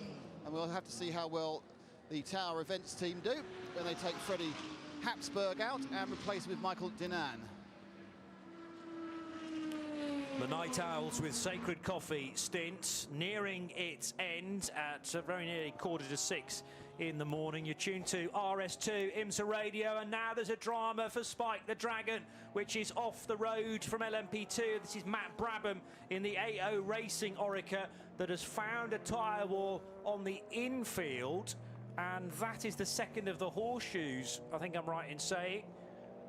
So, clouting the barrier. No, it's not. It's the first of the horseshoes, international horseshoe. Turn 3. Of course, more cameras are now being cranked back into life after the overnight stint. We were entirely reliant on Rooftop Ray for the overnight segment, and now viewing from his camera the number 80 car coming down pit lane. But yes, turn 3 is where Matt Brabham has maybe outbraked himself. Perhaps there was contact with another car. Not had the opportunity to see how Matt has ended up there, but he may well have stalled the car as a result. It's not firing into life, or it's trapped up against the rubber belt at the International Horseshoe. Yeah, the number flashing on the door is, you can see, 5, 5th position LMP2, and that has really scrambled. Is there going to be a replay that shows us anything happening? Well, locked up, going into the corner, it was very much on the left-hand side. The track was going to the right. And then for Matt suddenly getting onto the grass where he should have been on the tarmac and up against the tyre wall. Can't see what the degree of damage is. It didn't look like a particularly high-speed impact, but he certainly stuck against the wall there. And the headlights were flashing well before he made the barrier, so whether the engine had cut out as a result of that as well, I'm not quite sure. Nick Damon's got more pit stoppers though. Yeah, I got the Tower full course caution, car, Nick. and it's gone full course caution. Okay, that's interesting. Now, what I would say, and that was the Tower Motorsport P2 car leaving after a full service, tyres, driver, all that sort of stuff. I think that P2, that Brabham's P2, had been in about 2 laps earlier, so he wasn't exactly straight out the pits. It's like his second. My guess is second time round for him. Yeah, so a busy time for the stops in LMP2, and jumping it. Well, some will have beaten the caution being waived, of course. Remember that when a full course caution is announced, that automatically closes pit road, but some may well have got in before the red light was illuminated, and some may well have preempted it, of course, knowing that Matt Brabham was tucked in at the International Horseshoe there, slapped up against the tyre wall, and race direction will have given Matt as much time as possible to try and get out of there under his own steam, and as soon as that was evident that it wasn't going to happen, caution is the result, and that means we can take a CrowdStrike pit interview now with Nick Damon. With Freddie Habsburg just out the Tower Motors. Quite amusing is his mate's just been covering up a couple of the stickers that aren't quite right for this sentence. I put out it's radio, which kind of confused him slightly. Great, Freddie, great stint there. The Tower machine really coming back into contention now.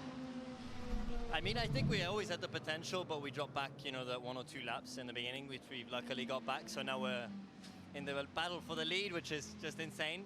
I'm just watching the TV to hope everybody's okay in the accident there. My this year's teammate Paul Lou is in that car, so I hope he's all right. But I don't think anyways, I'm super happy with my stint. Absolutely, I had a new set of tires at the beginning, so I was able to just build up to it. And as the fuel came down, the car really came alive, and gives me a lot of hope for the race to come. Yeah, the temperature, whilst it's cool, it's refusing to get cool. I mean, how is that affecting the tyre wear for these cars? Everyone's running with limited amounts of sets, so how are you having to manage that? I think we're just taking advantage of the cool to like make sure we have all the fresh tires that we need when it gets hot again. So right now the tire deck is not so bad. Of course it gets quite, brutal towards the end of the second stint, but manageable. So if it was a lot hotter, we would have a lot more troubles. But I think we'll be able to manage with a lot of new sets towards the end, which is what everybody's planning for. I mean, the other thing I would say, as we've gone through this deep night out, has the driving been respectful? We saw kind of a bit of a argy-bargy in the first couple of hours, but it does seem to have calmed down as everyone got their sensible heads on. I don't know, to be honest. I've had a pretty lonely race in a way. I'm just out there driving, doing my laps, which I like. I can just focus on myself. I've seen a couple of funny moves in the beginning for sure. Luckily, we can see the car going back on track. But yeah, I think everybody's kind of respecting each other. I was able to overtake 2 or 3 LMP2 cars, and they always gave the room. So every time I've been out there, they've been fair, and I've tried to be fair back. So hope that will stay till the end of the race, yeah. Great, so thanks, Ferdy. Ferdy, they're helping us with some commentary as well, as the 99 car was rejoining on the screen left to us. That's the AO P2 car. I know, doing quite a good job as well, so better watch me back. He's very handy indeed behind the wheel of particularly an LMP2 car, but that phrase "we can see" on radio, we'll have to stamp that out very early on in his broadcasting career. But I can assure you the 99 Spike the Dragon car has indeed got going again with the help of the marshals.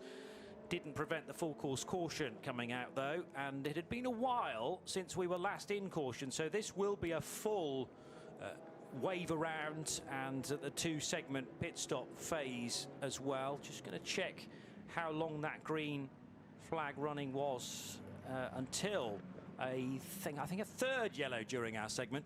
That's a vast improvement on some of the broadcast stints that I did last year, when most people were blaming me for full course cautions and for safety cars and for code 60s in other championships.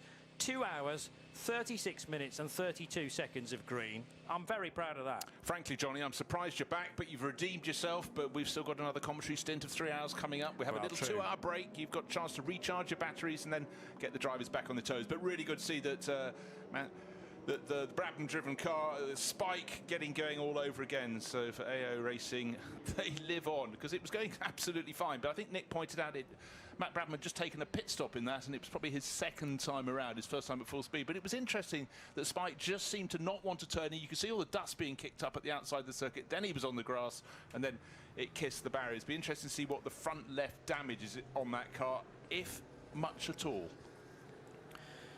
Yeah, as you say, relatively slow speed, but he would have felt the contact with the tyre wall. I would be very surprised if any of the crucial innards of the LMP2 car, drivetrain, etc., and drive shafts will be affected by that. But it might be that the splitter needs to be replaced. Similar, in fact, to the 04 CrowdStrike by APR car earlier on, when Stewie Cox was chatting to Joe Bradley in a previous CrowdStrike pit lane reports, describing just a nose-to-tail bit of contact, and they carried that damage for a few stints actually before they then took the opportunity to change the front clip, as it's coined. And if you weave that into a driver change, you don't lose much time at all. In actual fact, the longer stops are the time to do that, rather than just a fuel stop, for instance. Tommy Milner's just brought the Corvette in and back out again, and that was surely for emergency service, because It's the motherfucking Eagle Double G. Snoop Dogg. You know I'm mobbing with the D.R.E. And they didn't do any more than they were permitted to do in a closed pit lane from the lead of the race in GTD Pro, the Corvette. Neil Verhagen installed into the Paul Miller Racing BMW M4 during the last stop, car number 1, and Davide Rigon in the 62 Risi Competizione Ferrari. Another 9 minutes to go before we reach the top of another clock hour, and that will be 6 o'clock in the morning here at Daytona. So here come the GTPs right towards Nick Damon, and you're going to be presented with the first, the second, the third, and possibly more cars all at once. So eyes everywhere in this CrowdStrike pit report. The first to hit its marks is the 31, Nick. Yeah, it's a complete phalanx, and I'm kind of, it's quite interesting because my view gets occluded by another GTP each time, because I'm at the kind of the far end of the list of them, and, and one pops in and covers the next one. Now, one thing I can tell you is that the Proton car's gone for a driver change. That's the number 5, the Mustang Sampling sponsorship, also a full set of tyres. Already underway is the Whelan car, and I think, yep, Durrani stays on board, recognise the helmet.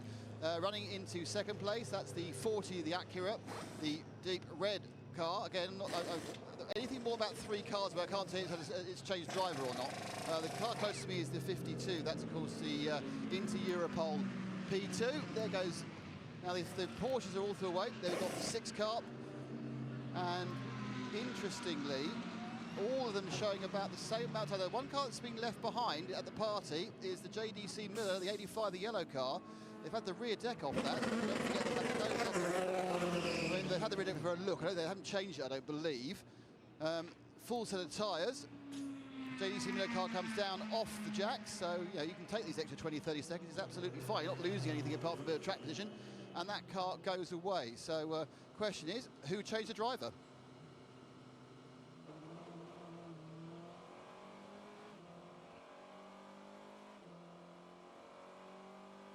Nick Damon down in the pit lane with that CrowdStrike pit report as we gently bring to a close the famous, nay infamous, Night Owls session. For the moment at least, we bid a fond farewell to our Night Owls of Bruce Jones and Johnny Palmer, powered through that 4-hour session by Sacred Coffee, available in Europe and the US. They've got their own grinding and roasting facility in the US now. Search Sacred Coffee for wherever you are in the world. Fulfill your coffee needs. And that is just about it as far as our coverage on Peacock is concerned, thanks to our colleagues from NBC for handing off their airwaves. The world feed, flag-to-flag coverage for international viewers continues. And of course, if you're in the US, you can stay up to date if you're moving around as the sun starts to come up this Sunday morning with SiriusXM channel 207 or IMSAradio.com, and that is on RS2, part of the Radio Show Limited network of channels. For those of you in the US, at 6 Eastern, the video coverage picks back up again with our US colleagues just about a couple of booths further down to my left. Actually, it's a bit bizarre at the moment because as I look to my left, I can see the real TV booth and the TV booth that they built last night for the movie.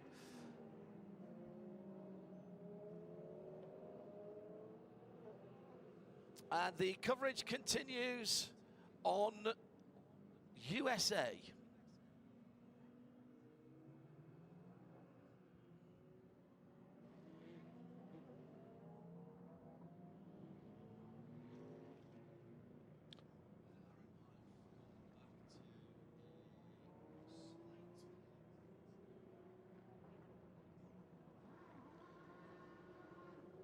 Let's head back down to the pit lane for this CrowdStrike pit reports. Nick Damon has snagged himself a driver. I've snagged myself Neil Yarney out of the number 5, the Proton car.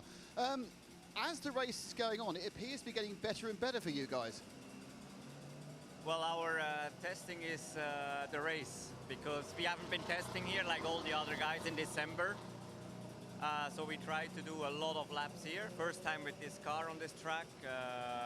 Romain and Alessio, first time ever in this car. So, you know, we're just getting better with every lap. We're learning which pressures work, at what condition. Just the basics, basically, at each stint. And hopefully, by the end of the race, we are there and we know what we need to do. How much can you do to the car without taking the engine cover off and adjusting the ride height and the springs and everything else? You know, there's tire pressures, you play a lot to it, and especially with the hot weather we had and now cooling down, it's quite crucial to be always on top of it, especially because of the minimum target. And as soon as you overshoot, you lose a lot of pace. When you undershoot, obviously you're illegal. So that is experience, and that's what we are learning now. Great stuff. Thanks, Neil. Thank you. Nick Damon down in the pit lane with Neil Janney from the number 5 Mustang sampling Porsche. And that's just about all we have time for our viewers on Peacock who've been with us here on IMSA.tv and IMSA Radio over the night time period. Once again, our thanks to our colleagues at NASCAR Productions and NBC for putting this together for the overnight coverage for you Night Owls, powered by Sacred Coffee. For those of you in the US, switch over to the USA Network, where coverage continues through to the end of the 62nd running of the Rolex 24 Hours at Daytona.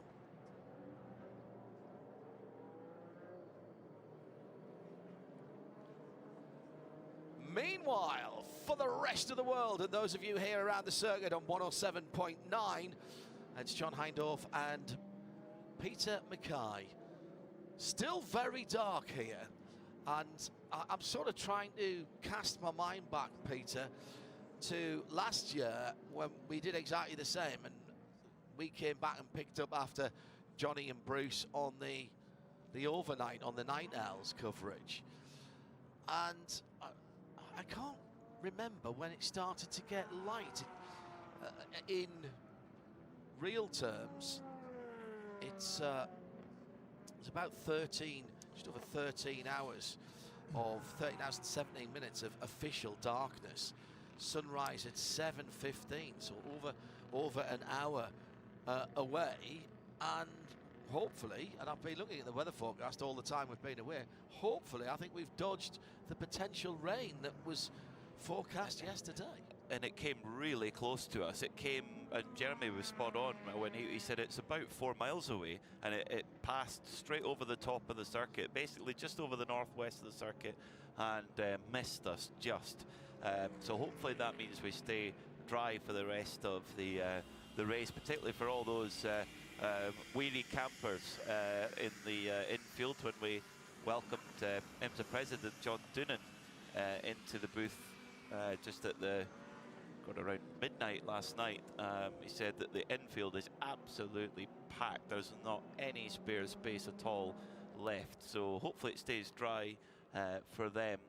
And hopefully we'll get one of these, well, just so dramatic Lion King-esque Floridian sunrises. That's what I've come for. Hello to Red Square Images. That's and he's written this, so don't have a go at me. Irish Kev. So that's Silverstone in the middle of the carbon fibre triangle in Northamptonshire and Buckinghamshire in the UK. Hello, Kev. Good morning. Not a bad go at an accent at 6 o'clock in the morning, John. You don't know Kev. I tell you, he's a top bloke. He really is. Lights are out on the safety car, and Pipo Durrani then will lead us back to green.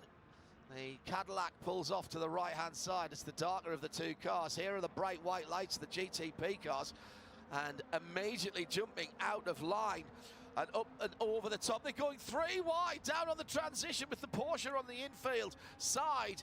That's Felipe Nasr and Jordan Taylor's right there as well. The top 3 on the lead lap. In fact, still the top 6 on the lead lap. Down towards the international hairpin. 2 Porsches having a look down the inside at one time there for a moment. But it looks like Durrani, who's obviously on the same shift pattern as we are, Peter, because he's doing the long shifts when we're on. And down towards the... Probably where the similarities end. But almost certainly, yes. First time I met Pipo Durrani was at a World Endurance Championship prologue at Paul Ricard in the south of France. And he was happy as a clam because he had an LMP2 drive.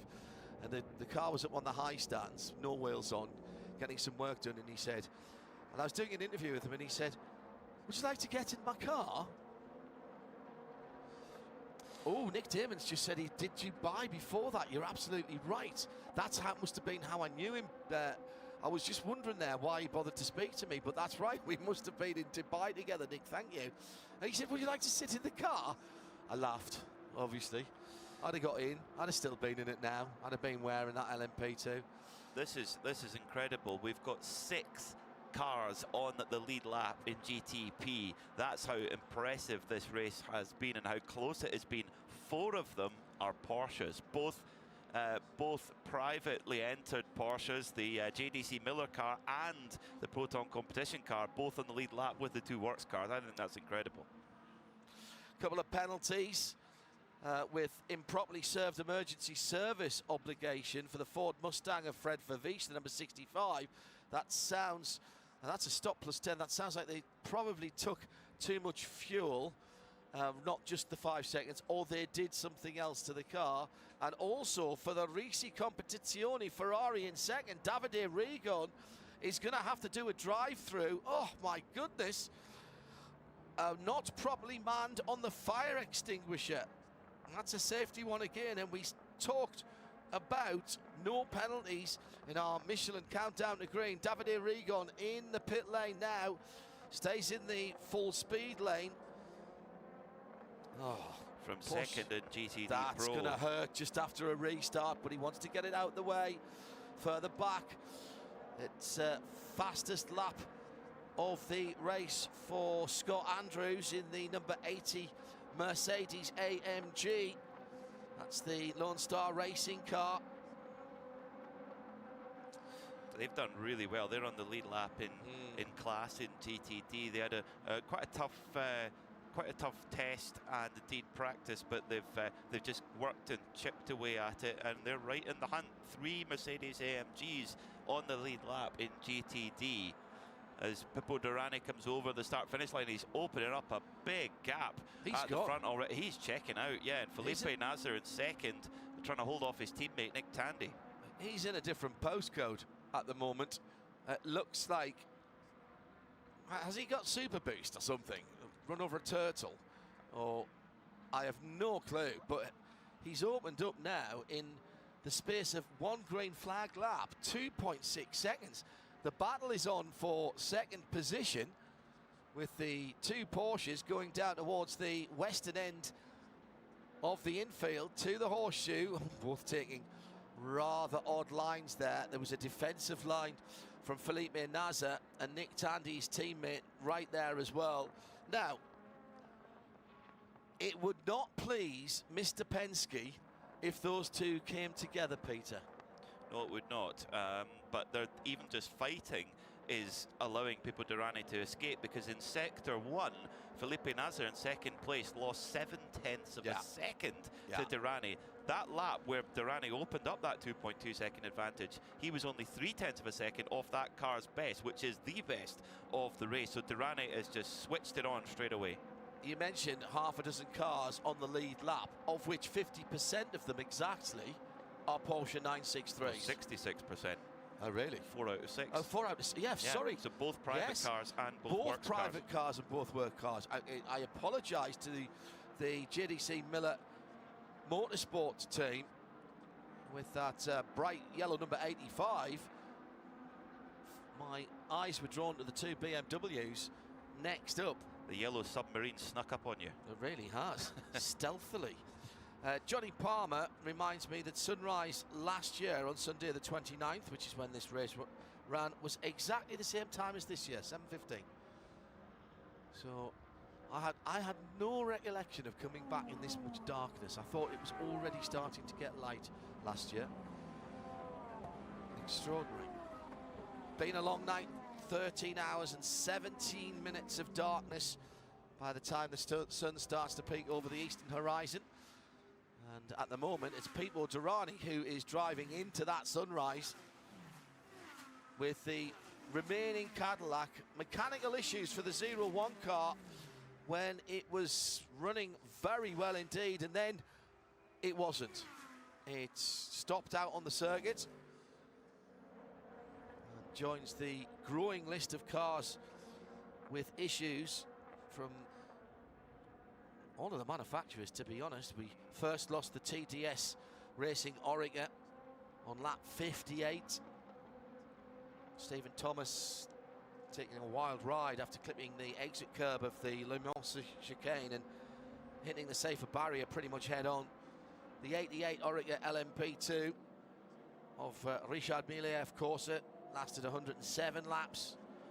Daniel Goldberg, 128 for United Autosports. They had a couple of goals to get that car back moving after an accident, but the 22 went no further than that. 185, Seth Lucas. Finally, the MDK by High Class Racing Orica cried enough. The number 20 car had been put through the ringer quite a bit, in fairness. Lucas Stoltz was the last driver in the Sun Energy One Mercedes, 193. In the 193 laps completed for that brightly coloured 75. Iron Lynx Lamborghini, number 60, went on lap 293. Magnus Racing, Spencer Pumpelly was the last driver, the number 4 Aston Martin, 294. 303 lap, another Aston Martin Hartner Racing team, the 27 car was retired. And Alex Lynn was the last driver of the 13. That had a troubled start to the race. They somehow got it to 308 laps. Haven't seen that one for a while, so we'll keep an eye on that to see if it does pop back out again. Gianmarco Lavorato for Proton Mustang he and his team did 367 laps in the light blue number 55, light blue and white car. And following on this number 11 and double numbers, the 66 Tatiana Calderon driven Gradient Racing Acura retired on lap 368 to the pits and has not been seen since. Neither has the number 14 Vassar Sullivan Lexus RS. They got the 397. That car with Mike Conway on board involved in an accident actually with the 20 High Class Racing car very early on. The car got back, it was rebuilt, it's turned some laps, but not been seen for quite some time. Lap 397, given that we are working lap 531 at the moment. Fastest lap of the race for Nick Tandy's car, just been turned by the man from Bedfordshire in the centre of England, 136.2, and he did that whilst passing Felipe Nasr. So now it's 31.67 Cadillac Porsche. Still with Jimmy Bruni sitting in 4th place, just another 0.3 of a second behind Felipe Nasr. So the 3 Porsches now beginning to work together. This is more sensible, Peter Mackay. You cannot give a driver of the standards and the tenacity of Pipo Derani and a team like the Whelen Engineering squad, you can't give them any advantage. And all of a sudden that 3.2 seconds will be starting to worry Roger Penske and the rest of the Porsche teams. And this is one of the few times we've seen in the race where the Cadillac has jumped away on the restarts and has had a quick sprint start, when what their real strength has been is big, long green flag running, where they just go in this relentless pace and begin to slowly pull away. But this is the first time we've shown this burst of pace. Meanwhile, in GTD, it's a complete punch-up, as it has been all the way through, and the GTD Pro and GTD intermingling between one another. Phil Ellis for the Winwood Racing team leading the way right now, but by an absolute whisker. He's battling tooth and nail with Robbie partner BMW right now, and in LMP2.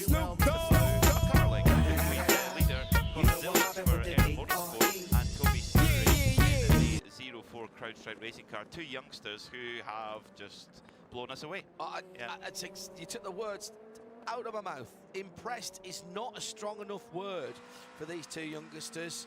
Connor Zilic, who we're used to seeing recently in the Whelen Mazda MX-5 Cup, who had 2 outstanding races, one on Thursday, one on Friday here at Daytona. They're now traditional season opener.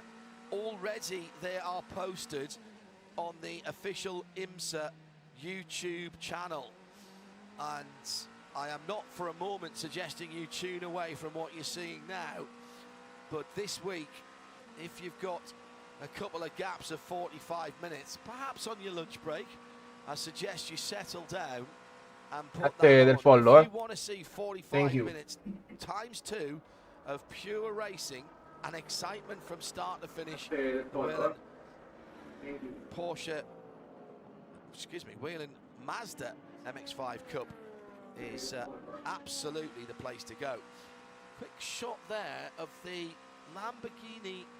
Was that the number 45? Yes, it was. Into its garage, Peter. Yeah, the Wayne Taylor Racing with Andretti, the Dex Imaging car in GTD, running a little bit further down the order. So it has not been a good 60-second Rolex 24 Daytona for the Wayne Taylor Racing with Andretti crew. Their number 10 Konica Minolta car was in the garage for a couple of hours repairing an electrical issue. Their Lamborghini, as we just talked about, has gone back to the garage.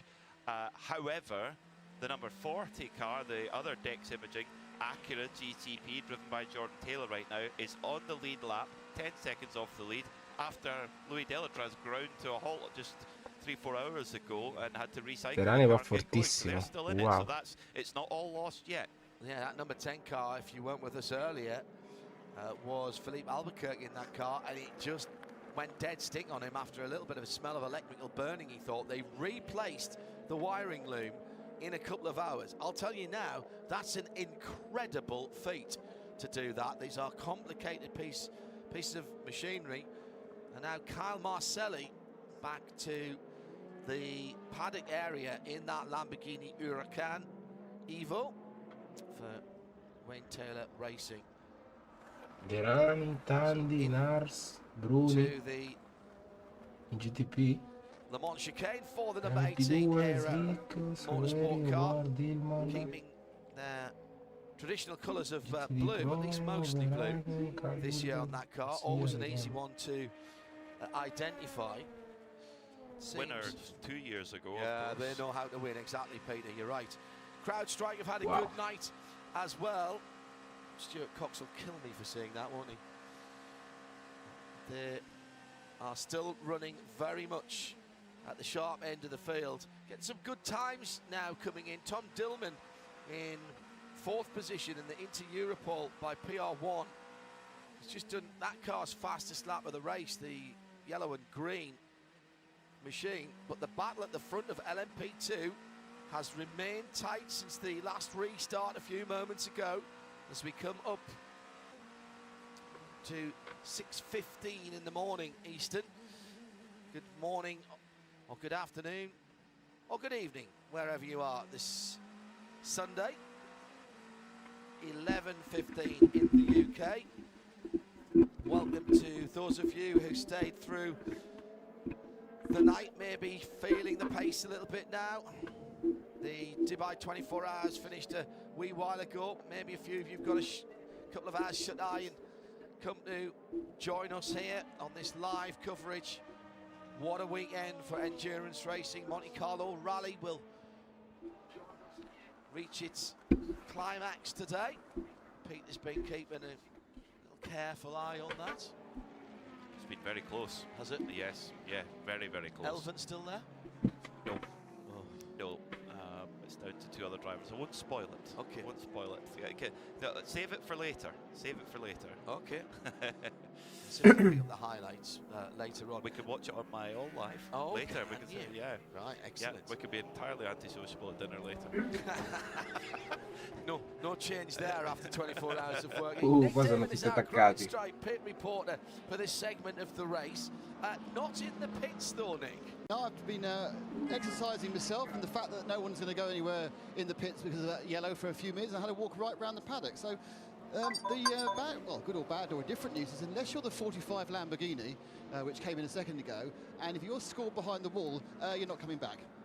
because no one is working on any cars apart from that 45. There's a number of, effectively, really, if you have two numbers on your car which are the same, you're in big trouble and you're under a car cover or you've given up.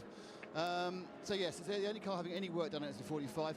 Is the 10 car actually going round?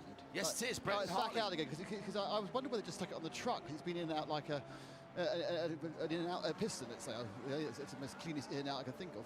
Well done at this time of the day, Nick. Thank you very much. Good save. You missed my magnificent opening to this section at 5 in the morning, where I confused myself by saying the word Nick, because I was talking to Nick Yellerly and thought, why are you talking about yourself? Well, it's because it's all about you, Lou. Well, not at that time of day, it's not. So yeah, so we've seen a level of attrition recently. So obviously, for example, I've walked right there. None of the P2 cars, they've all been packed up and gone. So yeah, if you're Dio duerme, Dio duerme. Da sonno. But yeah, you know, apart from the large number of P2s, I don't think it's been a particularly atrocious race, is it? Well, 3 P2s, 4 P2s have bitten the dust. It is, in that case, if you take out the Wayne Taylor Lamborghini, there are 5 GTDs and 3 GTD Pros. A round dozen official retirements, I'm being told, from our producer Aaron. Just under a quarter of the cars that started, but they've been spread relatively evenly across the classes. With the exception of GTP, unquestionably the most complex cars and seemingly the most reliable on this day. Oh, I've said it now, haven't I? Oh no. Let's. So just recap that. That's 4 LMP2s, 3 Jordan Taylor, la GT4s, 40. 2, 4, 5 GTDs and a Acura. GTP. With that Lamborghini not counting, the 45 Lamborghini Wayne Taylor Racing car being worked on at the moment, so we're not writing that one off just yet.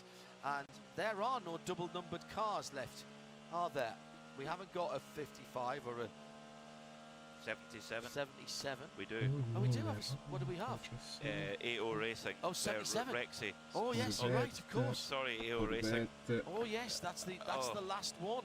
Lauren Heinrich in that car, 15 GTD Pro at the moment. Will the curse of the divisible by 11? That's a great chapter for a book, isn't it? The curse of the numbers divisible by 11. It's not the catchiest title I've ever heard. Do you think not? No, Wars Racing, not quite. del Motorsport. Not quite. Ma dove sono le tipe? Jordan Taylor now at the wheel, back with his family team, Wayne Taylor Racing, and switching back to prototype. He's driven for Corvette for several years, picked up lots of success, championships, Rolex 24-hour wins, but back in a prototype, and he's got a new helmet painted for this race with his 2 dogs, Fonzie and Chachi, that are on the back of his helmet and running with him. 2 golden doodles. Lovely dogs. 99 is still running as well, which is the other AO Racing car. Did have a bit of an issue. It brought out the last yellow. Correct. But it's still going. It's just gone out of the pits with Alex Quinn behind the wheel, I believe. It's good. So we'll see if that one comes if you want around. to break the curse, you've got to either be a dragon or a dinosaur. Well, works always got a little bit of magic dust, there you go. Iron Links. This is not what you're expecting when you tuned into the race program, is it? Things, if you're an aficionado of long distance racing, and particularly in the overnights, I accept that it's not overnight everywhere, but it's been a very busy few days for the broadcast team, so we do tend to get a bit tangential at this stage of the motor race. We'll bring back the voices of reason in Johnny Palmer and Bruce Jones in about an hour and a half's time, and then we'll go directly to the flag. Pasco, do not collect any more full course yellows if you don't mind. Like to have a nice long run at the end of the race. I suspect so would the 31 Wheel and Engineering team as well, because they've been good. Tandy, however, has pulled that gap down. He's about halved it in the last couple of laps. The LMP2 battle continues to be entertaining as well, with Connor Zilic just a couple of seconds now ahead of Toby Sowery. Pato O'Ward which I almost stumble over every time I see his name written as Patricio Award, but it is his full name, Pato Award, one of 14 active IndyCar drivers in the field at the start. He's in the 3rd place in LMP2, then Tom Dillman for Inter Europol. So go down for a CrowdStrike pit report, and indeed Nick Damon is picking off the drivers as they get out of their cars in this early morning Questa cos'è? session. Questo è He's BMW, caught up with Matt sicuro. Brabham. Matt, I have to ask you what happened on the Ora second or no, third lap 57, cos'è che era Yeah, obviously 57? just got caught out there a little bit. You know, obviously didn't 56, want to do that, so una GP obviously disappointed, 23. and you know, we were looking Okay. really good there. So yeah, just big apology to the Mercedes. team, and I mean, yeah, E anche just BMW. sucks, but you know, those things happen, so I just got to move on from it. Was there actually any damage to the car? I'm not sure. I mean, we did touch a little bit, but everything felt okay, but it's hard to know. I mean, we have to kind of, just trying to focus on driving there at the end, but hopefully nothing that really affects us too much. I mean, luckily there's been some yellows that will come up and get a chance to catch up in the 99 AOP2. I mean, how is this Orica going? Is it a good car to drive? Sorry, what's that? Is this car, on the whole, a good car to drive throughout a stint? Oh yeah, it's so much fun to drive. I mean, the racing is so awesome to be a part of, and yeah, it's tough out there, and the racing's hard, and it makes it so much fun. So I had a blast out there, but obviously just disappointed myself, and had to just move on from that mistake and learn and keep pushing, I guess. Yeah, I mean, it's difficult, isn't it? I mean, I didn't see the whole. Was it a bit of a touch of some traffic, or did you just go off Ma in Ferrari portano. I just came out of the pits on cold tires and just lost it a sono little bit indietro, going into ragazzi. turn 1 and went straight on, and I just wasn't expecting it to be so slippery, and just locked it up and went off. So yeah, just a mistake, and you know, obviously I just feel bad for my teammates because they're doing such a good job, and you know, we were right up there in contention in the top 3. So yeah, it would have been nice to give the car back over in the same position, but yeah, I mean, it happens. Thanks for your honesty, mate. That's Matt Brabham out of the 99 AO LMP2. I would expect nothing else from a Brabham. He's had a varied career. Good to see him in that car here at IMSA. Let's check back in with Toby Sowery, 3 seconds away from Conor Zilic in the lead of LMP2 in the CrowdStrike Algarve Pro Racing at number 04. Going through the Le Mans chicane at the moment, the CrowdStrike next-gen cybersecurity car is the red and white machine, and he is trying to get back on terms. I suspect he's been given a little bit of a hurry up by his team because Pato Award has started to close in on him. Now just 2.5 seconds further back. At the front of the field, coming through to the same part of the track on the back straight before he dives left, right, left into the bus stop Le Mans chicane is our leader, Pipo Durrani. Nick Tandy just holding steady at around about 1.5, 2 seconds in arrears. But he's pulled away. Nick Tandy has pulled away from the other 2 Porsches. Felipe Nasser now 4 seconds behind, and about the same gap between Nasser and Prudy, there or thereabouts. But it's Porsche 963s, 2nd, 3rd, 4th, and 5th now, with Phil Hansen having got ahead of Jordan Taylor. So that is a new 5th position, excuse me, for the number 85, the bright yellow car. And I have to say, I didn't see that happen, so I apologise for that. But that must have been in with the last couple of laps. And Hansen has pulled away by a couple of seconds. The Porsches getting into their stride. If you think about this, there's a certain look to the sort of 80s and 90s here, with 2 Porsche works cars and 2 customer cars beginning to gang up on the rest of the field. No question. This is what the Porsche 962 was really the ultimate customer prototype, the ultimate Porsche customer prototype, and it defined the GTP era in the 1980s and really dominated this race. And you couldn't do that without having good customer teams who could buy the cars and race them. And in JDC Miller and Proton competition, they have just excelled with cars that they. Yes, JDC Miller ran the car for a part of last year, but they're a private team and they're kind of doing it all on their own.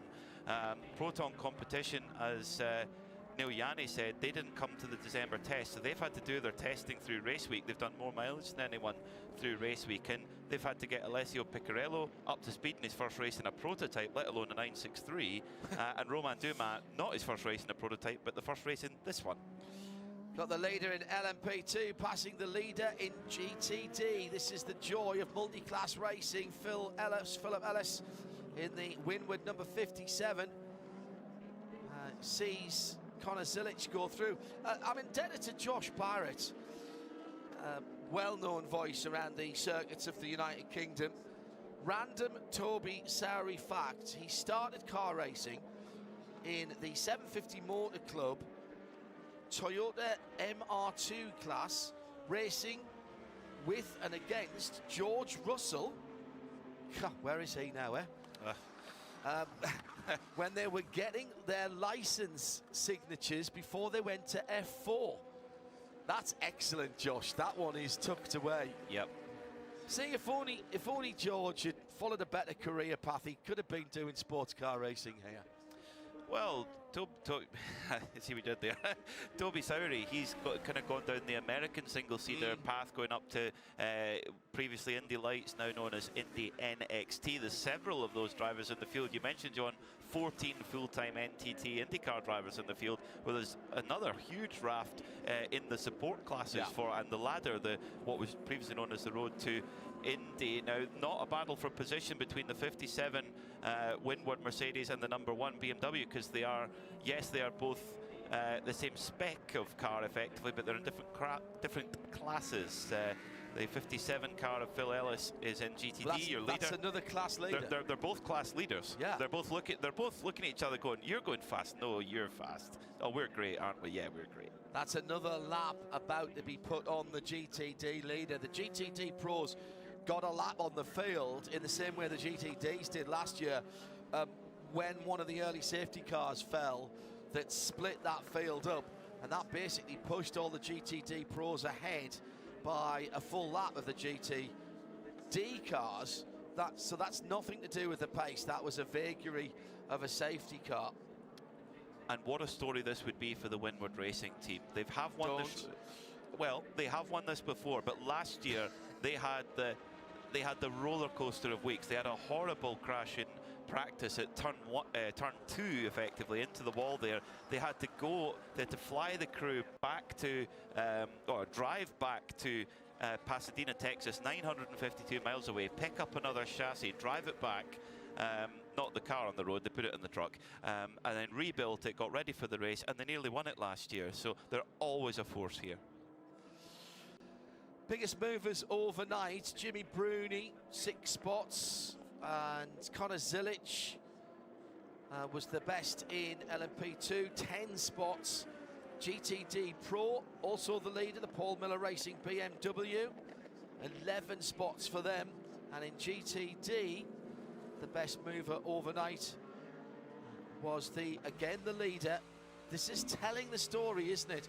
And this was started by Daniel Morad when we were on before midnight. And it was, Aaron, did you say 17 spots there for the number 57? 16, my apologies. Thank you, Aaron. Crunching the numbers. Yeah, all the AMGs had a horrible test and qualifying and early practice, and they managed, with the balance of performance process, they got brought a little bit back into the window, and that's allowed them to compete, because they really were nowhere at the beginning of the week. So what that's meant, though, is that the Winward crew have had to really charge up the field. So no wonder they've gained so many positions. That's it, Daniel Morad started that. Impressive to watch. He did the groundwork, got into the top 3, and the rest of the team have worked on it. It looks to me as there's a fire in the back of the number 3 Corvette. This is the car that's lost the right rear light. I see flames there. I saw a little bit of smoke with one of the P2 cars coming up behind. Now, Is that just a bit of rubber build-up underneath the engine cover, or is it something more sinister? This is the third place car in GTD Pro. Antonio Garcia with the one working rear light. Should that stop working, by the way, they would have to come in and fix that immediately. Looking for any more signs of smoke and flames. Definitely saw a lick of flame underneath. I can see, maybe is there something coming out of the centre exhaust pipes as well? Is it? Or is that just dust? Or is it that it's the light, the rear light that's dislodged? Is it the rear light? I Yes. think it might be. Wow. But there's certainly a lot of dust or dirt being thrown up from that car. It's coming onto the tri-oval now. We'll take a look as it comes by us. Little bit of damage on the rear deck. More dust.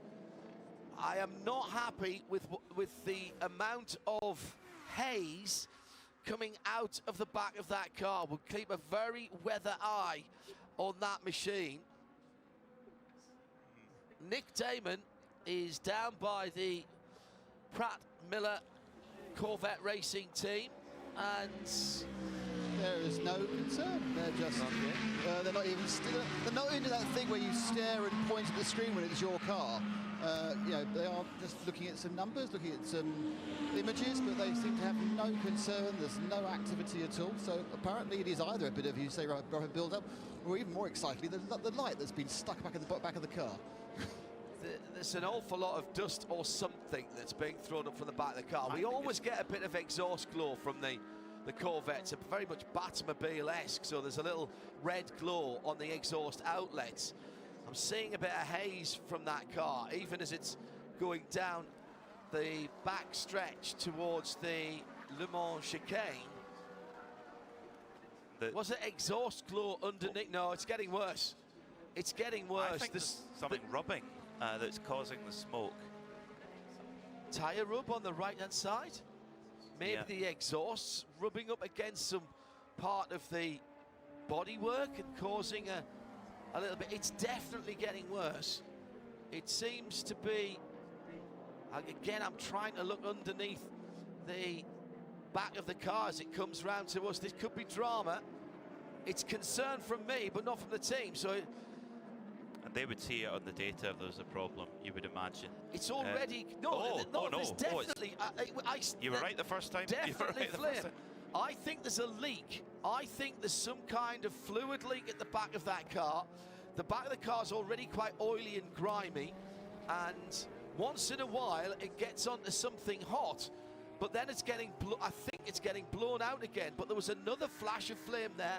Definitely, my eyes, old though they may be, were not deceiving me 2 laps ago. There was definitely a flash there. And look at the haze out the back of the car, Peter. No, I'm with you. I'm with you on that one, John. And the back of the car is, I know we're at, what are we, 17 hours into a 24-hour race, but the car is more filthy than it could be. Oh, there's definitely a flash of flame there in the engine bay. You can actually maybe see just behind the engine. You can actually see it more, Peter, because of the fact that right-hand rear light isn't there. I mean, definitely a glow from the exhaust. We've been used to that down through the years. But having that rear light missing, it might be getting a bit of extra airflow in and putting the fire out when it doesn't ignite. What good fire makers call the draw. This could be something that they could sort either under a full course yellow or just in a regular pit stop. You've got to remember how good the Pratt Miller crew are. Yes, there's a different nomenclature, but make no mistake, Corvette racing with pros in the car, they're still a proper force to be reckoned with. Now, Nick Damon is down by Pratt Miller. The worry will be if that car stops and there's no airflow going through, would that cause a conflagration? Even a full course yellow. As it comes to a halt, or exactly, if it has to slow down.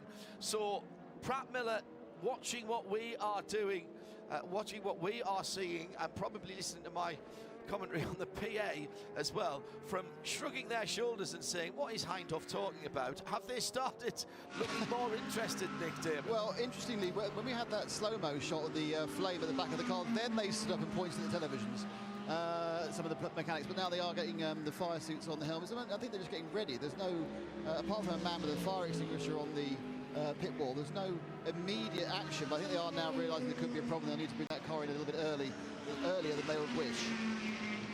It's been out for, let me see, that's the number 3 car, isn't it? It's been out for 22 laps for that car. It's team car with Nicky Katzberg driving it, one pit ahead. Meantime, whilst that drama unfolds, something slightly less random and more reasonable. We've got standard pit stops for the top 2 big battling in LMP2. Yeah, the 18 era car and the number 4, the CrowdStrike machine. Both Oracle 07s, of course, because the only Ligier is down in 9th. They are both in the pits, a bit away from me, because obviously I'm hanging around the Corvette Racing pit box. It's certainly the CrowdStrike car is getting 4 tyres. I think they changed drivers last time, so the driver will stay on board. If he's Connor Zilic in that one? And then, of course, I don't think we'll then see who's going to go. Actually, the Tower cars come in as well. So it is interesting that the P2s really do just come in as a phalanx, even the ones which have got a different chassis because they've got the same engine. So 33 Sean Creech car comes in as well. So we're going to get a complete raft of P2s. They've all been stuck together by that last yellow, which was now, what, 45 minutes ago, John? 40 minutes ago? You've mentioned it now, Nick.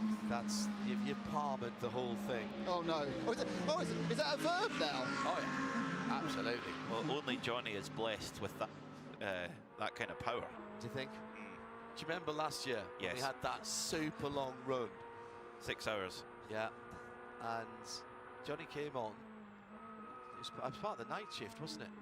Or was it? It was the morning shift. No, it was the morning shift. And he yeah. says, "We've been green for ages." And then it was for nearly 7 and hours. a countdown from 10. And I was actually watching our production Skype chat, and the responsible adult, Eve Hewitt, said, "I can't believe you've just said that, Johnny. Full course yellow coming in 10, 9, 8.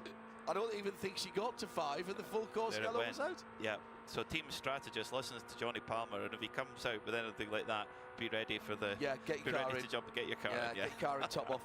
The first vestiges of sunlight off towards the beach, and that lovely sort of expectant glow of dark Etruscan orange in the sky. There's a bit of a cloud front over the ocean at the moment, which is just blocking out the best of the light, but we're still about half an hour away from official sunrise, but there's a definite lightening of the skies.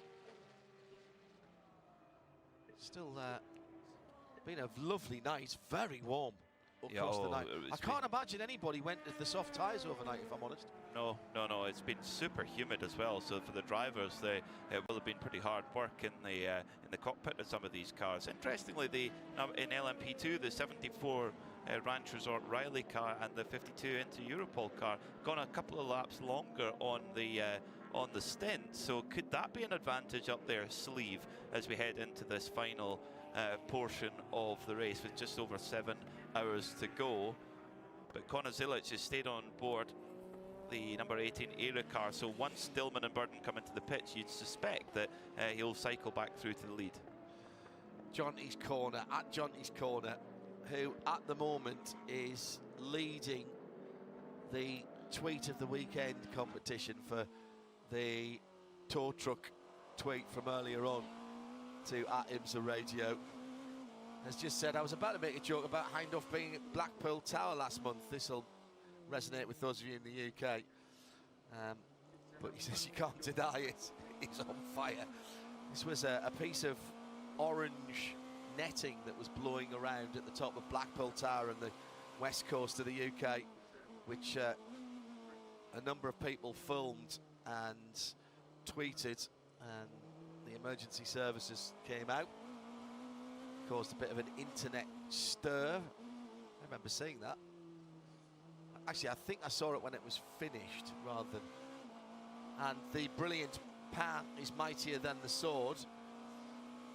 One of the Dorian Pan accounts, fan accounts, said, "Pity it would have been a good joke." It would have been a good joke, but we do have it.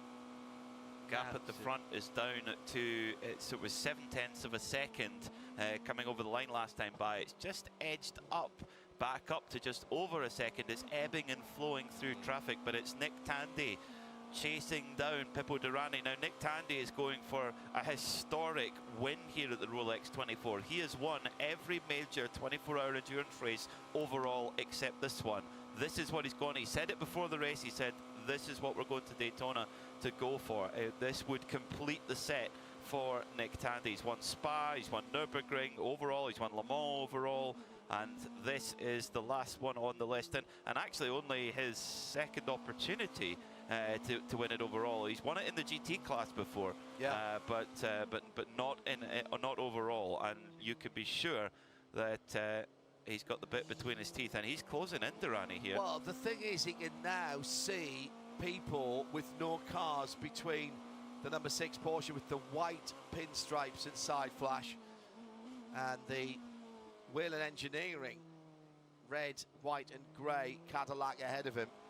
Coming towards the ends of their stints, I would suggest. Let's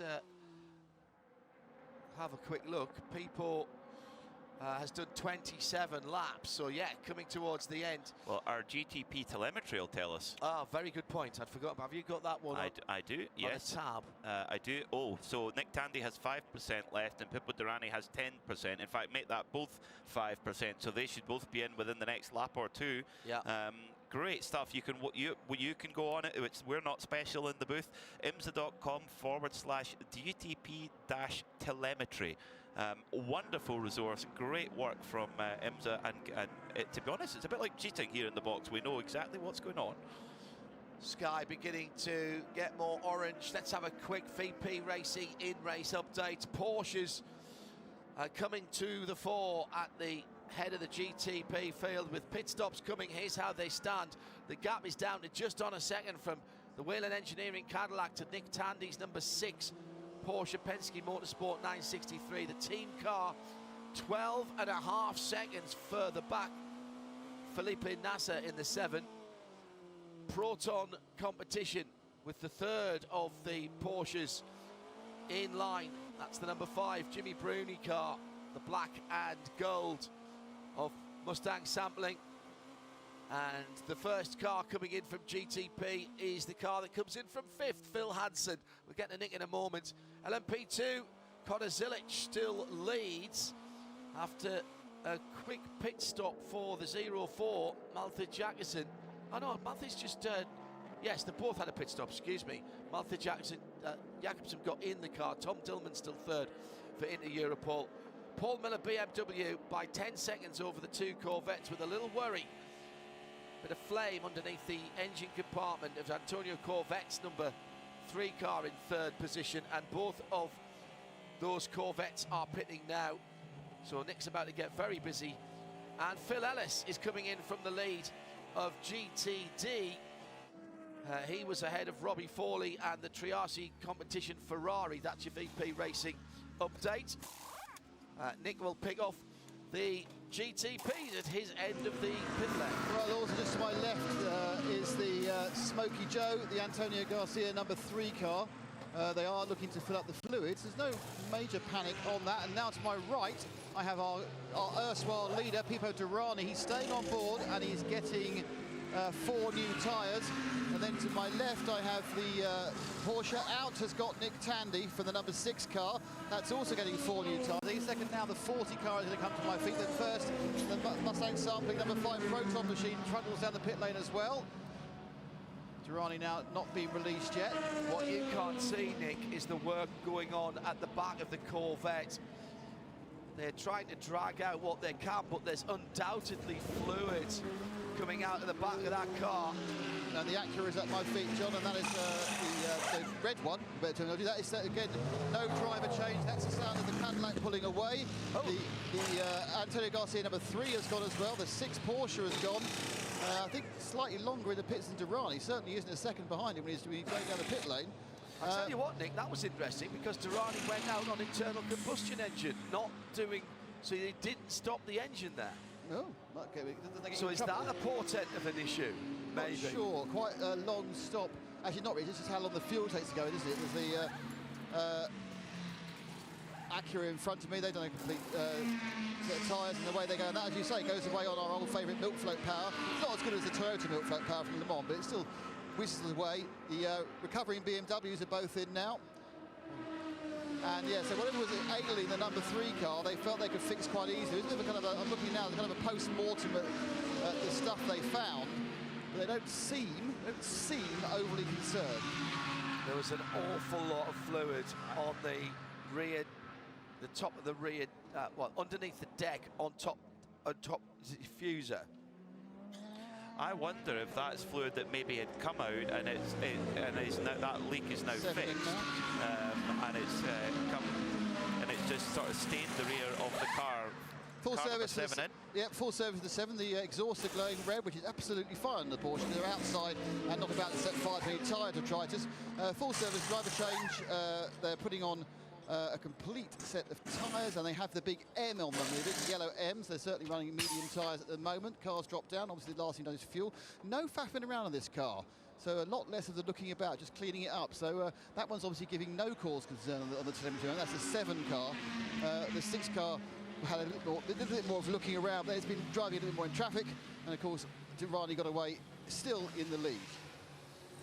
And Nick, one of the nice things this year is we've got 3 new compounds for GTP, soft, medium and hard, and as we've seen in the WEC and at Le Mans down through the years recently, they have different stickers on the side, different markings. It's yellow for medium, yellow is mellow, that's the medium. White is the soft and red for the soft from memory, as long as they haven't changed that around as well. Generally speaking, this year we won't have to worry about the compounds in WeatherTech Sports Car Championship competition, but because of the unique nature of Daytona, and particularly with the cold weather that we experienced a few years ago, there is a special regulation here that allows you to take the softs from 7 o'clock last night to 8 o'clock this morning. Don't have to, and I suspect many of them haven't. Let's go down to Bedfordshire's finest, and that's Nick Tandy with our Nick Damon. Well, Nick, the number 6 Porsche, in fact, all 4 of the Porsches are really taking this battle, aren't they? We saw through practice and qualifying a little bit off the pace, but once you've got racing, the cars are going really well. I mean, the conditions are a little bit different. This is the thing. The night is, the track cools down, and it looks like it suits our car. This is the thing. The start of the race, we sort of struggled a bit, but then you don't know what people are doing on tyres. Obviously, you can see when people put 4 tyres on. I think us and the 31 ran with 4 tyres the last stint, and it was, it's pretty close. So it's difficult to know what's going to happen when the sun comes up. This is the thing, but yeah, so far so good. And like you say, with 4 Porsches up there,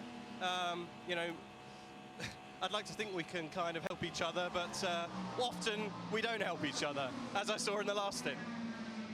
So, I mean, obviously with these high temperatures, has that meant you've been on that medium tyre the entire time, or you had to run some softs? I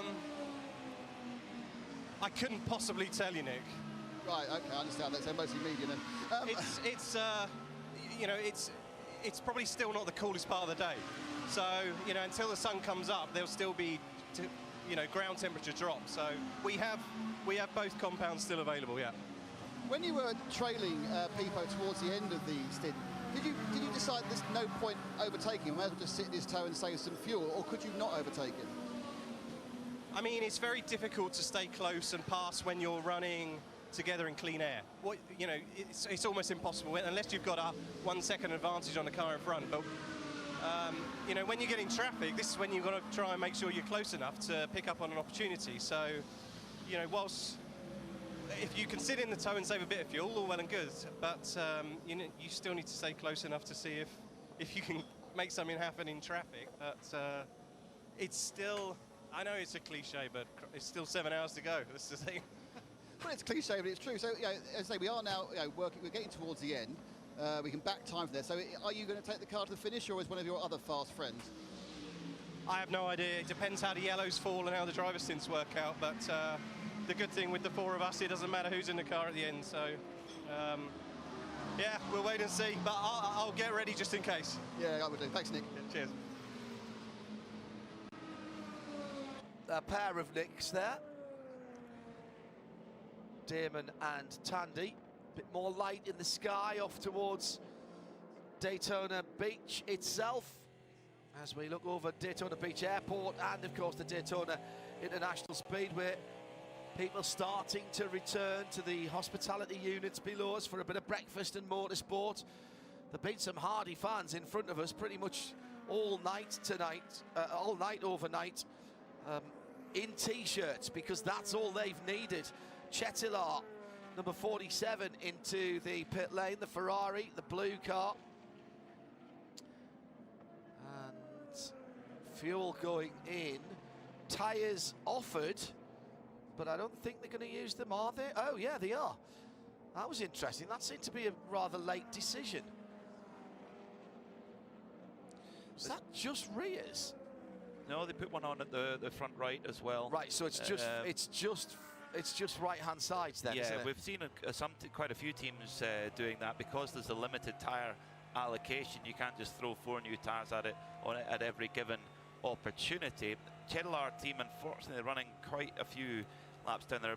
8 laps off the class leader in GTD. They're going to be here for the whole Michelin Endurance Cup season, which consists this year of an extra round. We have the usual suspects here at the Rolex 24 at Daytona, the 12 hours of Sebring, the Watkins 6 hours of the Glen, and Petit Le Mans. But we're adding to that the long race at the Indianapolis Motor Speedway. So a 5-round Michelin Endurance Cup season here in 2024, which I'm sure all the teams are very excited about. 71 degrees in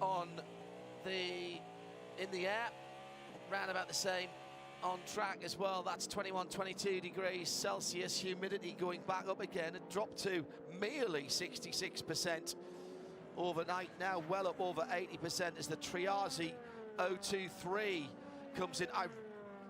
I really like the colour of that car, that darker, almost blood red into the pit lane. That's almost Scuderia Ferrari before they even built their own cars. Yeah, so when they used to run Alphas before the war. Totally agree. That sort of deep, almost red wine colour. Fantastic. That's from the lead of GTD for that Ferrari. Correct. On the pit stop cycle, in fairness, it should be the Daniel Morad going back to the lead. In fact, when he comes across the line this time, and he's just put his fastest lap in for that car of the race, and when he comes by this time, he will retake the lead. We've talked a lot about the serviceability of this new Ferrari 296 GT3. This Triarci car spun under the pace car, backed into the wall and had quite a bit of damage, but the rear section of that Ferrari 296 GT3, you can pull off the whole rear section and just bolt a new one on, and it saved them so much time in repair. And as unfortunately the new Ford Mustangs have found out to their cost, there with damage on the rear of their cars has cost them dearly this race. In for the 120, Jan Halen and the right car. This is the very attractive blue colour. It's almost, well, the darker blue is almost Porsche Nautilus blue, but there's a hint of that lighter colour that we used to see on Franz Conrad's cars. Do you remember that? Ran the Celine S7R in those colours. Interesting race for the Fords. And the 64, that's the Harry Tinkle, Mike Rockenfeller and Chris Meese car is in the pit lane. The engine cover is off at the front end of the car, but underlying how much work has gone into these new GT3 cars, I can hardly see the front of the engine. It's so low and so far back. This effectively then a front mid-engined car. There's 3 feet in front of where that front pulley is to the front of the car. And I'm not exaggerating there at all. Do you expect anything less from Multimatic and Ford? You know, look at how they pushed the boundary and really pushed the limit with the Ford GT to the regulations there. They've clearly done the same thing with this Ford Mustang GT3, and no wonder, as they've reported, they've got such customer demand for the car. I think they're going to be building them as fast as they can and building spares as fast as they can so they can roll those out. And it's very much a global program. It's all about global for that team, even down to the drivers that they've got. They've got drivers from all over the world, and several have made switches from other manufacturers to come and join this this Ford program. Aston Martin is very similar, actually. All the front engine cars are. You look at the level of technology and design.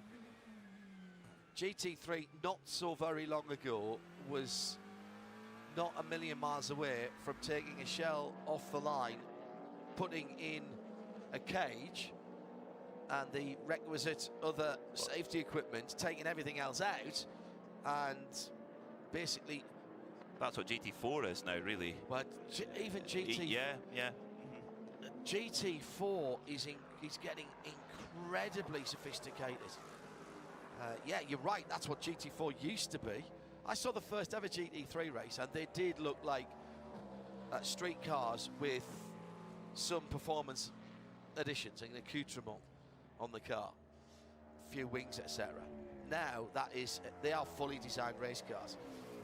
GT4s since 2017, 2018 have started to do times that GT3s were doing only a couple of years before that. We've got another car gone behind the wall, Peter, and it's not good news for the number 17 Corvette. The AWA Corvette. They've already lost the sister car, which had an issue on the opening, well, actually pulling off from the grid, had an issue that eventually took them out of the race. So the car number 17 for AWA Corvette. It's been certainly a learning experience for that team with their two Chevy Corvettes, but make no mistake, that car and that team, they'll get it right.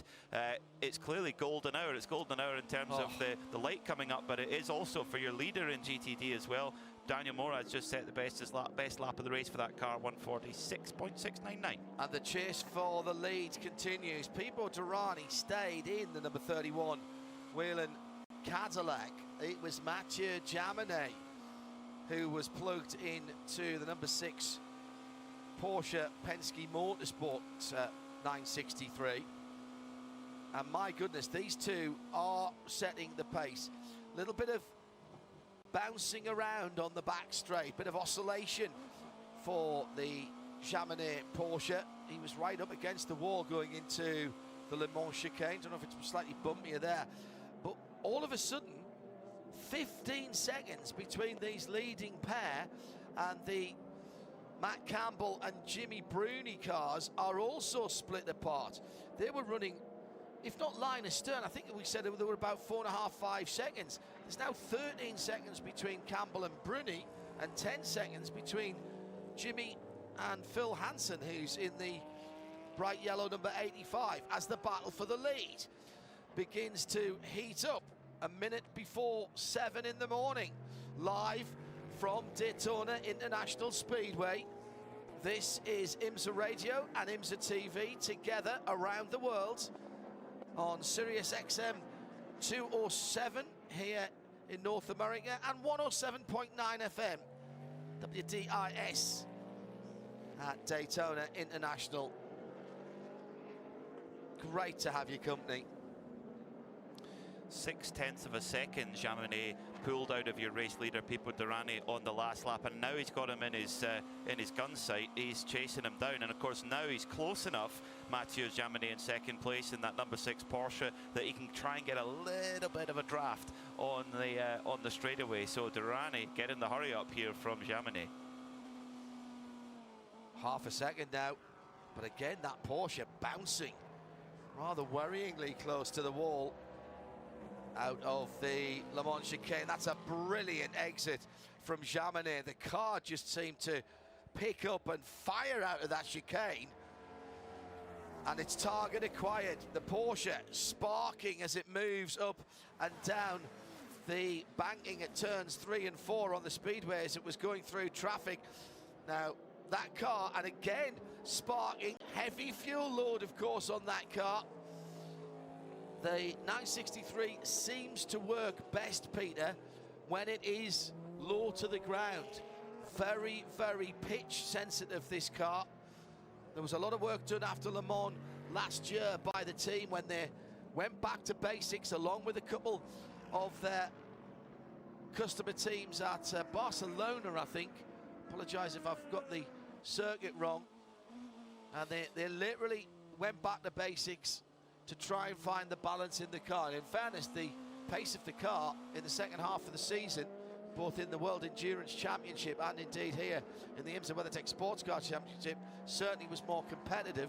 Lost a win at the Sahlen's 6 Hours of the Glen because of excessive plank wear. When I say excessive, there were 1 millimeter at one part of the plank was out of specification. That was really poor luck for them. Well, and they know what happened there. Yeah, that was a piece of tyre debris that punctured the floor and set up an aerodynamic vibration that kept bouncing the floor on the ground. Here we go. Don't have to have the stopwatch out now through turns 3 and 4 on the speedway.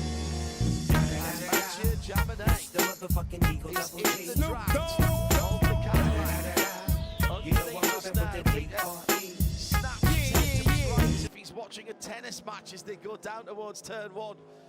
There was no return from that as it went That was down. an ace from Mathieu Jaminet. Yeah, it was indeed. He's right there. 0.3 of a second quicker on the last lap. Now remember what Tandy said. He said we've got to make the chances count when there's traffic, and traffic is about to play a part. Ahead of them, they've got a couple of different cars. It's the 120 Porsche is there. They've got a LMP2 car right in front of them at the moment, which is the Tower number 8 car.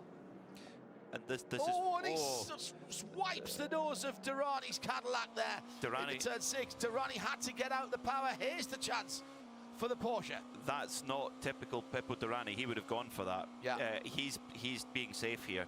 Pippo Durrani is renowned as being one of the most aggressive drivers in traffic, and normally he would have gone straight for that. But I think he knows how fast a race car they've got. Doesn't want to risk with 6.5 hours to go. Michael Dinan it was who caused the slight incident.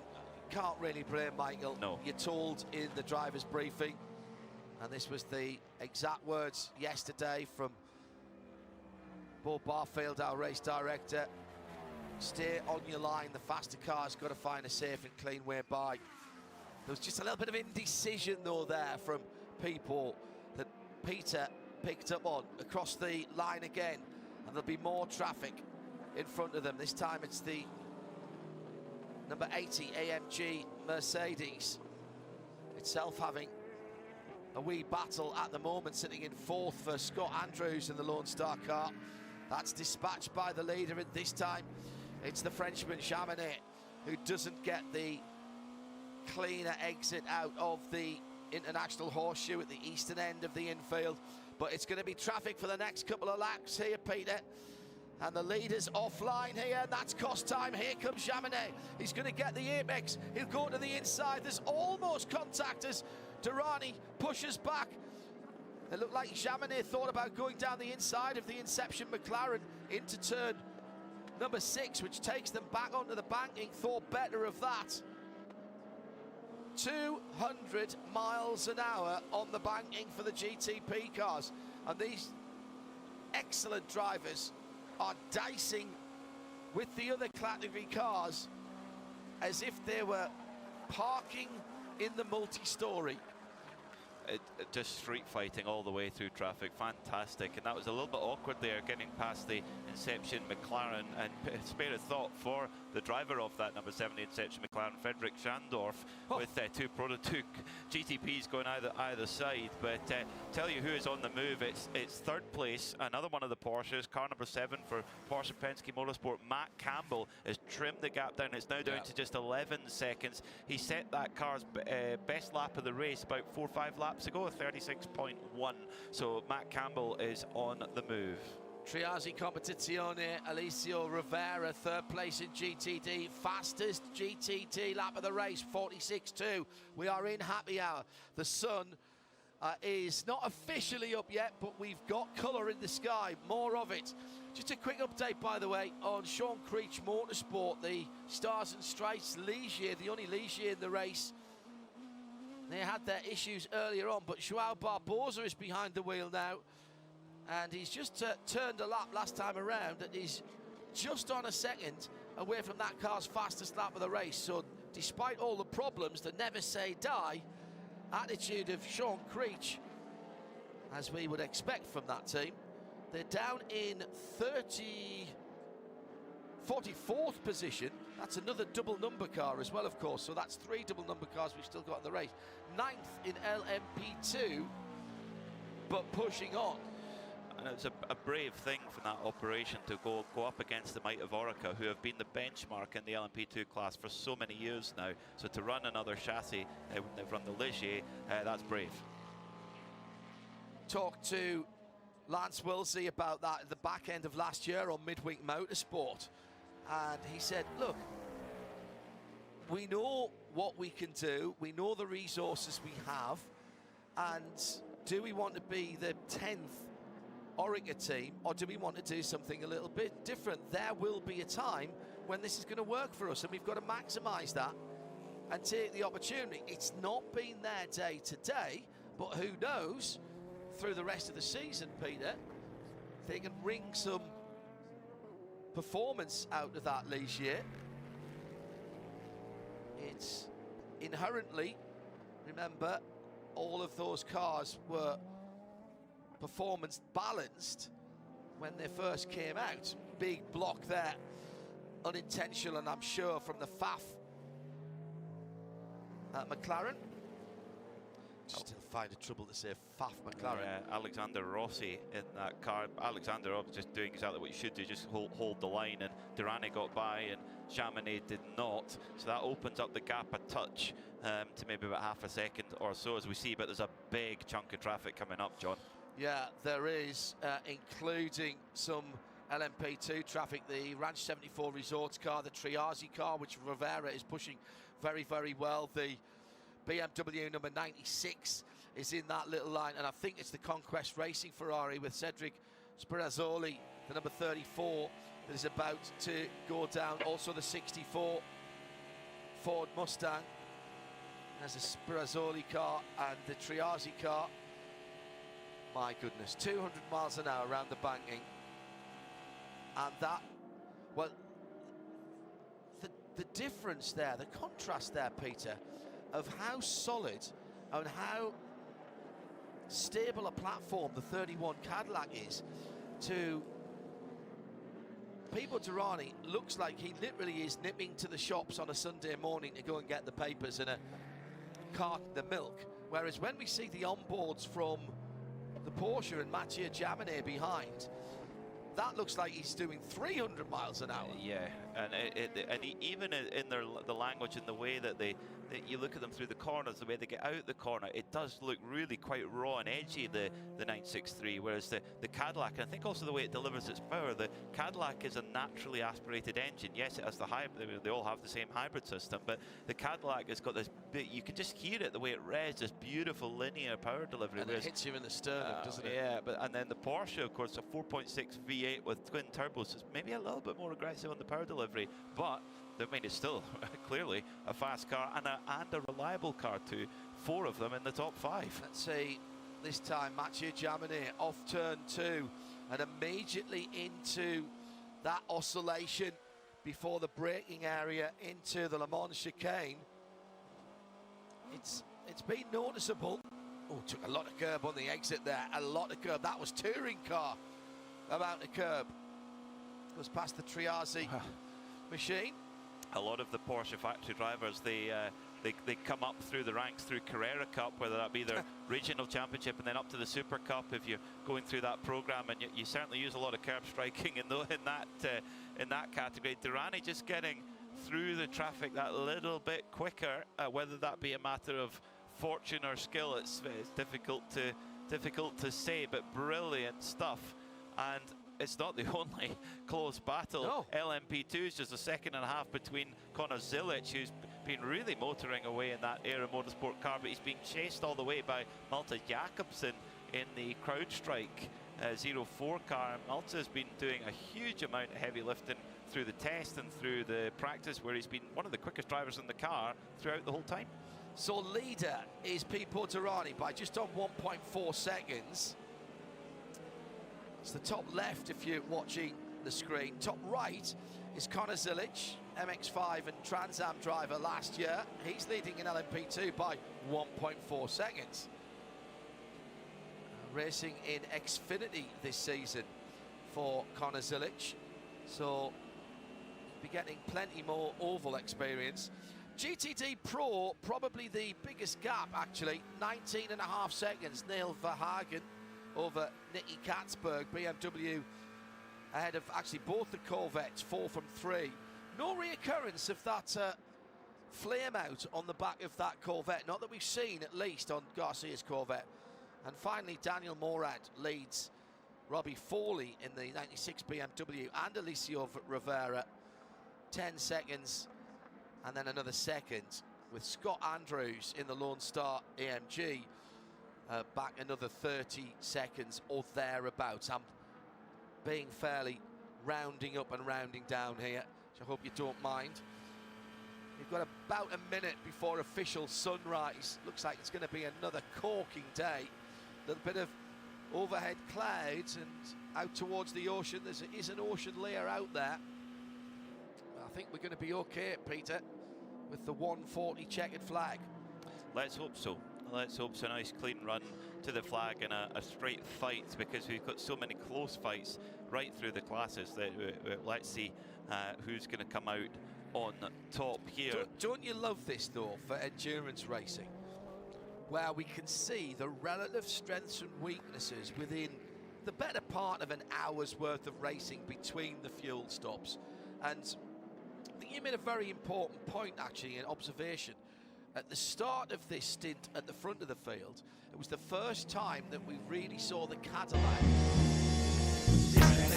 right from the restart. That's something we did not see. Jaguars were doing it earlier on, and then their pace seemed to ease through the stint. The Cadillacs have been monstrously reliable in terms of their performance potential right the way through the stint. It wouldn't be a big climb and a drop off if you looked at the performance curve. It would be much gentler to the middle of the stint and then a gentle curve back down again. But Durrani took off like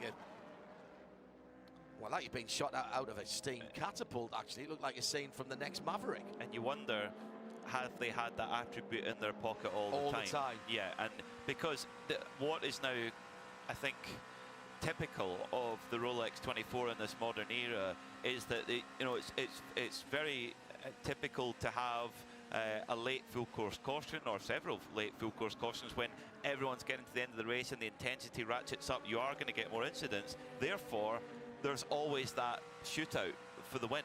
And so you need that quick sprint pace. That's what both Acuras showed last year. So you need to really go for it straight off the full course caution. And so I'm not surprised to see that Cadillac have got that in their pocket, but it's the first time they've shown it. Move for the lead in LMP2. Round the outside for Malte Jakobsen. That gap has come down and down, side by side through the tri-oval, the red and black CrowdStrike. Algarve Pro Racing, 6.5 hours to go, and the elbows are out from Connor Zilic. Maybe he's practicing for his Xfinity drives here, but he's not giving this one up. Down to the infield hairpin, the first of the two horseshoes. CrowdStrike car looks like it maybe has a little more grip underneath Malte Jakobsen. Tom Dillman's another 12 seconds further back. In fact, actually, has Dillman just pitted? Because there's a big change there. No, Josh Burden. It's all right, timing just catching up with itself. Side by side again, coming out of the infield. And still that mainly blue era car drifts a little wide. Oh, that's a super move from Malte Jacobsen, they're over and under, but he's got the Iron Dames Lamborghini ahead as a pig. They're rubbing, they're touching again. And, well, how do you call that one? I think that's heads-up racing from Connor Zilic. He did not give 1 inch and used the Iron Dames Lamborghini as a pick, as a screen. Wow. He totally learned that in the Wheeling Mazda MX-5 Cup. Oh my God. Thank you, Bonnie, for follow, man. Gracias. Fantastic stuff. Thank you, Disey. A Peugeot Hypercar Junior driver. Well, I'm sure the Peugeot management are watching this closely, thinking, do we move him up to full to the full squad? Why not? He's driving so well. Here he comes again, and again it's a Lamborghini that thwarts his move to the outside this time. Inside on turns 1 and 2. Tried the outside move going into the first corner on the infield. This is getting spicy. 6.5 hours to go. How would you like your breakfast? Hot. Thanks very much. Extra chilies. Chili flakes all So, over it. coming out of the final infield corner, Jacobsen went wide and then cut back underneath. Brilliant move.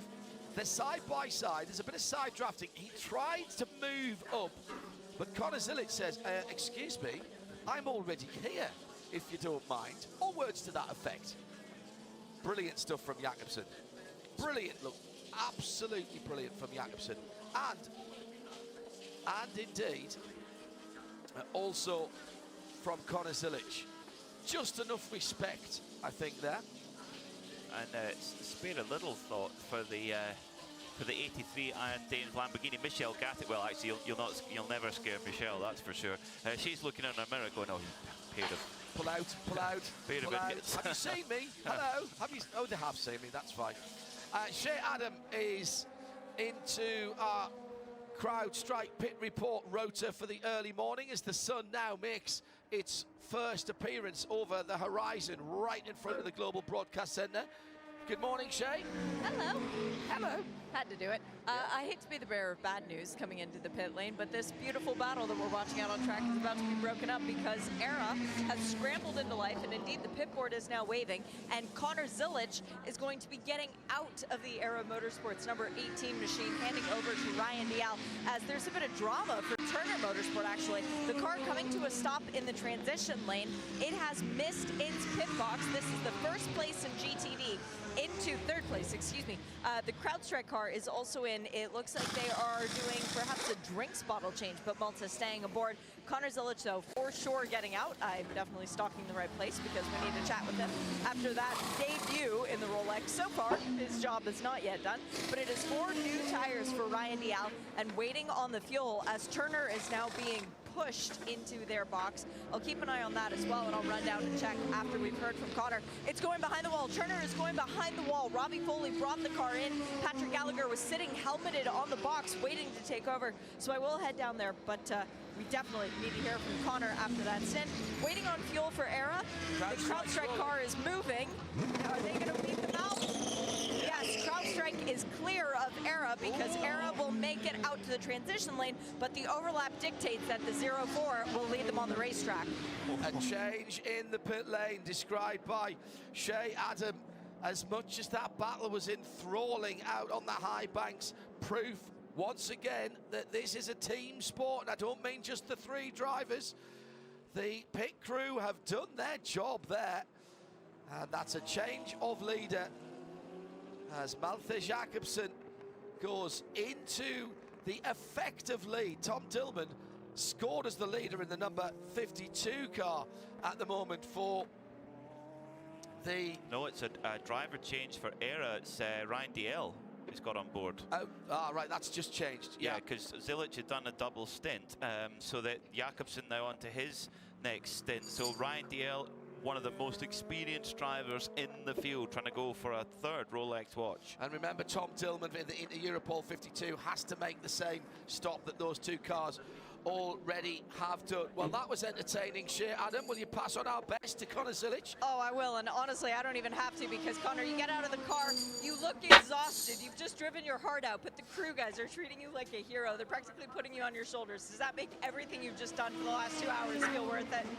Yeah, I'm worn out. It was a long double stint, and you know, it was my third stint of the race, so I'm still learning, and you know, I'm just glad I was able to keep the 04 behind us there, and you know, give us a better shot when we get the tires for the next driver, Ryan. He's in the car now, so hopefully he can you know, get back by them and you know, get us a little lead heading into the daytime. But super proud of the Air Motorsports team. They've worked so hard today, and you know, I just hope we can, you know, finish these last 6 hours off strong. You were doing a little bit of hip checking there with Malte Jakobsen up on the banking. Clearly moves you learned from Mazda, right? Yeah, that's MX-5 Cup racing. Thanks, Connor. Good luck, and good luck for covering. What entertainment at breakfast time. That's a bit of spicy sausage for you. How do you like your frittata? Hot, fluffy, and spicy. Yeah. Well, one of our Porsche keys to race was get to breakfast. Well, that applies to the competitors as well as fans, because fans, you don't want to be sleeping through breakfast because you're missing this action. No, absolutely right, wherever you are in the world. Thanks for joining us here. Live from trackside, the opener of the IMSA WeatherTech Sports Car Championship for 2024, the 62nd running of the Rolex 24 Hours at Daytona. Right, now, we've had our action in LMP2. Neil Verhagen has established a 23.5-second lead in GTD Pro. Daniel Morad has pulled out 11.5 seconds on Alessio Rivera in the Triazzi Ferrari. He's been going very quickly indeed and setting that car's fastest lap of the race a few minutes ago. So let's go back to the front of the field.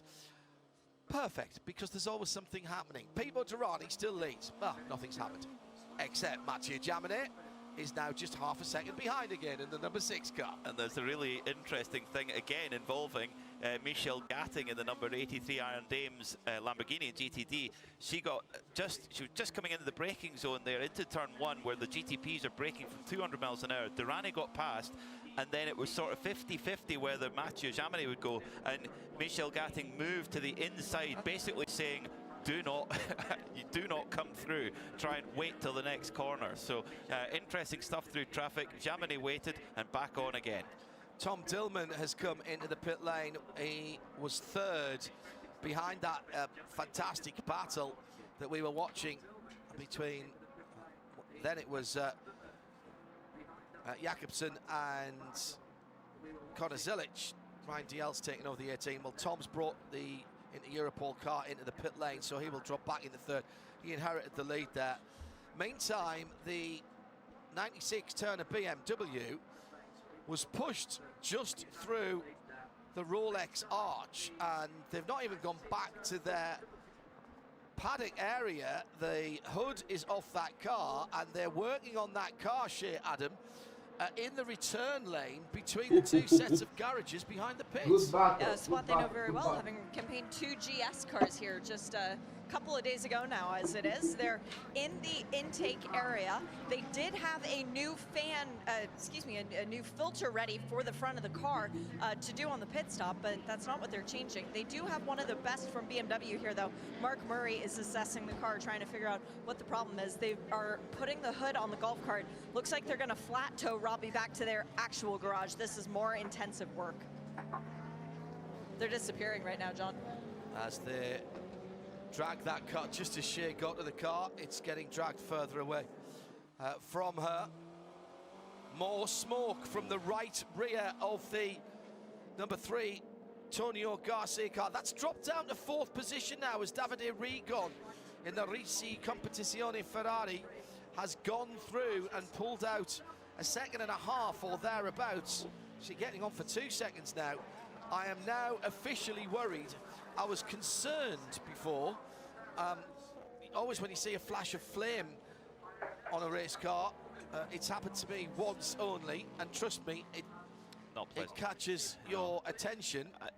For now, for that number 3 crew, it's just get the car to the end of the race if they can. Under any circumstances. Just over 6 hours to go. That's got to be their sole objective now, because remember, they're going for a full season championship. You know, the season is longer than that one race, so they've got to just make sure they get there. LMP2 battle still raging on. It's like we've got 2 parallel universes here, and both are prototypes battling wheel to wheel. And Jakobsen has just pulled up a little bit of an advantage of 1.2 seconds from Ryan Dale. Remember, Malte Jakobsen is 20 years old. Ryan DL, well, I'm not going to say, this is his 19th Rolex 24 hour. Right, He's won it twice. So Malte Jakobsen is about to be put to the ultimate test. He's had to deal with the young buck in Conor Zilic and now the experienced hand of Ryan DL. Remember as well that Ryan DL has just got into that car. Jakobsen has been in it for a couple of stints. Yeah. So Jakobsen right in the groove. Ryan DL, an absolute pro. It will take him no time at all to get up the pace, but he doesn't have the knowledge of the evolution of the track right now that Jakobsen does.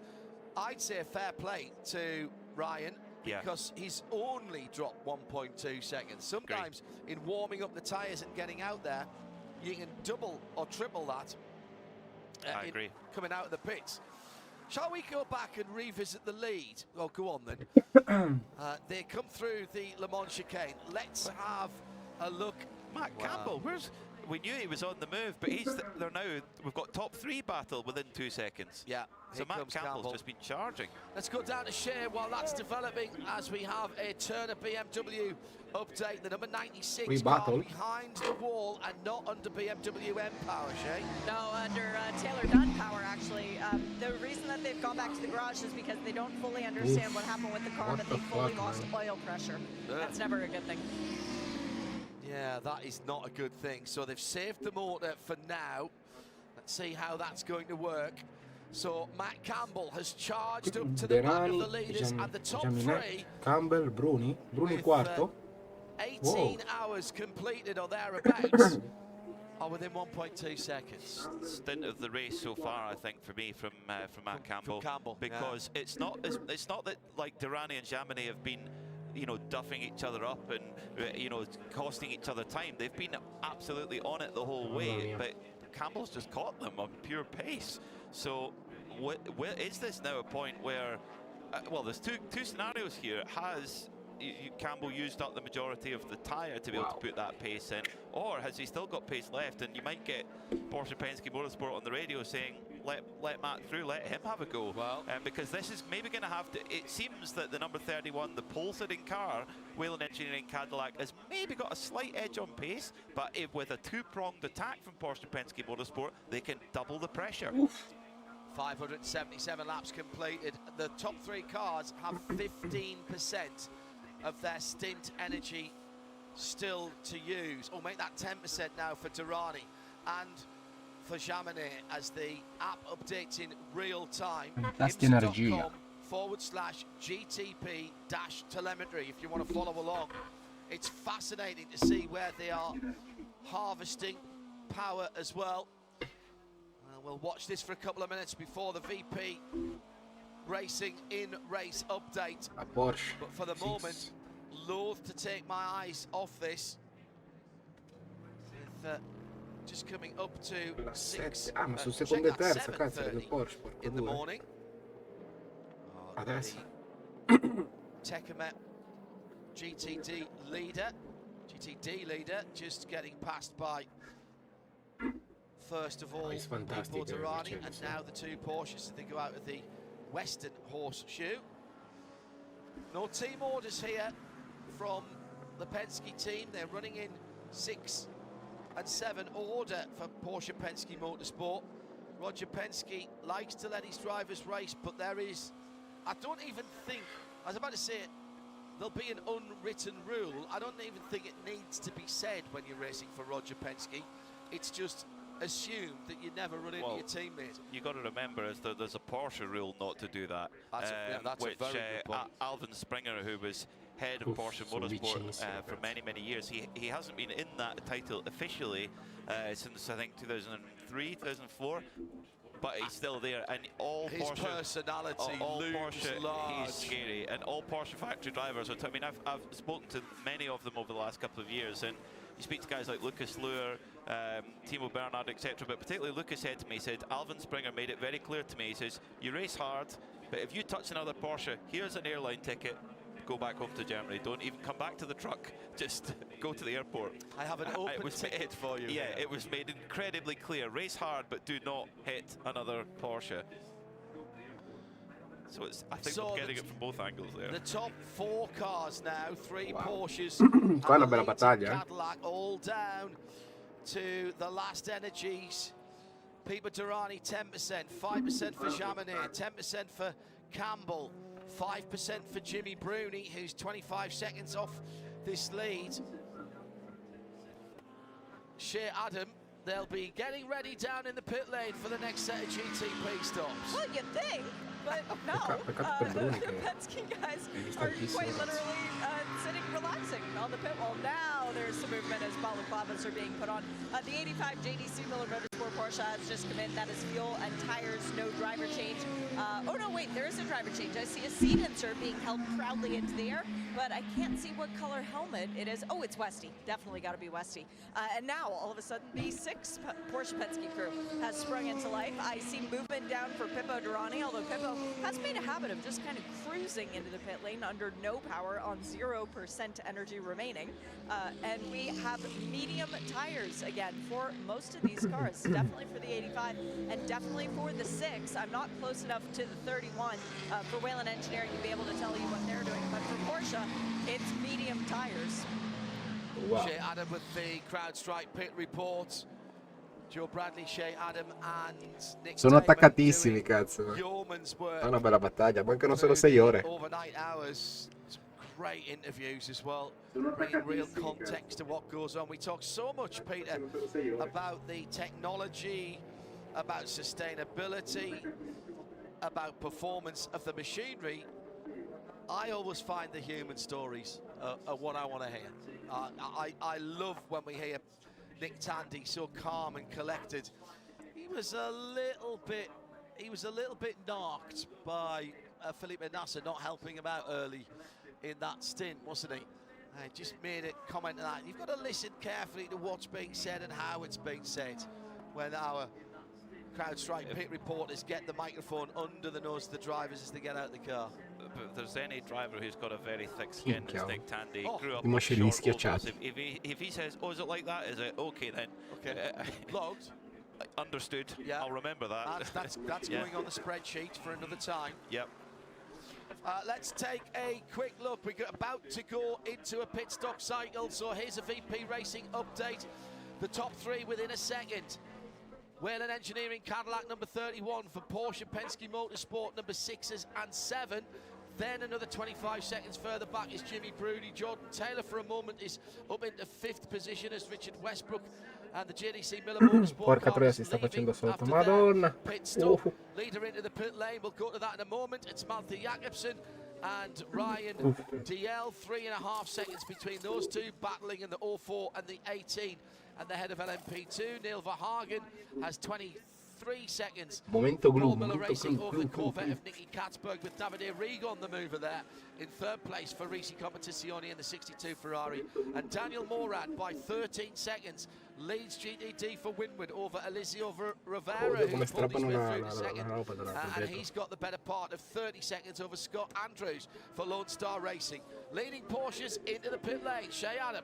4 tires, fuel, and a data stick exchange for this Porsche number 6 from Penske. And oh, a very near collision leaving for the Whelen Engineering Cadillac. That delays them a brief moment, meaning that the Porsche is able to get out ahead because the Cadillac had to check up. The Acura of Wayne Taylor Racing Andretti was the one coming in and had to right away get into its box. That was Jordan Taylor handing over to Louis Delatraz. This is the lone Acura that is still in this fight. That was a change for the lead, though, on the pit stops when they cycle back through. When everybody else comes into pit, that means that the 6 now has the advantage.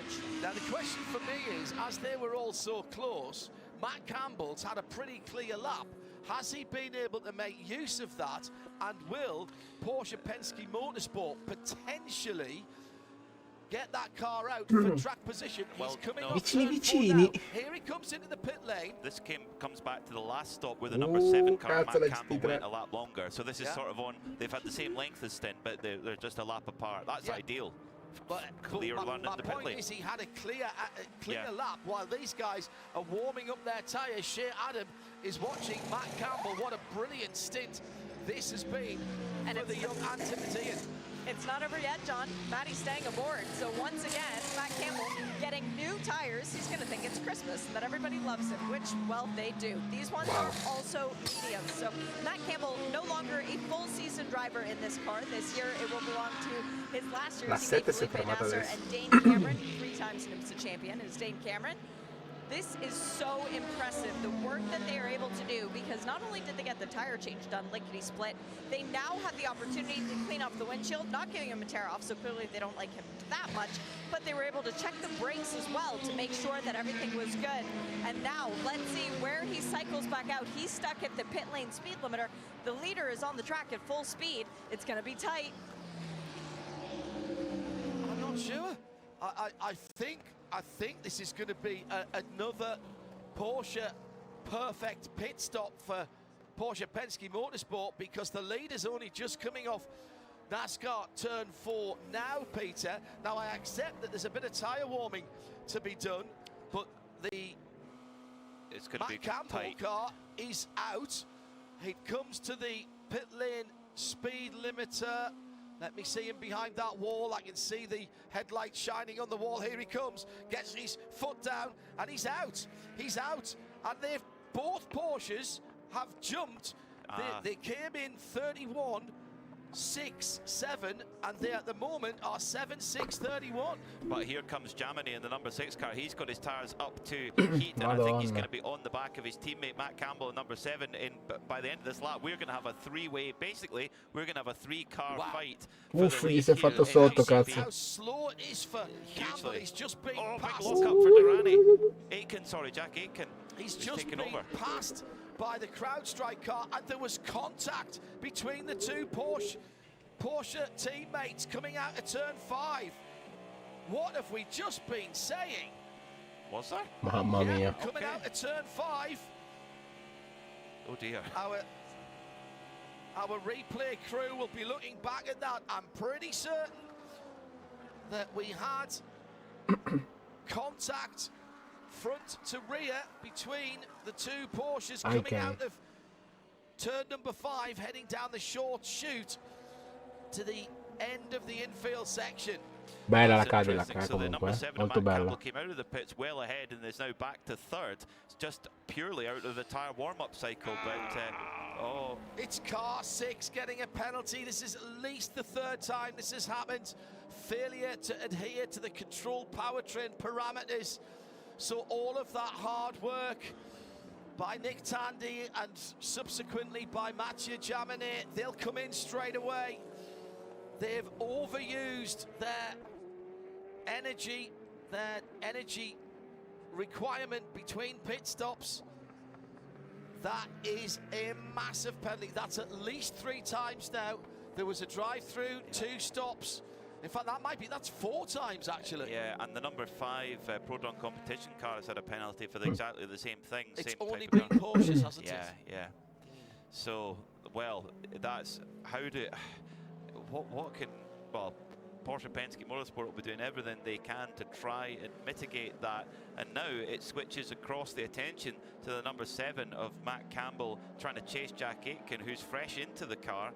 Matt Campbell onto his 2nd stint in that machine, and the gap, the last time they went over the line, about 1.8 seconds between them, and Aitken pulled out 0.4 of a second in sector 1, so Aitken on the charge now at the front. And a mechanical black flag as Un well. secondo e 2, This È is lì, It's often called the meatball flag, the black flag with the orange dot in the middle. And that's Dirk Muller for Ford Multimatic.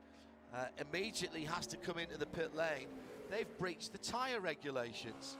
Now, have they put a wrong set of tyres on that car? Shea Adam might find that out. They are in the pits now, and there's a new set of Michelins there, but they were told they had to pit immediately. So that's either a wrong set of tyres or wrong pressures in the tyres. Let me check and tell you how long ago they were in the pits. That might give us a little clue on that 65 Ford Mustang. And that's the better placed of the two. It is, yeah. 6th in GTD Pro. Sorry, my reset. Oops.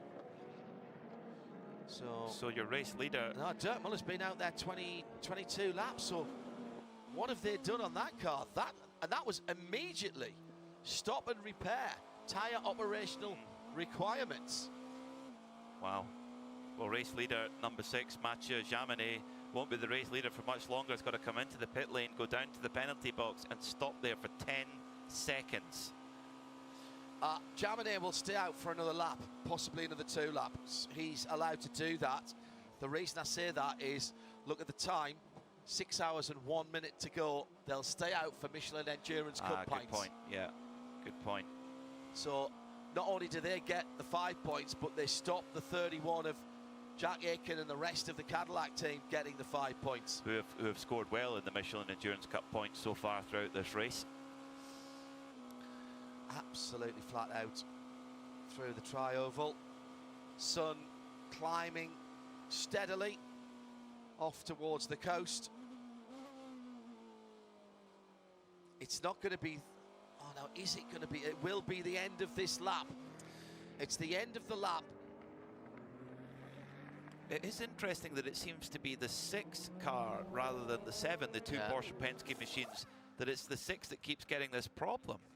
Shea Adam with her first chance to have a look at the smoky Corvette of Antonio Garcia that's been worrying us through the night. There was fire in the back of that car earlier, Shea. I've got to think there's some kind of fluid leakage. It smells awful. I mean, it smells like when I tried to make a pork tenderloin last week and that didn't really work out very well, or 2 weeks ago now, I suppose. But there is still issue with the car. There is fluid dripping out of the bottom. The IMSA officials want the Corvette mechanics to take a closer look, and they're not coming over. They're not going to look at it. The IMSA tech officials are saying there is fluid coming out of this car. You should be concerned, but the car is no longer actively on fire. It's just pouring out white smoke, and there are traces of what was quite a big conflagration. Looks like they're changing a data stick while they've got the opportunity as well. What they're doing is they have put 2 full pressurized bottles of one fluid and a larger one of another into the side of the car. There's this new GT3 is brilliant because you open the passenger side door and the fillers for the various fluids are there. You put them in under pressure, and that's what they were doing. But the back of the car was absolutely running with oil, not just the rear end where the rear light should have been, but also down under the diffuser underneath. Extraordinary. Here comes Jaminet for his drive-through. Tell it's the number 6, even if you don't know the colours, because it's got purple on the front. He will stop for 10 seconds, and those 10 seconds start now. The official at the end of the pit lane clicks the stopwatch. Trusty 5, stopwatch. 6, 7, 8, 9, 10. And off he goes. Oh, that's going to hurt. That stings. That is going to hurt. So now they'll be praying for a safety car now. They will be absolutely praying for it. Well, they will stay on the lead lap. They will stay on the lead lap. And it's a quick car. But, we know that's a quick car. But if there's a very long period of green flag running here, then it's a long uphill battle. They need a full course yellow sooner rather than later. Shea Adam is looking at the fluid replenishment bottles. There were 3 of them, Shea, 2 narrower than the third, which was considerably larger. What drinks was that Corvette number 3 getting? Mobil 1, purely the best.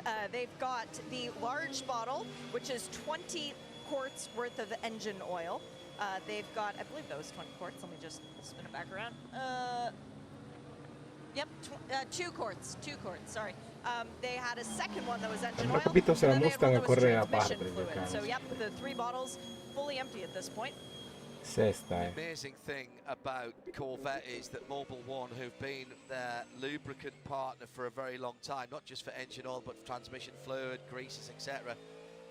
Back in the GT Le Mans days, Mobil 1 offered to build them, design them, a bespoke oil for that GT Le Mans car. That's been done.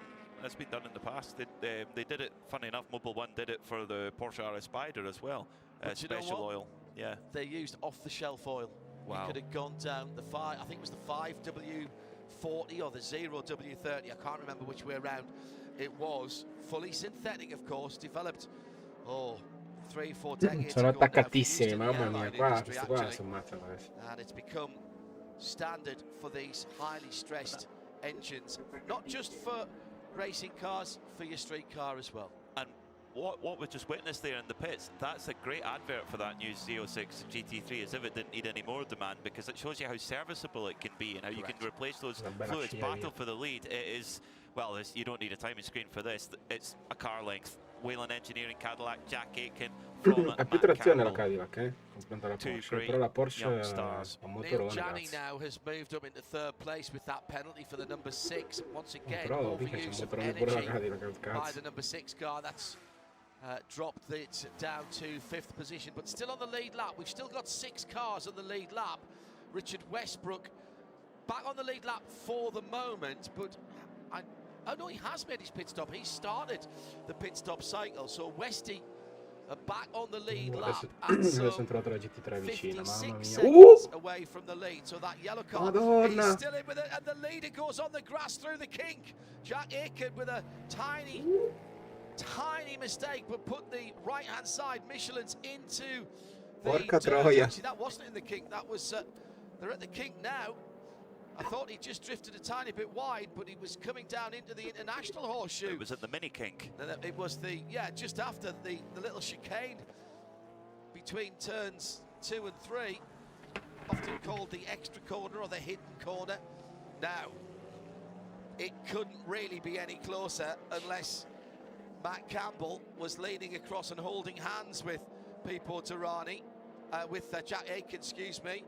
It was the class-leading number 1 BMW that the leader of the race was trying to get through. No, it wasn't. It was the Kelly Moss number 92 car. My apologies. And who was at the wheel of that car?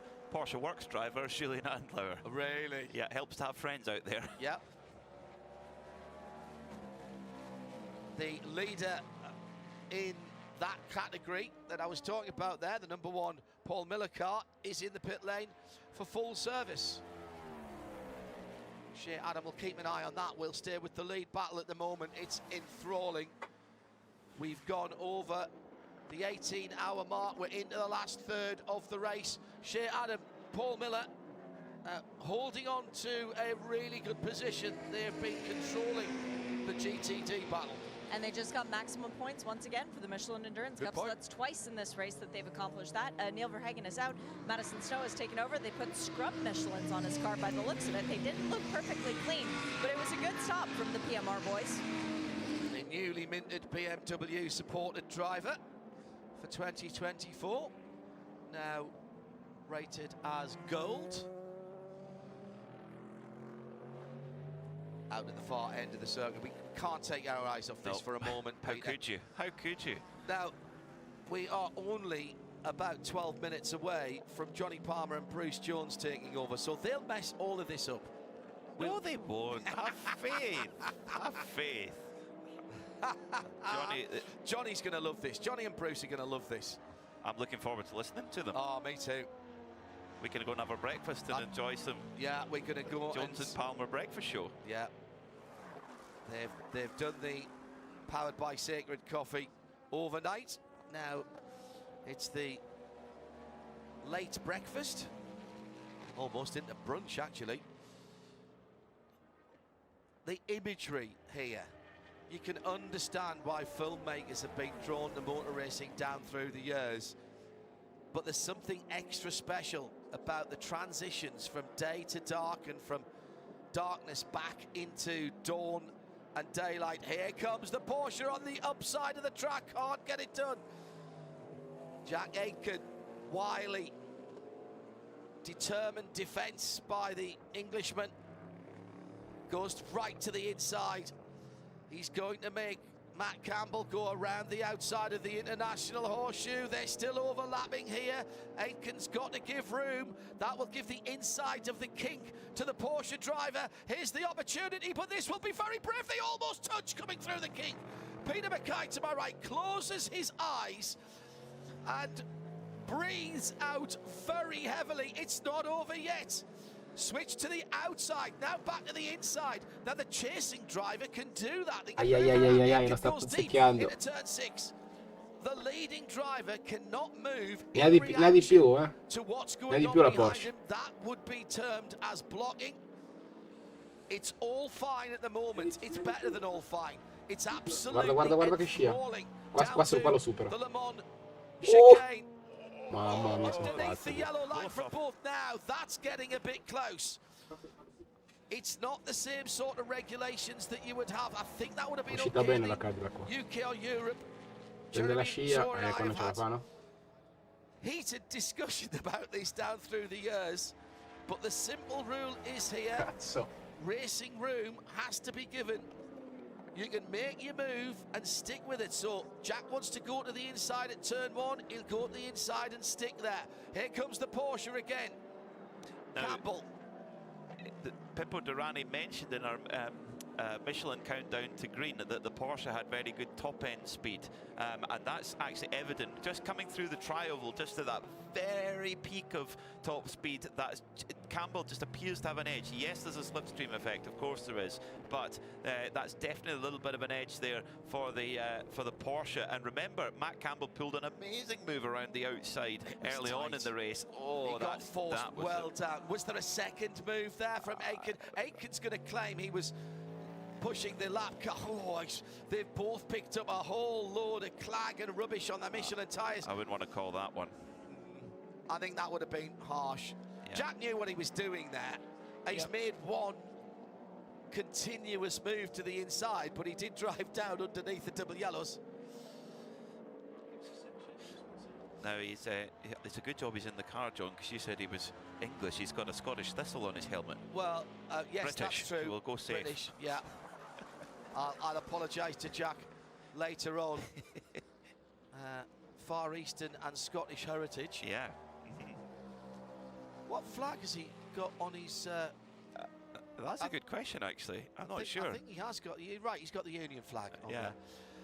Shall we breathe for a moment? Because Matt Campbell has just for a moment dropped back from this battle.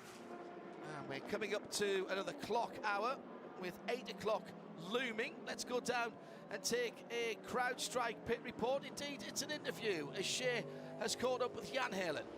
Jan, you look exhausted. How hard is this race? Because it seems like it really is a 24-hour sprint.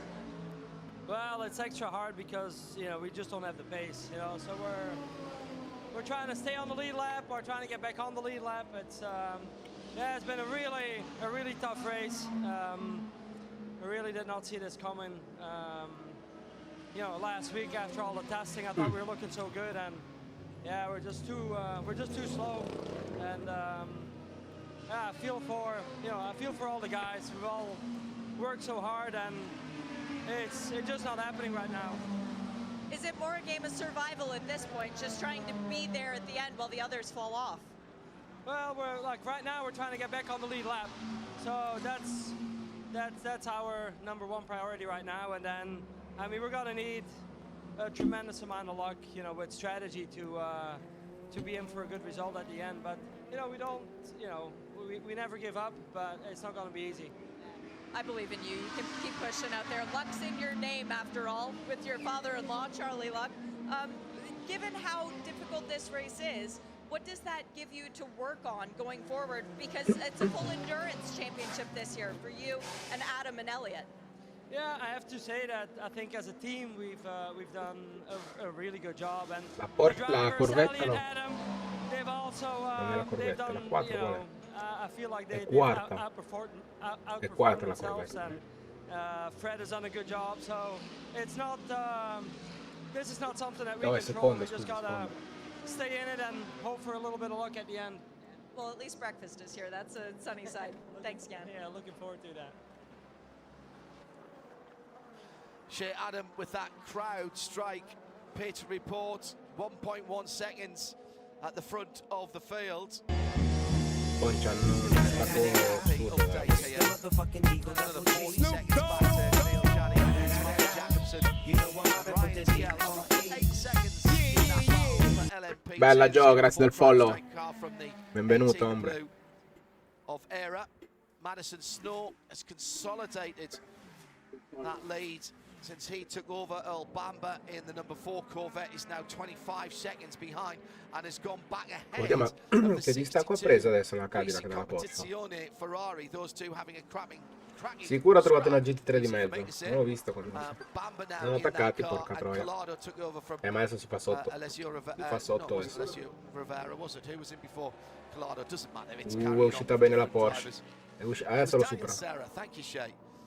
And it's a 19-second gap for the GTT. C'è un motorone, cazzo di Cadillac, 19 minchia. seconds in the favor of Aia, Winwood adesso gliela Racing tira ahead of staccata. the Triazi all-23.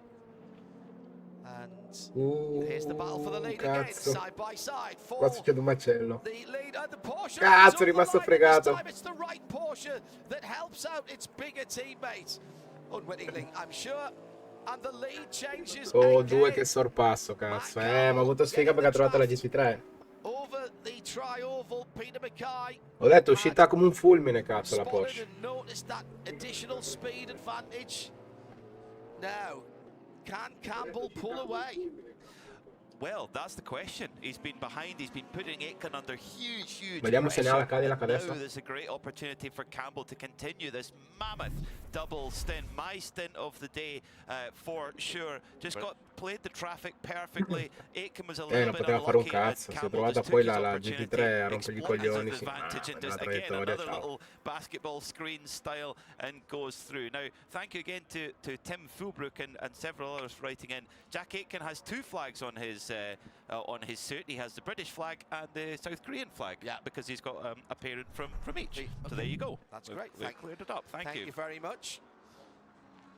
Let's link up our global broadcast Boh, non è che ha preso centers, giusto distacco, 1 and 2, and say good morning Guarda, è once uscita again malissimo to qua dalla Bruce chicane Jones adesso. and Johnny La Porsche è Palmer. uscita Good meglio morning, ancora. Johnny. Hey John, yeah, this is really starting to wind up now, isn't it? It's funny, you go away for a couple of hours and the track's completely changed now. It was still in full darkness when we handed back to you, but we've mentally this feels like the home stretch now, but there's still just 15 minutes less than a sort of standard World Endurance Championship race to go, so plenty more of this narrative to be unfolding in front of us, John. And if we needed, I don't think we needed waking up. Ma la rossa di Calado e Pier Guidi che fine ha fatto? Durante la notte lottava con Corvette, poi... Ma non ho capito se hanno avuto un piccolo problema. Sai che mi sono perso quella parte lì, infatti, però vedi, sono terzi. So che cazzo? Perché è successo di tutto durante la notte. Se guardi le Acura, non ho più vista una.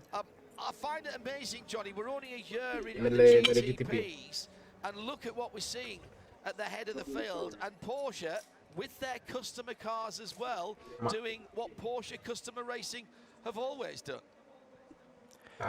You're always going to get the success bleeding into a customer car that was effectively released roughly the same time as the factory car, and that was, I suppose, the danger for Porsche Penske Motorsport, being up against some really established sports car teams and effectively having the same machinery at their disposal. And I mean, it's been fascinating to watch who's got the Dove upper cazzo stanno, figa? hand in amongst the 963s alone. Possibile che si sono ritirate tutte e Penske due? Motorsport had been learning throughout their WEC campaign in 2023 as well. Didn't start off well, but they were definitely getting to grips with it in the latter races, and it sort of feels like it's continued on from last year's IMSA season and indeed further afield around the world. Bruce Jones is the second voice for the next few hours. Battles right throughout the field, including for second and third in GT2. Just going down the short chute to turn 6. That's Ferrari versus Corvette. Eccola qua la Ferrari che dicevi, Joe. Bruce, from Porsche at the front of the field, you don't have, well, when you're our age, you don't feel like you're thinking back. Ah, guarda lì la BMW, allora c'è, porco due, ma sono indietro allora, cazzo. In top class racing down through the years. you could safely say almost a couple of generations have been born since those Group C times, John, but no, entirely so, and I think we knew when they announced they were going to automatically have customer drivers with the program, as they did with the 956s and 962s, and the fact that the teams like Jota last year got straight on the pace with them, started at Le Mans. Real accolade for Porsche, and long may they continue like that. One of the things we picked up, Johnny, before we came off 2 hours ago, was the fact the number 3 Corvette was starting to steam and smoke around the track, and under daylight we've seen it, and now that car parked behind the wall being cleaned up. Ah, cazzo, ma è Bruce troppo bella la Jones, Corvette, però. me, Johnny Palmer in the Global Broadcast Centre, and bringing us the CrowdStrike pit reports at exactly 8 o'clock in the morning is Shea Adam. Is it easier to sleep, Russell, when it is the car that you are driving, the 57 Windward Racing Mercedes, in the lead of the race, or fighting for the lead? I mean, that's a tough question. I mean, you look, it's easier to sleep when you're in the lead. I mean, this Mercedes AMG, it loves the clean air. That's where it's the fastest. And, you know, Daniel, Indy, and Philip are doing an amazing job. And, you know, look, I'm getting a little bit of reminiscing. I think we've been in this situation before a couple of years ago, and hopefully it'll go away again. Yeah, 2021 was a Verso le 5 di mattino erano primi Uè, grazie del follow. Welcome to the jungle, Mattia. Mattias? Grazie, Ombre. Benvenuto. Pierguidi poi spariti. La regia non ha specificato bene cosa gli è successo. Concordo su avevo molta delusione. No. Sì, appunto, ma io ho visto. Dopo, naturalmente, io sono andato a dormire, non ho più visto cosa è successo, ma secondo me hanno avuto qualche problema, perché sono tanto distaccati adesso dalla prima, cioè 25 secondi, cazzo. BMW, non so neanche a loro cosa gli è successo, perché erano lì coi primi. Acura ho visto che ieri ha avuto un problema, almeno una, si è ritirata.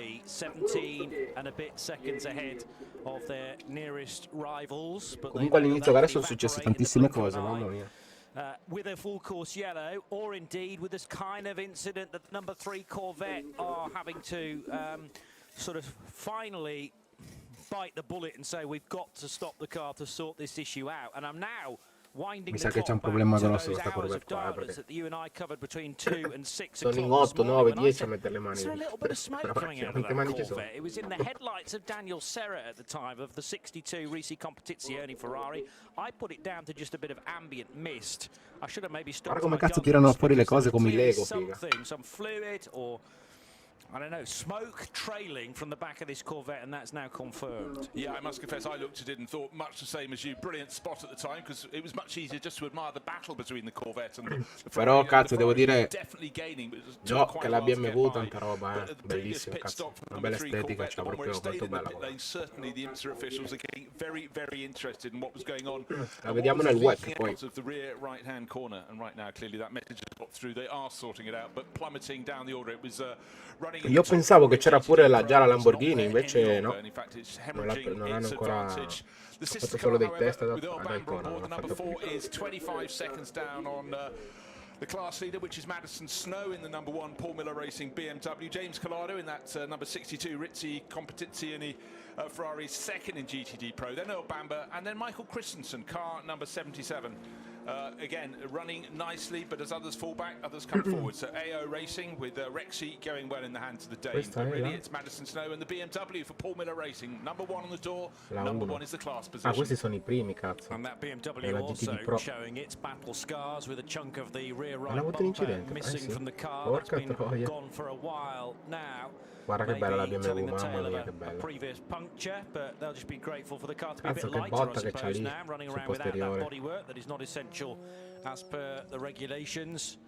So the Madison Snow driven number 1 BMW leads GTD Pro. GTD we've already covered, the 57 Windward Mercedes. LMP2, it's Pietro Fittipaldi driving the 52 car in LMP2. Come stanno dominando, nonostante la macchina sia un po' rotta. Otherwise, an Orica 07 field.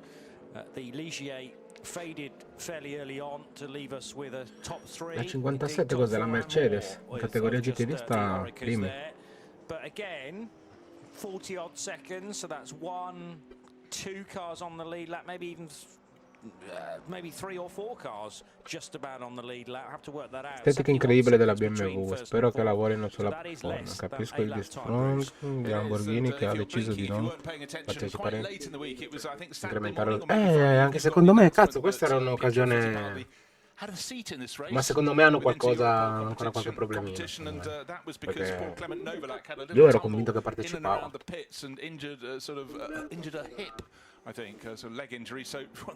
Però speriamo, cazzo, che veramente anche il WEC per la Formula 1 è in declino totale proprio. Cioè adesso le gare sono queste qua, figa, che Sky non fa vedere un cazzo. Sky dovrebbe prendere queste gare qua, porco Dio, e farle vedere. Tutte. Cazzo, prende sempre sta cazzo di Formula 1 che va bene.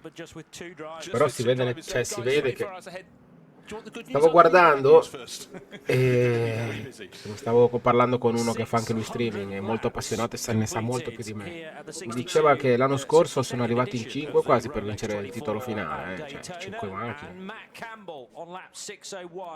Infatti solo pensare che Red Bull pure vuole fare queste macchine qua. Cioè, adesso è arrivata la Lamborghini, c'è anche la BMW.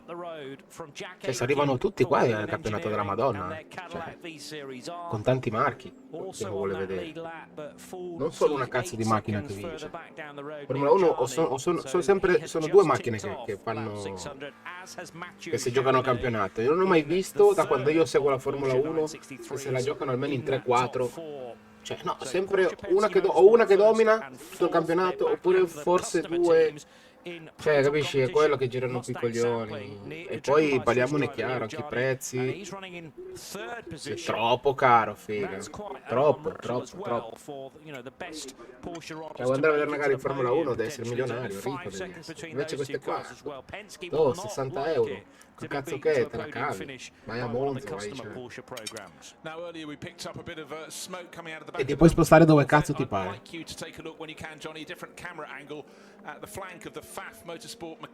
Invece in Formula 1 no, devi stare lì, non ti puoi muovere, guai, Ritz. However, I don't think the steam, maybe it's just an angle, maybe gone over a bit of dirt or something, but certainly something was coming out of the right rear, that very sleek looking McLaren. All right. Keep my eagle eye. Però mi piacerebbe, adesso che c'è pure Ferrari, pensa se arriva anche la Red Bull a far, cioè, no, diventa una cosa. Replacing, and that's when the Inception car was right in the hunt for a cracking result.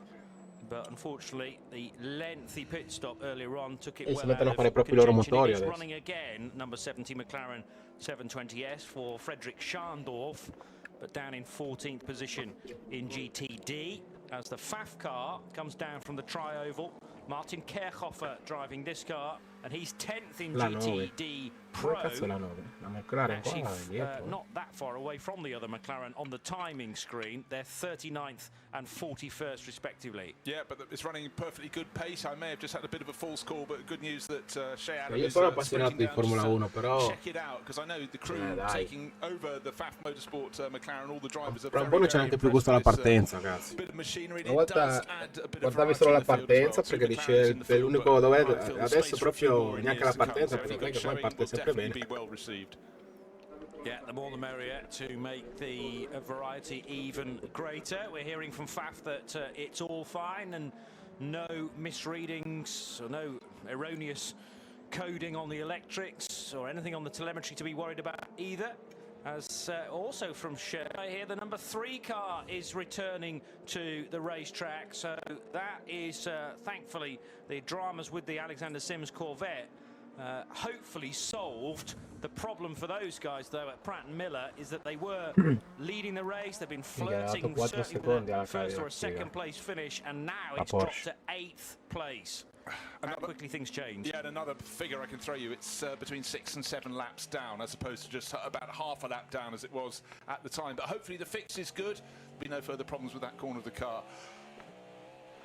A brightening morning at the Daytona International Speedway, but for some of the cars they are looking a little bit. Però quando gli ha fatto il sorpasso prima, come è uscito da quella cazzo di chicane la Porsche, cioè è uscita volando. 18.5 on the clock, but at the moment with the overtake, a handful of laps ago, brilliant working of the traffic. by Matt Campbell, and unfortunately for Jack Aitken, he was lower down the banking and then suddenly found the Questa la Elliott mettiamo skier sicuro. driving 4. along, minding his La own prima, business, the Brown. Chipart Racing GTD Porsche, but you know, sometimes the Sì, traffic sì. will be Boh, anche just qua where you non è want che it. sono That was tanto very much the distanti la case prima e for la Jack seconda, Aitken. 6 But secondi, since then, 7, Jack no. has fallen back by nearly Sto 4.3 qua fa una seconds cazzata. from Matt Campbell. So the Australian is escaping. But the good news is for race fans all over watching this race is they're on nigh on identical energy consumption. In fact, Matt Campbell's possibly got an extra lap over Jack Aitken a short while ago. I'm fairly sure they were exactly on the same rate of energy usage. And don't forget, not so long ago, the number 6 Porsche that should have been right in the mix with Mathieu Jaminet on board got pinged and penalised, had to come in for a 10-second stop and go for overuse of energy. This is something, if you're old school, you won't necessarily understand, but if you just accept what we're saying, they have a certain amount of energy they're allowed to use, it gets topped up at each pit stop. Può succedere di tutto, perché 5 ore e mezza può succedere l'impossibile. Beneath that, well, hey, it's a mathematical impossibility. But You can't call it entirely fuel these days, as you have been able to do for decades and decades, but fuel is essentially energy, and when you run out of fuel, the car stopped. Whereas these days, they're recycling the energy with the regen and the hybrid and blah, blah, and there's only so much energy you can use through the hybrid as well, and that's governed very cleverly by the officials and by the monitoring systems, by Belli anche the le electrical P2. systems, and Peccato once the che energy non ci saranno goes, più. the car stops. So that has not really changed. It's just that technology has sort of got very, very high spec. And we've seen it before in the World Endurance Championship last year at Spa. I mentioned this earlier on in our coverage that Laurence Vantor mentioned the dashboard went entirely black and the car responded no more, and then it was out. That was a Porsche Penske Motorsport 963.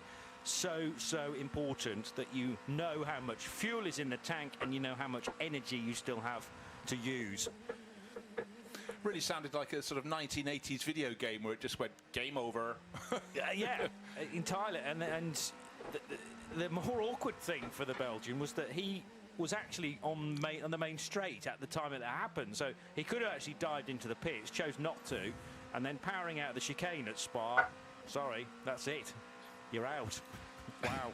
How decisive can it be? You know, when it's a 50-50 decision, doesn't really matter. Oh, it does matter which choice I made. Oh, dear. Yeah. Especially at Spa, whereas, you know, there's one of the longer tracks, or longer Grand Prix tracks of the world, longest, perhaps, these days, at 7 kilometres, so you were never going to get around there to complete another one. And, you know, sports car racing is changing constantly, and it's just the latest thing that is set to potentially go against you. However, if you embrace it and weave it into the strategy, then it's just another hurdle to be jumped. Wind it right back to the start of Group C. Derek Bell absolutely hated what they had to do. It was a fuel economy formula, and to drive around, I think he reckoned they were running 5, sometimes 8 seconds off a potential lap pace. Of course, we had whiffs of that in Formula One a handful of years ago. It wasn't edifying. Other manufacturers caught up. It all settled down. But at the start of that formula, it was a formula that saved top-level sports car racing around the world once you got going. But those early days, he must have been thinking, this is a giant step back. I'm a racing driver, not a tactic driver. Fairly sure that's one of the quotes he gave me at one point. But it came good, I think we could say, not just for Derek, but for a host of others. And again, back to this notion of Porsche running works cars and customer cars. They're staying true to that today. At the moment, one of their works cars, the number 7, is leading the race. The sister car, number 6, is down in 4th place after that very recent stop and go penalty. 10 seconds at a standstill at pit exit for overuse of energy. And between them, there's another Porsche. That's the Proton competition car number 5, Neil Gianni at the wheel of that. And then there's that other car that's been doing rather well through the course of the race, the number 31, Whelan Engineering Cadillac, and that's got Jack Aitken on board at the moment. He lost the lead to Matt Campbell, who worked the traffic a little bit better, but with each lap he's just fallen away a little bit more. That said, last lap he took half a second out of the race leader, but that's where the traffic falls in front of you.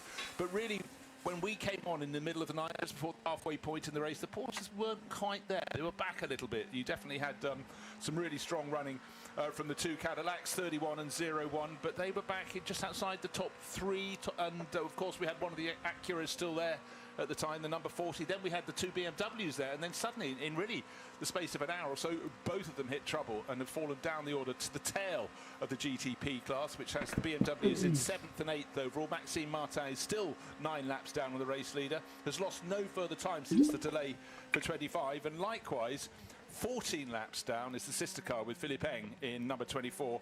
Since their problems were fixed, since it stopped for Dries Van Tor, if you remember, just before turn 6, they couldn't get it going, they towed it back, the tow strap broke, so the delay had to be put on a flatbed. Dries Van Tor was taken out of the car, went behind the wall, we didn't know how long it was going to take, but when it came out, it hit the track and was suddenly fully on the pace, so really, really galling for not one, but both of the Works BMWs from the Rahal Lanigan Racing crew. So important to have a fast race car here, but it has to be reliable as well, and that's often the difficult balance that you have to strike.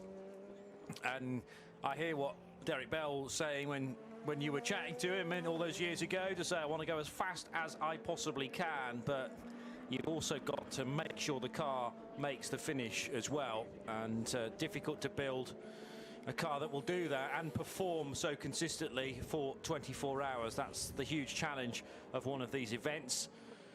Texan driver Colin Brown, 35 years old now, and he is leading the LMP2 field for CrowdStrike with APR.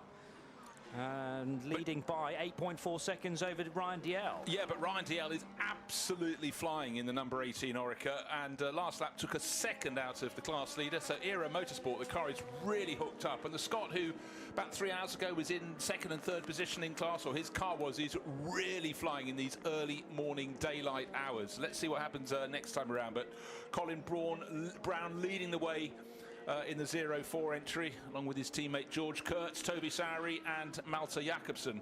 But certainly right now, Colin Brown doing a great job there. But Dalziel is absolutely flying. Pietro Fittipaldi is trying to give chase as well. He's matching the pace of Colin Brown, but 3rd overall in P2 at the moment. The bright yellow and green, the Inter-Europol competition car, going through the Le Mans chicane at the back. Gosh, really pressing on. I love how dynamic. For some reason, I find P2 cars actually look slightly more dynamic than the prototypes in GTP. Possibly their aero isn't quite as good, but they really seem to bounce over the curbs. You can see the bodywork shaking on the exit. Maybe they haven't got as much downforce as the cars in GTP. Rather older design, it must be said now. Yeah. The Orica 07, very effective. You can almost guarantee close racing. Of course, we had that one interloper, the one Ligier, brought back from the dead, if you will. Hasn't been raced for several years, but the JS P217. Sean Creech Motorsport running that. Alas for them, it's not at the sharp end of the field. It's rather fallen back, and it's been quite delayed. R33, 494 laps on, nearly best part of 100 laps down now. So the problems have been manifold. It feels like a more kind of bare bones way of prototype racing. I mean, these Oricas are also carry quite a lot of tech, but you can almost see the car working and how the air is keeping it glued to the road, whereas with the styling cues of the various GTPs, that looks superb, by the way, but they do rather create the car to be more on rails, perhaps, whereas these Oricas, it's a visceral experience. The very word that was popping onto my tongue. It really does seem they're having to work so much harder, which I guess they would if the aero isn't as advanced as it is on the cars in the GTP class. And let's face it, all of those are more modern, more recently designed than these P2 class-leading cars. I mean, of course, when LMP2 was pushed into its last iteration, they were 4 permitted constructors. And yeah, we had a Ligier in this race, but you have to scratch your head and ask the sports car fans, who were the 2 other manufacturers who won the right to build the cars? Yeah. You get forgotten if you're not on the track. Those of us in the know will know who they were. But it's just one of those things. Orica has just done a phenomenal job, and you look back, for years they ran other cars, but then they started building their own, and it really has been fabulous. And of course, deeply involved with the Ferrari 499P and its return to bringing Ferrari back to the top level of sports car racing. So a fair degree of reward for the French constructor when it came to victory in the Le Mans 24 Hours on their home patch last year. We should also remember that those same 4 manufacturers are again present, or perhaps will be present, in the case of the Lamborghini, in LMDH rules as well. So, for instance, the Acura ARX-06. The 40 and the 10 cars in this race are based on an Orica chassis. Likewise, the new Alpine for 2024, which is being built to LMDH rules. The BMWs are Delaras underneath the skin of that M hybrid V8, like the Cadillac. Multimatic building or helping to build the Porsche Penske Motorsport cars. And the Lamborghini forthcoming for 2024, that is a Ligier built chassis too. So the same four that were allowed to build LMP2 cars on that rule reset a few years ago are also present in LMDH.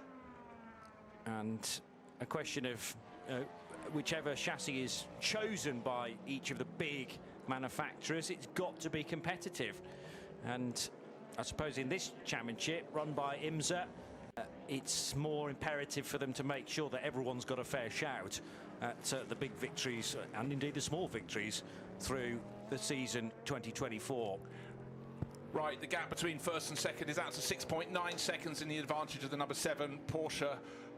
And the top cars are about to come in because their energy remaining is the race leader Matt Campbell's got 10% left, but behind him Jack Aitken just down to 5%. Matteo Jaminet in third place, he's just moved ahead of Neil Yanni 5%, and the Swiss driver Yanni also 5%. So Shea down in the pit lane, the CrowdStrike pit lane reporter is all set for a flurry of cars coming in with 5 hours and 20 minutes remaining. And it's all going to begin with the number 6 for Porsche Penske Motorsport. This will be a driver change. Matthew Jaminet getting out, Lawrence Vantor taking over. They are doing 4 new Michelin tires. Let's see, do they have the M on them? No, they don't. Actually, there is no big M sticker on the side, but that doesn't mean that they're not mediums. If I got in there closer, I probably could tell, but I'm giving them a little bit of space because while they're refueling, it's better to do that. Again, a perfect stop from the crew, getting all the work done well ahead of time of the fuel nozzle being removed from the car. And now Larry is just waiting. His crew member at the front of the car is pointing at him to say, hey, you, pay attention to me. Look at me, I'll tell you when to go. As the 25 BMW comes in, just a couple boxes up ahead. That's Maxime Martin. He'll be staying aboard. That's Lawrence Vantor roaring back into life. And a few pit boxes further down, it is Jack Aitken staying aboard the number 31 Whelen Engineering Cadillac. This is a 4-tire change. They are doing sticker Michelins and fuel. And now up on the wall for the number 7, Matt Campbell will be getting out of this car because Felipe Nasser is ready to take over. They have tires that are marked M, medium. But of course now we are outside of the time when you can use the softs. And just remind us, Shay, when that soft window, if you like, was open. Was that through the evening hours and the night time? Yes. I think the hard out was at 7 a.m. Okay.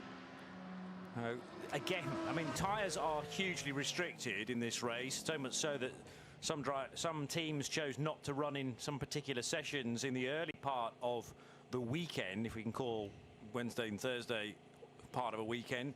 And yes, you've got to work out which tyres you'll be using in the race full stop, but also in these carefully prepared time slots as well. So when sunrise has happened, no more soft tyres. Sunrise at 7:15 this morning. We're now at 8:23 in the morning at Daytona, leaving us with 5 hours and 18 minutes still to go.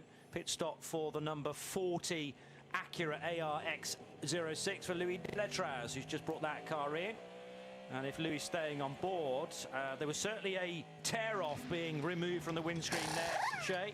Yeah, there was, and fuel and tires as well. So Louis being treated very well down at WTR Andretti. That car moving back into life. And the pit stop happening now for the number 7 Penske Porsche. This one is taking full service, as I mentioned. The medium tires that have gone on the car, windshield tear-off for Felipe Nasser. And I'm going to have to climb over the wall and get a chat with Matt Campbell, because that was, well, that was a beautiful stint to start off a Sunday morning. Yeah, we'll look forward to that as part of our CrowdStrike pit reports in a moment or two. Give Matt a chance just to catch his breath as the fuel's now going into the other Porsche Penske Motorsport car. So the 7 still in the pits. The 6 is back on the move for Lawrence Vantor.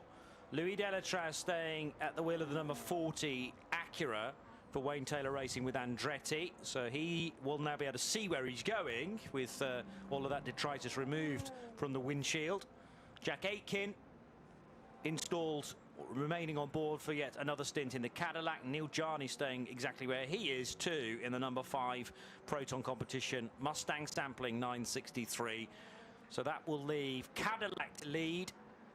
Remember, the 7 Matt Campbell Porsche remains in the pit, so it's Cadillac, Porsche, Acura after the recent wind around for the pit stops. Actually, no, it's not. So despite Campbell and Campbell's Porsche being in the pits, it's retained the race lead, and the gap is now 40 seconds. So outlap for Felipe Nasr. No tyre warmers though, remember, so it'll take him a bit of time to get back up to full speed, and it looks like the net result is 51 seconds, the gap between Nasr and Jack Aitken, Bruce.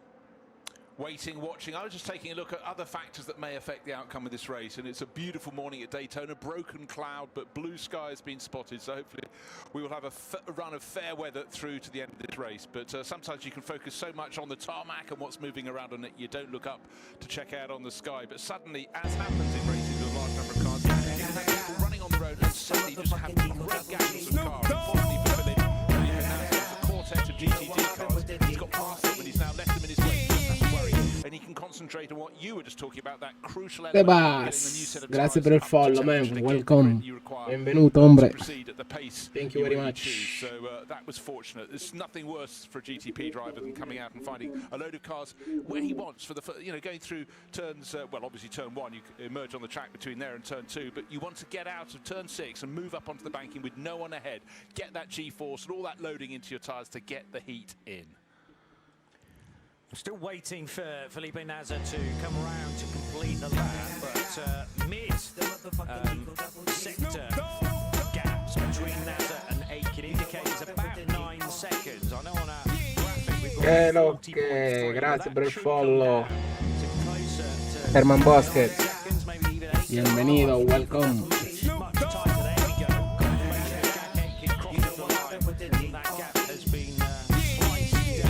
8.6, which is pretty much where it was prior to those pit stops, give or take. Give or take a couple of seconds. It was around 6.5 seconds when they came in, so a little bit of traffic could grazie per il follow, grazie. Boost that or reduce it, but Jack Aitken picking his way past the number 23 Heart of Racing entry, pulling clear of that, no problem whatsoever. That's in the GTD Pro class, the Aston Martin Vantage, and of course a new Vantage for 2024.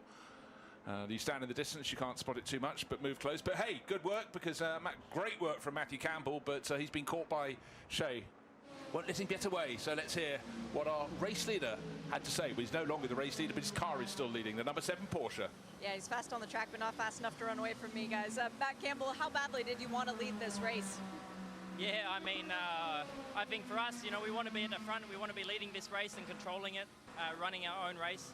Obviously, we've led quite a lot of the night, and now in the daytime taking it back, so pretty comfortable with the car, close fighting there with the 31, wow, so I think it'll be really exciting the last sort of 5.5 hours. Has it felt like the energy has ramped up for you guys inside the car? Because watching it, it seems very consistent that it's been elbows out the whole time. I mean, yeah, I think it's pretty consistent at the moment. I wouldn't say it's necessarily easy at the moment. I feel like everyone is really struggling with the same things on track between all the GTP cars, so it's definitely a struggle out there to be able to look after the tyre and manage your own pace. But in saying that, still a long way to go, and we're in a good position, so we're where we want to be. As it continues to heat up throughout the day, do you think you'll see more drivers doing single stints toward the end of the race? I mean, might we see you back in the car again? Yeah, I'll definitely be in the car another couple of times. I think for us, the double stints are working quite well, so no real issue there. We feel quite comfortable in the car. It's a little bit warm, but I think it's okay, and it's not looking like it's going to be too extremely hot today. Thanks, Matt. It was good to see you lead out there. Thank you. Matty Campbell has been victorious here at Daytona a couple of years ago when he ran in the FAF Motorsport Porsche 911 GT3R. That was within GTD Pro. He shared the car with Mathieu Jaminet and Philippe Nasr at the time, so has got a Rolex in his possession, but it's not quite the same as winning the race outright, and he is in that lineup from car number 7 right now that does lead with Nasr as well. Yes, as it happens, but just a thought as Felipe Nasr leads around. If it hadn't been for the most recent stop-and-go penalty for the sister car, the number 6 Porsche Penske Motorsport 963, now driven by Laurens Vanthoor, we'd have a three-way battle with the top 3 cars covered by 10 seconds. The gap between first and second, between Nasr and Jack Aitken's Cadillac, is increasing. It's down to 9.1 seconds, but I do really feel for Laurens Vanthoor and the gang, including Nick Tandy, in that number 6 Porsche that have been right in the mix in that works car. This would be hugely exciting, but you know what? Who knows who else is going to pick up a penalty, but Porsche Penske Motorsport will be reading out over the radio airwaves. Just to remind you, here are the rules on exceeding energy usage. Do not go for that. So Mathieu Jaminet was the driver who had to serve the penalty. He's since handed over the number 6 to Laurent Vanthoor. But they all know about it, and it wasn't that car's first offence. And of course, Kevin Estre was the other driver in that quartet. And in terms of lap pace at the moment, Laurens Vanthoor in the number 6 Porsche's just managed 1 minute 37.8, but Felipe Nasr, last lap, 1 minute 36.5. Maybe traffic clear, but the Brazilian, that is why he's escaping. Now he's 10.5 seconds, in fact, clear at the top of the field. So a much better lap for him than it was for the car in second place, the car of Jack Aitken, that Whelen Engineering Cadillac. Great lap from Albert Costa, who is now driving the number 34 Conquest Racing Ferrari 296. That's the best lap in GTD that we've had all race, a 146.205 from the Spaniard. He's running around in 8th position, so easy to miss that for Conquest, who clearly have a quick Ferrari. They just haven't had the luck necessarily in 2024. And 2 retirements that we've now had confirmed by race control in the last 5 minutes. They're both from the same team, the 2 AWA Chevrolet Corvettes. Thomas Merrill was driving the number 17 most recently, and Alex Lynn's car's been out of the race for quite some time now, car number 13. So both of the privately run Chevy Corvettes are now officially retired. That announced at 8:25, so 6 minutes ago. And as we've just ticked around past the bottom of the hour at 8:31, we can give you a VP in-race update. So Felipe Nasr leads in the number 7 Porsche Penske Motorsport 963 by 12 seconds over Jack Aitken's Whelen Engineering Cadillac V-Series R number 31. It's the number 6 Laurens Vanthoor driven Porsche Penske Motorsport 963 in 3rd. So that team, Roger Penske's outfit, running 1st and 3rd now, and crucially for them, more importantly for them, outpacing the privateer Porsche GTPs. In LMP2, it's CrowdStrike Racing by APR, Orica of Colin Brown. The engine note you can hear in the background, in fact, car number 04 that heads Era Motorsports Ryan DL number 18, but only by 11.5 seconds, so that is far from decided. Pietro Fittipaldi for Inter Europol by PR1 Matheson Motorsport is in 3rd place, car 52. GTD Pro, Madison Snow's Paul Miller Racing BMW M4 leading that, car number 1 after 572 laps, and again it's an 11-second advantage. So we've got 12 seconds between the top 2 in GTP, 11 seconds between the top 2 in LMP2, and a further 11 seconds between GTD Pro leaders. So Madison Snow from James Collado in the Risi Competizione Ferrari number 62. Earl Bamber's number 4 Corvette from Corvette Racing by Pratt & Miller is 3rd. And in GTD, Daniel Morad for 57 Winward Racing Mercedes continues to lead that. It's a bigger margin back to 2nd in GTD of 25 seconds to Riccardo Agostini for the Triasi Competizione Ferrari number 023. And Rui Andrade, the number 80 driver of Lone Star Racing's Mercedes, is in 3rd. That's the VP in-race update with 5 hours and 8 minutes to go, Bruce Jones. While you were running down the order in all of the 4 classes, I can report for Porsche fans, the advantage at the front of the field is now out to 12.4 seconds. At this point in the race, fastest runner in the top 3 is the driver in 3rd place, Laurens Vanthoor, got under 1 minute 37 flat last time around, whereas only just under 1:38 flat was Jack Aitken, and he's done a series of laps in the 1 minute 38. That's why it's gone out from 8 seconds after he rejoined, and Felipe Nasr took over the race leading number 7 Porsche. But with each lap, seemingly, the advantage for the number 7 Porsche has increased. 12.4 seconds now the advantage. Aitken, though, still suitably ahead of the third place car in class, which is number 6, Lawrence Van Tor, in his works Porsche. He's 59 seconds down on the ultimate pace, so therefore about 47 seconds up on Aitken, but the gap's coming down a little bit. But for Aitken, this slightly worrying stint. But then, of course, we've got to get what state his tyres are in. Were they changed at the last stop? I'm desperately trying to remember, because, of course, all the GTP cars came in at pretty much the same time, give or take 1 lap. The number 7 Porsche came out later. Thank you very much. Shay's just confirmed from the pit lane. Shay Guarda primo, part of the crowd strike. 27 secondi, mica stanno volando They proprio. did take on fresh rubber, so there's not. Erano 24 secondi, adesso ne hanno 27, From cazzo. Jack Aitken, he's gone below the 1 minute 38 mark 2 laps in a row. He's down in the mid 1 minute 37s, while ironically Felipe Nasr, his pace has gone the other way. Chance to catch up on Dirk Muller's progress in the Multimatic Calato Motorsports secondo, Mustang 9 secondi. GT3, 5th in GTD Pro. Vedi Baldi? For Dirk and the rest of the crew associated with 65, there's a way to go to find the top 4 in GTD Pro. 17th, 18th, 19th and 20th is where you find the Madison Snow, James Collado, Earl Bamber and Michael Christensen battle, and that's 4 different manufacturers. BMW leads, Ferrari leads, Chevy leads, Porsche, but the best of the Ford Mustang GT3s, car 65 just turning left through turn 6 now. Quarto. 5th, but way down in 30th position overall. So there's a bank of 9 GTD Mustang. cars that separate it from Michael Christensen's AO Racing Porsche. Yeah, è salito Vantor. Dirk Muller is 2 laps down on the In 4th car GTP. in the GTD Pro class, which is Michael Christensen's AO Racing Porsche, the car I just mentioned. So that's a large gap to cut in. But I'm just delighted we've got another manufacturer pitching in at the top level, and I'm sure an awful lot of fans around the circuit at Daytona would have owned a Mustang of some form at some point in their life, whether in the real world or in their heads. I like it. We all have an imaginary garage that doesn't only have 1 car in it, I can assure you that. Too right.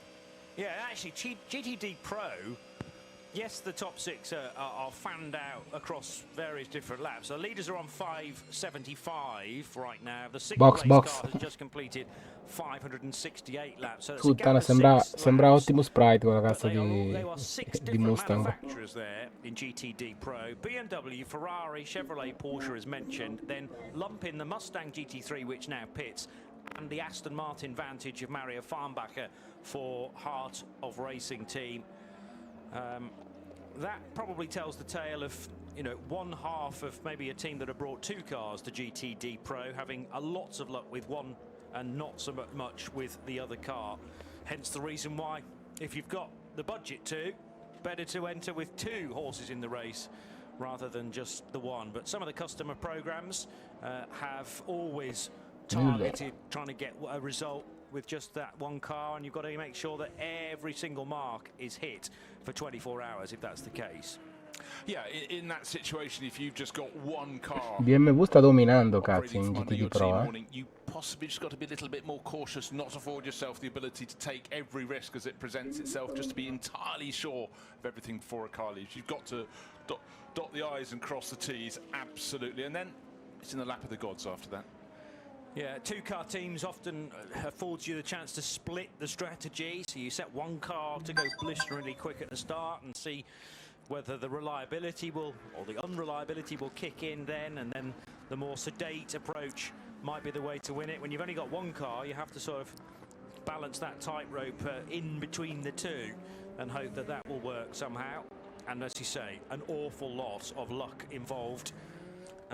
Particularly here at Daytona, it feels. Looking back through sports car racing history, I know I sort of tend to do that quite a lot, but you know, back many decades ago, you knew the cars would largely be braking quite a lot, and a lot of people would have one of their works cars running as a hare to try and attract the opposition to go chasing. And if when you're somewhere like Daytona or Le Mans, the prestige was there as well, and the temptation was to go too hard. Corvette Racing by Pratt & Miller had been going through the wars with the number 3 car, that tail light that had failed, but also an oil leak that they were trying to get to the bottom of. And now Shay Adams just spotted a Corvette in pit road going behind the wall. This is not the 3 car though, it's the sister car. It's the sister car. It's the number 4 that was looking good for a podium position provisionally with 5.5 hours to go. It too is behind the wall. I'm going to walk down. Of course, I walked all the way down to the pit out end of things. They're all the way at pit end, so I'll let you know when I get there. I'll give you an update. It's Earl Bamber who's had to pit from 3rd position. Now, the one saving grace may well be that he was due a fuel stop anyway, but you're going to hemorrhage time now because of that car having to go behind the wall for more substantial work.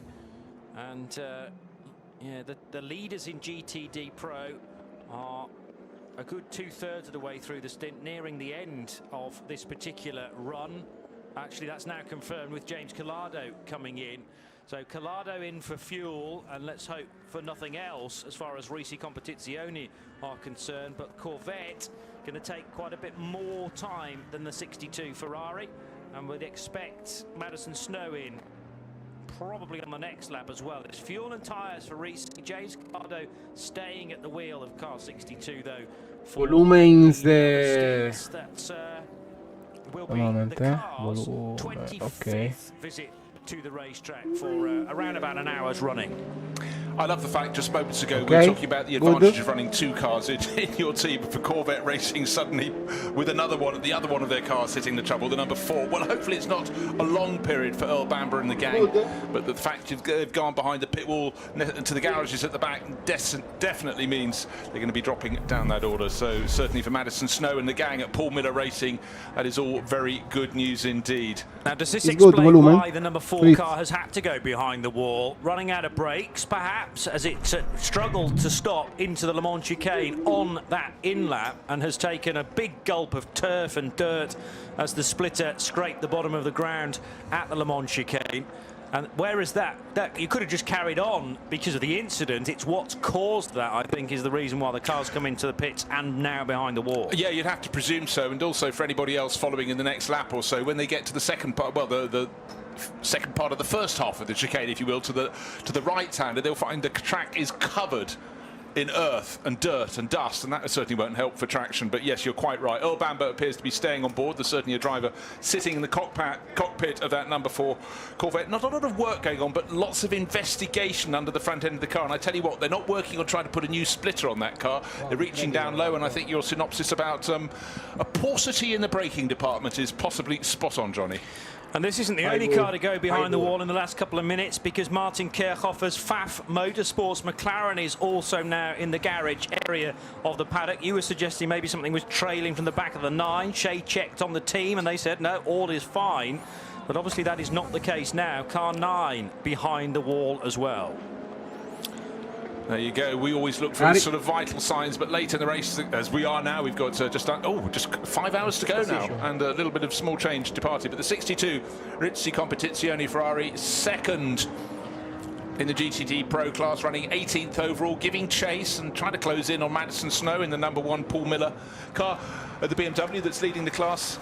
Red with the 3 white stripes up over the back of the bonnet and over the roof of that 62 Risi car. It looks fantastic, but it does look wonderfully grubby. You know, when you get out of night and suddenly the light is coming onto the cars, there's a bit of sun on the roofs of the cars at various points, you can just see how much filth has come off the circuit. It's sort of red on top and largely greyish black by the bottom of the doors. Yeah, but yeah, that's a sign of how hard these cars have been working. After all, it's the cars that do the full distance. We worry about the drivers. Well, you know, these mechanical beasts that have been tuned up to tackle, yes, the 24 hours of Daytona, but a full season in many cases of IMSA WeatherTech sports car action as well. They don't have to take some punishment, and a ready amount of spares always have to be prepared in the wings as James Collado charges his way up the inside into the international horseshoe and exits out towards the left-hand kink of the infield. Thought about a move there on the number 23 Aston Martin, but there was no way through on Ricciardo on the 23 car rather than the 023. Remember, it's 023 that leads GTD and Agostino's Ferrari. Car 23 being the heart of racing Aston Martin entry, which is now heading back out onto the speedway. Turn 1 for Mario Farnbacher. Driver changes of note in the last few moments. Ryan Diel's finally got out of the number 18 LMP2 car that had been 10 seconds or so away from the LMP2 lead, and it's Christian Rasmussen now taking charge of that.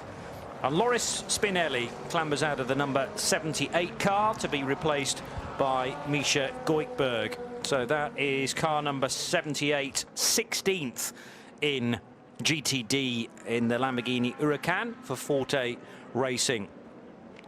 As Bruce mentions, though, another race hour reached, and we have now 4 hours and 57 minutes still to go of the 62nd edition of the Daytona 24 Hours. And Porsche Penske Motorsports, Felipe Nasser leading the way for car number 7. 15.5 seconds is the gap. So yes, that is growing now. It was 6 seconds prior to the latest round of pit stops. After they emerged from pit road, grown to 8 and 9 seconds. And now it's virtually doubled to 15.5. So testament to Felipe Nasser's raw pace. Yeah, and looking at the pace of the Porsches in the 963s in 3rd and 4th positions in the hands of Lawrence Van Tor in the 2nd of the Porsche Penske Motorsport entries, and Neil Yarni in the number 5 version run by Proton Competition, that wonderful Mustang sampling livery. They are lapping faster than Jack Aitken's Cadillac that, bear in mind, in the hands of Pipo Derani, could do no wrong. But at the moment, the pace, maybe the ambient temperature's coming up and it's suiting the Porsches better than it did certainly in the night. The Cadillac V-Series R was the car to have, with not one but 2 of them running supremely well. The number 31 that's in 2nd place now, and the 01 that was also in the top 3 at the time. Sudden problem, out of the race. It's just one of those extraordinary things. But now, very much the 963 Porsches are coming good at this point in the race. And that advantage first to second, 15.6 seconds now, growing all the time, because Felipe Nasser, the Brazilian driver, can just knock out lap after lap in 1 minute, low 1 minute 37 second lap times. Now, Shea Adam, busy again down the pit lane. What's the very latest news? I made it all the way back into the garage, actually, and you think you guys might be onto something as far as the brakes are concerned for the Corvette, because they have taken off the entire front end of this car, and they are working in around where the braking system is. I can see the reservoir is there for power steering as well, but I don't think that's what the issue is.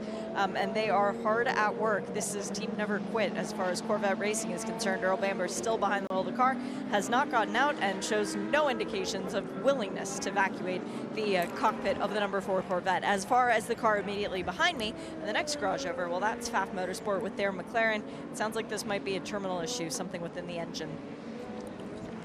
Oh dear. Well, yeah, Bruce sort of semi-acknowledges that he thought he was onto something with that as well, although Shea, you did go down to Pfaff Motorsport and check up. Maybe they wanted to keep their cards close to the chest at the time because they were trying to work out precisely what the issue might be, and when you don't know whether it's worth pitting or not, far better to just keep the car out there, and what will be essentially. But it may well be that sadly for both of the McLarens in the race, they've hit dramas roughly at the same time. There was the battery that needed changing for the number 70 Inception Racing 720S. Frederick Scharndorf now driving that in 14th position in GT Daytona. But Marvin Kerchoffer's example for Pfaff Motorsports, that might be the last time we see that car in the race, sadly. Another driver change in LMP2. Josh Burden got out of the number 74 car to be replaced by Felipe Massa. And also within GT Daytona, the 45 car has just come in for a stop. So that's a driver change to Graham Doyle from Danny Formal. So a natural point, really, to get some fuel on board. And I'm sure teams will be thinking, we've got just under 5 hours to go. How many more stops do we need to get to the checkered flag? Now there's a driver for the Sean Creech Motorsport, Ligier from LMP2, which is right across the grass. And that is close to the Le Mans chicane. Oh, it's also missing completely the rear deck, the engine cover, Bruce. It looks like many a model car that I've constructed where you just get a little bit bored by the end and don't put all the bits on. But I don't know if that came off to put it on the grass or if it came off, it was bouncing across the grass. But all the way down in 44th position, Nolan Siegel at the wheel. But there's less car coming back into the pits than there was when it left last time around. Let's take a CrowdStrike pit report. Here's more from Shea. That 33 Sean Creech Motorsport Ligier will be coming back and going straight behind the wall. I think the crew might actually have the engine cover already because the engine's been cutting out intermittently. So they're going to take it back to the garage and look at it. And now it makes the hard left turn. So Nolan Siegel, oh no, that is damage. Actually, that's quite severe damage that ripped the engine cover and the fin off, if you will. So no, the crew doesn't have that piece. Where around the track is it? That's the next question. Yeah, where has it landed, and is it going to compromise the continuation of the race in this phase? Well, no indication quite yet that race control are concerned about that. If it's well over to, it happened on the back stretch, so if it's well over to driver's left, then maybe we don't have to worry about it quite yet and within Marshall's reach. But stand by your beds in terms of whether a slowing of the race pace is required in the near future. Meanwhile, 0-2-3 from the lead of GT Daytona in for a new set of Michelin tyres. And they are relatively casually being changed because the fuel is the determining factor. That's the longest job during a pit stop, and fuel nozzle still connected at the moment. Yeah, driver out, driver in on that one. But I'm just thinking for Sean Creech Motorsport, it's not as though they can go to another team in P2 and say, can we borrow a sort of engine cover? Because they're the only team running that Ligier JSP 217. So, yeah, so quite where it landed. If it came off going onto the banking in effectively Speedway's turn 2, it could have ended up a very, very long way from the racing line, put it that way. So maybe in some way that could be a blessing. On goes the 0-2-3. And it will rejoin right behind the number 70 McLaren that I was talking about not too long ago. Fred Chandorf brought that car in and will be heading back out onto track. Still very much waving the flag of the UK and of Woking in Surrey, where McLaren are based. A couple of those cars entered into this year's race. And Shay was asking the question, where on earth is the Sean Creech Motorsport bodywork? It's been located just beneath the apron where the car had its incident, and that is not on the back stretch. It's maybe at turn 2. Difficult to tell from this very, very tight angle, but as the camera zooms out, it's on one of the bends, the high bank bends, and I can't necessarily see an easy solution to that other than going full course caution, but we stay green for the time being. Yeah, it's at the bit at the bottom of the banking where the track level is pretty much level, a little bit of slope down to the grass, the green sward of the grass on the infield, but yeah, that's very close to the racing line indeed. Now, did I hear Shay Adams suggesting in the pit something about the possibility of rain? Storm clouds are moving over. I noticed the last sort of 10-15 minutes the sky, whenever we get treated to seeing that, has become ever darker. Shay, putting your hand out to feel rain? I said to you guys, I don't want to be the little black storm cloud, but there is one over the track. It's moving. It's not actually on the radar, and it's moving behind where the booth is in the World Center of Racing, the Daytona Rising grandstands. It's moving away, but the temperature definitely did drop, and I did see a couple IMSA officials starting to make sure that their rain gear is still out here on the pit lane. You know what? Many a time in a fantastic commentary position like the one at Daytona, you can see all that lies in front of you. You have no idea what's approaching off the coastline, and just the shot on the screens a few moments ago showing the view behind the grandstand, it is charcoal grey. Hopefully it's a passing phase. Hopefully it won't touch ground, but it's a factor. So let's just remember, before the arrival of any potential storm, the gap between first and second, last time I checked, I'm in fact waiting for Jack Aitken to come through and complete lap 628. It's out to 18.6 seconds. This has been a really, really good stint for the race leading number 7 Porsche Penske Motorsport 963. Don't forget that as and when rain does arrive, things can change quite quickly, particularly if it comes in very quickly and you just started another lap and comes down hard. As certainly the history of rain in Florida, it does tend to rain heavily or not at all.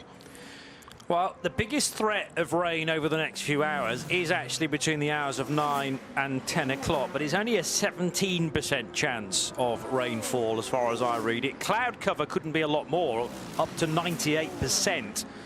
But once we clear the next hour between 9 and 10, the chance of any rainfall should drop away to virtually nothing for the end of the race. So between the hours of midday and 2 p.m, it slipped back to 3 and then 1% of rain.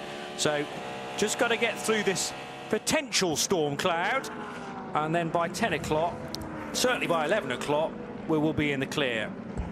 But as the drivers are sweeping high on the banking as they go round turn 12, it's definitely full dark sky ahead of them. We have gone caution for the loose bodywork, the stricken bodywork from the Sean Creech Motorsport Ligier, and obviously discussions were ongoing.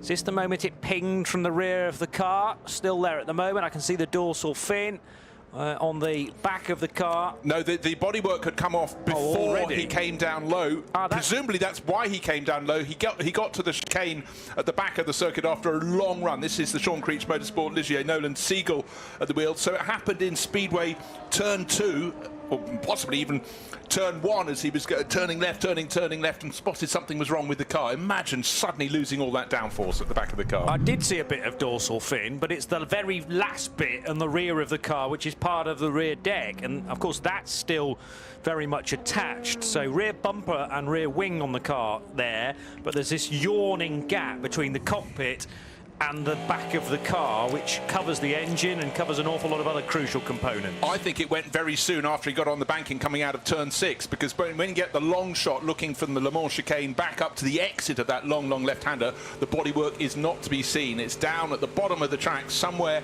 halfway round that long left-hander that effectively goes through about 140 degrees to the left. Again, a nice run of green flag up until that point, so this will be a full course yellow, if you like, as in everybody will be cycled or can be cycled through the pits should they choose to.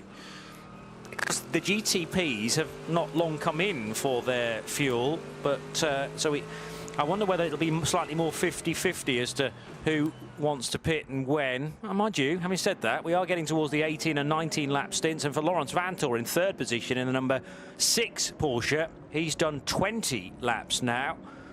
Glance again at the radar, suggesting to me that if anything we're going to get a slight shower, but the black cloud is being blown away from the Daytona International Speedway at this point. There's nothing strikingly obvious on the radar that is going to worry us in terms of a rapid turn of direction in strategy and the need to start throwing wet weather tyres at this race. The wind is certainly picking up, though. The side of the Rolex flags on the infield, they're really blustering on the flagpoles.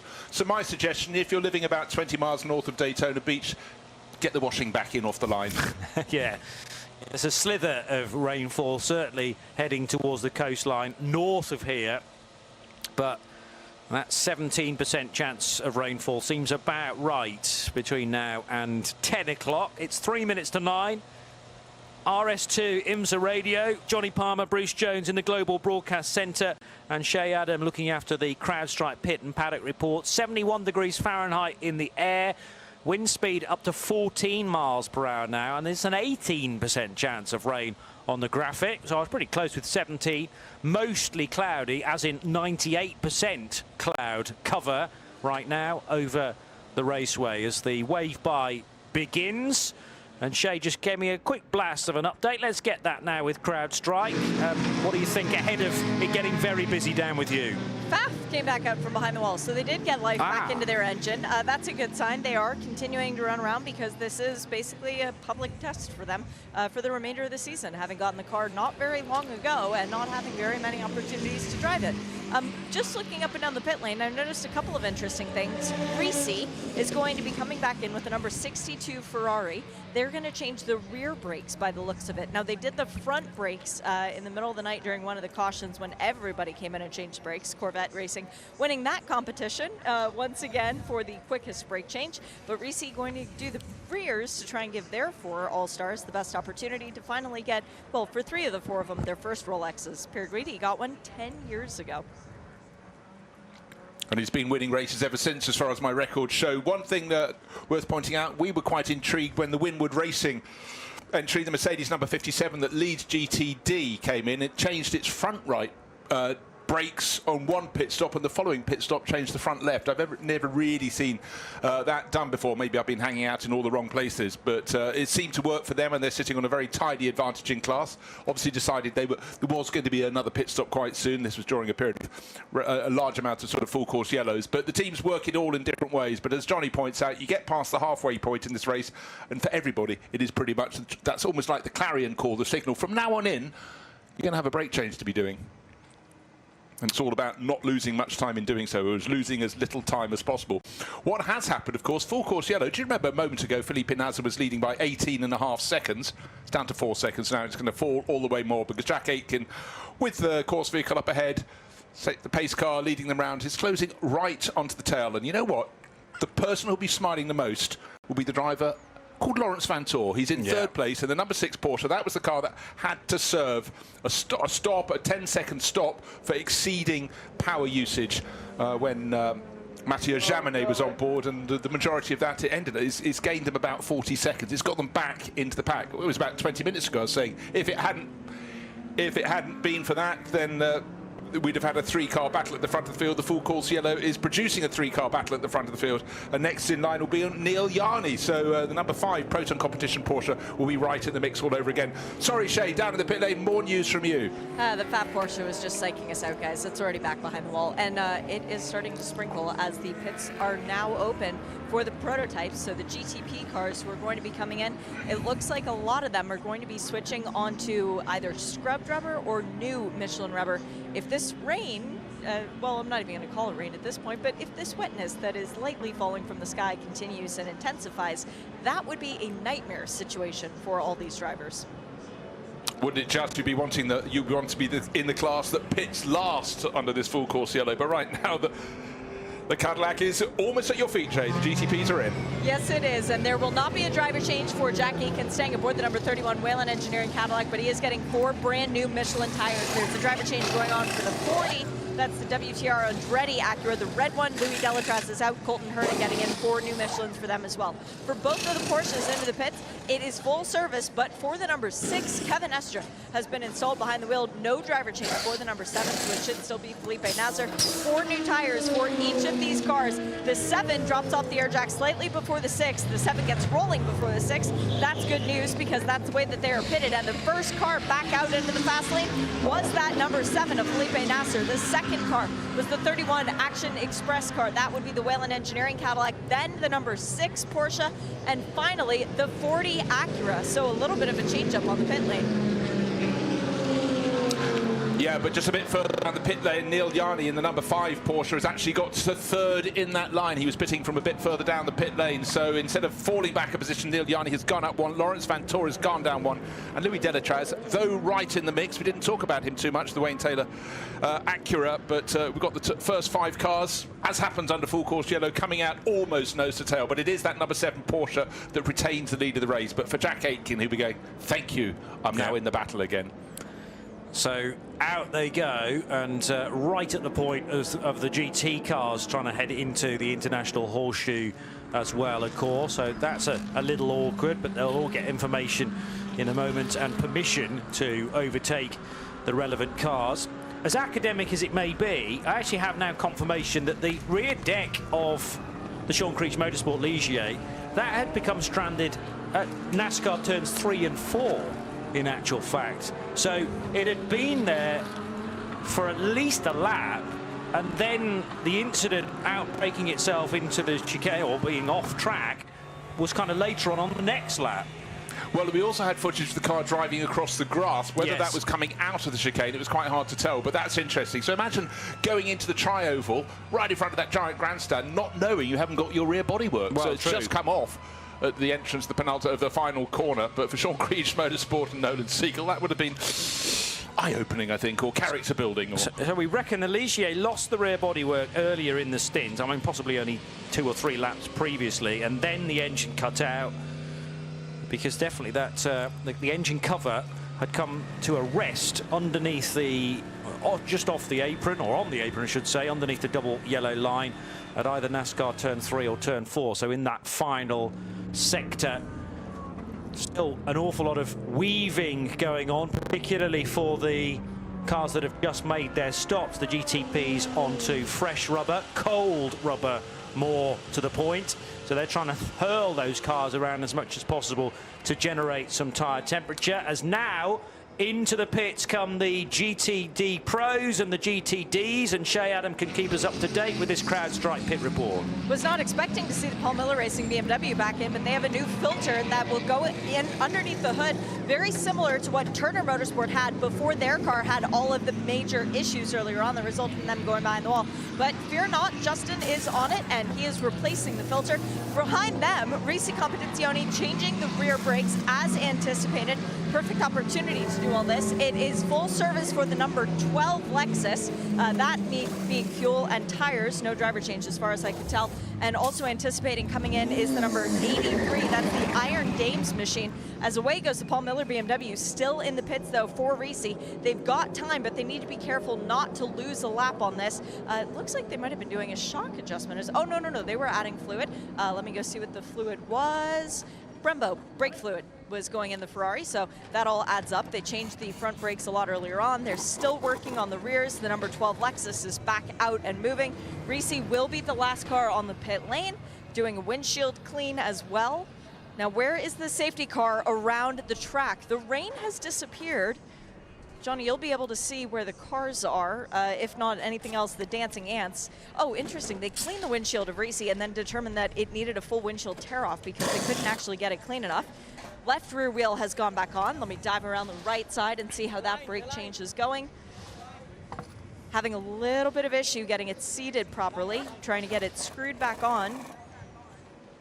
Let's see if they can get it. Starting to get nervous now. I can hear the safety car train making its way around the banking. Don't see anything yet though, and they do have an opportunity because the pits do not close again until the safety car has reached box number 10, which is where MDK used to be before they retired. Whoa, we're still having issues trying to get that brake comfortable. The guys are now happy with it. They put the Michelin back on, secure the car, drop it off the air jacks, fire it up, away it goes. I do not see the safety car, so Risi will not lose a lap. They must be somewhere in to Speedway turns 3 and 4 right now, and the clear-up is still ongoing. So, yeah, it was getting tight. I heard what you were saying, but Sector 2 just being ticked off by the race leaders in GTP, and it won't be a restart this time around. But it was the fact that the safety car was about to cross the line and get to pit box 10, and that would then automatically close pit lane exit road, but they managed to sneak out just in time in the number 62 car, and confirmation of that as the pit symbol on my timing screen flashes to outlap for James Collado in his Risi Competizione Ferrari. So Neil Verhagen leading in GTD Pro, ahead in the Paul Miller Racing BMW, ahead of that rejoining Ferrari, and in third position Michael Christensen in the AO Racing Porsche number 77. It's going to be a late-ish pit stop for the number 8 car of James Allen from Dragon Speed. So this Orica heading to pit road, and not going to be a penalty because you're not allowed to serve penalties whilst we're under full course caution. So they are a long way up pit road. Also Spike having some work done to his nose, and a big old boot to get that front clip actually free from the number 99 Orica. Yeah, well, don't forget that Spike, the car we're talking about, the Orica 99 from the crew at AO Racing, had that little clash with the tyre wall with Matt Brabham a while ago in this stint when it went off, and not in this stint, in this stage of the race where it went off, so any damage done there has been replaced. Dragon Speed complete their pit stop. In fact, the pit lane remarkably empty at this point. The Turner Motorsport BMW working its way down, lights flashing right behind Spike as they turn left and left again as they go behind the pits to rejoin the circuit. So, as you were, the gaps, of course, under full course yellow have been closed enormously. So Felipe Nasser leading the race, car number 7, Porsche Penske Motorsport, Jack Aitken right under his tail with Neil Yarni under his tail. So the Swiss driver and his crew at Proton Competition did a good job and put a privateer Porsche between the two works Porsches. It's a dangerous occupation to go anywhere near a dragon's nose. In the books I've read, they're normally fire breathing, aren't they? So had to maybe stuff those nostrils full of some water-soaked cotton wool to make sure that nothing was going to set fire there, and yeah, they've just managed to carry it out. It's always good to know which part of an animal may cause trouble. I went to a place once where you could swim with stingrays and sharks, and their instruction to us before they turfed us overboard was just remember, you stroke the stingray from the front to the middle and the shark from the middle to the back, not the other way round. That's very easy to get mixed up, Oh, isn't I'm it? so confused. I've only got one arm. I can say it's only a mistake you're going to make once, though, and then it's firmly in the brain for later research. So he's patched it well, is Bruce, actually, since that experience. Typing speed has dropped a little bit. But, A touch, yeah. We're still on a full course caution. We had nearly 19.5 hours still to go. It's 9:10 in the morning at Daytona International Speedway. Sunday morning, day 2 of the 62nd edition of the 24 Hours of Daytona. And you're tuned to RS2 IMSA Radio for all the coverage of this wonderful event held annually during the final weekend of January. We're at the track on 107.9 FM, WDIS, and on channel 207 on Sirius XM. All the way through to the checkered flag at 1:40 this afternoon. And of course, that's the end of the race, yes, but it's the beginning of the post-race reflection and the stories of what has unfolded in front of us over 24 hours. So don't forget to join the rest of the team for Michelin post-race tech from 1:40 onwards. We'll have some of the podiums and definitely the post-race driver interviews of those that have won Rolex watches and those that have come very, very close but maybe just missed out as we sum up today and yesterday's proceedings. Not a happy camp down at Pfaff Motorsports, though. Their number 9 car back behind the wall, and Shea reported that that was the case about 10-15 minutes or so ago as they continued to battle issues with the number 9 McLaren. Yeah, now one car I was concerned about, just about to mention, was the number 4 Corvette. That I was about to say at least one thing. Some drivers win and lose and gain accordingly to how a full course yellow falls, but it does give a chance for all the corners to be cleared up, all the debris. And the number 4 Corvette, of course, was the one with Earl Bamber on board, put loads of earth on the track and dust and dirt down at the Le Mans chicane. That has been cleared up, and a great delay in the Corvette racing garage back behind the pit lane, and the Kiwi just been put back on board, but that car has tumbled all the way down to 38th position overall. It seems it was a braking problem that left him with very few options going into the chicane, so that appears to have been fixed, but it has led to an enormous fall down the order, because the number 4 at the moment has 574 laps completed, and the other cars in class GTD Pro, the best of those, has 589, so you don't have to do too much maths to work out that's a 15-lap disaster and delay for the crew of the number 4 Corvette. Exactly 4.5 hours still to go, and we cannot be too far away now from the restart. Keeping an eye on the latest race control messages, and yeah, the class split within prototype has already been instructed. That was 3 or so minutes ago. And Michael Christensen back in the race, so GT Pro a pit stop away from the Neil Verhagen and James Collado visits to the pit lane. So Paul Miller Racing and that lengthy stop for Risi Competizione, don't forget. AO Racing's Porsche has just been in and back out again, retaining Michael Christensen.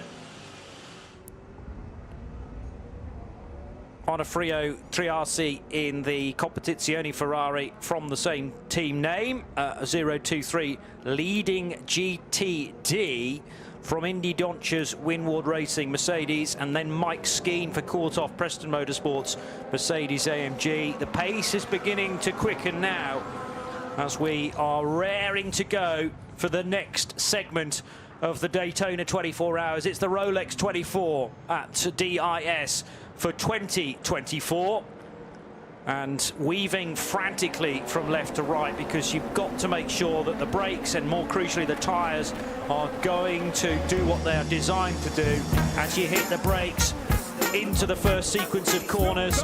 We are go again at Daytona with a killer getaway for Felipe Nasser. Jack Aitken can't do much about drawing alongside, but what about the second of the Porsche Penske Motorsport cars around the outside of the Proton 963, and they are absolutely neck and neck, and you can be sure that Kevin Estra's not going to allow the car driven by Neil Jarney to cut back across his bows, and he certainly does not do that. Jarney caught sleeping here, because now around the outside of his all-black 963 963 comes Colton Herter in the Acura to bag 4th position on the infield. Did that really well. I think Gianni was caught out with the consequence of a consequence. He had to lift a little bit to let the number 6 Porsche go through the works car in the hands of Kevin Estra, and the result of that slightly offline. So perfect timing for Joe Bradley to return to the pit lane as we go back fully green. Welcome back to the CrowdStrike pit lane crew. So busy out on the track, but the important thing for the Porsche Penske Motorsport crew is their cars are no longer 1st and 4th, they're 1st and 3rd, but Felipe Nasser's trying to escape, but Jack Aitken, well, the first few corners until they got high on the banking, he stayed relatively close, but once the power was put down from Felipe Nasser, he's completely on his own as he goes into the chicane, nearly a second advantage, and then you get 3rd, 4th and 5th nose to tail, and that's in the order of course, Kevin Estra, Colton Herter, and down from 3rd to 5th, Neil Yanni. Another race control message, this time concerning the Lone Star Racing Mercedes, driven by Adam Christodoulou. The wheels rotated whilst that car was elevated in the pit lane, so that's an automatic drive-through.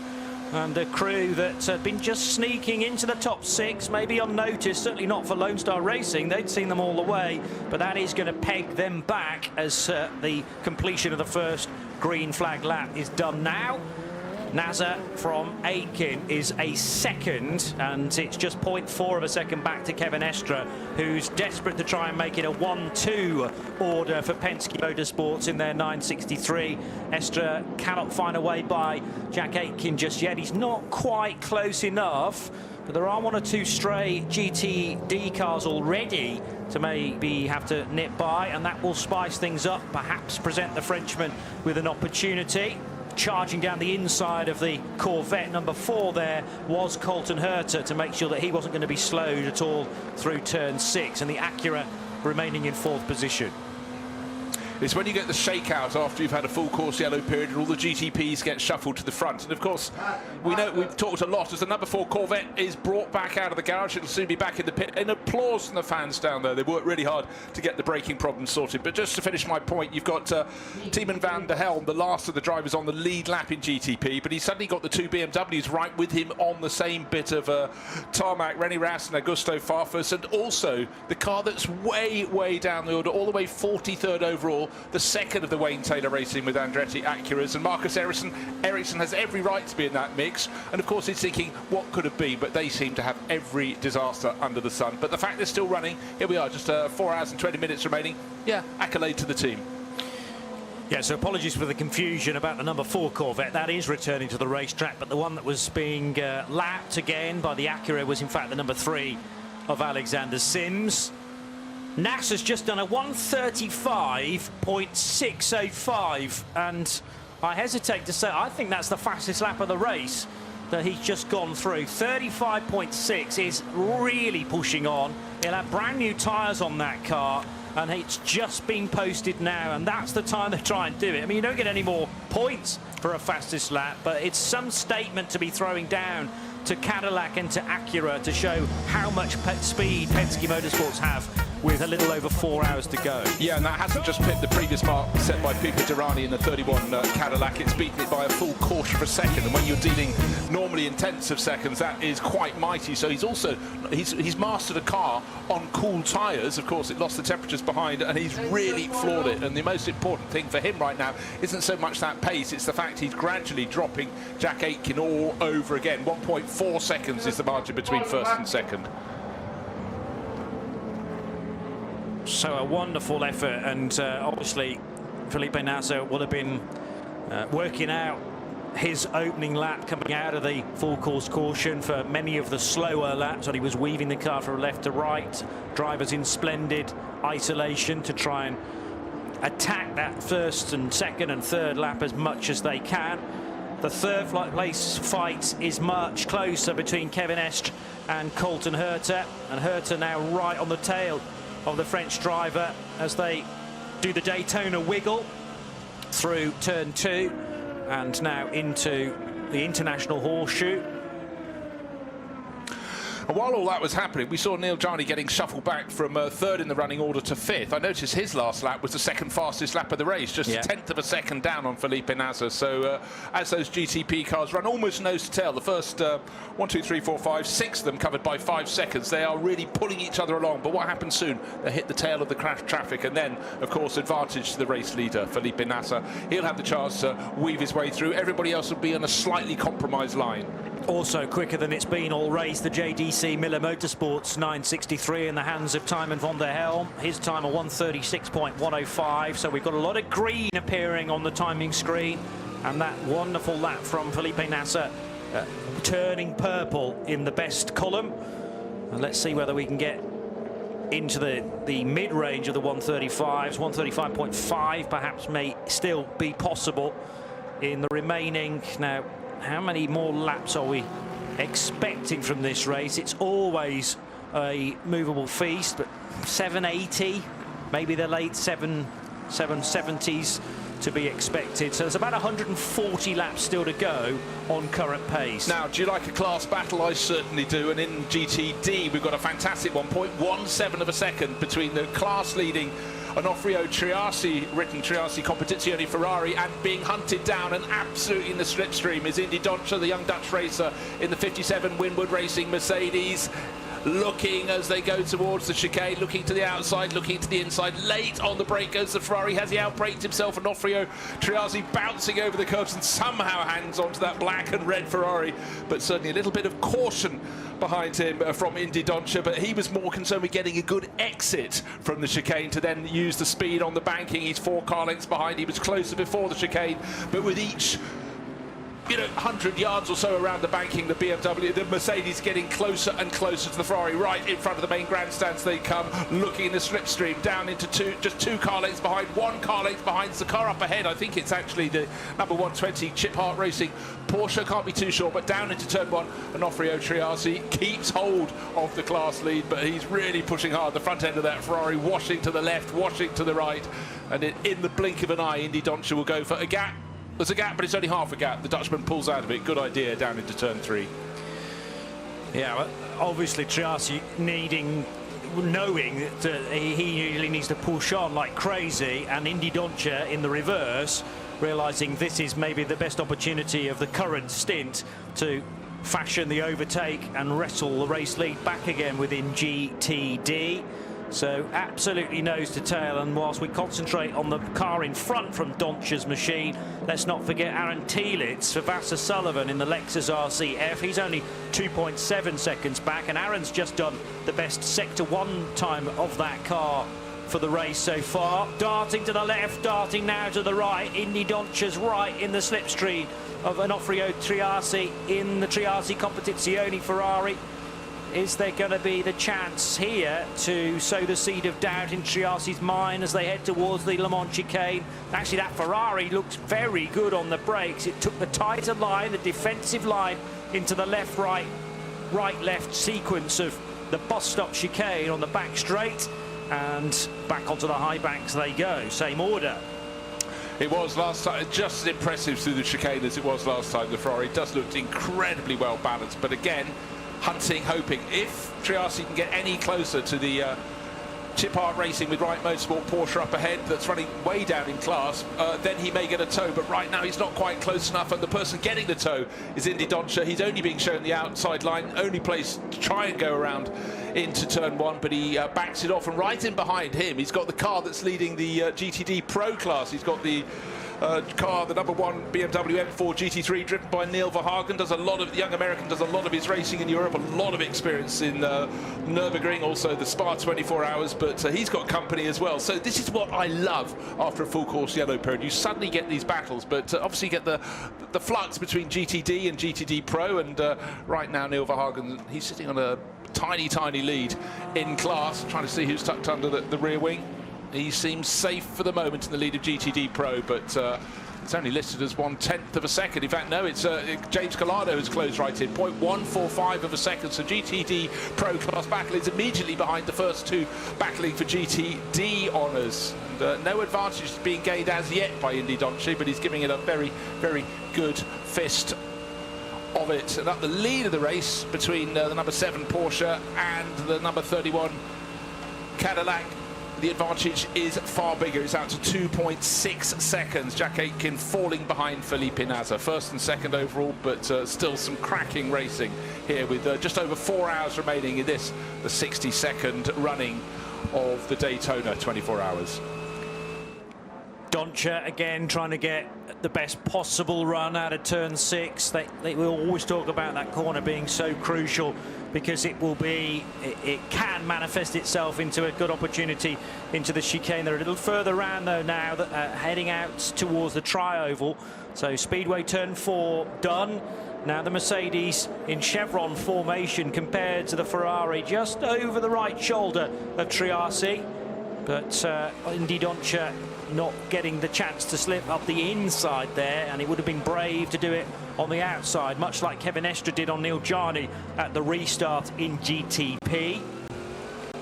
This backmarking GTD car is just starting to compromise Triassi's route into various corners, I would say. It's a distraction rather than being balked at this stage, because there's still good speed from that Porsche up ahead.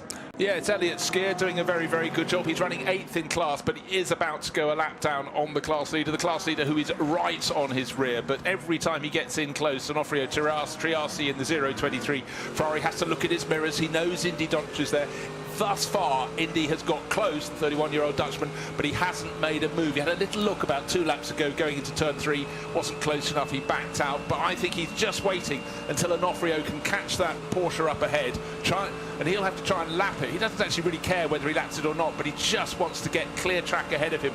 And this time, looking to the outside, closer than ever before. Indy Doncha's the high side as they go into the Le Mans chicane, very much down the low side. Slightly compromised line there for Triassi. Tail out on the Ferrari. I do love that. Yeah, but again, that's down to Triassi being forced to that line. He wants to stay way over to the left to prevent the Mercedes from getting underneath. And then because your approach to the corner is far from ideal, you're asking a lot of the tyres, and there was a bit of over-rotation there, I'm convinced of it, from the Triassi Competizione Ferrari. Wonderful car control from Onofrio, and back across the stripe they go. But the pace, and more importantly the pressure, is not letting up from Indy Doncha, and he just needs, well, what he's thinking is, I'm just going to sit here and wait for a mistake. The problem is, could still be waiting another half an hour on from here. And also, Indy's got another problem. He's got the Paul Miller Racing GTD leading BMW right on his tail. Neil Verhagen being he's about a second back, almost just out of the image. In fact, just shows how well these GTD runners are going at this point in the race. But also, bear in mind that for Neil Verhagen, right in behind him, he's got James Collado. Point not very much at all between them. 0.36 of a second between Verhagen leading GTD Pro, the BMW, and James Collado giving chase in the Rizzi Competizione Ferrari. That's car number 62 into turn 6, taking a fairly serious look. Was Indy Doncha. Hasn't quite happened for him, but he's got a fairly decent exit. A better exit, I would warrant, than Onofrio Triassi. Onofrio's starting to go a little bit deep into some of these corners and can't always gather it up as much as he wants. But he is still leading the class, not by much. And you can understand why we're so focused on this GTD battle. You're missing nothing out front in the GTPs. Felipe Nasr leading by 3.4 seconds. Again, the Ferrari will be the first into the Le Mans chicane, but there was more of a squirm there, and there was a better run through the chicane for Indy Doncha. So this might be the Mercedes driver's best opportunity. He's very, very close to the rear of the Ferrari. There might not be much that Triassi can do on this occasion, but I have to tell you that 296 is straight line speed, and when I say straight line, through speedway turns 3 and 4 as well. But here comes the Mercedes, fully overlapping the Ferrari. It doesn't want to cut across the bows of it just yet because it's not quite clear. They've all got spotters, these cars, and Doncha will have been told, you're not clear, and you can't overtake at turn 1 quite yet. You know, just looking at that, certainly Indy Doncha just cut a little more slack than possibly was required, went a little bit higher and left enough space for Onofrio Triassi to get his Ferrari in there. But up behind, I think we've had a change of position. Yeah, James Collado has moved ahead of Neil Verhagen, so it's now a Ferrari leading GTD and GTD Pro, because the Rizzi Competizione Ferrari has got through, and having got through, and they're both being passed by our race leader by looks things. That's the number 7 Porsche 963 going around the outside of turn 3, around the outside of that GTD battle, but it had already got past before we had the change in GTD Pro. So the red Ferrari with the white stripes on the roof now leading that class, and it's a question of whether Neil Verhagen can hang on or will he fall away. And here comes Indy Johnson now with the underlap, so that should be job done, because the Mercedes has the inside line at Speedway turn 1, but here comes the Ferrari on the high side, a bit of side draft and also maybe slightly better straight line speed, as I've mentioned, and I'm not sure whether can the Mercedes brake a little later. The difficulty is that the Whelen car wants to get by as well, but there's the lead change for GT Daytona, as long as Indy Johnson can hang on to the Mercedes, which in itself was very squirrely through the corner, and now the Ferrari of Triassi underneath that giant rear wing of Indy Doncha's Winward Racing Mercedes. To the high side goes Colton Herter in the Wayne Taylor Racing Acura ARX. And who's this on the boot lid now? Is that James Collado? James Collado, he's about a second down. He's going to, oh, three abreast. Why not? We love that. So Neil Verhagen's got the grandstand seat and cutting under all of them, but I think about to dive in the pits. No, just cutting under all of them is one of the prototypes. It's the number 5 Neil Jarni driven Porsche 963. It's suddenly very busy, but read to perfection by James Collado. And again, I do really think that Onofrio Triazzi was taking quite a lot of the life out of his tyres for the last few laps. We had that wonderful tail-out moment, not so wonderful for him, but for us viewing and commentating on the race, fabulous. You don't often see a GT3 car going sideways like that. Red to perfection, scarlet to the fore for James Collado and the Rizzi Competizione Ferrari, but in GT Daytona it's no longer a prancing horse leading that class. The sort of, I don't really want to call it the secondary GT class, it's just that they're the non-pro cars, but superb driving from both Indy Doncha and Onofrio Triassi there to leave the Mercedes just ahead as they come out of turn 6 and back onto Speedway turn 1 for GTD, which kept us enthralled for a good 10 minutes or so there, and has done pretty much all race long. Indy Doncha in the Mercedes from Winward back to the front as it has been for so long. It certainly has, but what I'm saying, I'm actually just really glad they just got that move done before all the front runners and the GTP cars came through. We had the number 7 race leader Felipe Nasr going through. That didn't really interrupt their battle, but certainly for Onofrio Triazzi, having been passed, and then a whole host of prototypes came past. He's fallen off the tail now of Indy Doncha, and whether he can use one of those prototypes to get back close. He certainly seems to have lost a little bit of a margin. He's not on the tail of the BMW, of the Mercedes at all. So Winward Racing, it was a question of just biding your time and looking for the gap and making it work, but certainly you'd have to say that Indy Doncha was starting to run out of options when it came to trying to find another line, another way of unseating the Ferrari, but he did get the job done. So confirmation of the latest fastest lap set by Felipe Nasr. We chatted about that at the time about 15 minutes or so ago, that 1:35.605, and he's opening the gap up to 4.2 seconds. 9:31 in the morning at Daytona International Speedway. A VP in-race update. In GTP, first of all, Nasr has mentioned for Penske Motorsports and their Porsche 963, leading in car 7 from Jack Aitken's Whelen Engineering Cadillac V-Series R, that's 31, and then the sister Penske 963, car number 6, running 3rd. In LMP2, it's CrowdStrike Racing by APR's Orica, Colin Brown in the 04 car, leading, but only by 1.3 seconds. So that may well be the scrap that we need to next focus our eyes upon. Christian Rasmussen is doing the pursuing there for ERA Motorsport, number 18, and the 52 Tom Dillman driven into Europol by PR1 Matheson Motorsport Orica completes the top 3. Ferrari. Currently, that's been chopping and changing an awful lot, particularly around the pit stops. GTD Pro, there are 3 cars in splendid isolation now above a field of 10 GTD cars on the timing screen, but the pros read like this. GTD, mamma mia, GTD James c'è una battaglia leads for Rizzi Competizione. He went to the high side and made it 3 abreast across the start-finish line when he was neck and neck with the GTD leaders. He's got a lead of 3.3 seconds over the BMW M4 of Paul Miller Racing and Neil Verhagen, number 1. And it's the 77 Michael Christensen AO Racing Porsche in 3rd. And GT Daytona, a wonderful fight, seeing Indy Doncia finally break the stranglehold of Onofrio Triassi. So Doncia for Winward Mercedes leads, car 57, ahead of Triassi Competizioni's Ferrari, the 023, and the 12 Aaron Tielitz, Vassar Sullivan, Lexus in 3rd position. That's the VP in-race update. And what about the number 6 Porsche from the GTP class? Side by side with Jack Aitken going out of turn 3, trying to get up into 2nd place. Unfortunately, had to go past, I think, the 40 Racing Lamborghini, and the number 6 Porsche ended up on the grass.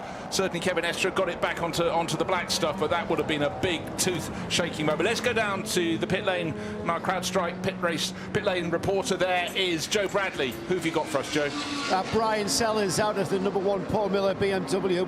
Brian, we're watching a very busy racetrack right there, and you were watching it also, and your car was involved in all of that.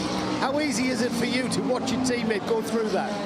I missed that last part. How easy is it watching your car and your teammate having to tend to that? Yeah, I mean, it's not so bad, to be honest. I mean, you just got to understand that they're doing the best they can in every situation out there, right? And that you have faith in the people that you put in the car around you, and we certainly do. So, you know, Neil's done a great job for us up to this point. It's tough. The Ferrari shows quite a bit of speed right now, and I just doesn't seem like anybody has enough to keep up with it. So it's 4 hours left. I think to beat the 62 car, we're going to need some help. It was beginning to look like like a sprint race there. How hard is it to stay with the discipline with, like you say, 4 hours of this race still to run? I think it depends on your mindset. The reality is right now there's not a lot of discipline. You've come this far, so you mean you just give it, go for it? Yeah, I mean right now you just go for it and hope for the best, right? Second place doesn't mean much here, you know, and I don't say that to take away the accomplishment of it, right? Everyone comes here to win. It's our biggest race of the season, so for sure we'll do everything we can to try and make that happen. But you know, Reese doesn't make many mistakes in times like this. And neither do you guys usually, Brian. Good luck. Thanks, man. Very similar conversation to so many other drivers that we've heard from during our CrowdStrike pit reports throughout the course of the nearly 20 hours of running. It's slightly bizarre. I keep thinking every year in, year out that we start the campaign, the IMSA WeatherTech Sports Car Championship, with the biggest race of the year. But I suppose in the World Endurance Championship we used to have, and still do have actually, the biggest race arguably of the year, Le Mans, as round 3, is it? It used to sit at the very end of the year when we had that sort of winter calendar, if you like, beginning in September and ending in June. But yeah, this is the one that everybody wants, closely followed by the Sebring 12 hours in a month and a half time, I suppose. And you get great points for finishing in second, but unfortunately nobody remembers that as a result. No, you're entirely right. In fact, when you look back through motor racing history, sometimes you are completely surprised who actually won or was running at the front but didn't take even class victory. But the thing gets me, the placement of a race like this at the front end of the season, if you have a rotten race, you retire early and your likely rivals are gathering bucketfuls of points at the various 6-hour marks, and then at the end of the race you're on the back foot the entirety of the season. When Le Mans 24 Hours got pushed, as you say, it was the 2019 or 2018-19 season to the tail of the season. To me, that was the logical place, because otherwise you don't get a big score at Le Mans in the middle of the year. And last year we saw that with the Toyotas and the Mike Conway car. Didn't pick up many points and spent the rest of the season winning, but because they didn't do well in the big one with the big handfuls of points, they were never going to win the title, and it's really quite dispiriting. So, you know, for me, the big one should be at the back. I'm not suggesting you have to run a season that ends in the Daytona 24 Hours. A season ending in January would seem normal, but could you run it at the end of the year? Sacrilege, I know. Sacrilege. I mean, the argument to not have that as the case is that this, you know, there are no points on the board prior to this, therefore nobody's worrying about championship and can completely attack this event in isolation, knowing there's a load of points yes, on offer, but you only have to worry about points permutations when we're well clear of Daytona and heading to that little event known as Petit Le Mans in October. That in itself is a race with rich history now, 25 years old. But it's not quite the Daytona 24 hours in terms of the heritage that stretches back to the early 60s. No, indeed. But again, it's fantastic that you look at the difference between the races. They have their own identity, and long may that be the case. And certainly Road Atlanta, just the most fantastic circuit. And American road races are very fortunate at some of the tracks they have to race on. Too right. And every single race has its own little character. I love the fact that there's a big shake-up of race durations too, and sometimes races incorporating just half the classes that we have on display here today. But it has to be open invitation, if you like, to everybody within GTP, LMP2, GTD Pro and GTD here at the Keystone event. And we had yesterday afternoon 59 cars start the race, a lot fewer than that now, I'm afraid to say. And some of the latest retirements confirmed to be both of the AWA Chevrolet Corvettes, numbers 17 and 13. Since that announcement from Race Control, I don't think we've had any other official retirements so far. No, the other two Corvettes actually came really close to that. They've had their difficulties and have dropped away from the pro battle, but at least they're still going. Yeah, I think we've lost 15 cars overall. We seem to have 44 cars still running, but some of them a little bit walking wounded. One of those I included in that was the Nolan Siegel slightly bodywork light Ligier we saw that caused the last full course yellow when that bodywork engine cover came off and landed at the side of the circuit. Can't complain though, unfortunate for them, but it has bunched up this race and made it all the more exciting. But at the very front of the field, Philippe Benazza every lap is putting just marginally further clear of Jack Aitken, and Jack Aitken did very well to resist attack a couple of laps ago, coming out of turn 3, approaching the infield kink when he was being attacked, albeit with another car between them by Kevin Estre. Estre put the number 6 Porsche on the grass, bounced around and rejoined. He's fallen back by a couple of seconds, but seemingly at this point in the race, the Works Porsche 963s are untouchable, really running at a fantastic pace. You inadvertently mentioned the other 4-letter word beginning with R there, rain.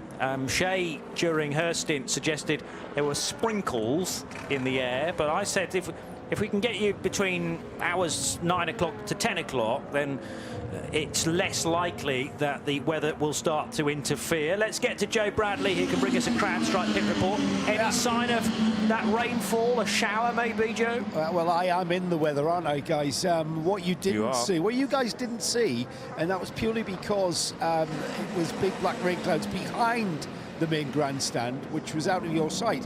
And they were basically, the sky was black, and we all thought, oh, here we go. Little bit of precipitation when you just kind of feel a bit of light rain on your face. It didn't transpire though, and the black clouds just disappeared, and they didn't come across the grandstand and come into your view. So a bit odd, but they do say that if you don't like the weather in Florida, wait 5 minutes, and that's pretty much come to bear here. And at the moment, I wouldn't say the sky is blue. The sky is reminds me of a wet Sunday in Snetterton without the rain though, quite yet. So it's still dry. There's still no sort of rain in the air like it was at 9 AM this morning when I walked in, because it very much was.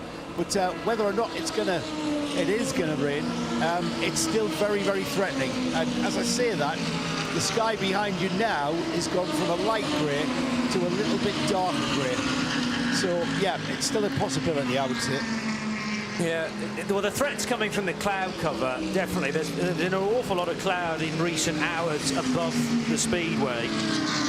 The wind's going to pick up, I'm hearing, though, as well. And so the wind increasing for the rest of the race, which is probably helpful in terms of taking away any of that nasty weather. As now there's a speed for the second place GT Daytona car, the 023. Triassi hammers the right foot and actually rejoins very swiftly indeed, but that on the infield at the International Horseshoe and on and off road, Triassi was just ahead of Aaron Tielitz when that happened. Lost the gap back to the Vassar Sullivan Lexus. It was about 1 minute and 50 seconds, in fact, so he may well have hung on to second place. Well, no, in fact, he's got the fourth place car right on his tail. It was a very quick rejoin. He could have sat there easily for 30, 40 seconds waiting for a gap in the traffic. Did he jump? Was he pushed? Well, he had the Dragon Speed Orica going around the outside. Was he pushed? We can answer affirmative, he was. Paul Miller Racing, the BMW, don't forget, fighting in second place in GTD Pro. Tapped him up the rear, round he went. I think, quite frankly, that Onofrio Triazzi was so busy looking at the Dragon Speed Orica on the outside, thinking, oh, hold on, that might not work. Round he went, ended up facing 180 degrees from Norm, but managed to rejoin just ahead of Mike Skeen in the Courthoff Preston Motorsport Mercedes. So they are now third and fourth, rather than the Ferrari being in second place. Meanwhile, as I say, at the front of that class, 13.6 seconds is the advantage that Indy Doncia had over Triassi at the start of that. Obviously, it's going to be even more than that over Aaron Terlitz when they get to the end of this next tour. Yeah, on the chance to witness that again, I've noticed Aaron Telitz sneaking through in the Dayglow yellow and black and the sole surviving Vassar Sullivan Lexus. So that car able to get up to second position, which is now confirmed on our time screens. So Triassi lost about 10 seconds on that lap. It was a 1:56 by the time he'd come round to the stripe in the tri-oval. The next question is, what will be the decision from race control regarding Neil Verhagen's braking point there in the Paul Miller Racing BMW? Because it was the kidney grille of the BMW firmly into the rear of Triassi's Ferrari, and couldn't really have done a lot about that. Now, what Neil Verhagen will say is, well, he braked far too early than I was expecting.